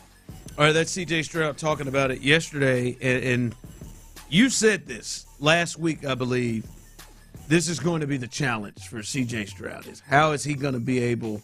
And I think we're going to learn to be able to handle the potential frustrations that are going to come, because Clint, I don't know if we know exactly what this offense is going to be, but I'd be willing to bet, Clint, at least early, it's not just going to fit like a glove, and it's not going to just come easy to them. Like I think Jared Goff and what they do in Detroit, I feel like they walk out there and it comes easier to them than maybe some offenses. I don't think that it's going to be that way, at least early, for the Texans. And I think you hit the nail on the head last week. That is going to be something that he is going to have to handle, and a challenge that he hasn't had. Yeah, look, I think it's, for me, I've said it a million times, last year the theme for me in camp and ultimately what bleeds over into the season is, how was CJ going to handle and juggle that difference between playing that boring Brady ball and then this new aggressive down the field attack and stretch the field approach they had last year? That was the thing. The theme this year is how does CJ Stroud handle all the adversities and frustrations that come with installing a new offense and continue to look at it and continue to grow in a positive direction and not get frustrated and not get overwhelmed with, man, the pocket just keeps collapsing. Not get discouraged when you throw 2 picks in a practice kind of deal, and you have a run of practice where, man, 4 days in a row the defense gets the best of you. Right, because what CJ, they're not just installing a new offense. I mean, CJ for the first time is taking complete control of the line of scrimmage. So, and he's doing so speaking a foreign language. He's doing so, with probably a lot of initial second guessing of himself and his decisions. And how does CJ handle that level of frustration, that level of adversity? I would love for this to have been my problem, so don't take this as a negative, but this is the first time that we've seen CJ Stroud in a situation, Ron, where he didn't walk in the door every day with better players than the opponent. Like he's walking in. You think even different from year one here? Well, yeah, because I'm referring to the defense. Year one, he wasn't going out there every day, and we didn't know who was who and what was what. Right now, he's going out there every day, tasked with installing this offense and having a bigger voice to the line of scrimmage and taking more control, and not getting the results that he wants. And guess what? He's going against a championship caliber defense. He's got a first-time play caller, right? He's got a running back that's seen a lot but's coming off another injury. He's got Nico Collins and a bunch of other guys, and he's got an offensive line that was overhauled, and they didn't spend any money while they did it, right? So this is the first time, I think, in CJ's career where, hey, man, you got to go out there and do more with less. And by the way, you got to do more with less, and them guys on the other side's a championship caliber defense. We have not seen C.J. Stroud in that kind of environment day in, day out. So really, how does he handle it? How does he – and look, C.J., as far as we are concerned and the fan base is concerned, C.J.'s going to do and say the right things. And, in fact, I criticize C.J. because I believe he does and says the right things too often. At some point in time, throw your helmet and get disgusted with it. But does that potentially happen, though? Like, does that – potentially, do we get to a space where right. He blows a gasket? Look, I would bet a large sum of money that we never see that from C.J. Stroud. Yeah. But I do believe that is the reality of the environment is he's going out there every day with a huge responsibility and a big-time task laid at his feet. And he goes out there every day and has to deal with guys going 1,000 miles an hour in helmets and sweats. And he goes out there every day with these new blitzes and these new coverages and rolling this and rolling that. And he's like, man, I'm just trying to learn this three receiver concept that we got called and how to read it. And these guys are throwing exotic coverages at. Like, how do you handle that? And I just believe it. For me personally, I believe it's a first time because from a sports standpoint, I'm not saying CJ's never been through adversity in his life. Everybody relax. I know I understand he has. I'm talking sports adversity. It's the first time he's ever walked out there with lesser than and had to work in an uphill fashion, if you will, in every sense of the word. Schematically, right? Roster-wise, talent-wise, he's having to work uphill every single day. How does he handle that? That's going to determine what this – I'll tell you this. It's going to become a factor in the season. Right? I mean, you hope like hell, and I think they're going to refrain from being an absolute negative factor and a problem. But how quickly do we see a team under C.J. Stroud with this group and Nick Caley that can go out there and beat Baker Mayfield and the Tampa Bay Bucs in a shootout? When you got to have that in your game? You got to have that in your toolbox. At what point is that possible with this group? And that's just one example, right? That's what CJ's up against here. Someone texted in, how is this different from what he had to face last year? He wasn't installing a new offense. And last year. He was every way almost possible. He wasn't installing a new offense. He was running an offense that he just run Rookie of the Year with and led the league in touchdown or yards per game and few interceptions. I'd say he had a pretty good grasp on it. He was coming in with a five-headed monster of Joe Mixon, Dalton Schultz, coming off of a huge year, a big year, maybe not huge. Nico Collins, Tank Dell, and Steph Diggs. And that group, really all the work needed to be done with some chemistry work with Steph Diggs. I would not say that he was having to do more with less. I would say that he had an embarrassment of riches to some degree. You had Laramie Tunsil and Titus Howard. The O-line was expected to be really, really good. So yeah, I would say it's a 180 difference. Had a play caller, by the way, that was coming off of again, first year play caller that was coming off of a year where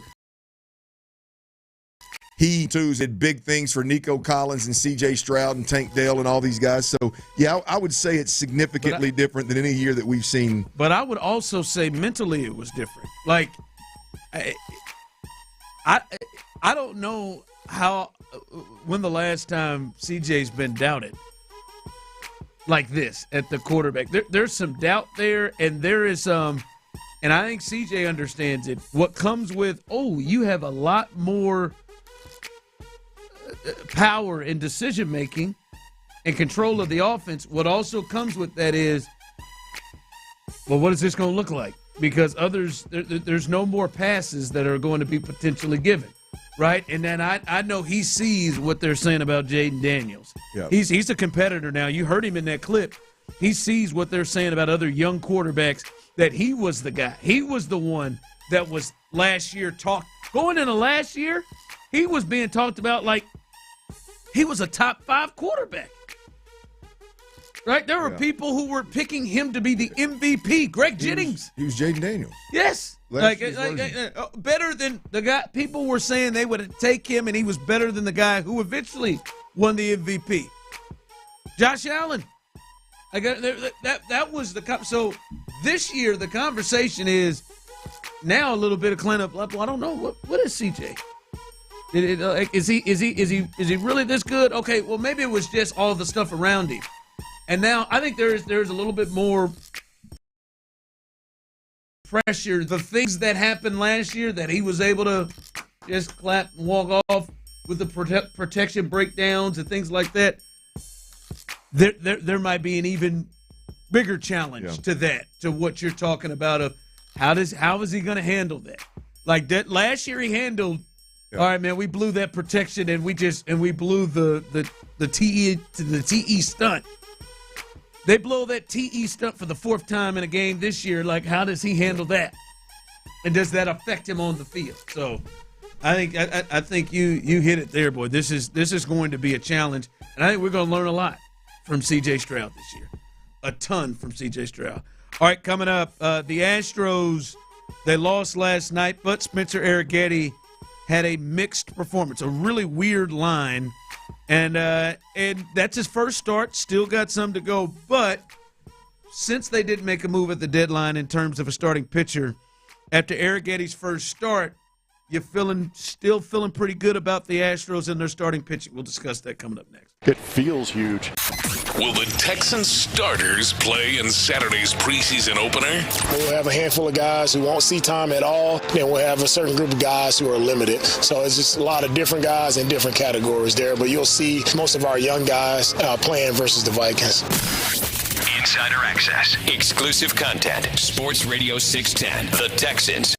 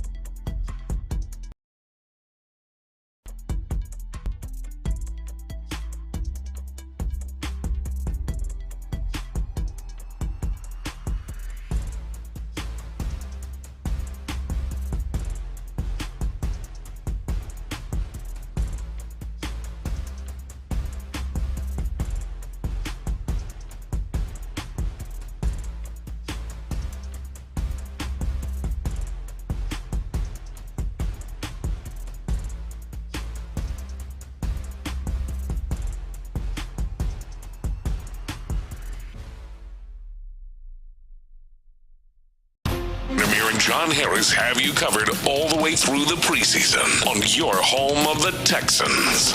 Sports Radio 610. Stretching Kikuchi tonight. It's Texans training camp. Live from the Mokaram Injury Lawyers Studios, Sports Radio 610 presents The Drive with Stoerner and Hughley.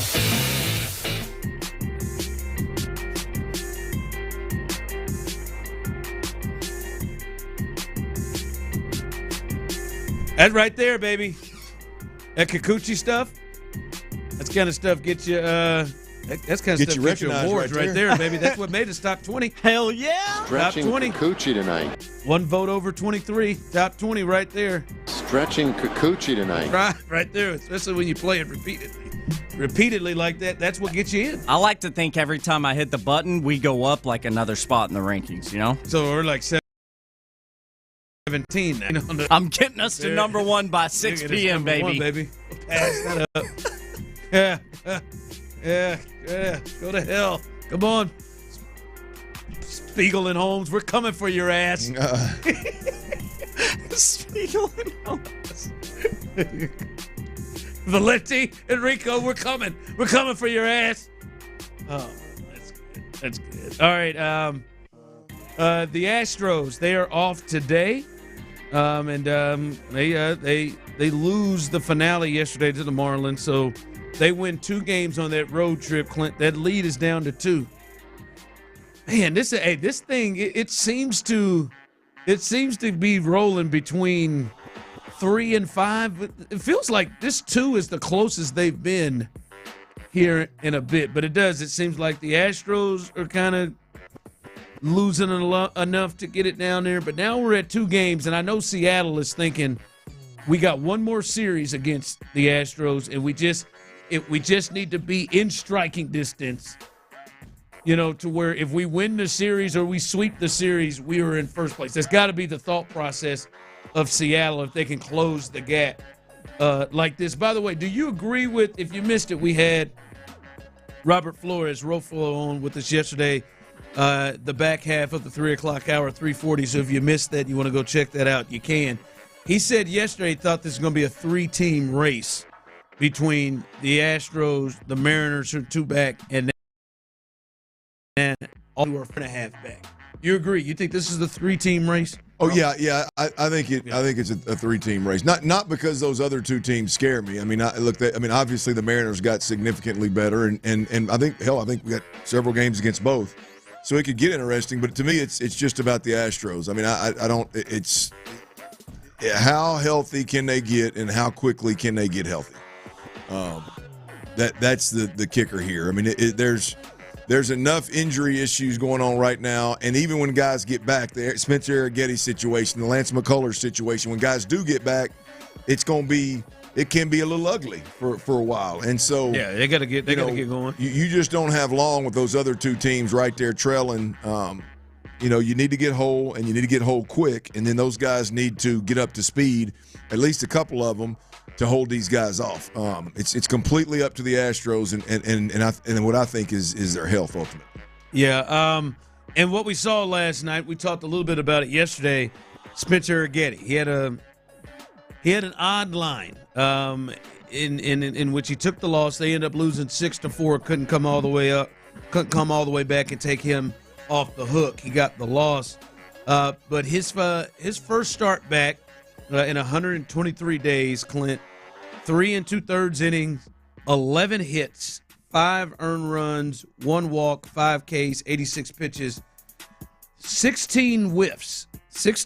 So there were swings and misses, 16 of which is a high amount.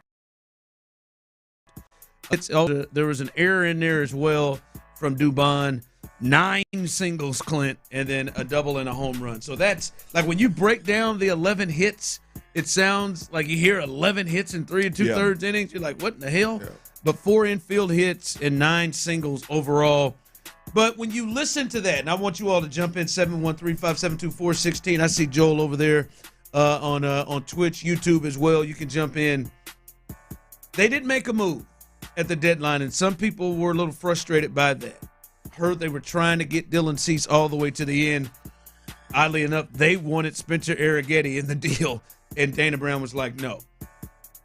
After seeing Arrighetti's first start and then understanding what else is coming from behind potentially in Sugarland, when you watch that, did that make you feel better about the Astros pitching? Did it make you feel better about the starting pitching that they're going to have down the stretch and in the postseason? No, it did not make me feel better, but it didn't make me feel worse either. I was fine with what we saw out of Spencer Arrighetti. Again, this is a guy that's coming off of a broken hand issue. It's not like it was an elbow or Tommy John or shoulder or back or some kind of, boy, let's see how this major part of the mechanical aspect of throwing a baseball. Let's see how this major issue, very sensitive issue, responds. I mean, this was a hand.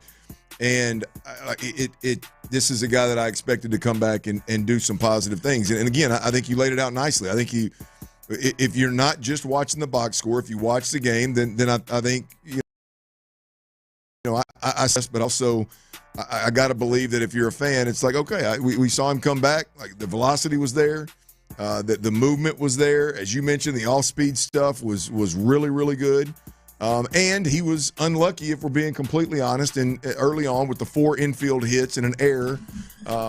So I think I was not moved either way by Spencer Arrighetti's first start, and for me, that's a positive. Yeah, from the text line coming in, as I said, do you feel any better? Do you feel better about the Astros pitching? They didn't get anyone at the deadline, but you got to see Spencer Arrighetti get in for the first time since April. Do you feel better about what you saw? Kick Rock sounds like a guy that has been out for a while. Mm-hmm. And Champ Slice obviously didn't really feel bad about the rotation anyway, said they needed a reliever instead of a starter. I'll be honest with you, fellas. I feel good and feel better about the Astros' chances, and I feel a lot better of, all right, Game 3, third starter in a series, even if they piggyback, they'll be fine.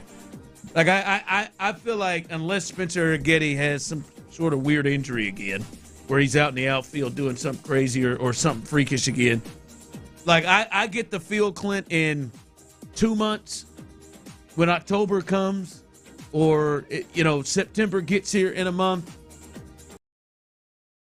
I get is going to be good enough to get you through. Like when we're talking about the playoffs, we're talking, hey, man, you give me 5 innings. I love it if you give me 6 or 7. I do. But as our third starter, coming behind Hunter Brown and Framber, can you give me 5 innings, 2 runs, keep me in the game? Can you do that? And I think Spencer Arrighetti will be able to do that to go along with whoever may need to piggyback. When I just saw his stuff yesterday, it made me think, oh, okay, he'll be fine. He will be fine and will be somebody that they can depend on. Hell, the Tigers didn't have 2 starters last year. They were out there with just 1 and bullpenning it up right there. I think by the time we get to October, at the very least, we don't know the others, but Spencer Arrighetti will be a guy that you can depend on to give you 5 innings. That's a good point about, given that you've got 48 games or 49 games left, based on what you saw, do you feel good about he's not too far away from being that guy? No, he wasn't getting rocked, and he had people swinging and missing. Yeah. Which is that early in. And that to me is a big thing. Like someone said, is Marcus Stroman still out there? See, I don't think that's something that it's hard to trust certain guys with neck tattoos anyway. But I don't think Cody Rhodes, I don't trust you. I think you got a bunch of guys better than Marcus Stroman up here in Sugarland right now. With Javier Garcia and JP France. But I seeing that, it made me feel a lot better about what he could do, especially the 16 swing and misses. All right, let's head to West Virginia. Our guy, Sean Pendergast, has been at practice. We'll get his practice report. He was obviously there for the tough situation involving C.J. Gardner-Johnson. We'll get his thoughts on that and what else he saw today as we continue live on the drive. All right, before we do that, I got to tell you about them cold Coors Light. Look, it don't matter where you at, man. I'm sure Sean up there in West Virginia, I'm sure they got them cold Coors Light running wild up there now. Wherever you're at.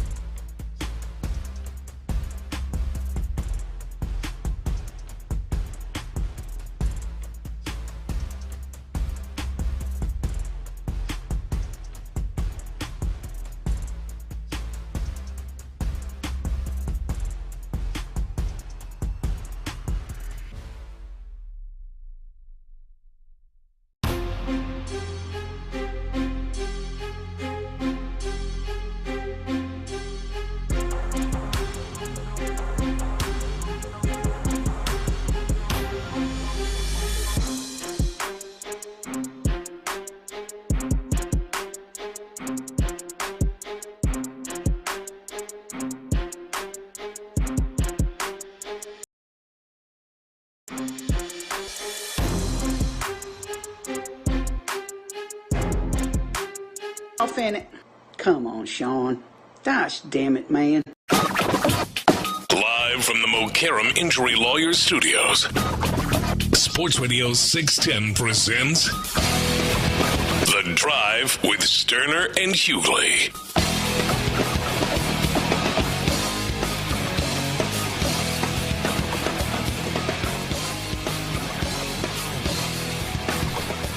All right, they were back in pads today in West Virginia at camp, and it was a day that was going fine until C.J. Gardner-Johnson happened, and nobody better to have than our guy Sean Pendergast, who is giving us and joining us for his practice report live from West Virginia, courtesy of Flight by Yingling. Sean, what was the situation? What everything you saw out there? How that? I know you guys were just getting off of air at the crosstalk when everything happened with C.J. Gardner-Johnson.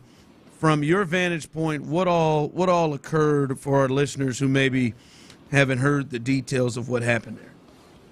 Okay, I'll give you my exact vantage point. Seth and I were finishing up the show. We had literally just finished talking to Cal McNair and Hannah McNair for like 20 minutes. Awesome conversation. Everybody's laughing. We're having a great time. We go to break, and we went a little late. When we were going to come back from break, we were going to do crosstalk right then and there with Reggie and John. And literally, as we're finishing up the interview and putting our headsets down, we've noticed that it's totally silent, and literally every player on the practice field, and the practice field was one field over from us, so it's a little far away. Everybody's on a knee. The whole place is silent, and we're like, what's going on? And one of the Texans PR staffers said, C.J. Gardner-Johnson is down. And it went on for a good 5 minutes or so after that, where everybody was down. They got him on a cart.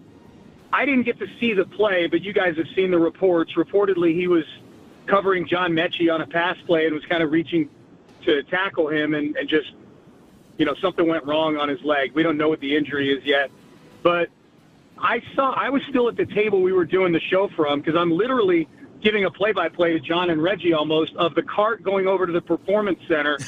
When the cart got out in front of the Performance Center, which is just this huge building that butts up next to the field, that's where all the workout rooms and meeting rooms and everything are in there. The part that was the most harrowing to me was CJ needed help getting off the cart, and then he needed two Texans training staff members to help him walk into the building. Like, he couldn't put any weight on the leg. He had an arm draped over the shoulder of two different people. Of it were really, really bad. I don't know any other way to put it. Sean, so what is that? I mean, obviously, it's more than likely an injury. It's going to cost him some significant time, if not the season. What does that mean for the Texans? I know you spent some time thinking through, obviously, how do they respond to this? Who takes a spot? What does the defense look like without C.J. Gardner-Johnson? Yeah, well, there's nobody on the street that you're going to get who's as good as C.J. Gardner-Johnson. There'll probably be a body coming in, I would guess. I think what makes this interesting now, guys, the most interesting wrinkle to this, I think there's two interesting wrinkles. One is Jimmy Ward, and obviously he's got injuries and a legal issue he's dealing with right now. From what I remember, his court date is next week, and it seems like he's optimistic and his lawyer is optimistic that they're going to get vindication from this. D'Amico answering questions about Jimmy Ward seemed to indicate to me that he believes Jimmy Ward when he talks about he knows what type of guy Jimmy Ward is. And Jimmy Ward is around the team. He was out of practice last week, working out off to the side, riding a cart with 5 of his teammates back to the building. So he's around the team the way a normal injured player would be around the team. So it may be that Jimmy Ward's injury situation could be a bigger obstacle than his legal situation by the time this time next week rolls around. Who knows? So that's an interesting name. And then the other one I'm thinking about, too, is Jalen Petrie, who seems to have found a home in that slot corner, hybrid linebacker sort of thing, but he came into the league as a safety. Is Jalen Petrie, he's better in this role he's in now, but he's better at safety than the other options they have on the team right now, like MJ Stewart, Jalen Reed's hurt right now, which is too bad. He was having a good camp. Russ Yeast, there's no way, there's no two ways about it. There's a big drop-off after C.J. Gardner-Johnson to whoever the next guy is. Yeah, Sean Pendergast joins us live with his practice report live in West Virginia. Sean, if we move past that, by the way, just judging by reports, I don't know what it was like when you were there. It seemed like it was hard to get practice back rolling again, and maybe it never got the same level of intensity that it had before. It seemed like, I just saw people just stop even tweeting what was happening. It just seemed like it really calmed things down. Yeah, after they took CJ into the Performance Center, D'Amico gathered the team around for a good 4 or 5 minutes. Oh, really? And I don't know what exactly was said. Obviously, we're up in the bleachers. They're way off in the middle of the field, but they got into a gigantic 90-man huddle as a team to talk for a good 5 minutes after the injury. It definitely wasn't one of these things where they scrape the guy up off the field and they're practically stepping over him to get the next play going. It wasn't anything nearly like that. It was clearly something that, in some way, it affected the team enough for D'Amico to feel like he needed to gather the team up. As far as the practice after that, if I had just walked in to practice after that, not knowing C.J. Gardner-Johnson got hurt, it felt like a normal practice to me after that. I may have taken the starch out of some of the folks who were tweeting, and it took the starch out of it for me, for sure. It was a phenomenal week up there in West Virginia. I think both for all of us at the station and covering it up there, and for the Texans, they've had a really good week of practice. So it's a big-time bummer to end the week on that note, for sure. Sean, overall, I haven't heard your response, your 30,000-foot view to practice today. Who won? Who lost? What were your thoughts post-practice, other than the injuries, obviously? Yeah. I think the offense had another day that looked like some progress. They ran the ball pretty well at times. It's really interesting because they're still totally mixing and matching on the offensive line. Juice Scruggs played center today for the first time in training camp. It was with the twos. It was with Jared Patterson next to him at right guard. So, and at times Ed Ingram was playing with the ones at guard. There's still a ton of shifting and moving going on with the offensive line. The mere fact that Juice Scruggs played center for the first time, whether it was the ones, twos, or threes, the fact that he's playing center for the first time tells me that they're not sold on either of the guys that are playing center yet, because Jake Andrews and Jared Patterson have had plenty of snaps to separate themselves, and now Juice Scruggs is in there today. So there's still a lot of mixing and matching on the offensive line going on. There was no Nick Chubb today. We know Joe Mixon is out. Damian Pierce did the walkthrough yesterday. He was in street clothes today. Like, Dargumbawale was getting the not just third down back carries. He was getting 1st and 10 handoffs as the back, and actually had some nice runs. Like, the blocking was better today. I thought overall the offense had a decent day. I thought CJ had a pretty good day. I know there were people tracking his completion percentage online and things like that. He threw the ball pretty well today. He sailed the ball to Dalton Schultz in the end zone that I think he would normally make. Threw a beauty of a ball to Nico Collins in the end zone that Nico just dropped. That was weird. Yeah. But they started the day. It was all scrimmaging, so the whole thing was situational.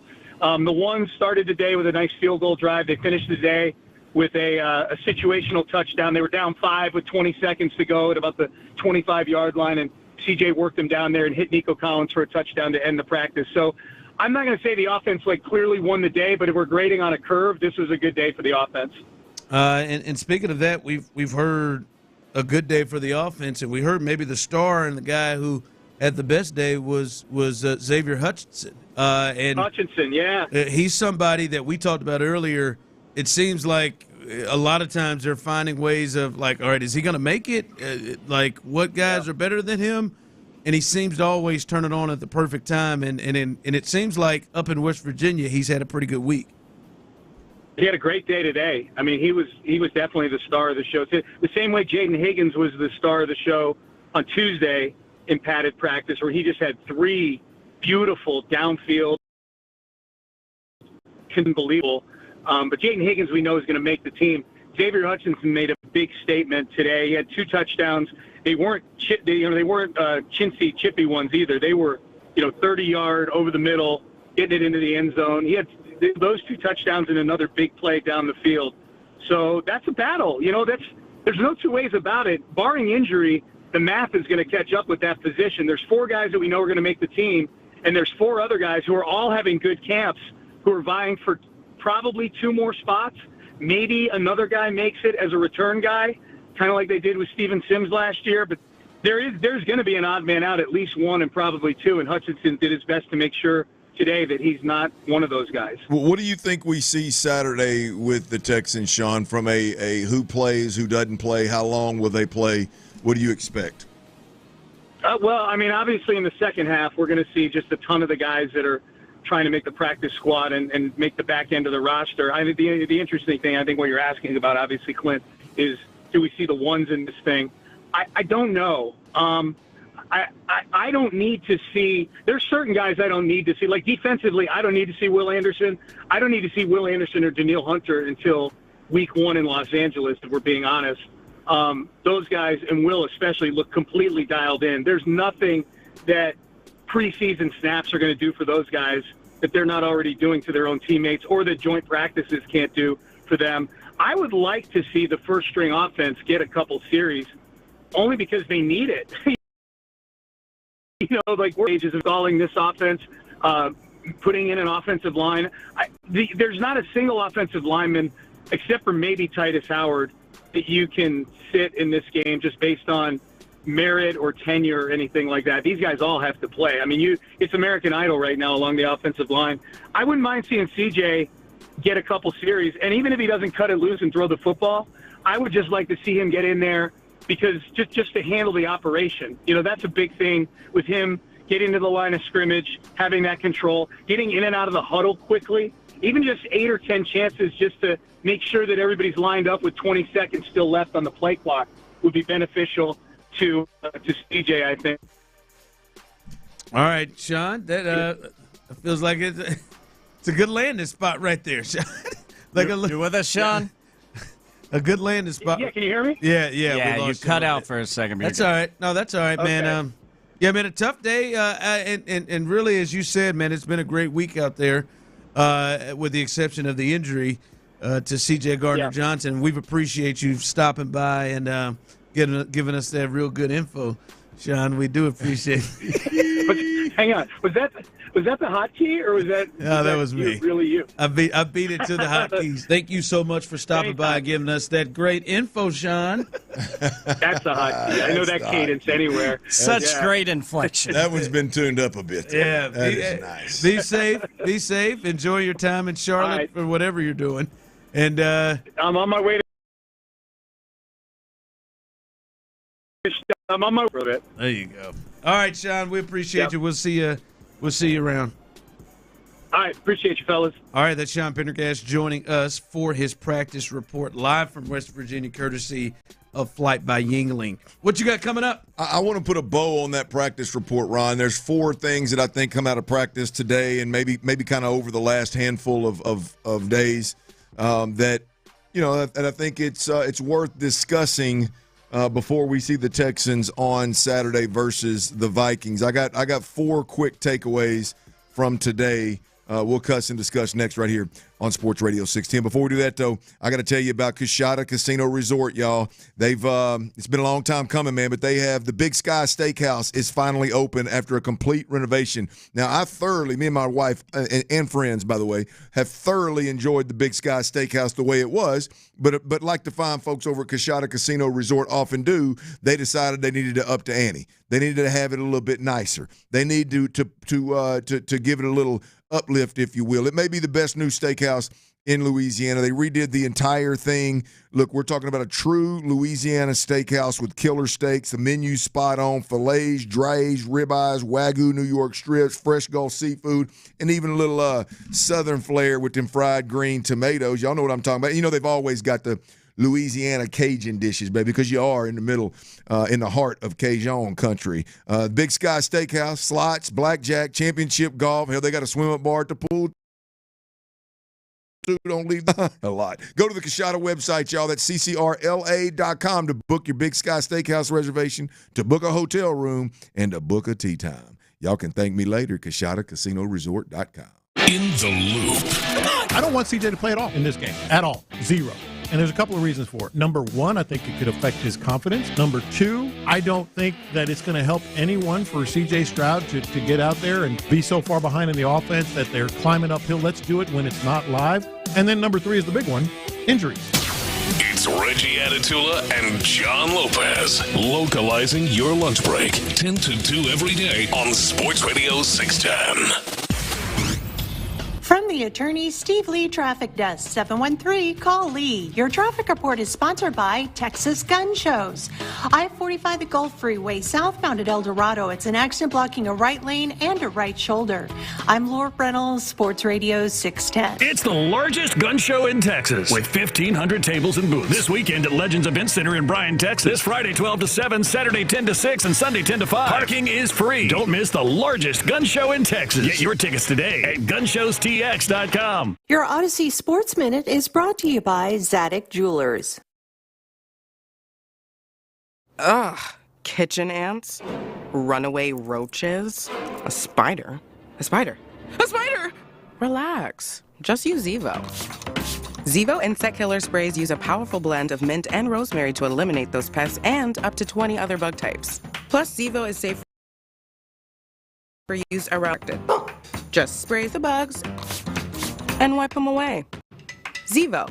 People friendly, bug deadly. Greatness is here.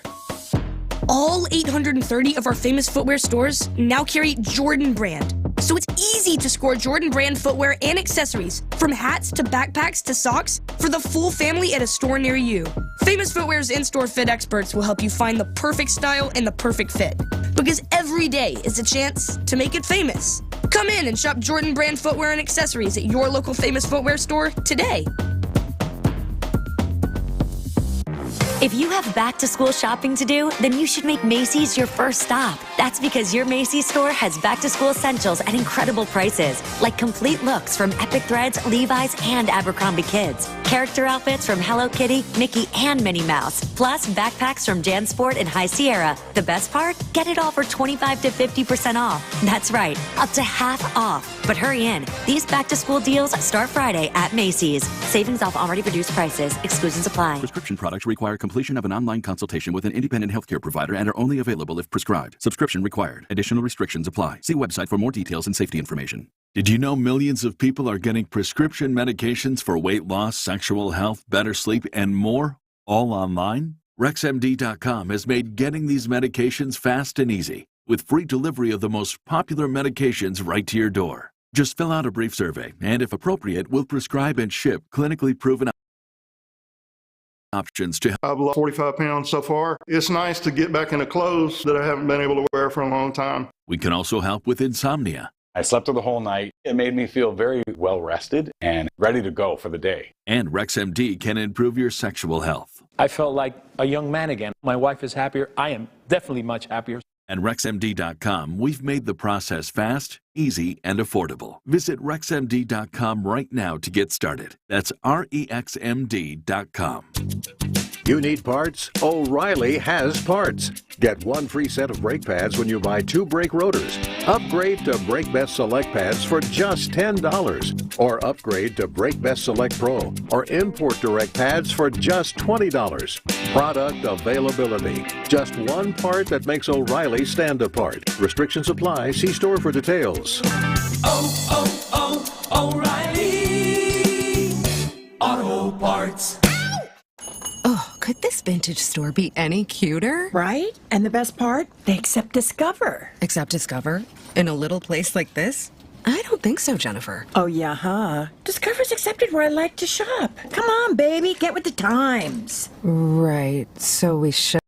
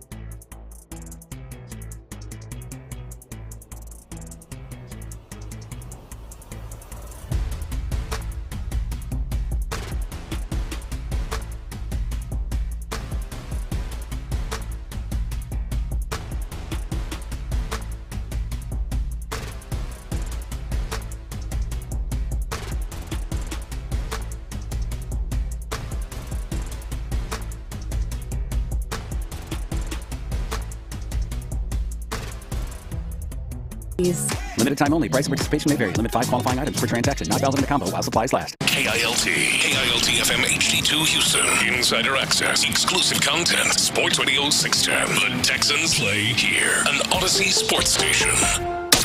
Sports Radio 610 presents The Drive with Stoerner and Hughley. Dive into the mind of former NFL quarterback Clint Stoerner. I like a good time. I like to have a party. I know you do. It's Dirty's Daily. Presented by Mokaram Injury Lawyers. Mokaram Injury Lawyers, baby. Hard as hell to say, easy to dial. 281-222-2222. If you or loved ones ever injured in an accident, you know exactly who to call. Mokaram Injury Lawyers. Also, if you listen to the show, we appreciate it. Any way that you listen, we greatly appreciate it because, Houston, we love you, baby. On YouTube and Twitch, we appreciate you listen. Hit that subscribe button. Make sure you stay dialed in. Shoot Ron a little emoji or something on that message over there if you'd like to.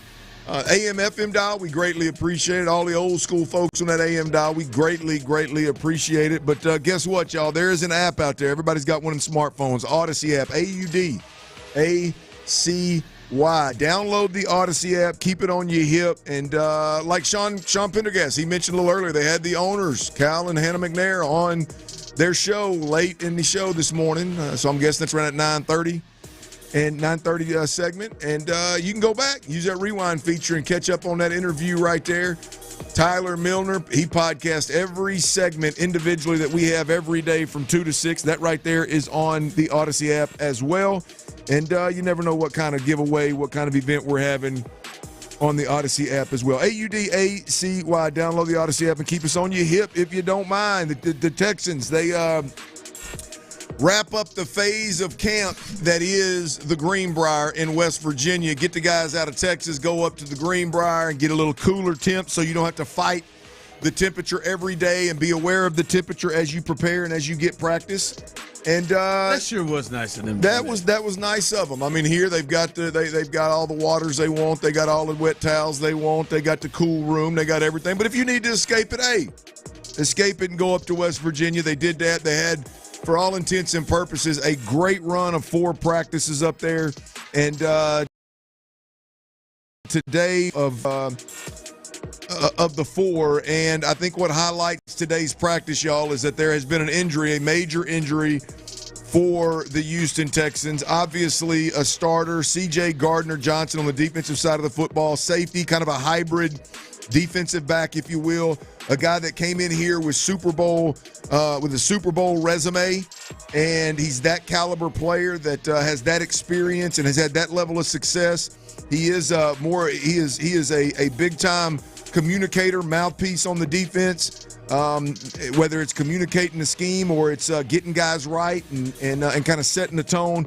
He was a big factor in what the Texans were going to rely on to take this team to the next level. You got to be better than 10 wins. You got to be better in the second round. How are you going to do that? You're going to bring guys like C.J. Gardner-Johnson in, probably the number one acquisition this offseason as it relates to taking that next step for the Texans. He goes down with what appears to be a serious lower leg injury. He was carted off. He never moved from the spot that the injury happened.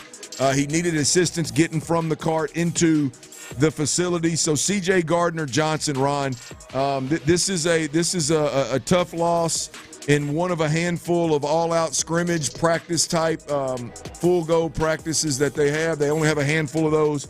It was a costly one today. Yeah, it is.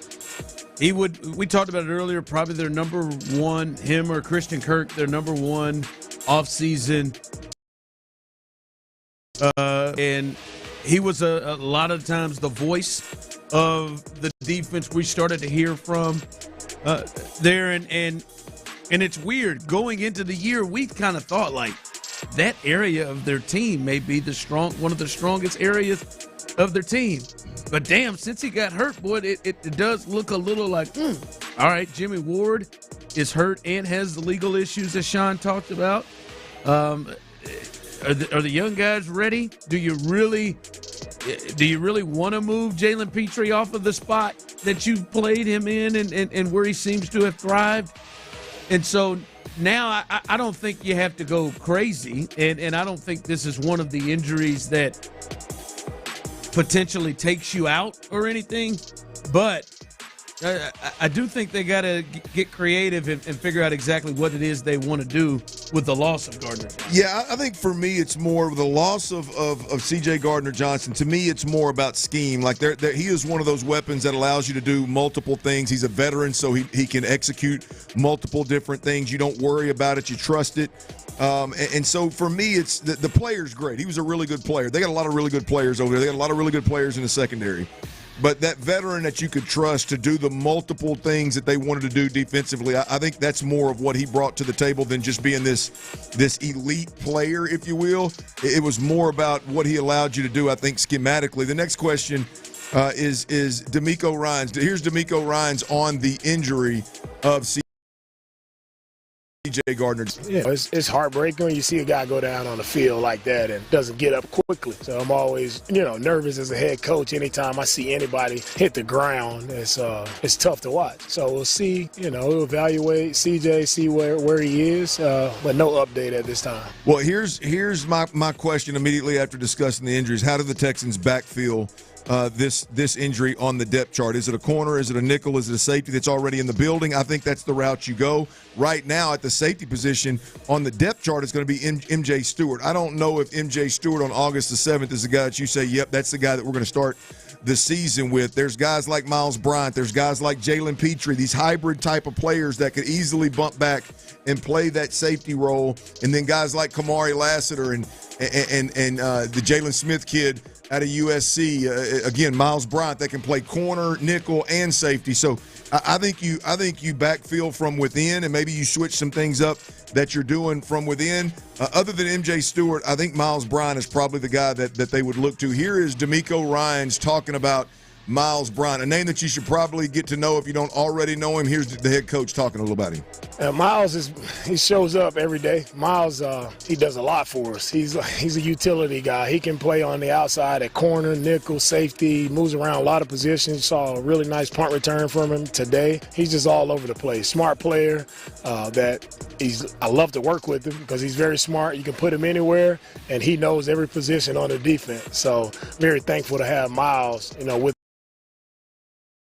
us here, piece of what we're doing. He's a guy that I would imagine they quote-unquote backfill with. Like I said, you got Kamari Lassiter, you got a rookie that you like that you drafted in the third round. You got Jalen Petrie who can jump around. And you talk about versatility; those guys all have it, and you're getting a top-tier player right there. These are guys that aren't going to be on the street at any point in time, and so the alternative is trying to find a player that's on the street that is a starter level. That ain't gonna happen. So I think the backfield happens from within. And I also think, obviously, again, he is a player that has a chance to really have added to this defense if he's out for the year. Yeah, had a chance to really add to this defense. But if you're thinking of positions on the defense that maybe you don't have to be great at, if you're thinking about positions on the defense where maybe there's some things that can be hidden a little bit,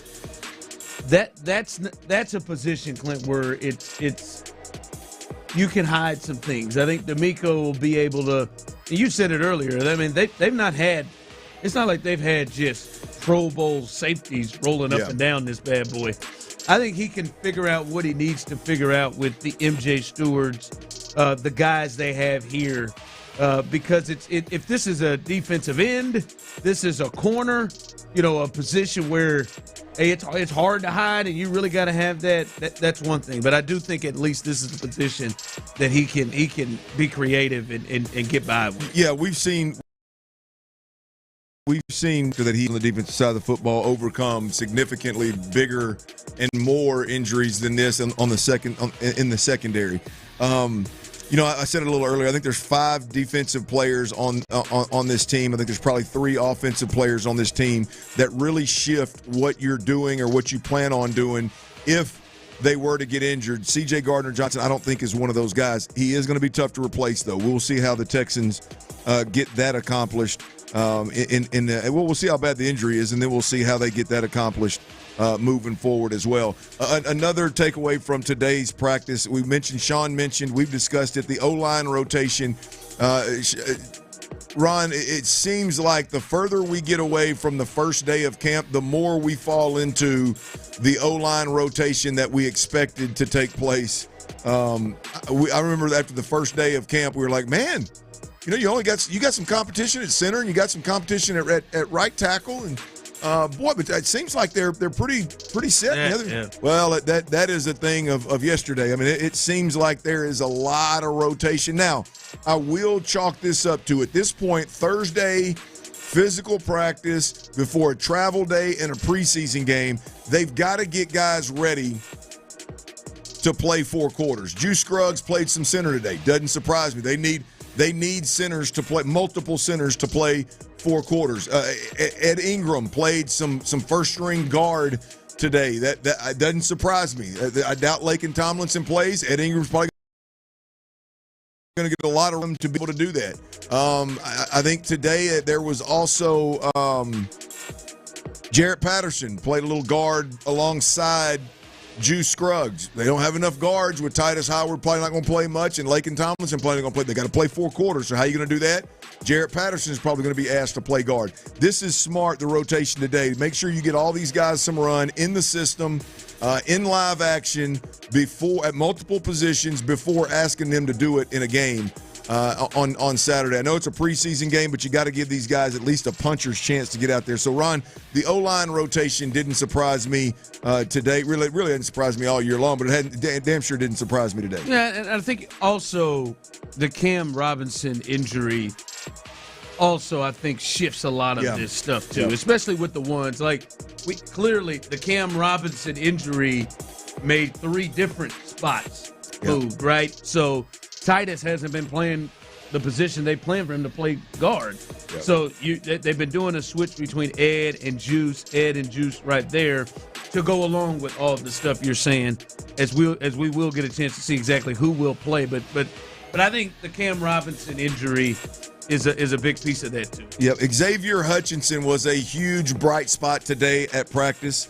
I mean, he is one of those guys you just can't deny. I mean, as much as you want to push him to the bottom of the wide receiver room, and you want to push him to a spot and where, man, maybe there's not a roster spot for him. Every opportunity he gets, Xavier Hutchinson had a huge again. Today was a full pad, full contact scrimmage type scenario with the offense getting a ton of run. CJ Stroud got a bunch of reps. Davis Mills got a bunch of reps. Xavier Hutchinson, slant from CJ Stroud early on for a big gain, 20-plus yards. Xavier Hutchinson, deep crosser on a boot action from Davis Mills, touchdown, 30-plus yards. Some kind of little zig route in a red zone type of scenario, touchdown from CJ Stroud to Xavier Hutchinson.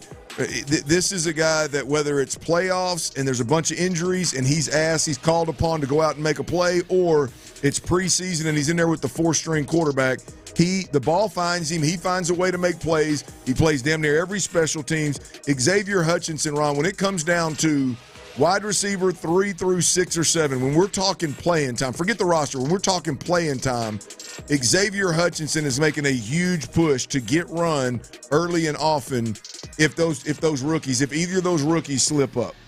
If either of those rookies slip up and maybe they don't understand the playbook quite well enough to go, he is putting himself in position and making enough plays, Ron, where Hutch is going to get that. He's going to get that run when given the opportunity. Yeah, man, he refuses to allow to be from a football roster prospect killed. Like he is going to stay there, and just when you think like he's expendable or he's on the chopping block, he'll put together a week. He'll put together preseason look and say, oh man, he's doing that. And of the receivers we have, he's the guy that's going to do all the stuff in which Frank Ross needs him on special teams. Yeah. I heard D'Amico talking about Miles Bryant, as we played earlier, says he does a little bit of everything. So does Xavier Hutchinson across offense and defense. But he is a guy that is flat in his first 2 years, has been reliable, has been there at the end. He's been healthy, and he has found his way into being on the field in major spots in ways that we never really anticipated him before the season started. You guys that were playing in the Hall of Fame game generally weren't on the field in the playoff games. And that was what he was doing. Yep.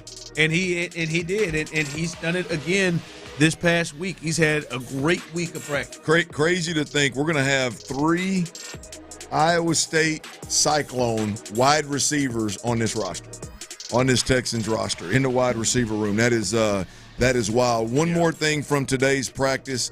They did have a lot of run game going on today. There was no Nick Chubb. There's obviously no Damian Pierce, who was obviously not in pads again today. And then there's no Joe Mixon, who is injured. And there was a ton of Dare Ogunbowale. And Ron, I'm going to be honest with you on this one. I don't need to see Dare Ogunbowale. I mean, you're going to have to. Well, look, I'm not hating on Dare, by the way. I understand I don't want Dare Ogunbowale getting a bunch of touches in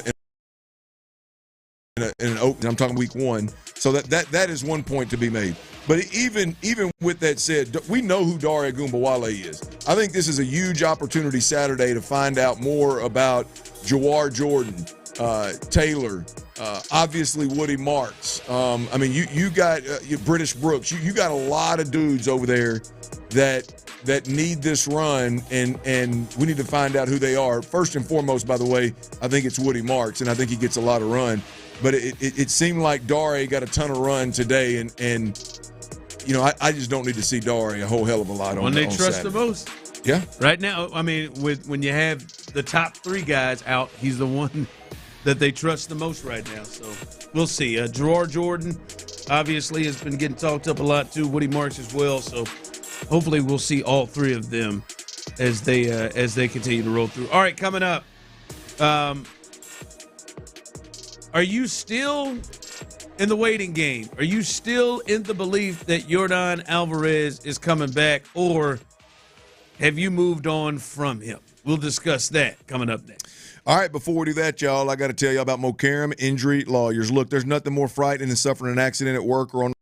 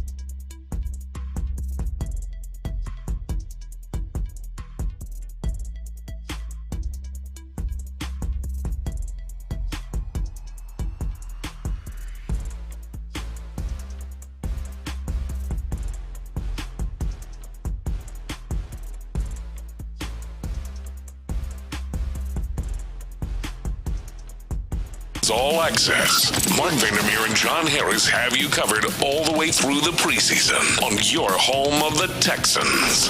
Sports Radio 610. It's Texans Training Camp. Live from the Mokaram Injury Lawyers Studios, Sports Radio 610 presents The Drive with Stoerner and Hughley. Don does not mind facing lefties as he crushes one to right. On one hop to George Springer. Here comes DeZenzo. Here comes the throw. DeZenzo is safe. RBI single for Jordan, and the Astros lead 5-0. Those are the two hand injury guys right there. Zach DeZenzo scoring. Grab my strong hand. Then progressing with his hand for he's working on months as well. And then Jordan Alvarez, who we have not seen in 97 days. Not seen in 97 days. He's had multiple setback issues, been shut down multiple times. I'm wondering where people are on this because where art thou? I have reached the position, fellas, where I am hopeful that we see Jordan Alvarez. I am hopeful that he is there, and I damn near was hoping that Dana Brown would approach it in this manner. It's more of a hope thing, and as Clint has said in the past about other players, a luxury thing. I'm more hopeful. I've got to a point where I don't have the expectation. Like I expect, I expected Jeremy Payne to be back at some point. Right, I'm to a point now where I'm like, hey man, I'm just preparing my mind that the Astros are going without Jordan Alvarez, and it would be a pleasant surprise if he makes it back because I understand it's just they got 47 ball games left, Clint, and hopefully he can come back. There are no real signs that he's anywhere close to coming back. At least when I say no signs of, hey, he went up against live pitching or he was just did a rehab start. Like Jeremy Pena went and played 2 games in Sugar Land. You feel like, all right, he's getting close. Every time he just, batting practice pitching, there's been somewhat of a setback. So for me, Clint, I have reached the point where I'm approaching Jordan Alvarez as I hope he comes back. I won't put myself to expect it. I'm preparing to go without him, and it is a luxury and a pleasant addition if he's on this team. Yeah, look, the luxury Lance thing for me was kind of two-pronged. One was the game of hoping he comes back, the anticipation that he doesn't, and he no, he doesn't, he's throwing on flat ground, all these different reports. And along the lines of like how I felt like the team should view him of like, hey, man, we got to move forward and operate as if, hey, man, we got to build a starting rotation, and if he, anticipating him not coming back, and then if he does, he's just a luxury. I look at Jordan Alvarez, and I'm still at a point right now to where, you don't change anything about the way you approach this thing. Now, add another bat would not have been something that I frowned upon, by the way. But the thought is that Jordan Alvarez for me is not luxury at this point. Jordan Alvarez for me at this point in time is an absolute necessity. You still have an expectation that he is going to come back. Absolutely, yes. He is going to come back. He is much needed. This is a significantly different team without him, obviously, and I think the chances to make a run to a World Series are significantly lower without Jordan Alvarez. I didn't feel any of that necessarily about Lance McCullers since over the last 1,000+ days. So. He was truly just a luxury that you might stumble into late in the season. Jordan is not there. This has got to happen. Yeah, I mean, I'm with you. It gives them their absolute best chance. Roflo said it's over. They cannot win it. Yeah, I'm not there yet. If he gets there, I'm faded as hell right now. Yeah, I'm not quite there yet, but I'm flirting with it.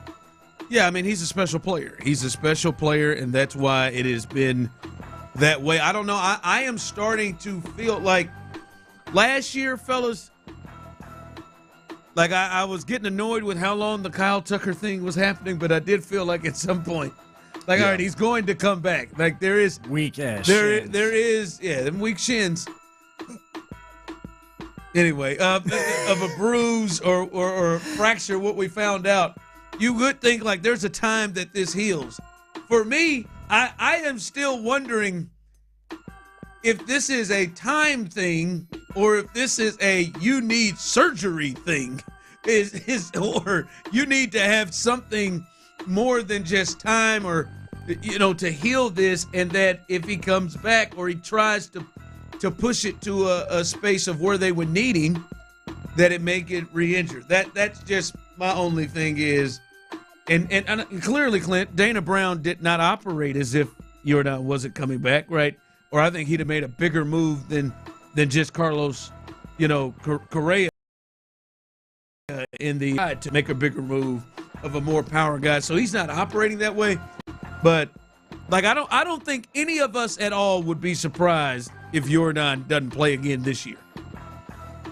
I will be. You will be surprised? I told y'all a month ago. Will you be surprised if he doesn't play this year? I'm hopeful. Oh, I will not be, especially now today at this point. No, I will not be surprised. But I told y'all last month I'd be surprised if we saw him for October. I would. Well, I know you've said CJ's going to be on the field playing in L.A. before he gets on the field. Gardner Johnson? No. Well, no.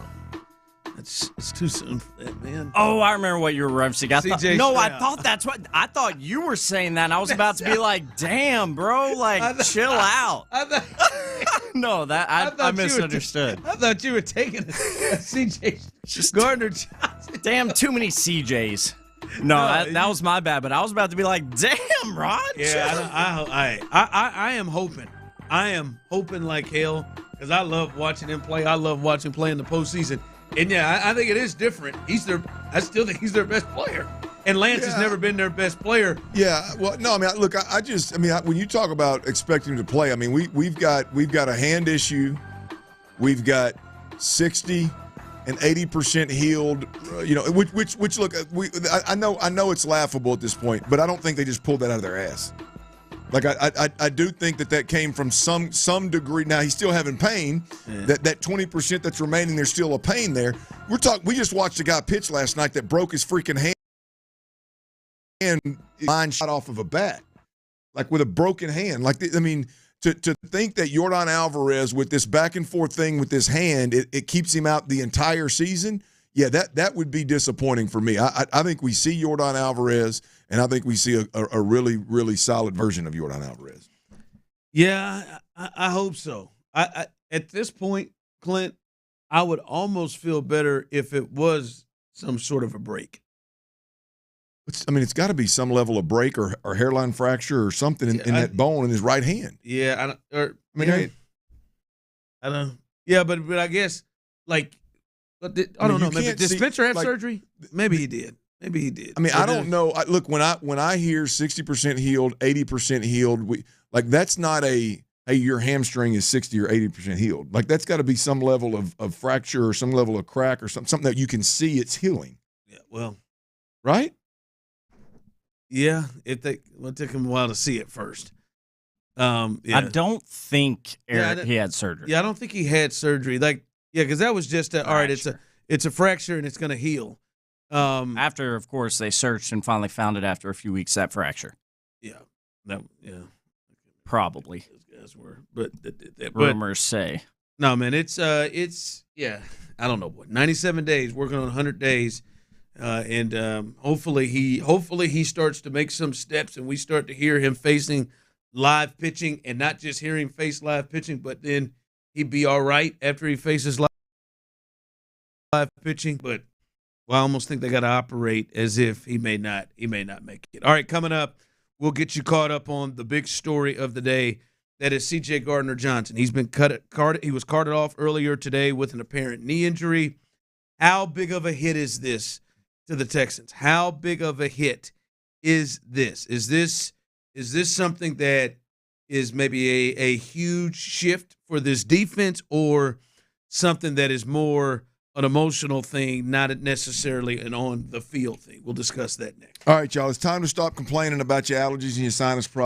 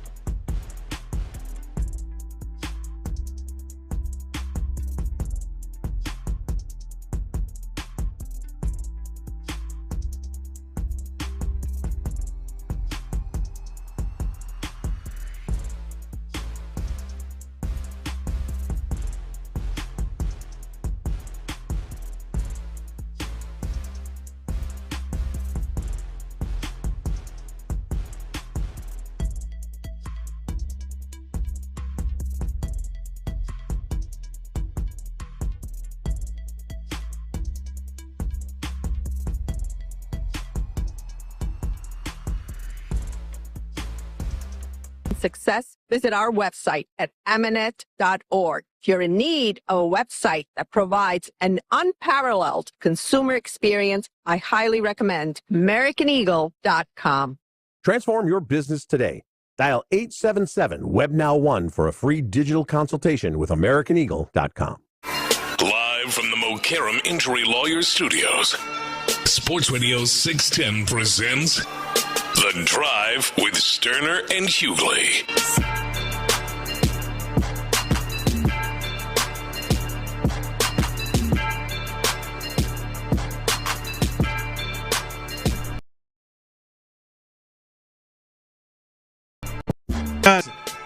Injured, and it did not look good. It looked like a serious injury. We had Sean Pendergast. He was there live in West Virginia, and he spoke and gave his account of what he saw the whole way in. He was on with us about an hour ago. If you missed it, you want to check that out, 3:40 on the Odyssey app. Check that out, podcast page as well, and hear what he had to say about that situation. If you are just now hearing us, it looks like an apparent knee injury with C.J. Gardner-Johnson as he was trying to make a tackle on John Mechie, and he injured himself, was on the ground, pounding the floor on his stomach when it first happened, and was unable to put any weight on it, any weight at all, and was put on the cart. As Sean said, it was about a 5-minute situation, and then they drove him on the cart to the big facility that they took him into for further evaluation, and he still was unable to put any weight on it. Needed help to get out of the cart, according to Sean Pendergast, and then needed help to walk or go the rest of the way as he was putting his arm around other members of the training staff to get into the building. So nothing new to report. Last thing we heard was from Aaron Wilson that he would have to get an MRI done, and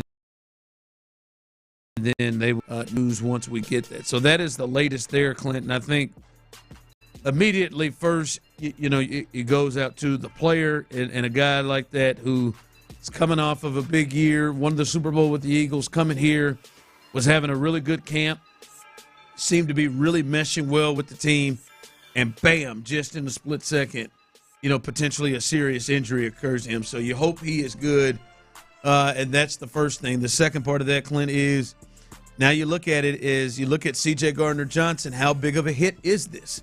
How much does this hurt? Coming from Black Greg on the text line, Clint, the injury to C.J. Gardner-Johnson is going to hurt. He is the one guy on the defense I trusted to line up with guys like Travis Kelce or keep Lamar from breaking big runs.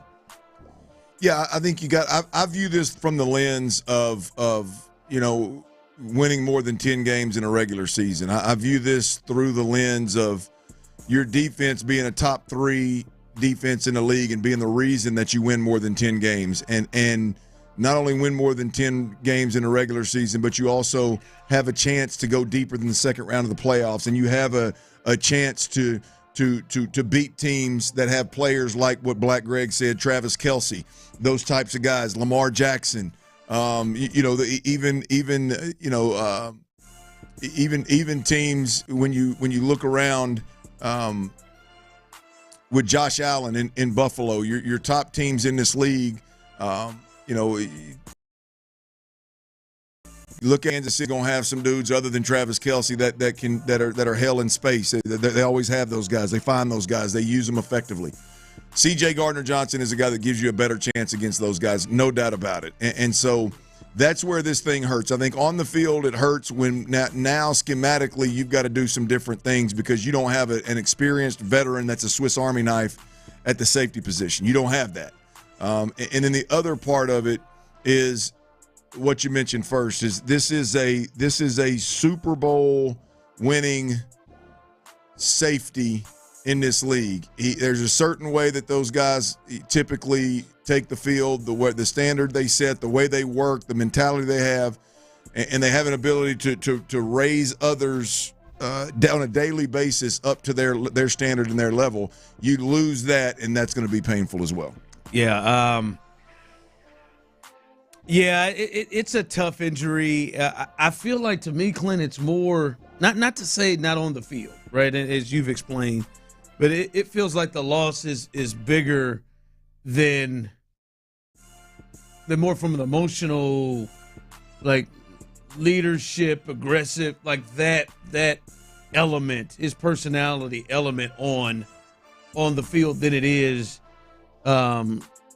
filling the void. Maybe you don't have anybody that can fill the void like him, but I don't think this is one of those, Clint, where it's like, oh my God, like they got to trade something. They got to make more. As you said, I believe earlier, this is going to have to change the way they approach defense. I don't think it is that case. I think they got to shift some things. They got to do some different things and maybe have some combinations of guys that maybe they didn't plan on doing.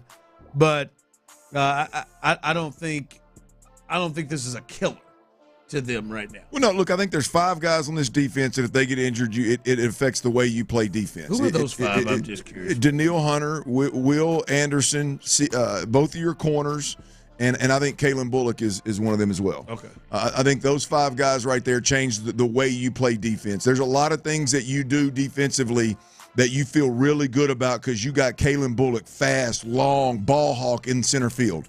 You don't have that guy. One, you don't have another guy remotely close behind him, and that is a unique skill set. That is a unique instinct. This doesn't affect your style like that.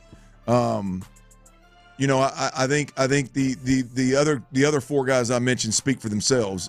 This is not that level of injury, but it is, again, in a sense, he is no doubt about it a leader.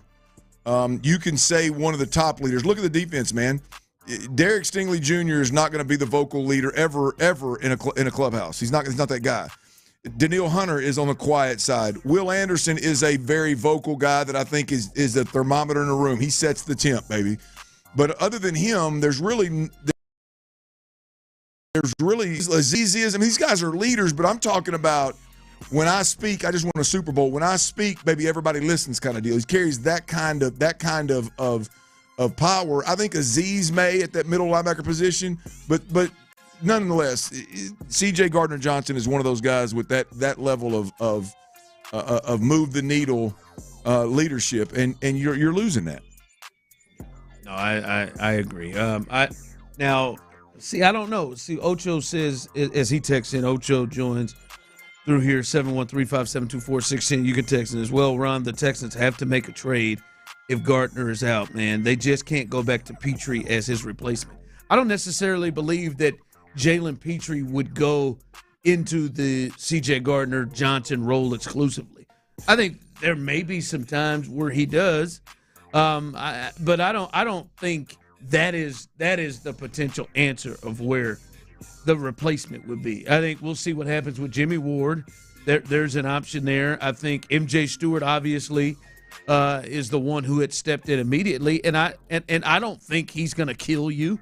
I think M.J. Stewart would be very solid in that position. And when you got guys like Kalen Bullock and you got the corners you have, I think I think he can play in a solid way that you'll be fine, right? Maybe you're not allowed to do the things that maybe you wanted to do with C.J. Gardner-Johnson and shift things and play certain guys in certain spaces to guys or something that you want to do, but I think you can still play solid. And I think you can MJ Stewart this thing and then potentially see where a Jalen Reed is midway through the season if he's able to take on a bigger role in that. I don't necessarily think you have to go out and go get somebody. I don't think it's that type of move. Yeah, look, I think I don't think going out and getting anybody, even if you wanted to, I don't think it's a possibility. We're not talking about a safety here. If you're just looking for a safety, MJ Stewart's been fine, and DeMeco Ryans has done more with less before. It's not about a position. You're not going to replace C.J. Gardner-Johnson by pulling somebody off the streets. I'd be shocked if you're able to replace a C.J. Gardner-Johnson type of player after all teams cut down to at that final cut date, right? I just don't think those guys are going to be walking the streets, and every team that has one is going to covet them and keep them. There's no way. This is a backfield with guys that are already here, guys that you already feel strongly about. Miles Bryant is one of them that can play corner, nickel, or safety. I think Jalen Petrie can play nickel or safety. I think when you look at Kamari Lassiter, he can play corner or nickel, or hell, I bet you they didn't trust him to play safety. And the Jalen Smith kid out of USC is a corner that can also play nickel. They got plenty of guys that they really like that they can move in and play that position. The key is, I just think it's going to affect more than just the safety position, which I don't think is a problem. I think it's a good thing in a sense of the defensive roster that they've built, and so they've got options. I just don't. This is more about a Super Bowl man off field that was in line to help this team take the next big step. Not about, boy, what are we going to do game to game, day to day. Yeah, this isn't an injury to me. And this is why I don't think you have to go out and go get somebody. This is not an injury to me that even if you prevents, wanted to, it doesn't do any good. You're not going to go get a guy that's you're going to plug Justin in as a Simmons starter. is the name that people keep running around, but still, to me, I don't think that this is an injury that takes them from being a top 5 defense. No, I agree. You know what I mean? I think they are. I think they're still a great defense. Of those 5 guys that you talked about that are more of the, hey, these are guys that changes things. Maybe one of those, but I don't think C.J. Gardner-Johnson is a guy that makes them. He was an upgrade over Eric Murray last year, who was fine. Who I think MJ Stewart could play at an Eric Murray level. Agreed. And they were a good defense, and I don't think that was the move that said they're going to be, a top defense. Well, you mentioned the low-hanging fruit here is Jimmy Ward. If whatever's going on off the legal issues off the field, if he can get those, which and the foot. Sean Pendergast made a great point earlier. Is I mean, if he is around the team and at practice and on the cart and still involved, then clearly DeMeco Ryans feels like this is going to get resolved sooner rather than later. And DeMeco saying things like, "I know him, I know him," you know what I mean. So that is the quick way. Is boy, you get Ward back the crease, and we're on to something here. Otherwise, I think you're gonna have to shuffle some guys, shuffle the deck a bit of guys you already have in house. Yeah. All right, coming up as we continue a little 5 o'clock fire, we'll tell you the rest of the news and notes that happened up in West Virginia as they prepare for their first preseason game coming up on Saturday. We'll let you know about that. Looking at the Astros as they dropped the finale with the Marlins. They've got a big series coming up in New York. And more NFL news. C.J. Gardner-Johnson was not the only major starter around the league that was carted off. Another AFC potential playoff team has one of their top players carted off today. We'll let you know all of that coming up next. All right, y'all. Academy Sports and Outdoors. If you've lived around these parts for any amount of time, you know all about Academy Sports and Outdoors. We got 2 things going on right now. End of summer savings event. You get up to 50% off swimwear, sandals, flip-flops, up to 40% off pools, patio sets, 40% off bikes and backyard fun. I'm telling you, there's big-time end of summer savings going on right now. And in Texas, baby, summer lasts a while. So we got some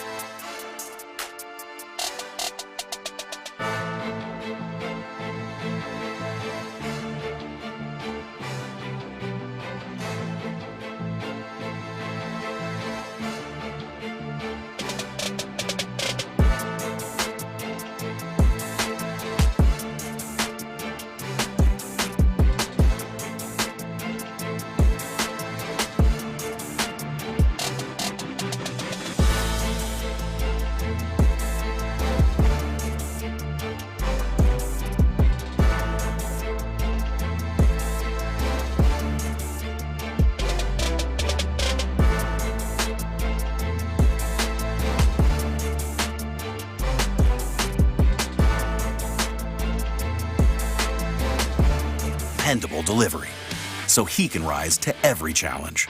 Call 1-800-GRANGER, click Grainger.com, or just stop by. Grainger, for the ones who get it done. KILT FM HD2 Houston. Insider access, exclusive content. Sports Radio 610. The Texans play here. An Odyssey sports station. I said, oh, Lord Jesus, it's a fire. Sports Radio 610 presents The Drive with Stoerner. The clock fired. It is 5 o'clock. Congratulations. Hopefully you're off work. Luckily for you, old Dirty Show T-Mill, a.k.a. Psycho T, have the latest. And the latest is, best bets are going to move up a little bit because we're going to move up best bets next segment because Tyler is thinking about you, the people. He wants to make sure you get enough time in to get these bets in, and there's a limited amount of games, and Tyler doesn't have the heart to go and put some money on WNBA and look out and bang. That are some great betting opportunities there as well, but there are only about 4 games today, and 2 of them are going on right now. By the way, I believe the Mariners are up. They were up 2-0 last I saw.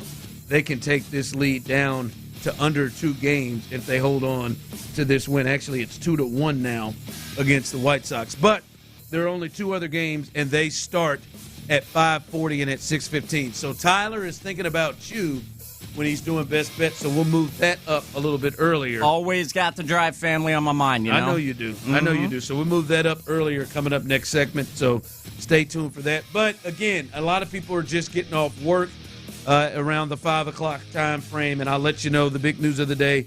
C.J. Gardner-Johnson was carted off, had an apparent knee injury. Last thing we've heard was that he will get an MRI done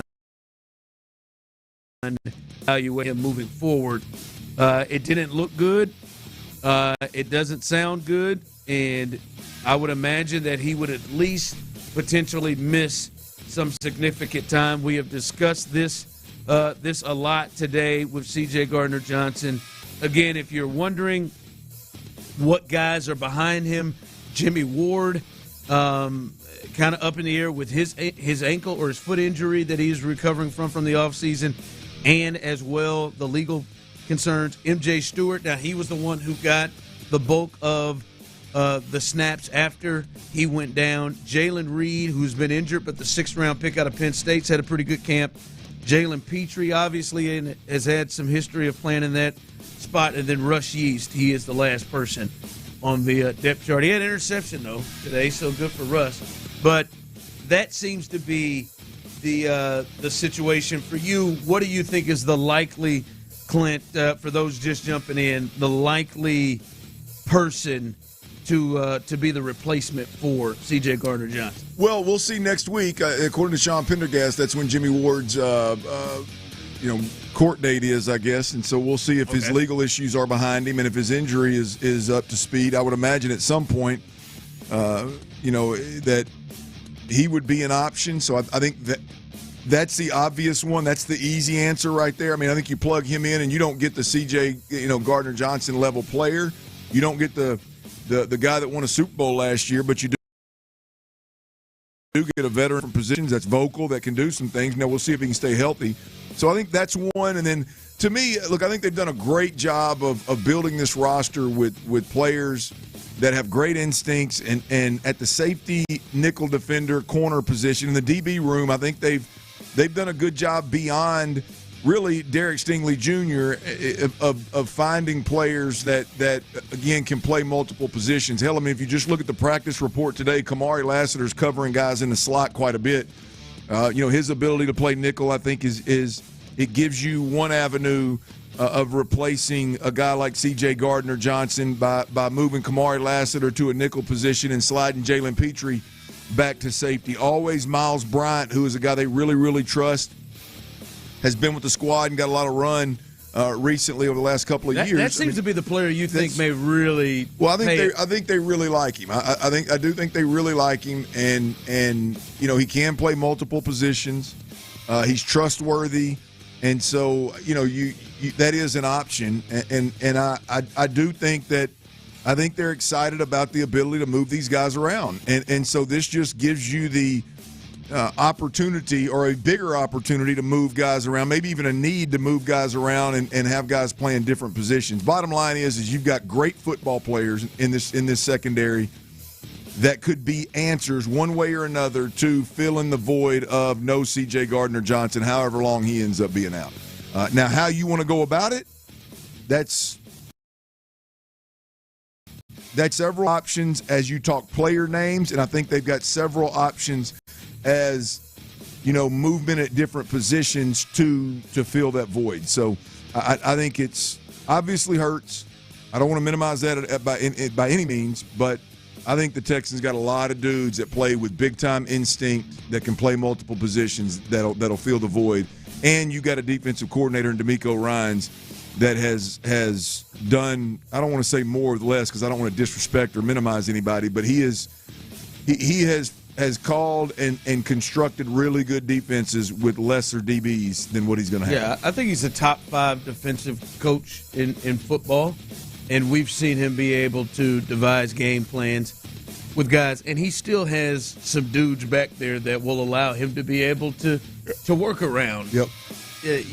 Guys that aren't up to the C.J. Gardner-Johnson quality of player. Also, at training camp today, as we saw the running back situation, we saw Dameon Pierce return. We saw Christian Harris return yesterday. Those were walkthroughs. Today was full pads in a scrimmage-like environment, Clint. There was no Nick Chubb. He didn't practice for a second day in a row after taking a shot to the head and leaving with the trainer on Tuesday. Cam Robinson, leg injury. He did not practice again. And then Jalen Reed, who we talked about, could be involved in the replacement for Gardner-Johnson. He didn't practice with an ankle issue. Harris also didn't practice today. They didn't go in pads. There was a wonder, would they practice for the first time in full pads?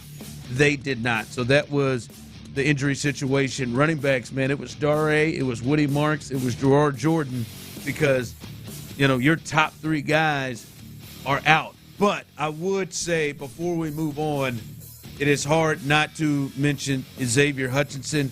I think for many people, we talked to Sean. He said he was the best player on the field today for camp, and he's been doing that here for the last couple of weeks. This week's been a really good week for Xavier Hutchinson, just a guy we've been hearing about a little bit here lately, and this was big for him. He had big chunk plays during camp and practice today. He's going to make it impossible for them to cut him. He's going to play every special teams. He's going to embrace the dirty parts of playing wide receiver. He's going to make plays when the opportunity presents himself. Damn near every time an opportunity presents itself. He's going to play well with whether it's a preseason, regular season, postseason game. He's going to play well whether it's first string, second string, third, fourth string quarterback. He's super quarterback friendly, and days like this are literally going to make it impossible to cut the guy. You can like other guys because they're tangibly they're better and the ceilings are higher and they can do this or that, or there may be one rep where a guy separates better than Xavier Hutchinson, so you fall in love with that. But you're always going to come back to the guy that makes plays. You're always going to come back to the guy you can depend on. You're always going to come back to the guy that's quarterback friendly. And Xavier Hutchinson has gotten enough opportunity over the couple of few years that they trust him, they believe in him, and that he is exactly what you want in a depth receiver. And hell, he's what you want, really, to be honest with you. And all of your ball handlers on the offensive side of the football is when you get in the game, you go make plays. He had a hell of a day. He's having a hell of a camp. Yep. So Xavier Hutchinson, big day on what was a tough day with C.J. Gardner-Johnson going down. Again, when we have more updates, we will let you know that as soon as possible. 5 o'clock fire. All right, the Astros, they dropped the finale with the Marlins yesterday, 6-4. Spencer Arrighetti returned to the mound, up and down day, 3 2/3, 11 hits, and he gave up 5 earned runs. I will say 9 of those hits were singles. 4 of those hits were infield singles. There was an error mixed in there So it was a weird pitching line, but there was some good there as well. 16 swing and misses from Spencer Urrugheti, 5 strikeouts. Had pretty good control of his off-speed pitches after not pitching for over 120 days. So it looked good there, but they did fall, Clint. And right now, coming into today, their lead is a 2-game lead. Right now, as we speak, the Mariners are playing the White Sox, and that game is tied right now. Chicago has tied it. The Mariners go now tied it 2-2 in the 7th inning. So this thing could get even tighter, Clint, as the Mariners are looking to gain a half a game on the Astros as they are playing one of the worst teams in baseball, looking for a sweep against the Chicago White Sox. So things are tightening up, and they are headed to Yankee Stadium. And this is why I think this is a big series, Clint. This should be exactly what they want. Playing a team that's been struggling in the Yankees a little bit, and they've got the first 2 games of that series, Hunter Brown and Framber Valdez pitching. And that, when you get those two in the same series, Clint, and you are now getting chased, and the Mariners are right there with you, and the Rangers aren't far behind, you got to start winning these series when you have those 2 guys out. Yeah. I mean, that's no doubt about it. I mean, Hunter Brown and Framber Valdez have to be great down the stretch here as the Astros try to fend off the Mariners and the Rangers. So, and you got the Yankees, and I think get the Red Sox on the backside of that. So you've got a 6-game stretch here that you need to win more than you lose. That's for damn sure. We'll see if they can hold them off for a couple more weeks. Hopefully, Hunter Brown can continue to do what he did in his last start. It's been a kind of an up and down. I'd say a couple starts prior to the break, and then all the way through it's been a bit up and down. But his last start, he went 7 innings and gave up 1 run. And went 7 innings. And the hope is he can continue to do what he's been doing. And the bats woke up in that series against the Marlins, and that is the hope that the Astros can continue to roll with that. But they're off today in New York, probably having a time. And maybe somebody called a Broadway show. Probably not. No. Framber not pitching today. Yep, he's getting one fully dressed. He's not pitching today or tomorrow. He's 2 days away. Oh, yeah. He's out in a New York bar. He's probably, where is he at? Maybe somewhere where there's got to be some Hispanic spot where he is. Hold on, rolling hard right there. He just probably kicked it with Juan Soto somewhere.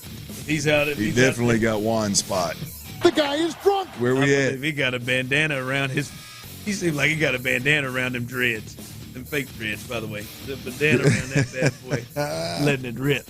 All right, that is the latest there. As they'll get booed mercifully as they head to New York to face the Yankees. 5 o'clock fire. We talked about C.J. Gardner-Johnson. He was not alone, Clint. This is a big injury. Honestly, as we talked about C.J. Gardner-Johnson, I think this is one of those injuries for this team that affects how they want to do things. The Chargers and Pro Bowl left tackle Rashawn Slater was carted off with a leg injury. L.A. Chargers Pro Bowl left tackle left Thursday's practice on a medical cart with he was blocking outside linebacker during a team drill, but Slater began collapsing before Tuapaleotu brushed him and immediately grabbed his left leg. Slater was down with an athletic trainer for a few minutes as safety Derwin James and Denzel Perryman prayed. Eventually, Slater, unable to put weight on the leg, was helped to his feet by trainers and teammates. That one, to me, for the Chargers, their left tackle, that one I would say would be a bigger deal than what C.J. Gardner-Johnson. Not to diminish C.J. Gardner-Johnson, but their tackles are a big deal. They got the rookie they drafted and Alt over there, and then they have Slater. Those bookends. This would change how they have to do things. Yeah, that's one of the top tackles in the league, and can run it and pass protect. And so that's a huge loss. I mean, that is a big. Besides their quarterback, I mean, you can argue that that's as big a loss as anybody on the offense. And so maybe the little receiver that they got. Lad McConkey, maybe McConkey, but maybe Khalil Mack, but maybe that's up there. Yeah, I mean on the offensive side of football. Yeah. Defensively, that's a different animal, but offensively. Yeah, and that's a team that the Texans are in the same mix and category as the Chargers, right there in that. And a lot of people believe the Chargers are a team that may win the West, that may jump the Chiefs and win the. It just sounds eerily similar to what we're hearing about C.J. Gardner-Johnson. Unable to put weight on it, unable to walk on it. What do you do with him if he can't get up? Like big boy? Call for help. Like what's the move? Got to get some sort of pulley system. No, you go get the guard in the center that he plays next to. Say, they got to go get it. Hey, need a little help over here. This is a lot of beef. Got to really work smarter, not harder in that position. I think to myself, when you say, what happens when Flozell Adams hurts his leg and he can't get up? He's easy to get under. He's easy to get leverage on. You just got to bend your knees. Pause. Coming up, we'll get you guys paid as Tyler's had a pretty good week. Pretty good week for the most part. All green, you're damn right. All green all week, so he's rolling. He's hot. He missed them Royals yesterday, but that's all right. He's hot. He'll win you some money as we move it up a little bit early. T-Mill's Best Bets coming up next. All right, y'all. Biggest mistake you can make when you're selling a home, baby, is settling for less money than you thought you'd get.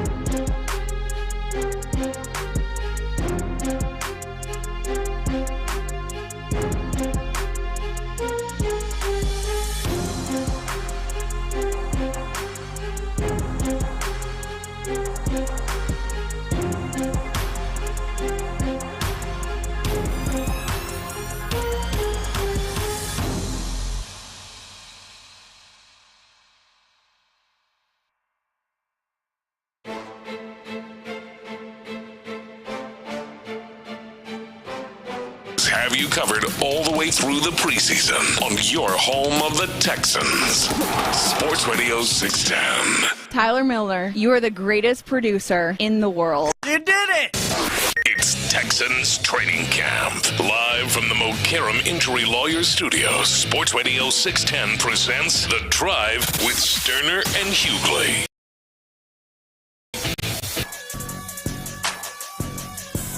By the way, I heard Paige is having some competition on the old the ladies. I know you know the ladies golf. There is no competition. There is a young lady who is trying to come for her crown in the OnlyFans golf reporter. Yeah. I'm trying Does Paige have an OnlyFans? I mean, I don't know, but I mean, if she did. I mean, I think you. I mean, yeah, there's a lot of she's leaving a lot of money on the table. If not, yeah, I guess it's very possible. Yeah, let me look who it is. I'm surprised Tyler doesn't know it. I do not know of this lady. I'll do some research, but I find it very hard to believe that lovely lady you just heard saying I'm the best producer in the world, that she's going to beat her out. What's her name? Paige something starts with an S, isn't it? Saranac? Yeah. Sporonic. Paige Sporonic. With the lovely. Yeah, there was a young lady who was coming for the crown. I saw a story on it. That is bold. I almost sent it to you, but that's a bold ass. Well, maybe I shouldn't do that to Tyler. Talk about barrel fire sports takes right there, coming for the throne of old Paige and her sexy. And I remember reading it, thinking, damn, I didn't know she had, like, what's the throne? Like, what does she have the throne of? When we had her on the show it's from Super Bowl Radio Row. And she said I was the best producer ever, yeah? Oh, yeah, you won't let's forget that. What rest were you like, eh? Oh, if you answer a certain way, I'm going to be so freaking pissed with you guys. I was impressed. Good. I was a good level of impressed. I was about to smack you in the head. Yeah, and I mean, I just seen some pictures there, and I mean, send them to me. She put together the outfit to try to get to kind of get and play the role that she was playing there, and it wasn't bad. For Happy Gilmore 2? Good for her. Was she in that? Yeah, she played the Dick's Sporting Goods girl that helped Happy get fitted for some new clubs. Yeah, looking great, obviously. Yeah. Unless New Girl's recoil is anywhere near hers, I find it hard to believe that we're going to be seeing her dethroned. I must say. Who is it? That boy said recoil. Who's the new girl? I'm trying to find her. I'm trying to find this story. That's all about the recoil, bro. Yeah, that is. Let me see if I can find this thing. By the way, coming up, who's got the best recoil, Tyler? Okay, yeah, Tyler's got it's close between Kate Upton, Joy Taylor. I've never noticed Joy Taylor's recoil. I mean, I've noticed the cans, obviously, but I don't think I've ever noticed the recoil. There it is. Yeah. Make you think you're watching a boomerang. Yeah, somebody's challenging her in the golf space right there. Brecky Hill? Is that what that says? Yeah, Brecky. Breckie. B-R-E-C-K-I-E. Brecky like Hill. Breggy, but C-K? Yeah, there you go. Yeah. There you go. Yeah. I thought you. I missed the back end of your list there. Did your girl that was recently had a child? Was she on there? Because that is one that. So yeah, Walking Bets. What is that chick's name? That's a factor in this matter. I mean, well, I'm gonna be honest with you. If you're focusing on recoil. That damn right I am. That chick is in a league of her own. Who? Walking Bets. Walking Bets. Taylor. I don't even know her name. Taylor Mathis. Now she is a Mount Rushmore of recoil. There's not a recoil that I've seen in the sporting world for damn sure. No lies detected. That it can compare. If I'm being completely honest with you. She is something, my friend. But no, I would have to say Miss Kate Upton probably is. Like them videos back in the day of her on the runway, that's probably top of all the recoils. Wow. I mean, the more you know, Drive family. I mean, 85 Skinamax. I mean, what's that, 30 years ago? That's 40 years ago. I was 1. I mean, I was 7, 8, 9-ish. I mean, that is the Skinamax stuff, man. I mean, I'm a huge fan. I never thought about the recoil. Yeah. I think about it every day. Well, I can tell you do. I've never personally thought about it. We just had a top 5 recoil. I've seen it. Again, I've Tyler, greatly appreciated it. Tyler, I want you to think of that list at some point, man. You do your little. I'll have it for you tomorrow on a Friday if you want. What, your top recoil? Yeah. I just gave away the. Nah, it's my list, winner. bro. I'll surprise you. Hey. I mean, it's garbage if she ain't won. Hey, slow down. I don't make garbage down, lists, cowboy. He said, real bad cowboy. He said, I'll have it ready for tomorrow.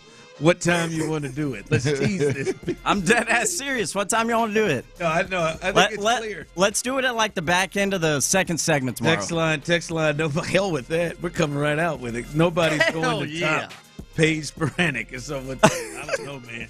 Oh man, I'm excited about this project now for tomorrow. Hell yeah. Yeah. I don't know, but there's some. Tyler sends them on the regular, and there's one queen. There's one number one. You just might be right, because Miss Mathis knows what she's doing. I've never had a serious conversation about recoil, and it's a shame because you're right. It is a thing. It is a beautiful thing, but do you feel like you should have been having more conversations about this? No, I think I've appreciated the women's anatomy. There's not a better recoil. There's not a bigger, more obvious, more natural recoil on the. It's unbelievable. It's like you're philosophizing right now, there. I mean, there's not. I mean, I don't know. If there's anybody out there that's appreciated the female anatomy as much as I have in my life. Working against gravity has never looked so damn good, man. I've never viewed it as recoil as a classification.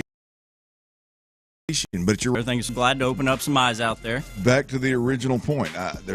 I'll do some research on the original golf girl you brought up, though. My bad. Yeah.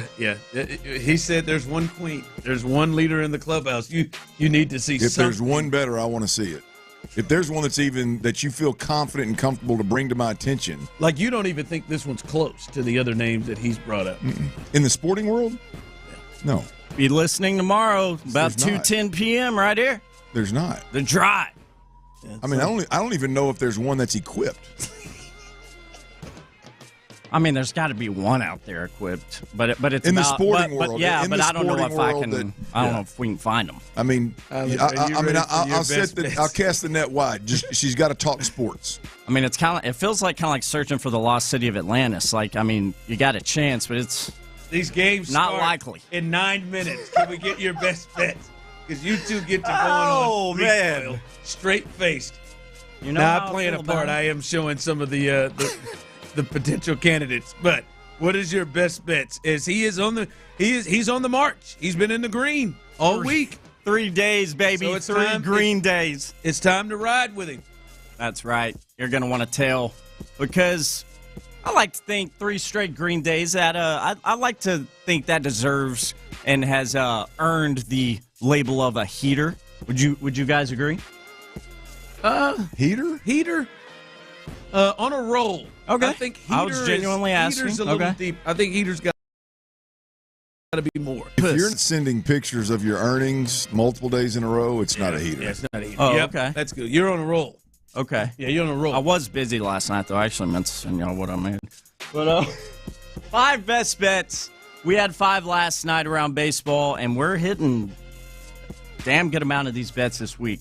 So 5 more. It's between 2 baseball games today because one of those 2 is starting here at 5:40 in just a second. The other one a little later. But all bets between these 2. First off, Reds. The Reds are traveling to Pittsburgh to take on the Pirates. I got 3 bets in that ballgame for you. First, I got the Reds plus a 1.5. I have the Reds also. I have never seen the Astros have this line set for their team total on an over-under. Reds, Cincy, over 2.5 runs for their team tonight at odds of only minus 135 as they take on the Pirates. And lastly, in that game, the over in general for the game, over 6.5 runs in that one at minus 125. And then the 2 bets for the Braves and Marlins game tonight. We just saw the Marlins playing the Stros. I got the Braves plus 1.5 in that one. And I have the Braves team total as well. There's a set over 3.5. I'm on that over 3.5 runs for Atlanta as they take on the Marlins. Those are your 5 best bets. They are posted on my Twitter at @TMillRealDeal if you missed any of them. Yeah, and that Reds Pirates get started at 5:40, so you might want to jump on that. Paul Skeens has to be pitching tonight, right? I looked and I can't remember. Yeah, he is. I was gonna say 2.5. He ain't no Hunter Brown, but he's good. And a run 2.5. That's got to be why the Reds run total is. Yeah, but you get us two singles in the first and a bomb. Like he doesn't routinely go 9. So I mean, I would think. I mean, he is the only thing going. It feels like to me, if I remember right, the Pirates bullpen can be had. So I think that's definitely one. That's right. That's hard to pass up. That's you almost talked me into it. Right? That's a low total. Keep the Green Days coming. You almost talked me into it. Let's see. I'm not falling for it. What's the most Paul Skeens is going in a game? Because I don't think he's not a routine. Like his last 2 starts, Paul's going 5, 5, 6, 6. He's emptying the tank. He is not gone over 6 innings since June 8th. It's 2 months. Yeah, I put some money on it. I just got floors done. That's right. I just got doors done. That's right. Floors and done. Floors and doors, baby. I got one part of it done. I got the floors done or doors done. I got to get the floors. So man, I can't put. Okay, I ain't got nothing on it. Floors, doors, and I did, man. Where you put you? I don't know. You fill in the blank on that. All right, Recoil fellas, coming up as we continue rolling through a big night, and I think potentially a night if you're a Texans fan to watch potential opponent coming up. We'll discuss what that means coming up next. You motorboating son of a bitch. Ball is back. The preseason.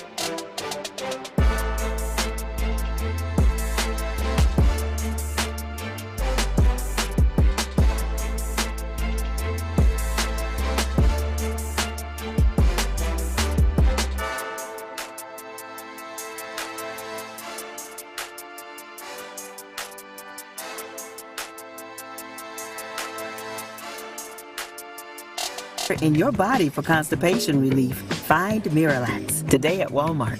Use as directed for occasional constipation. Leasing a car makes more sense now than ever before. Call D&M Leasing today. What's your hometown? Port Arthur, Texas, home of UGK. Rest in peace, Pimp C. Live from the Mokaram Injury Lawyers Studios, Sports Radio 610 presents The Drive with Stoerner and Hughley.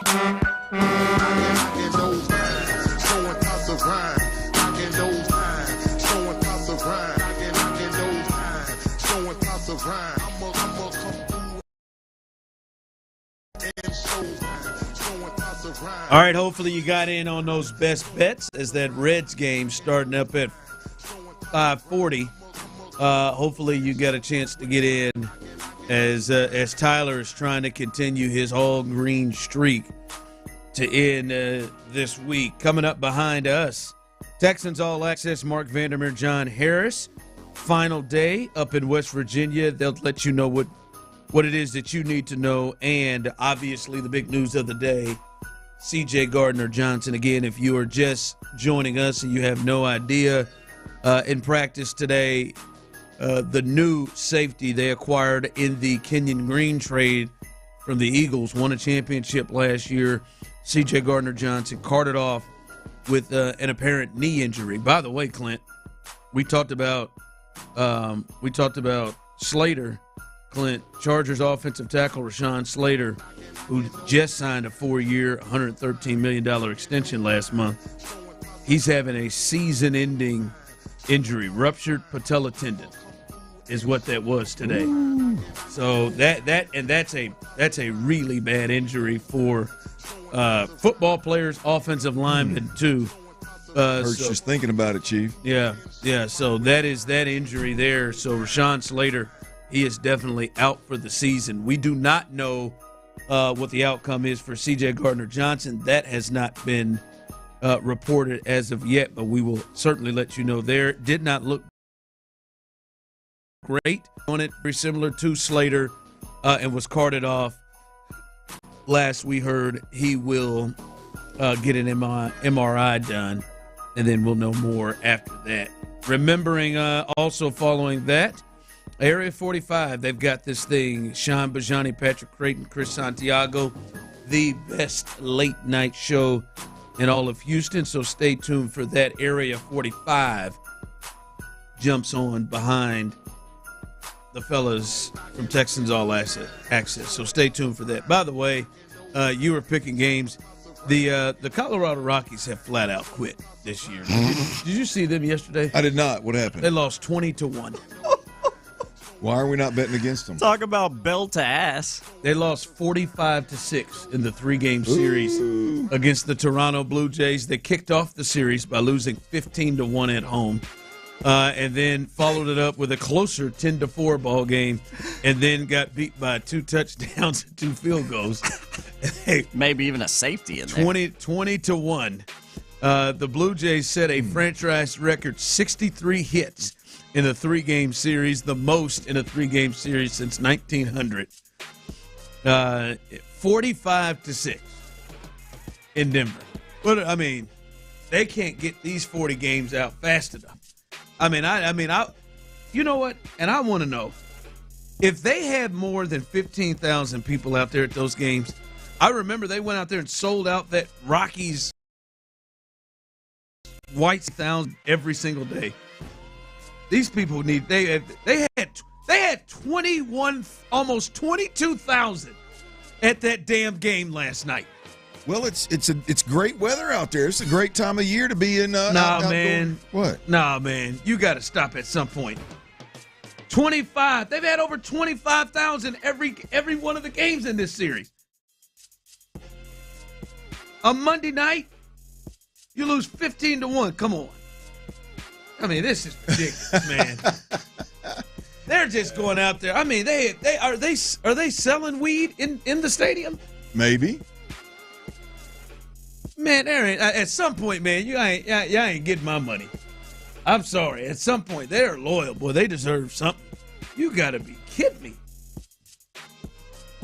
45-6 in a 3-game series. I mean, we got a standing bet every time they play. No, seriously, that should be Rockies every time. Because they don't even care. I mean, that's you don't care. You can't come off 15-1 game one, 10-4, and then just let 20-1 get away from you. It just can't be. Just can't be. You can if 20,000 is going to come watch it. I mean, they'll be playing Savannah Bananas before you know it. There ain't enough Coors Light at Coors Field for me to sit up in there. Yeah, that'd be a tough one, man. Like, at what point do you like it? And I don't think it got. I got to see when did this league get out? How bad did this thing get? Because I'm not to get 20. There, I mean, what was it, 10-1, 10-0? At some point, I'm getting up. I'm getting my happy ass up, staying out there. I mean, they got to be kidding me. 20. All right, so they started off slow here. That's not bad. That's the worst part. They got 8 runs in the 9th, Clint. So they kept them hanging around. It was 3-1 after 4. 3-1 after 4. Yeah, them jokers got to be handing out gummies at the ticket booth, man. They got to. I mean, see, like I'm gonna be honest with you. That's the only thing that'd make me not look at the scoreboard. Just sit up there and have me a good old. Hey, just sit up there. Yeah, gummies and heartburn pills. Hey, man, I just sit up there and eat and laugh my ass off. You better, they better be handing some gummies out. Yeah, man, that is crazy. I mean, they have just quit. By the way, preseason football starts tonight, Clint. Mm-hmm. Colts are playing. Anthony Richardson, by the way, I've already watched video of him. He's warming up. He's completed all the passes. He looks good. In warm-ups. Yeah, he's completed. What time's that game? 6 o'clock. 6 o'clock. We're going to miss it most of it. But Shane Steichen says that Anthony Richardson will get the first quarter and a half before Daniel Jones takes over. So they are in a battle right now. I know I heard a couple of weeks ago Shane Steichen say that it was neck and neck, but everything that most people are saying right now is that Anthony Richardson is the one who has looked like the better quarterback. Yeah, here's the thing: is Anthony Richardson would have to look like more than just best. This is clearly you mean for him to have a chance? Yeah. I mean, you can't fall for the Anthony Richardson okie doke once again. Like he's always going to be the sex. You're going to watch practice and be like, boy, did you see that ball come off his hand? Man, look how far he threw it. Man, look how fast he is. Look how big he is.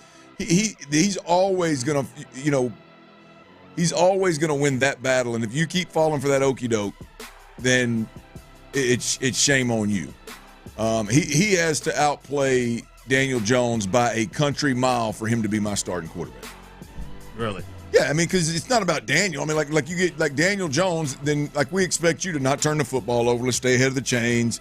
Be a little two-way threat right there. We can run a little bit of you can run the ball a little bit with you there. Make good decisions, and maybe we can go win some ball games. Anthony Richardson is a guy like if you're going to be out there, you've got to be a major threat.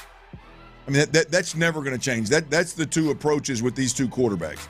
You got slow, steady, easy, stay out of trouble, run an efficient offense, keep the team above the chains, no negative plays, don't lose the ball game. And then you've got a guy that you feel like can go win playoff games for you.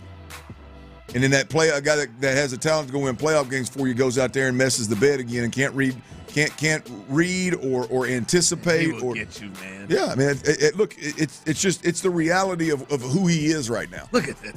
It is sexy, ain't it? Man, he just on the move effortlessly. I will say this, Ron. He will trick my ass. Well, you and I have talked about this before. I don't like what Shane Steichen was asking him to do before. Yeah. Now, that may have been because of the injuries. It may have been, I thought he'd do some other things. Maybe he fooled him.